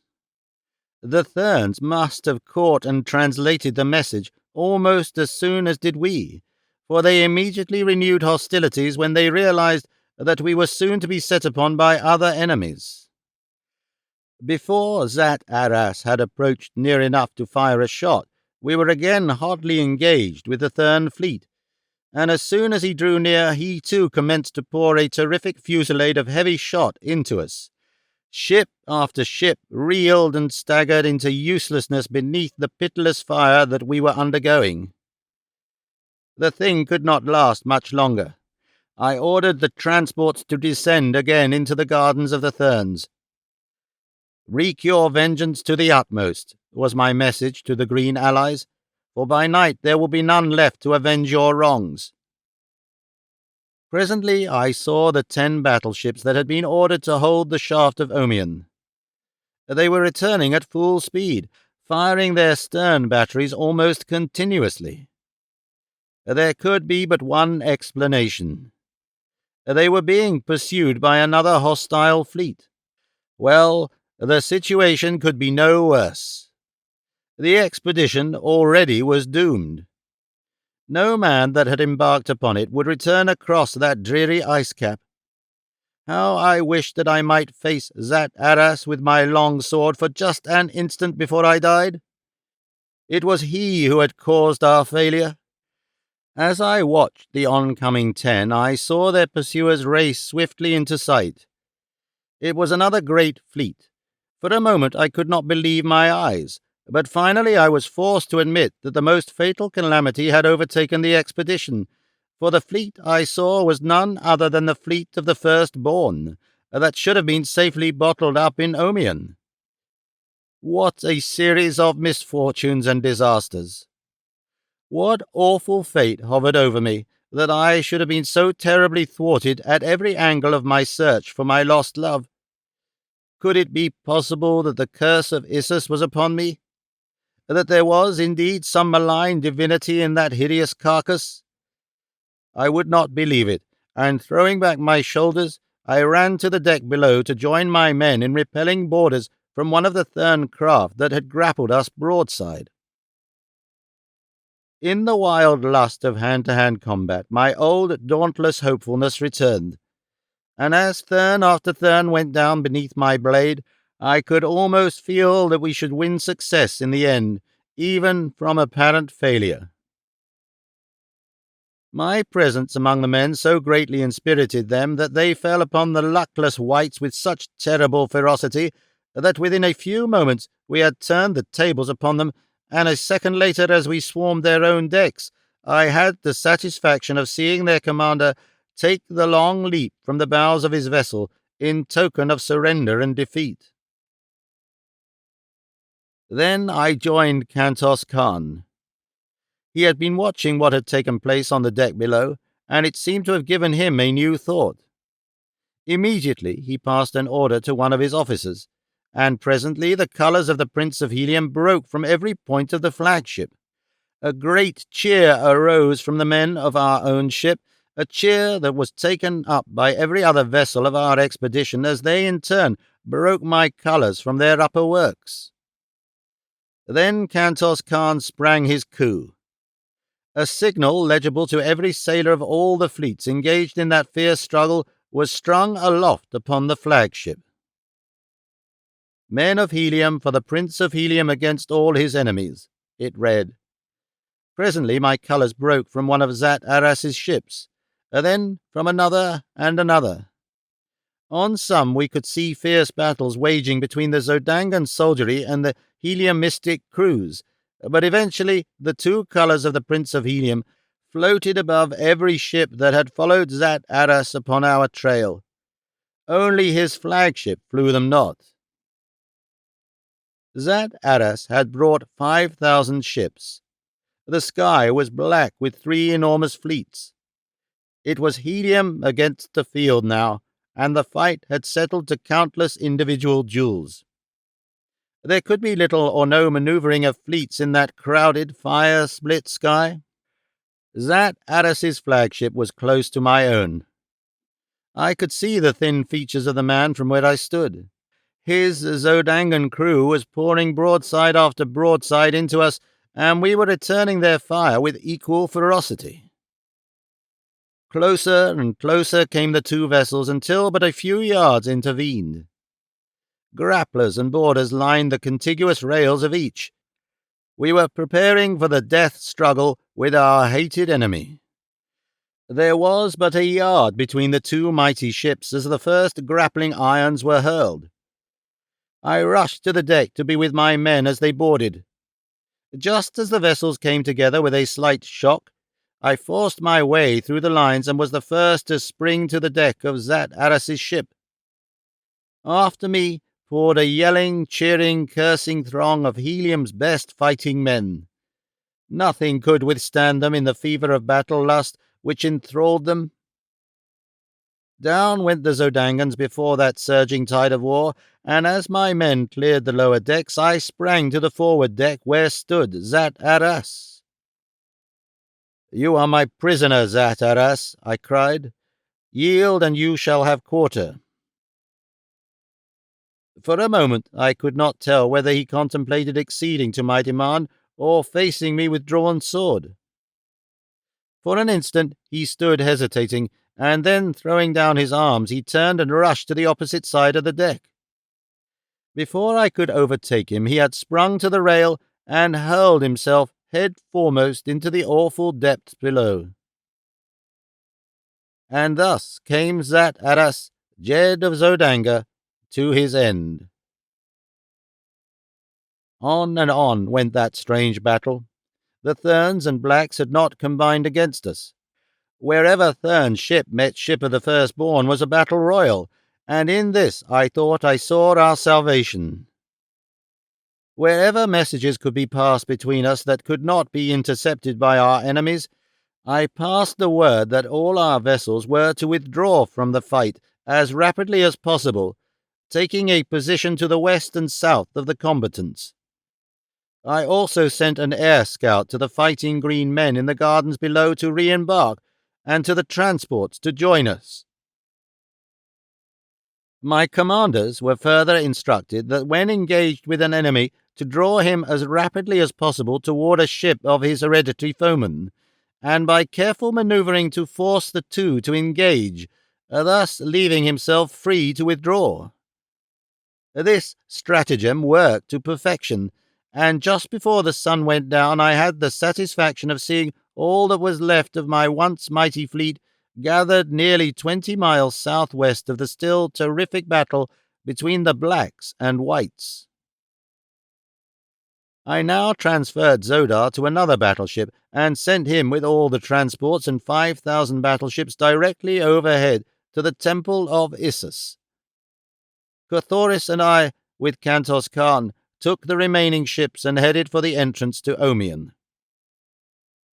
Our plan now was to attempt to make a combined assault upon Issus at dawn of the following day. Tars Tarkas with his green warriors and Hor Vastus with the red men, guided by Zodar, were to land within the garden of Issus or the surrounding plains, while Carthoris, Kantos Khan and I were to lead our smaller force from the Sea of Omion through the pits beneath the temple which Carthoris knew so well. I now learned for the first time the cause of my 10 ships' retreat from the mouth of the shaft. It seemed that when they had come upon the shaft, the navy of the Firstborn were already issuing from its mouth. Fully 20 vessels had emerged, and though they gave battle immediately, in an effort to stem the tide that rolled from the Black Pit, the odds against them were too great, and they were forced to flee. With great caution we approached the shaft, under cover of darkness. At a distance of several miles I caused the fleet to be halted, and from there Carthoris went ahead alone upon a one-man flyer to reconnoitre.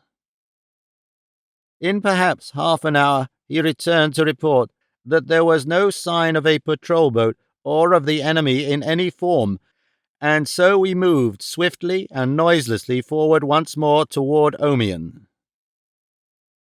At the mouth of the shaft we stopped again for a moment for all the vessels to reach their previously appointed stations.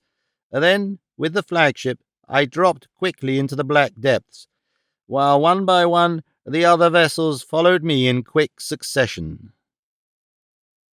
We had decided to stake all on the chance that we would be able to reach the temple by the subterranean way, and so we left no guard of vessels at the shaft's mouth.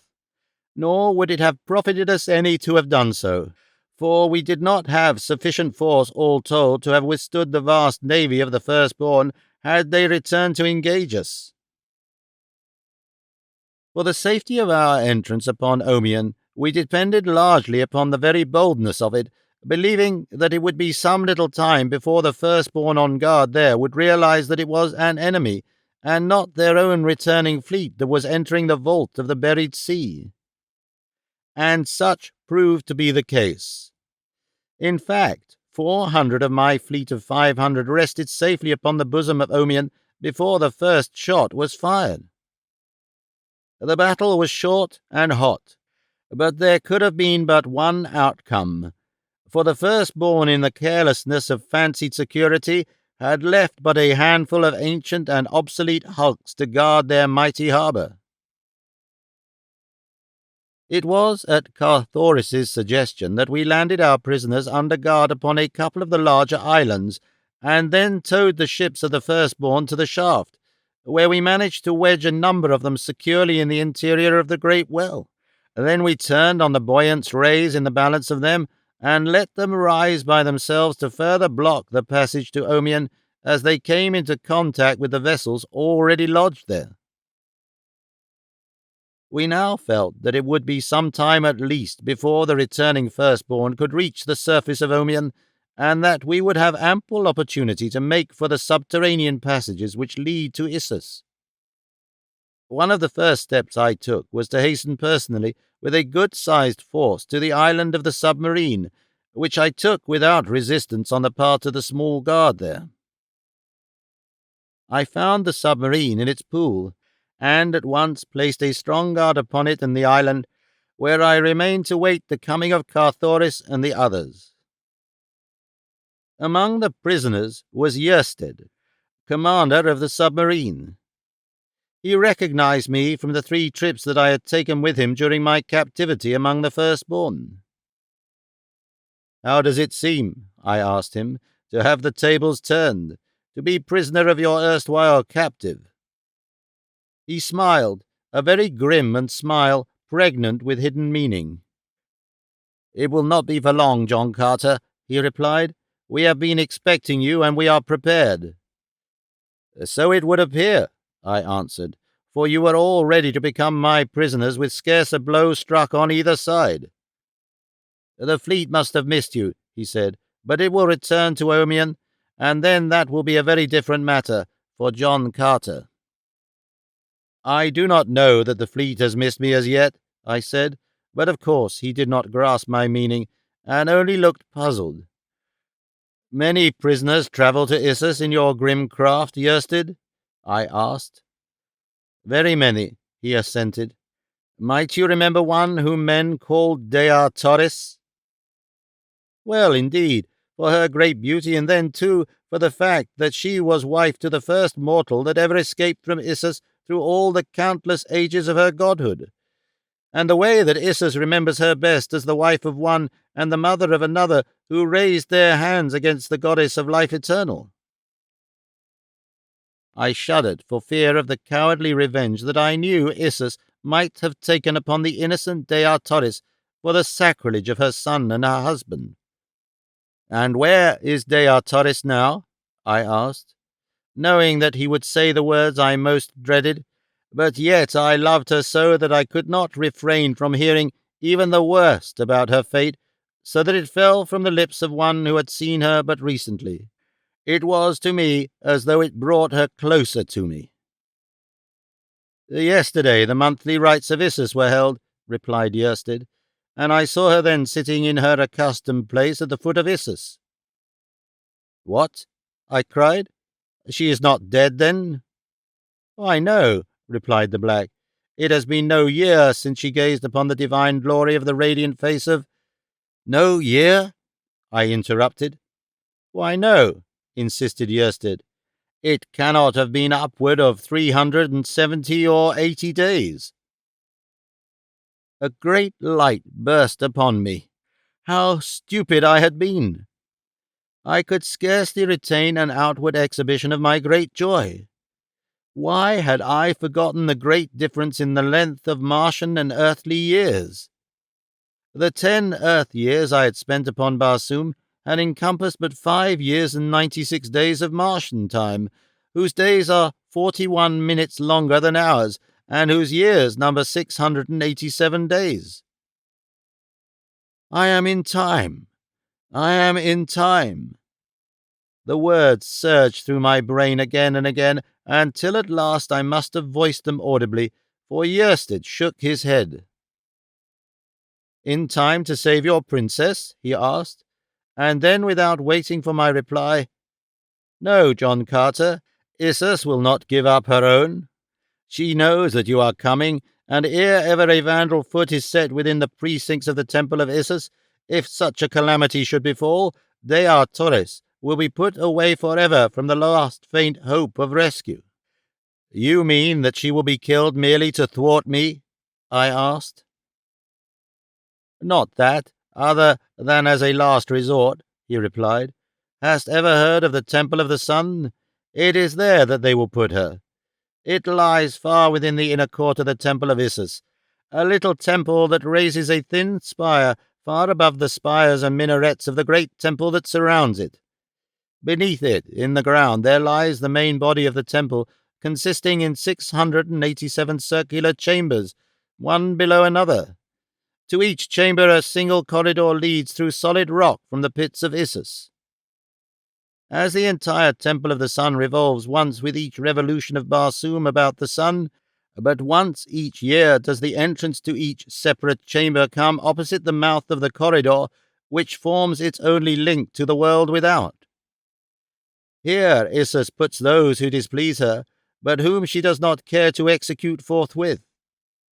Or to punish a noble of the firstborn, she may cause him to be placed within a chamber of the Temple of the Sun for a year.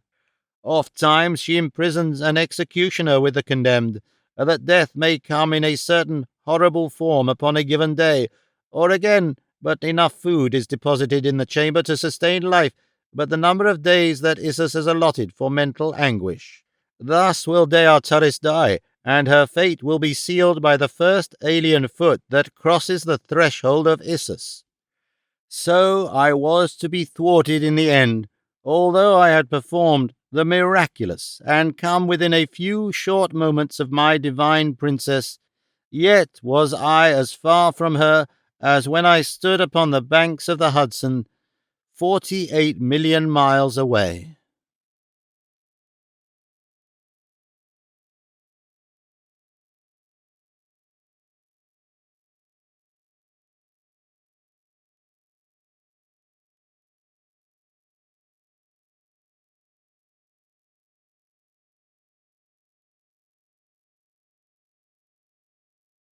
Chapter 21. Through Flood and Flame. Yersted's information convinced me that there was no time to be lost. I must reach the temple of Issus secretly before the forces under Tars Tarkas assaulted at dawn. Once within its hated walls, I was positive that I could overcome the guards of Issus and bear away my princess, for at my back I would have a force ample for the occasion. No sooner had Carthoris and the others joined me than we commenced the transportation of our men through the submerged passage to the mouth of the gangways which led from the submarine pool at the temple end of the watery tunnel to the pits of Issus. Many trips were required, but at last all stood safely together again at the beginning of the end of our quest. 5,000 strong we were, all seasoned fighting men of the most warlike race of the Red Men of Barsoom. As Carthoris alone knew the hidden ways of the tunnels, we could not divide the party and attack the temple at several points at once, as would have been most desirable, and so it was decided that he lead us all as quickly as possible to a point near the temple's centre. As we were about to leave the pool and enter the corridor, an officer called my attention to the waters upon which the submarine floated. At first they seemed to be merely agitated as from the movement of some great body beneath the surface, and I at once conjectured that another submarine was rising to the surface in pursuit of us. But presently it became apparent that the level of the waters was rising, not with extreme rapidity, but very surely, and that soon they would overflow the sides of the pool and submerge the floor of the chamber. For a moment I did not fully grasp the terrible import of the slowly rising water. It was Carthoris who realized the full meaning of the thing, its cause and the reason for it. "Haste!" he cried. "If we delay, we all are lost. The pumps of Omian have been stopped. They would drown us like rats in a trap. We must reach the upper levels of the pits in advance of the flood, or we shall never reach them. Come!" "Lead the way, Carthoris," I cried. "We will follow." At my command, the youth leapt into one of the corridors, and in column of twos the soldiers followed him in good order, each company entering the corridor only at the command of its dwarf or captain. Before the last company filed from the chamber, the water was ankle-deep, and that the men were nervous was quite evident. Entirely unaccustomed to water except in quantities sufficient for drinking and bathing purposes, the Red Martians instinctively shrank from it in such formidable depths and menacing activity.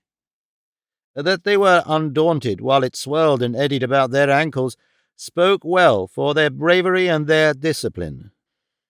I was the last to leave the chamber of the submarine, and as I followed the rear of the column toward the corridor, I moved through water to my knees. The corridor, too, was flooded to the same depth, for its floor was on a level with the floor of the chamber from which it led, nor was there any perceptible rise for many yards. The march of the troops through the corridor was as rapid as was consistent with the number of men that moved through so narrow a passage, but it was not ample to permit us to gain appreciably on the pursuing tide. As the level of the passage rose, so too did the waters rise until it soon became apparent to me, who brought up the rear, that they were gaining rapidly upon us. I could understand the reason for this, as with the narrowing expanse of Omian as the waters rose toward the apex of its dome, the rapidity of its rise would increase in inverse ratio to the ever-lessening space to be filled. Long ere the last of the column could hope to reach the upper pits which lay above the danger point, I was convinced that the waters would surge after us in overwhelming volume, and that fully half the expedition would be snuffed out. As I cast about for some means of saving as many as possible of the doomed men, I saw a diverging corridor which seemed to rise at a steep angle at my right. The waters were now swirling about my waist. The men directly before me were quickly becoming panic-stricken. Something must be done at once, or they would rush forward upon their fellows in a mad stampede that would result in trampling down hundreds beneath the flood and eventually clogging the passage beyond any hope of retreat for those in advance. Raising my voice to its utmost, I shouted my command to the dwarfs ahead of me. "Call back the last 25 Utans," I shouted. "Here seems a way of escape. Turn back and follow me." My orders were obeyed by nearer 30 Utans, so that some 3,000 men came about and hastened into the teeth of the flood to reach the corridor up which I directed them. As the first dwarf passed in with his Utan, I cautioned him to listen closely for my commands, and under no circumstances to venture into the open or leave the pits for the temple proper until I should have come up with him, or you know that I died before I could reach you. The officer saluted and left me. The men filed rapidly past me and entered the diverging corridor which I hoped would lead to safety. The water rose breast high. Men stumbled, floundered, and went down. Many I grasped and set upon their feet again, but alone the work was greater than I could cope with. Soldiers were being swept beneath the boiling torrent, never to rise. At length the douar of the 10th Utan took a stand beside me. He was a valorous soldier, Gur Tus by name, and together we kept the now thoroughly frightened troops in the semblance of order and rescued many that would have drowned otherwise. Dior Cantos, son of Cantos Khan, and a Padwar of the 5th Utan joined us when his Utan reached the opening through which the men were fleeing. Thereafter not a man was lost of all the hundreds that remained to pass from the main corridor to the branch. As the last Utan was filing past us, the waters had risen until they surged about our necks, but we clasped hands and stood our ground until the last man had passed to the comparative safety of the new passageway. Here we found an immediate and steep ascent, so that within 100 yards we had reached a point above the waters. For a few minutes we continued rapidly up the steep grade, which I hoped would soon bring us quickly to the upper pits that led into the temple of Issus. But I was to meet with a cruel disappointment. Suddenly I heard a cry of "Fire!" far ahead, followed almost at once by cries of terror and the loud commands of douars and padwars who were evidently attempting to direct their men away from some grave danger. At last the report came back to us. "They have fired the pits ahead. We are hemmed in by flames in front and flood behind. Help, John Carter, we are suffocating." And then there swept back upon us at the rear a wave of dense smoke that sent us, stumbling and blinded, into a choking retreat. There was naught to do other than seek a new avenue of escape. The fire and smoke were to be feared 1,000 times over the water, and so I seized upon the first gallery which led out of and up from the suffocating smoke that was engulfing us. Again I stood to one side while the soldiers hastened through on the new way. Some 2,000 must have passed at a rapid run when the stream ceased, but I was not sure that all had been rescued who had not passed the point of origin of the flames, and so to assure myself that no poor devil was left behind to die a horrible death unsuccoured, I ran quickly up the gallery in the direction of the flames, which I could now see burning with a dull glow far ahead.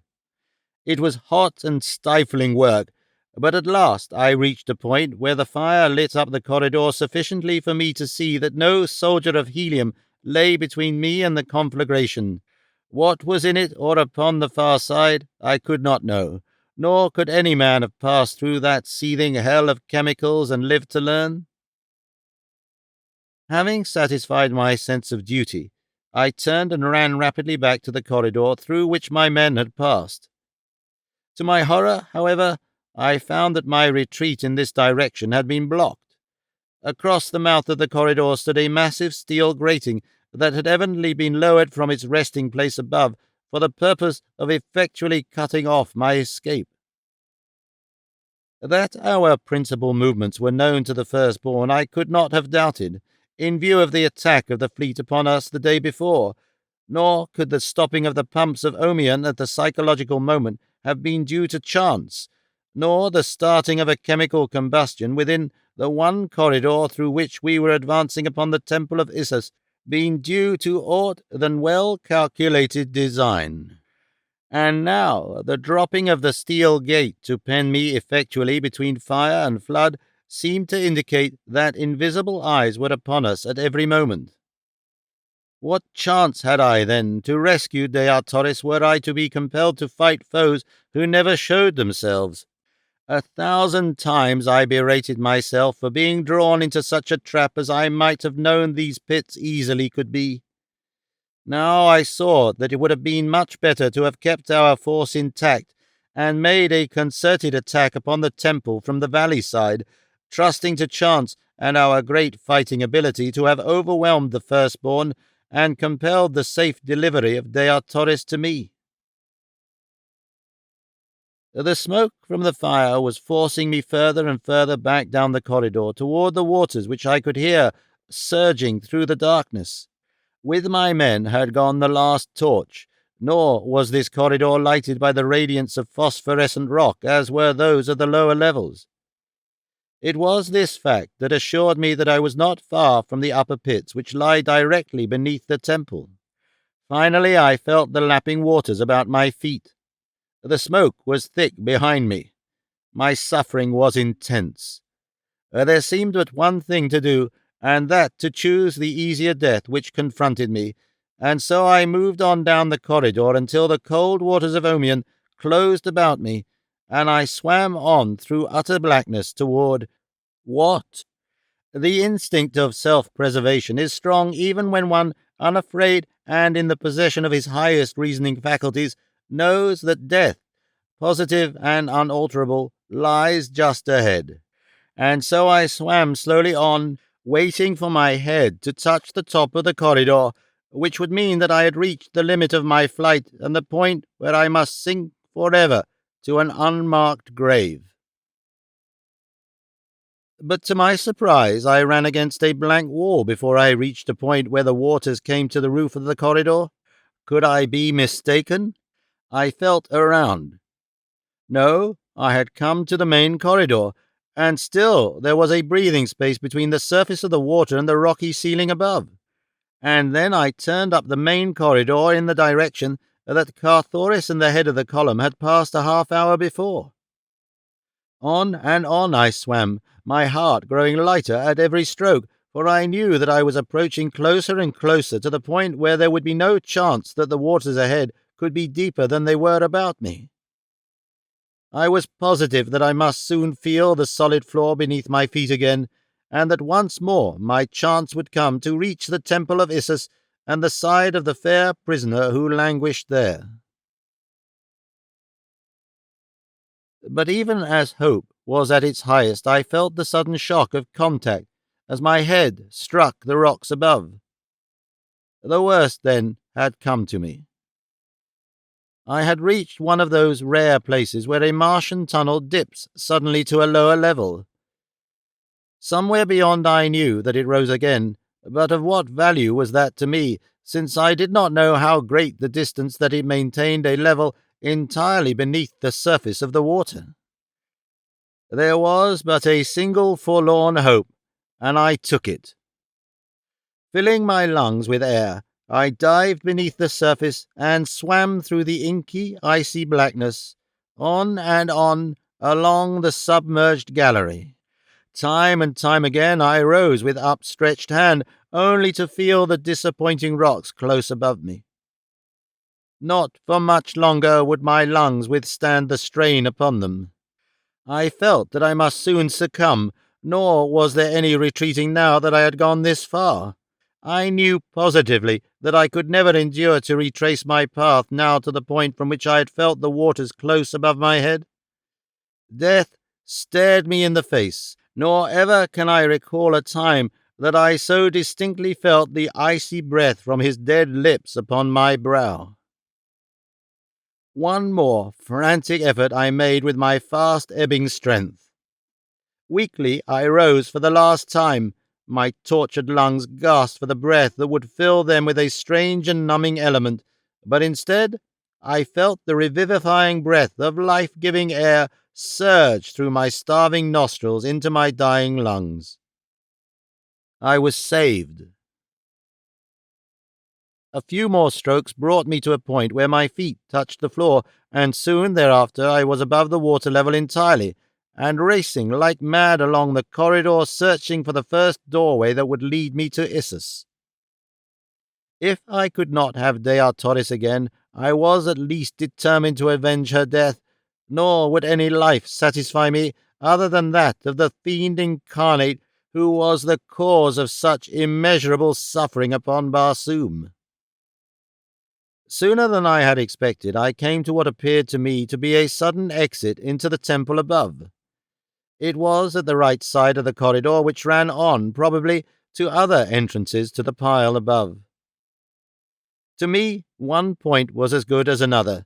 What knew I where any of them led? And so, without waiting to be again discovered and thwarted, I ran quickly up the short, steep incline and pushed open the doorway at its end. The portal swung slowly in, and before it could be slammed against me, I sprang into the chamber beyond. Although not yet dawn, the room was brilliantly lighted. Its sole occupant lay prone upon a low couch at the further side, apparently in sleep. From the hangings and sumptuous furniture of the room, I judged it to be a living room of some priestess, possibly of Isis herself. At the thought, the blood tingled through my veins. What, indeed, if fortune had been kind enough to place the hideous creature alone and unguarded in my hands? With her as a hostage, I could force acquiescence to my every demand. Cautiously, I approached the recumbent figure on noiseless feet. Closer and closer I came to it, but I had crossed but little more than half the chamber when the figure stirred and, as I sprang, rose and faced me. At first, an expression of terror overspread the features of the woman who confronted me, and then startled incredulity, hope, thanksgiving. My heart pounded within my breast as I advanced toward her. Tears came to my eyes, and the words that would have poured forth in a perfect torrent choked in my throat as I opened my arms and took into them once more the woman I loved, Dea Torres, Princess of Helium.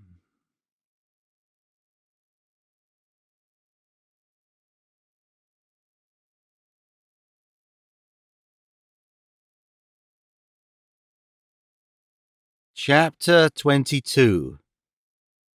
Victory and Defeat. John Carter, John Carter, she sobbed, with her dear head upon my shoulder. Even now, I can scarce believe the witness of my own eyes. When the girl Thuvia told me that you had returned to Barsoom, I listened, but I could not understand, for it seemed that such happiness would be impossible for one who had suffered so in silent loneliness for all these long years. At last, when I realized that it was truth, and then came to know the awful place in which I was held prisoner, I learned to doubt that even you could reach me here. As the days passed, and moon after moon went by without bringing even the faintest rumor of you, I resigned myself to my fate. And now that you have come, scarce can I believe it.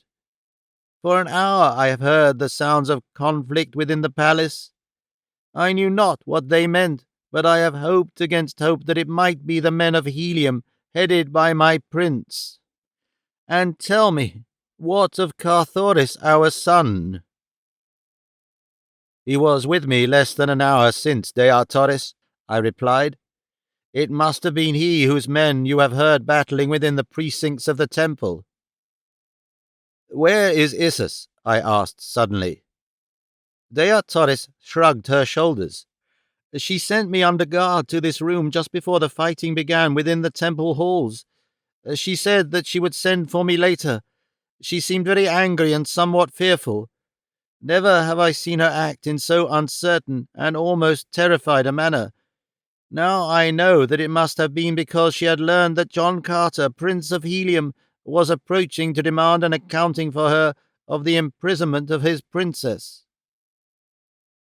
The sounds of conflict, the clash of arms, the shouting and the hurrying of many feet came to us from various parts of the temple.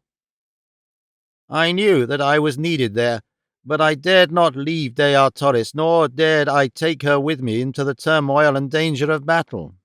At last I bethought me of the pits from which I had just emerged. Why not secrete her there until I could return and fetch her away in safety and forever from this awful place? I explained my plan to her. For a moment she clung more closely to me. I cannot bear to be parted from you now, even for a moment, John Carter, she said. I shudder at the thought of being alone again, where that terrible creature might discover me. You do not know her. None can imagine her ferocious cruelty who has not witnessed her daily acts for over half a year. It has taken me nearly all this time to realize even the things that I have seen with my own eyes. "I shall not leave you then, my princess," I replied. She was silent for a moment. Then she drew my face to hers and kissed me. "Go, John Carter," she said. "Our son is there, and the soldiers of Helium, fighting for the Princess of Helium. Where they are, you should be. I must not think of myself now, but of them and of my husband's duty. I may not stand in the way of that. Hide me in the pits and go." I led her to the door through which I had entered the chamber from below. There I pressed her dear form to me, and then, though it tore my heart to do it, and filled me only with the blackest shadows of terrible foreboding, I guided her across the threshold, kissed her once again, and closed the door upon her. Without hesitating longer, I hurried from the chamber in the direction of the greatest tumult. Scarce half a dozen chambers had I traversed before I came upon the theatre of a fierce struggle. The blacks were massed at the entrance to a great chamber where they were attempting to block the further progress of a body of red men toward the inner sacred precincts of the temple. Coming from within, as I did, I found myself behind the blacks, and without waiting to even calculate their numbers or the foolhardiness of my venture, I charged swiftly across the chamber and fell upon them from the rear with my keen long sword. As I struck the first blow, I cried aloud, "For Helium!" And then I rained cut after cut upon the surprised warriors, while the Reds without took heart at the sound of my voice, and with shouts of "John Carter! John Carter!" redoubled their efforts so effectually that before the blacks could recover from their temporary demoralization, their ranks were broken and the red men had burst into the chamber.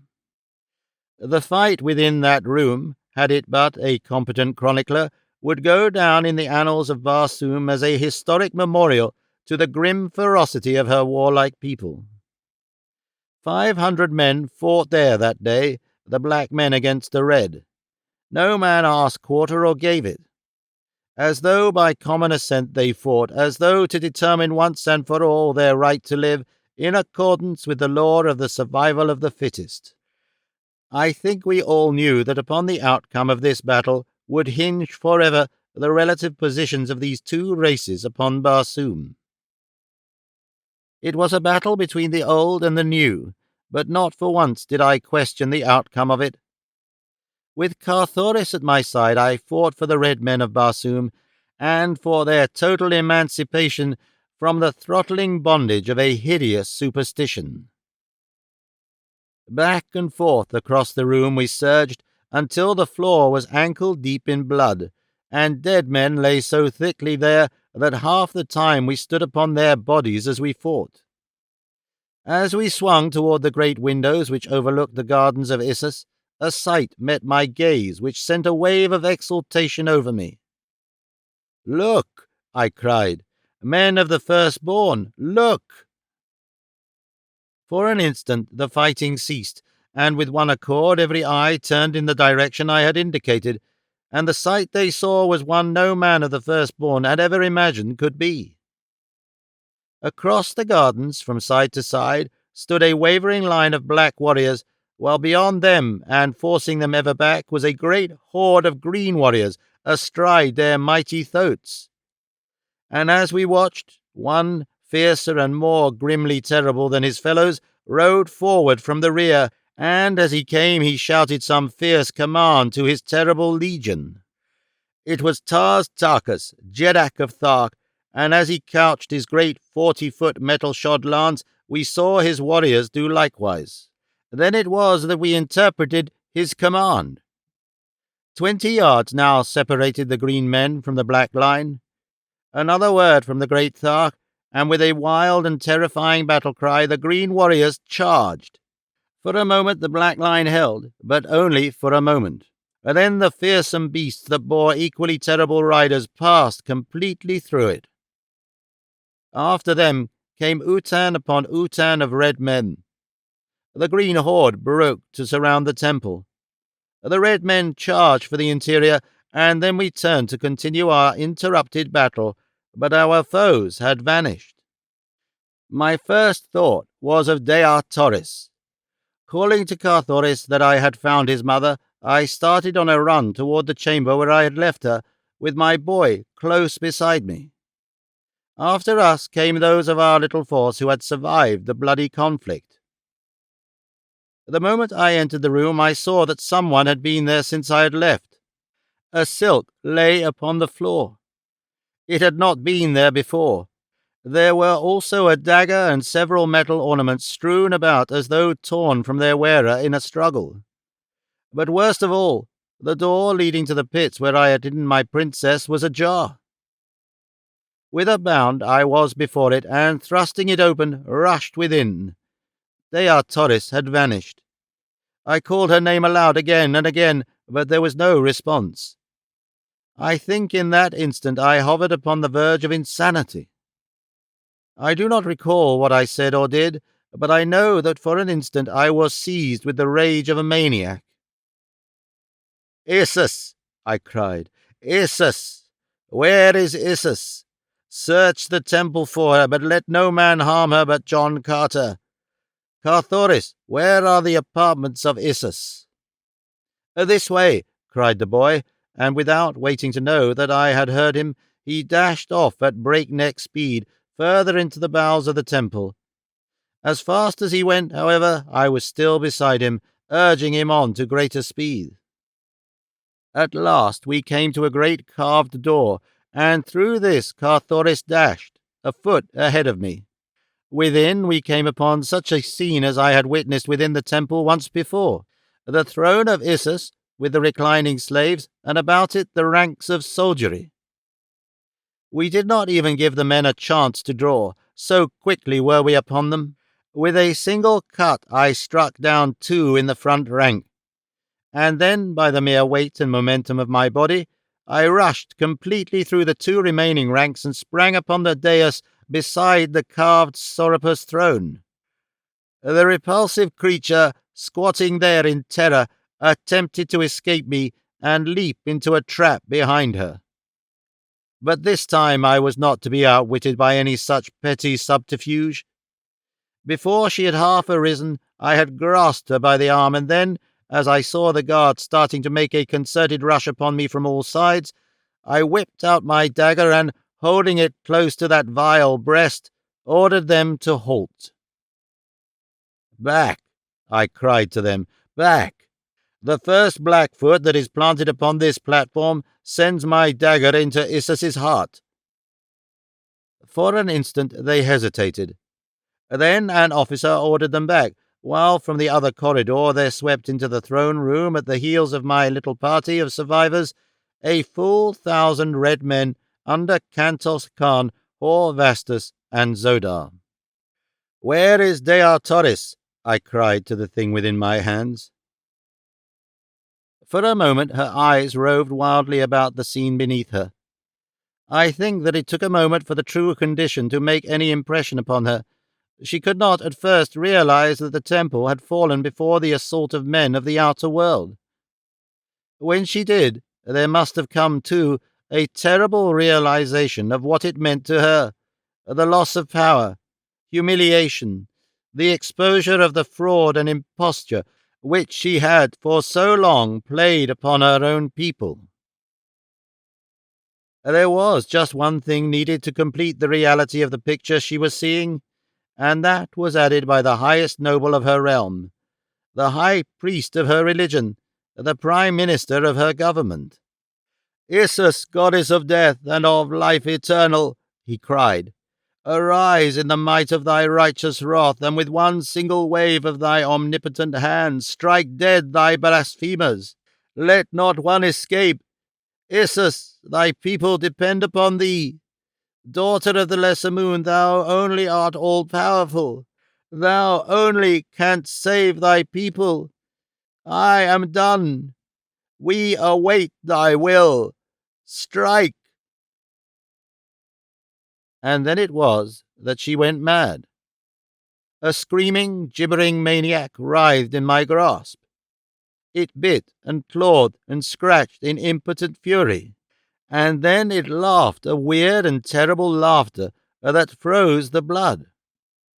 The slave girls upon the dais shrieked and cowered away, and the thing jumped at them and gnashed its teeth, and then spat upon them from frothing lips.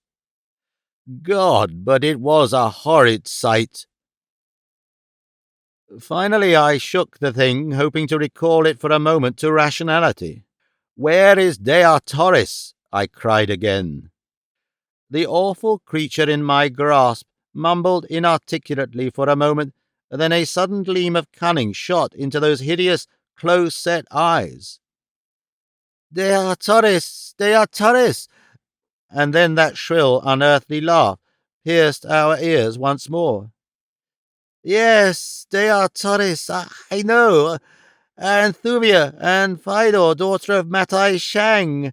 They each love John Carter. But it is droll. Together for a year they will meditate within the Temple of the Sun, but ere the year is quite gone there will be no more food for them. What divine entertainment!"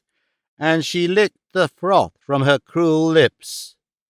"There will be no more food except each other." The horror of the suggestion nearly paralyzed me. To this awful fate the creature within my power had condemned my princess. I trembled in the ferocity of my rage. As a terrier shakes a rat, I shook Isis, goddess of life eternal. "Countermand your orders," I cried. "Recall the condemned. Haste, or you die." "It is too late. Ah, ah, ah." And then she commenced her gibbering and shrieking again. Almost of its own volition, my dagger flew up above that putrid heart. But something stayed my hand, and I am now glad that it did. It were a terrible thing to have struck down a woman with one's own hand, but a fitter fate occurred to me for this false deity. "Firstborn," I cried, turning to those who stood within the chamber, "you have seen today the impotency of Isis. The gods are impotent. Isis is no god. She is a cruel and wicked old woman who has deceived and played upon you for ages. Take her. John Carter, Prince of Helium, would not contaminate his hand with her blood." And with that I pushed the raving beast, whom a short half-hour before a whole world had worshipped as divine, from the platform of her throne into the waiting clutches of her betrayed and vengeful people. Spying Zodar among the officers of the Red Men, I called him to lead me quickly to the Temple of the Sun, and, without waiting to learn what fate the firstborn would wreak upon their goddess, I rushed from the chamber with Zodar, Carthoris, Horvastus, Cantos Khan, and a score of other red nobles. The Black led us rapidly through the inner chambers of the temple until we stood within the central court, a great circular space paved with a transparent marble of exquisite whiteness. Before us rose a golden temple wrought in the most wondrous and fanciful designs, inlaid with diamond, ruby, sapphire, turquoise, emerald, and the 1,000 nameless gems of Mars, which far transcend in loveliness and purity of ray the most priceless stones of earth. "This way," cried Zodar, leading us toward the entrance to a tunnel which opened in the courtyard beside the temple. Just as we were on the point of descending, we heard a deep-toned roar burst from the temple of Isis, which we had but just quitted, and then a red man, Deor Cantus, Padwar of the 5th Utan, broke from a nearby gate, crying to us to return. "The Blacks have fired the temple," he cried. "In 1,000 places it is burning now. Haste to the outer gardens, or you are lost." As he spoke, we saw smoke pouring from a dozen windows looking out upon the courtyard of the Temple of the Sun, and far above the highest minaret of Isis hung an ever-growing pall of smoke. Go back, I cried to those who had accompanied me. "The way! Zodar, point the way and leave me. I shall reach my princess yet." "Follow me, John Carter," replied Zodar, and without waiting for my reply, he dashed down into the tunnel at our feet. At his heels I ran down through a half-dozen tiers of galleries, until at last he led me along a level floor at the end of which I discerned a lighted chamber. Massive bars blocked our further progress, but beyond I saw her, my incomparable princess, and with her were Thuvia and Phidor. When she saw me, she rushed toward the bars that separated us. Already the chamber had turned upon its slow way so far that but a portion of the opening in the temple wall was opposite the barred end of the corridor. Slowly the interval was closing. In a short time there would be but a tiny crack, and then even that would be closed, and for a long Barsoomian year the chamber would slowly revolve, until once more for a brief day the aperture in its wall would pass the corridor's end. But in the meantime, what horrible things would go on within that chamber? "Zodar," I cried, "can no power stop this awful revolving thing? Is there none who holds the secret of these terrible bars?" "None, I fear, whom we could fetch in time, though I shall go and make the attempt. Wait for me here." After he had left, I stood and talked with Torres, and she stretched her dear hand through those cruel bars that I might hold it until the last moment. Thuvia and Phidor came close also, but when Thuvia saw that we would be alone, she withdrew to the further side of the chamber. Not so the daughter of Mai Tai Shang. "John Carter," she said, "this be the last time that you shall see any of us. Tell me that you love me, that I may die happy." "I love only the Princess of Helium," I replied quietly. "I am sorry, Phidor, but it is as I have told you from the beginning." She bit her lip and turned away, but not before I saw the black and ugly scowl she turned upon Torres. Thereafter she stood a little way apart, but not so far as I should have desired, for I had many little confidences to impart to my long-lost love. For a few minutes we stood thus talking in low tones. Ever smaller and smaller grew the opening. In a short time now it would be too small even to permit the slender form of my princess to pass.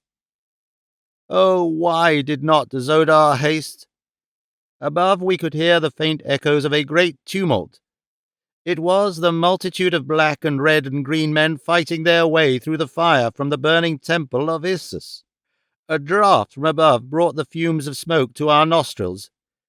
As we stood waiting for Zodar, the smoke became thicker and thicker. Presently we heard shouting at the far end of the corridor and hurrying feet. "Come back, John Carter, come back," cried a voice. "Even the pits are burning." In a moment a dozen men broke through the now blinding smoke to my side. There was Carthoris and Kantos Khan, and Hor Vastus and Zodar, with a few more who had followed me to the temple court. "There is no hope, John Carter," cried Zodar. "The keeper of the keys is dead, and his keys are not upon his carcass. Our only hope is to quench this conflagration and trust to fate that a year will find your princess alive and well. I have brought sufficient food to last them. When this crack closes, no smoke can reach them, and if we hasten to extinguish the flames, I believe they will be safe." "Go then yourself and take these others with you," I replied. "I shall remain here beside my princess until a merciful death releases me from my anguish. I care not to live." As I spoke, Zodar had been tossing a great number of tiny cans within the prison cell. The remaining crack was not over an inch in width a moment later. Torres stood as close to it as she could, whispering words of hope and courage to me, and urging me to save myself. Suddenly, beyond her, I saw the beautiful face of Phidor contorted into an expression of malign hatred. As my eyes met hers, she spoke. Think not, John Carter, that you may so lightly cast aside the love of Phidor, daughter of my Tai Shang, nor ever hope to hold thy Deor Torres in thy arms again. Wait you the long, long year, but know that when the waiting is over, it shall be Phidor's arms which shall welcome you, not those of the Princess of Helium. Behold, she dies. And as she finished speaking, I saw her raise a dagger on high, and then I saw another figure. It was Thuvia's. As the dagger fell toward the unprotected breast of my love, Thuvia was almost between them. A blinding gust of smoke blotted out the tragedy within that fearsome cell. A shriek rang out, a single shriek, as the dagger fell. The smoke cleared away, but we stood gazing upon a blank wall. The last crevice had closed, and for a long year that hideous chamber would retain its secret from the eyes of men. They urged me to leave. "In a moment it will be too late," cried Zodar.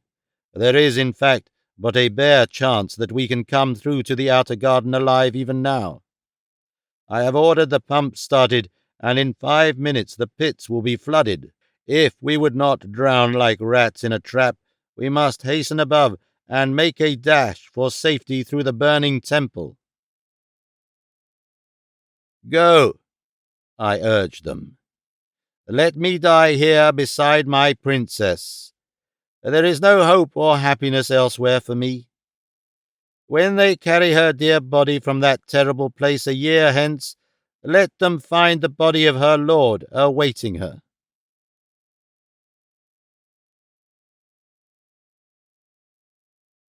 Of what happened after that, I have only a confused recollection.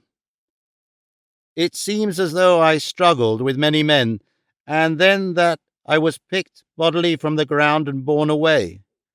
I do not know.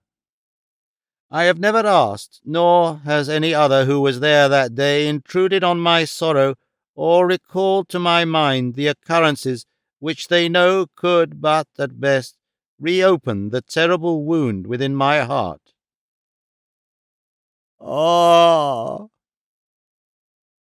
If I could know but one thing, what a burden of suspense would be lifted from my shoulders.